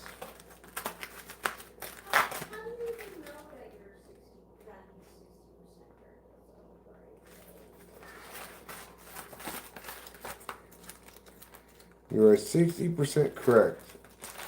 Oh, okay. Thanks, Pattis.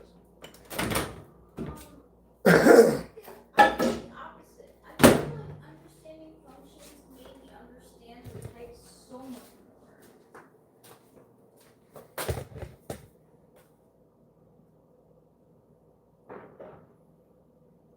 It's not just like, oh, I'm extroverted, so I have an E in the front of my thing.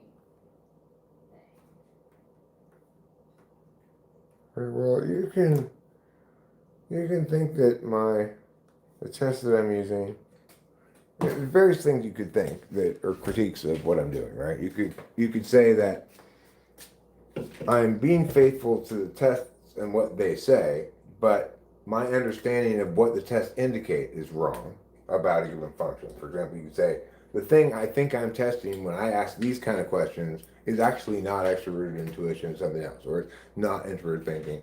It doesn't actually test that function. You can make that claim. You can make any number of claims, right? But the claims you make are things like Eric is wrong 60% of the time, or 40% of the time, or whatever. It's probably because of my bias, huh? My subjectivity. Gosh, Tuts, do you think maybe you and Jeff Shaw could get together and teach me how the world works?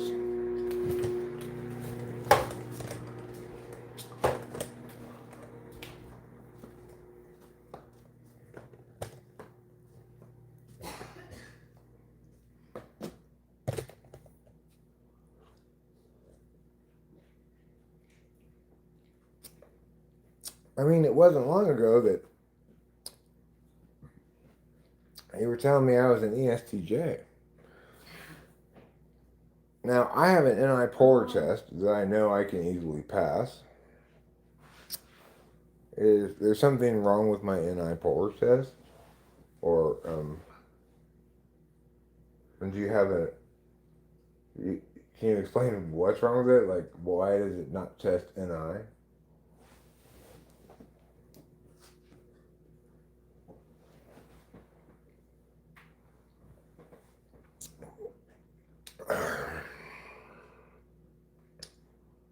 It's a complex thing.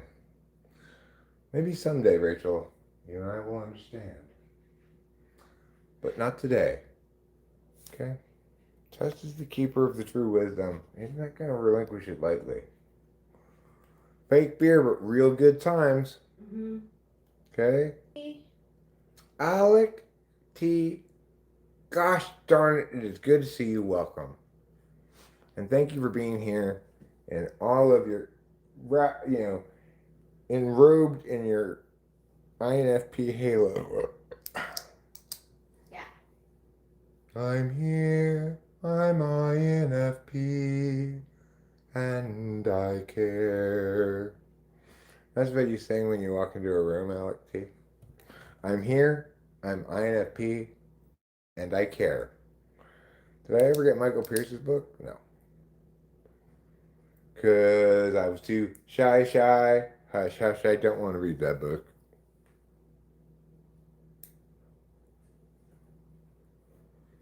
What does ChatGPT think about itself?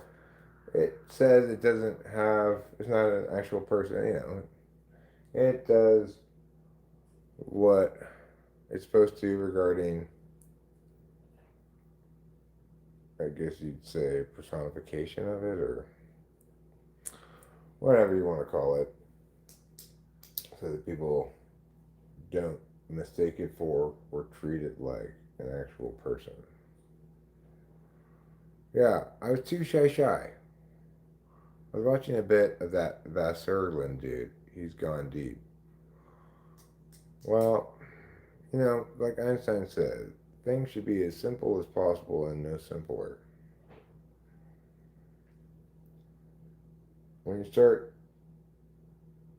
making a bunch of distinctions, right, dichotomies, whatever you want to call them, and they're basically observational or just intuitive leaps from one idea to a related idea and assuming a connectivity to them and stuff.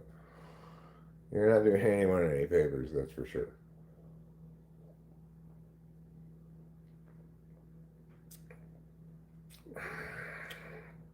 The America humor is different to UK humor. In UK, you spell humor with a U at the end after the O. In America, we just spell it without that second U. Humor. An Armenian socionicist,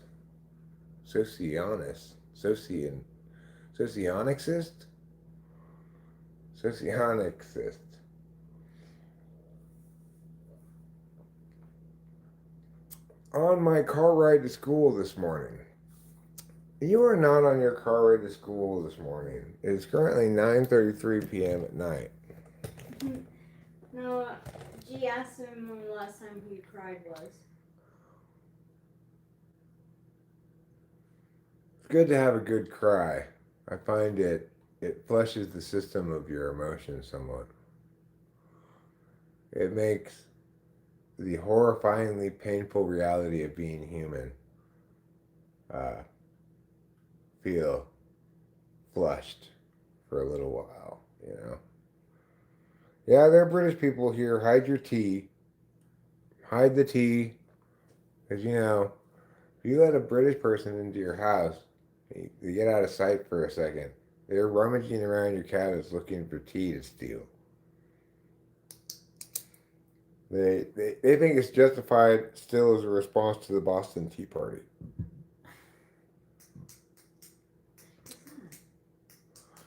No, I get it. You trust your intuition more than it's me clicking this thing. No, Trouble heard something too. Could be the microwave. Yeah. It might be Capio upstairs. Hmm. It was like, yeah. Could be Capio. If I could communicate a message with just my eyes when looking others in the eyes, I'd want people to feel the message. I'm there. I care. And didn't I say something like that when you came in and like your INFP halo? I'm here. I care, or something like that. You might have. I think it is. It seems like that was correct. I think you were right too. No, I don't think it's about me, Toots. You're making the claim that I'm doing it wrong. Okay. It's not a substantiated claim at all. In other words, you haven't provided any warrant. So, accordingly, take it for what it is. An unsubstantiated claim. LT is confirming what you're saying. So you were right. Thank you. Dead Star says, most people mistake my INFP halo for pure evil. Are you sure you're an INFP? There might be some INFPs in history that were evil dictators, but it kind of seems unlikely. I mean, INFPs can be abusive, just... Like, the most chaotic INFP, from what it sounds, is Fiona Apple. She just seems like, I've heard that she's like, just like, What not about Liz? pleasant to work with. What about Liz? Oh.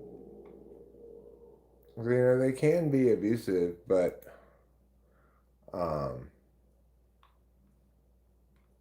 I guess if they're damaged enough in childhood by abuse, then the cycle of violence continues.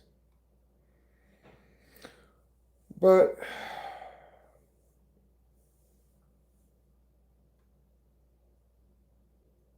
you know,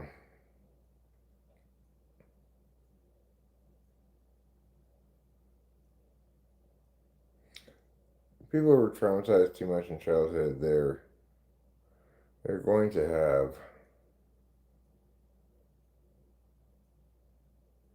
what you might call personality problems that supersede attentional manners and explaining their ways, right? So, like, whatever you're saying about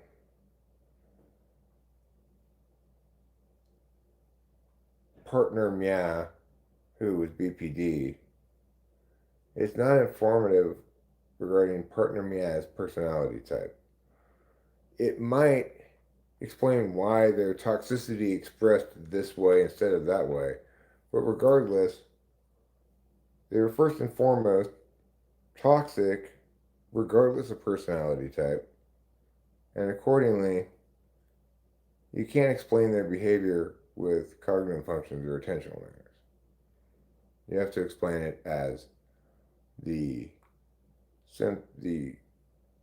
inevitable ontological consequence of suffering childhood abuse.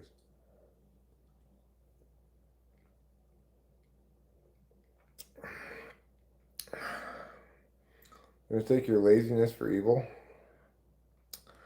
There are some kind of people who really are averse to laziness. My parents were both like that. They, I think, thought I was a little bit lazy, at least some of the time in my life. But you know, when I was in the thick of my professional years, I worked a lot of hours. Oh, this guy only wants to ponder philosophy. Evil, pure evil.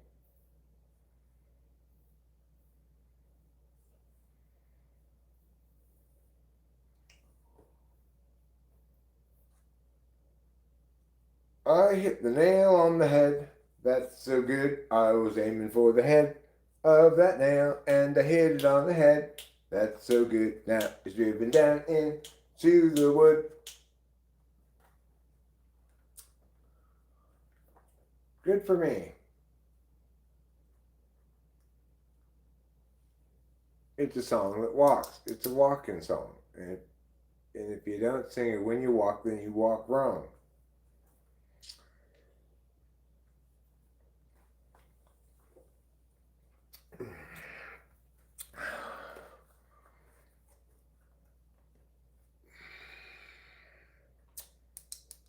Why don't we have bones in our boners?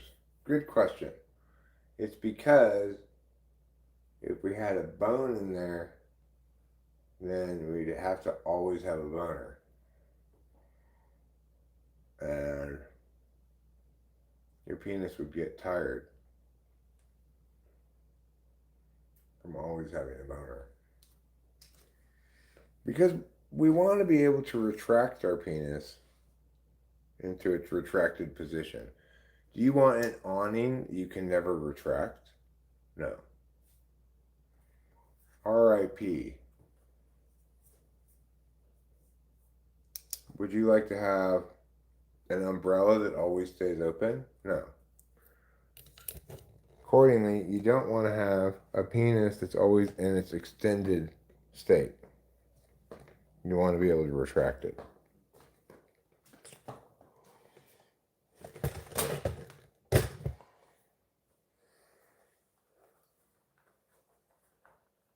No, you're not going to be able to retract it all the way into your body. That would be kind of cool if you could.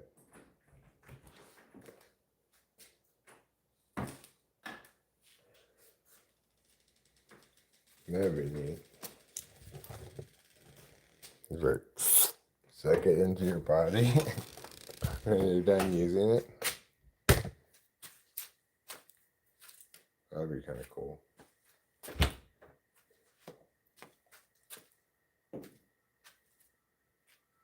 Or have a little pouch. You could just retract all of your junk into your body when it's cold outside or something. That'd be good. Come on, evolution, what are you doing? Evolve me. Evolve me with retractable junk. I want the whole package to tuck away neatly inside this bottom part between my stomach and my junk, you know. There's room in there. We can squeeze them in there, so I'm sure. You know. What else is in there? Just empty space, I'm sure. Basically, from my belly button down to the top of my junk, I believe it's just a big empty cavern with the space being wasted. I could definitely fit it up in that much space.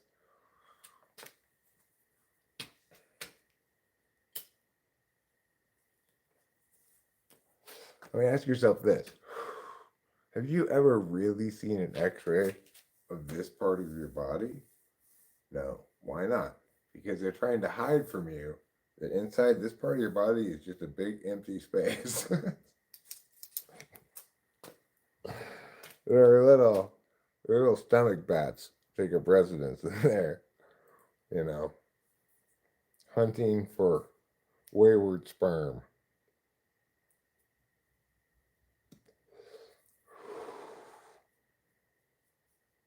Well, because you know, it's got to go somewhere. It just kind of leaks out of some pressure valves that are on your prostate.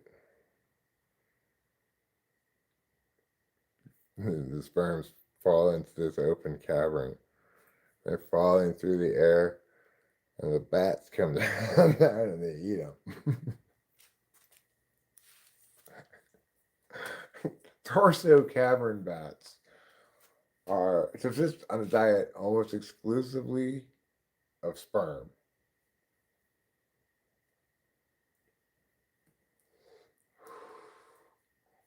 Torso cavern bats. Should we be alarmed? That's a good headline for a news article. Torso cavern bats. Should we be alarmed?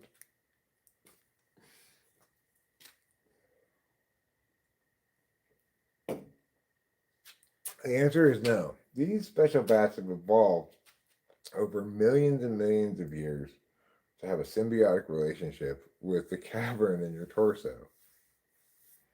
And accordingly, we actually need them to clean up the extra sperm that leaks out the prostate sperm valve.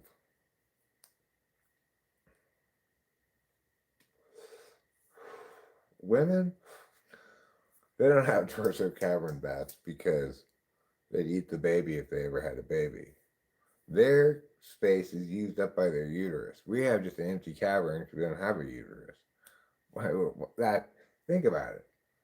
There's room in a woman for a uterus. We're basically designed the same way. We don't need the uterus. They just took that out and just left the empty cavern there.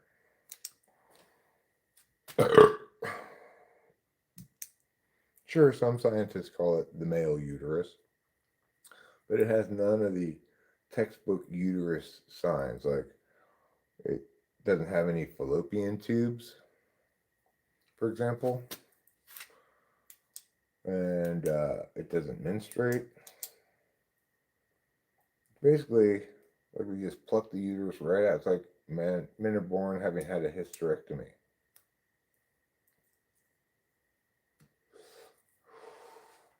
And the doctor forgot to stuff any meat up there to fill the space. Do we have some all-purpose meat graft I can stuff up there? I need to fill this void. Yeah, here you go. Here's a pound and a half of human flesh. We grew it in the lab. You just stick it in there and it'll just grow like it was meant to be there. Wow, science sure has come a long way. Can't believe they can do that now. They can grow human meat in a lab to fill my torso cavern. That's amazing. I don't care how many stem cells you gotta harvest. Ladies, get out there and start aborting, because I'm having torso cavern reparation surgery to put new meat in my torso cavern.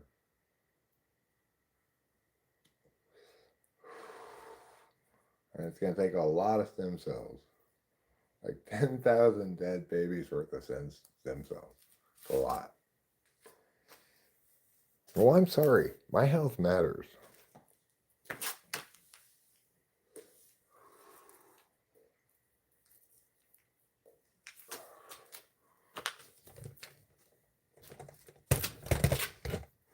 Okay. So, I think from now on when I'm having stomach acid, I'll say, oh, my torso cavern bats are acting up tonight.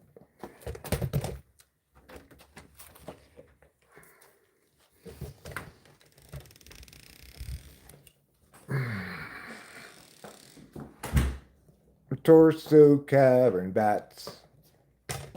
I've got a lot of torso cavern bats.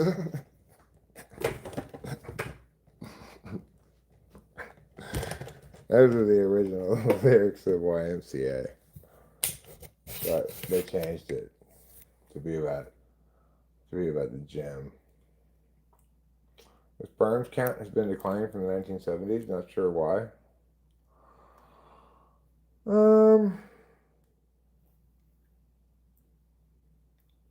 I don't know.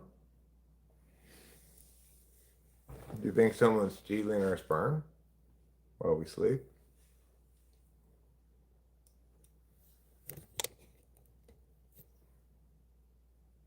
Microplastics. Qu'est-ce que c'est? I'm sort of like Diogenes living in a barrel, so now, damn. Sorry to hear that. I hope it's a spacious barrel.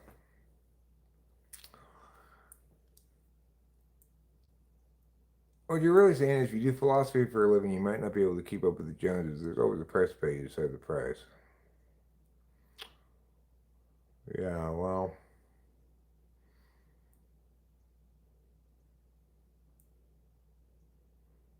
I don't know. People still seem to have babies.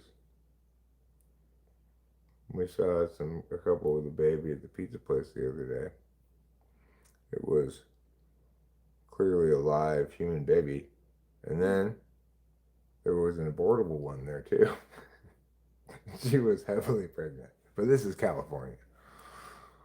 The risk for meaningful, intelligent people is that not everyone is sincere in their idleness. Some people posture with this identity of being more of a philosopher, but they're not. It's an escape. Well, you can still philosophize and have a job at the same time. Most jobs, you probably do some philosophizing while on the job. And if not, it'll probably inform your philosophizing to engage with the outside world. You're not likely to better philosophize in isolation. Like my dad, um, with being an INFP and SE polar, I think that the consistency of public transportation kind of helped him like get into like a routine. It became SI more than it did SE. Right. Makes sense. Yeah. Because now that you're saying that, like he definitely, you know, he he was criticized for being idle on the weekends and stuff. That's because your mama, bitch. Yeah. Yeah. Which She always made me feel bad because I'm like, oh my god, he worked the whole freaking week. she failed to validate his equal otherness. Yeah. But anyway, yes, I do think that INFPs may be seen as idle, but there are ways of. I guess everyone has workarounds for their polar. I don't know what my workaround for T is. It's But SE. You just push that's buttons true. at random. Yeah. You know.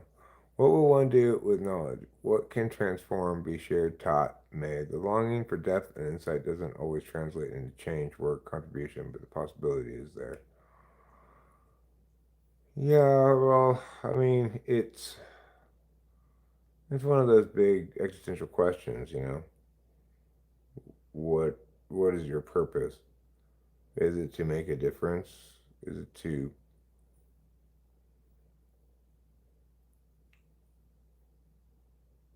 is it to prioritize your comfort or your short-term well-being? In other words, how much are you putting out fires versus just managing a fire-free environment? Because you're always putting out fires, it's hard to get long-term in your ontology. Of course, I value your words, always have, Alec. They are profound and palpable. Not an agenda there other than awareness for the collective, a good understanding of condition and cause and effect.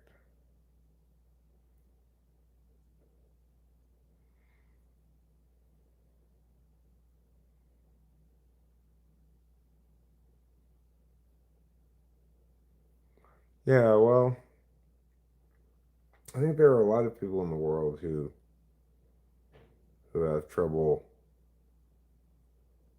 executing a plan of action that requires self-discipline and consistency over time.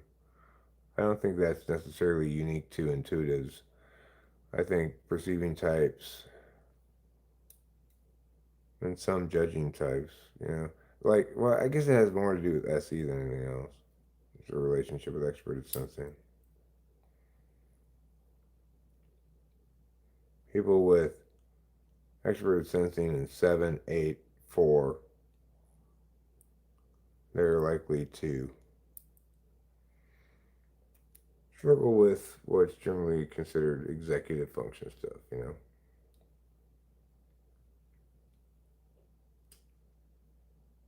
But maybe part of that is just a matter of maturing, becoming more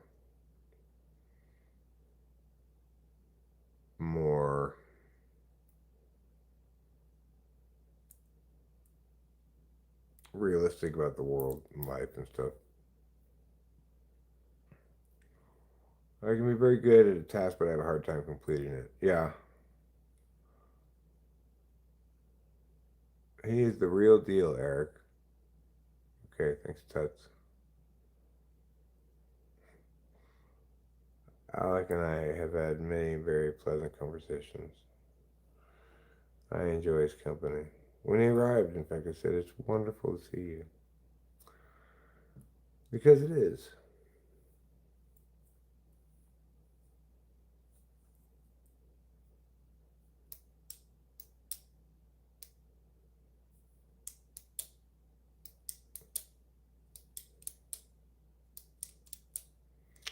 Well, my food.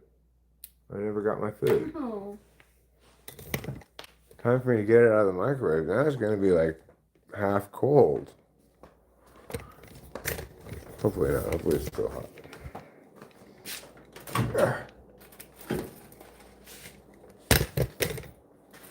Yeah, it still feels hot. It feels still hot. All right, let's eat it. It's a feast fit for a king.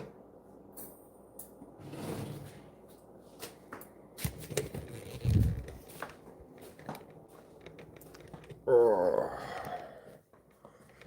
That one we drank that I drank tonight was fine. That was a good amount of drinks to drink.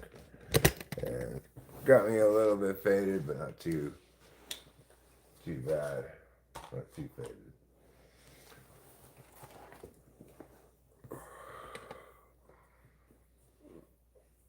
What am I having to eat? I believe it's chicken fried steak. This extremely tiny chicken fried steak. It's like the size of a small patty.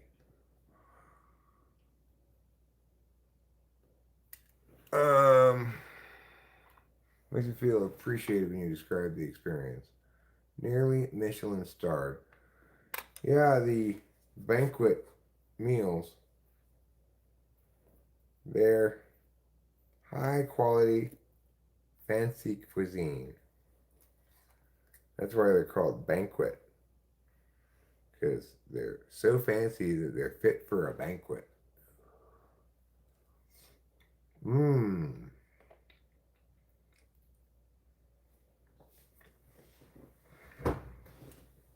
Somebody just delivered wonderful news to my mouth.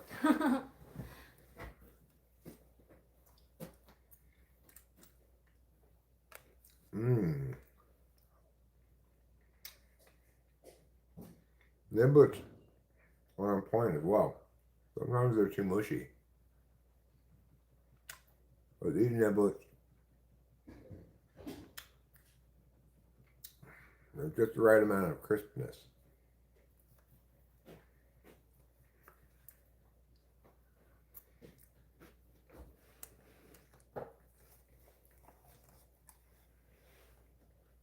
I made broccoli the other night that was too mushy. I'm not going to make that mistake again.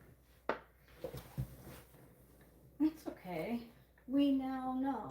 Yeah, well, I still haven't quite figured out. Oh, they're trying. We asked the internet. It's like 8 minutes, right? Mm-hmm. Yeah. No, 5 minutes. 5 to 6 minutes. Is that all it was? Yeah, it was only that long. Yeah. That's not long. That's once it's at a rolling boil. Then you put it in for 6 minutes. Yeah.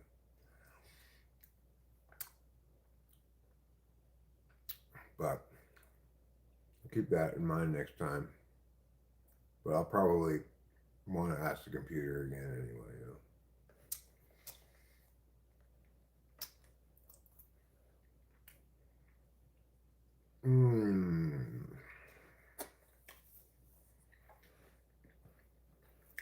Friends, we can all come together over our shared experience of eating food. Everybody needs to eat food. Everybody enjoys eating food when they're hungry.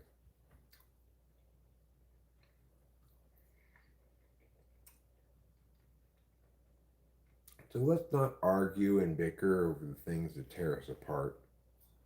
Let's come together over food. How do you like my speech? Did it inspire you? That's why I'm here on YouTube, to inspire people. I just think I could inspire a lot of people who are, trying to be cool and need a role model for somebody who's cool. And they could look at me and say, well, that guy's cool. And they could try to be like me. That's how I inspire others. No. It works either way. whether they have no knowledge of functions or a lot of knowledge of functions. It doesn't matter because the strength of my approach to typing is that some of the tests that I'm using, you can't game.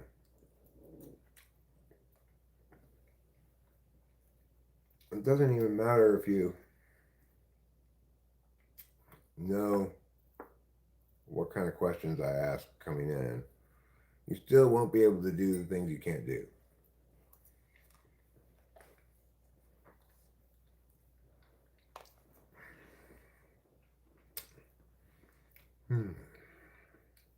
This is as satisfying as Jacob Bobatisfine.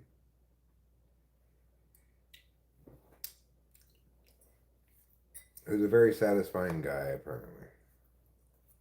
I've never met him, but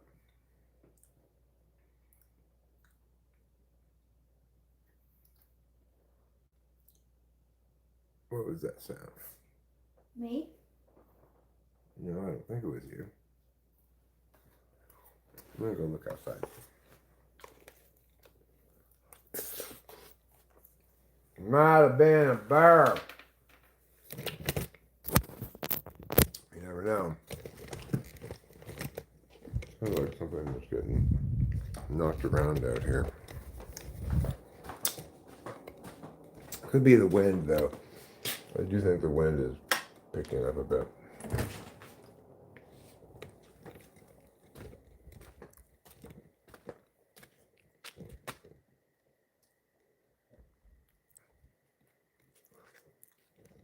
I don't see nothing. I don't see nothing but 2 biscuits and a squirrel out here. You don't see 2 biscuits and a squirrel. It's just a figure of speech. I have never heard anybody say that before. Well, I guess it's regional. Okay, I'll accept that argument. Could be regional. I'm not going to be bothered to Google it, so we'll just let it slide.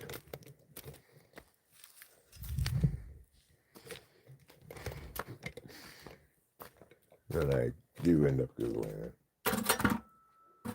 I didn't see anything about this expression, 2 biscuits and a squirrel. I don't see nothing but 2 biscuits and a squirrel. I didn't see that anywhere online. Well, it's highly regional, very small region. Of where? Of the South? Well, what state? It's a very small region of Mississippi. What region? It's just on the river banks of the Mississippi for just a few miles. Inland, nobody uses the expression. You're making this up. That is not a real expression. Well, sounds like you ain't seen nothing but 2 biscuits and a squirrel. Okay, repeating it is not going to turn it into a real expression.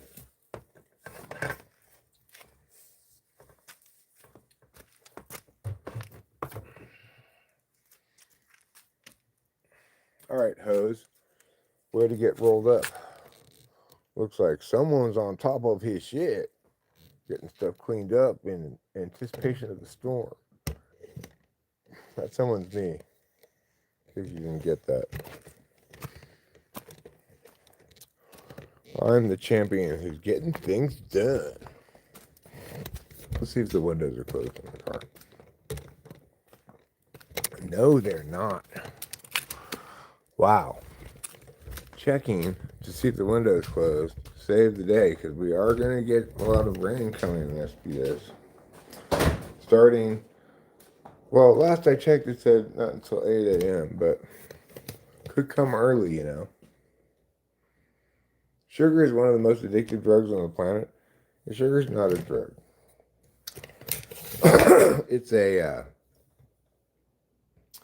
It's food that your body has limited capacity to process. So you can't eat endless amounts of sugar and not become diabetic eventually unless maybe you got super good genes. You're unlikely to live long enough to get it or something, but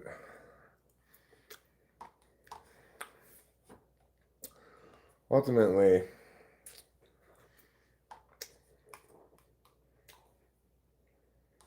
diabetes is representative of part of your body breaking down some over time to age or with age. Just like my eyes aren't as good as they used to be.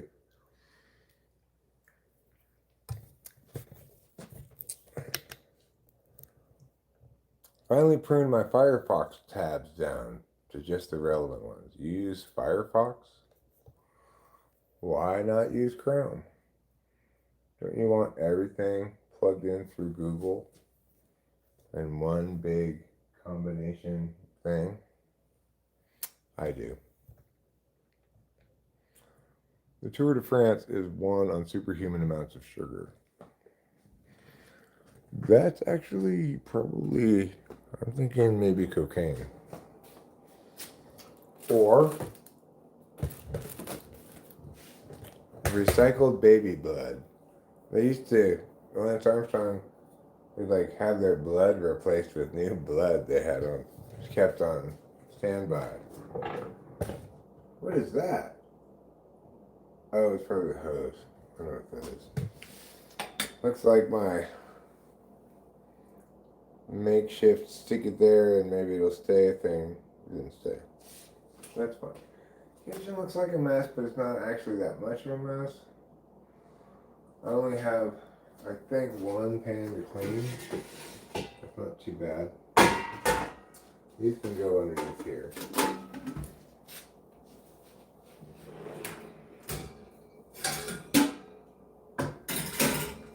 Look at me, everybody. I'm cleaning. Really clean. Look at me go. Everything gonna be all clean when I'm done. More chips, I think Rachel should be on the list. We do have chips. Chips in the we have pantry? sour cream and cheddar chips Is those the only chips we have? and pita chips. I think we should get tortilla chips. Okay. They're made out of tortillas.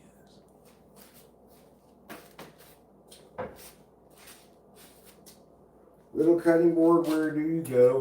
I think you could go over here, so put you right here. No, that's going to be in the way of the decorations. Put you like that. No, put you like that. There, that's fine. Just stay there. This goes in here.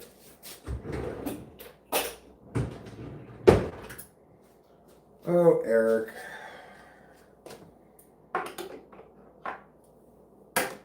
You need to get some good sleep, mister.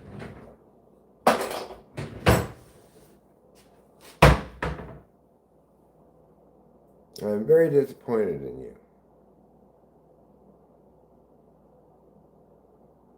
I'm feeling pretty tired, though. I might get good sleep tonight. I did not get good sleep last night. Fair to say I got very poor sleep.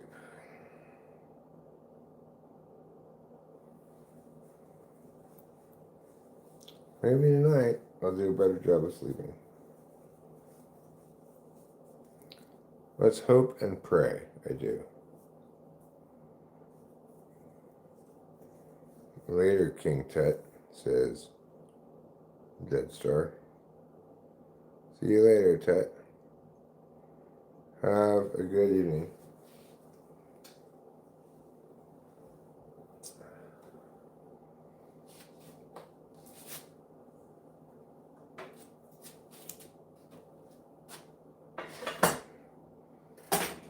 Okay. Well, it's not very clean, but I think I'm out of cleaning gumption. My little engine that could is running on diesel fumes.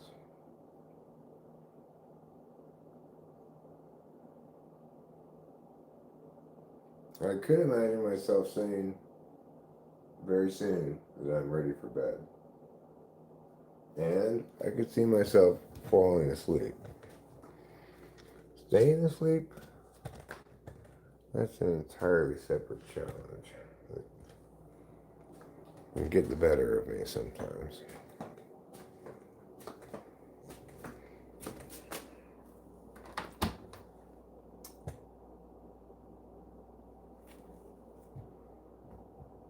I've become a bit of a wakeful one, and I to hold my end name. Yeah, I just made him in recent days. But having gotten some good exercise here today with doing the rain gutter cleaning, I perhaps fall asleep more easily. I guess I'm shutting stuff down. So,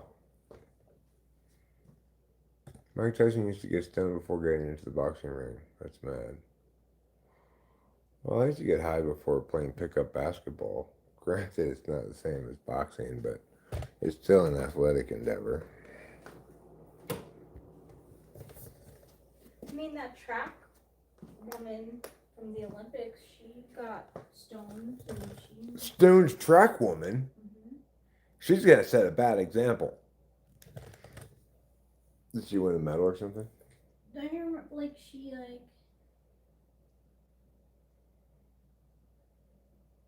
When did we see the Olympics or something? 2024. Yeah, and she was, like, excluded. Oh, because she tested positive for pot? Yeah, and then they brought her back, and it wasn't a problem anymore. Not because she stopped, because it just wasn't a problem. Oh, I see. They changed the rules, so they're like, we're not going to bust people out for that. I think so. Well, that's a happy ending.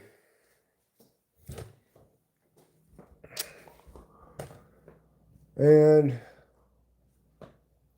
this stream also will have a very happy ending. Not in that dirty sense, okay? No.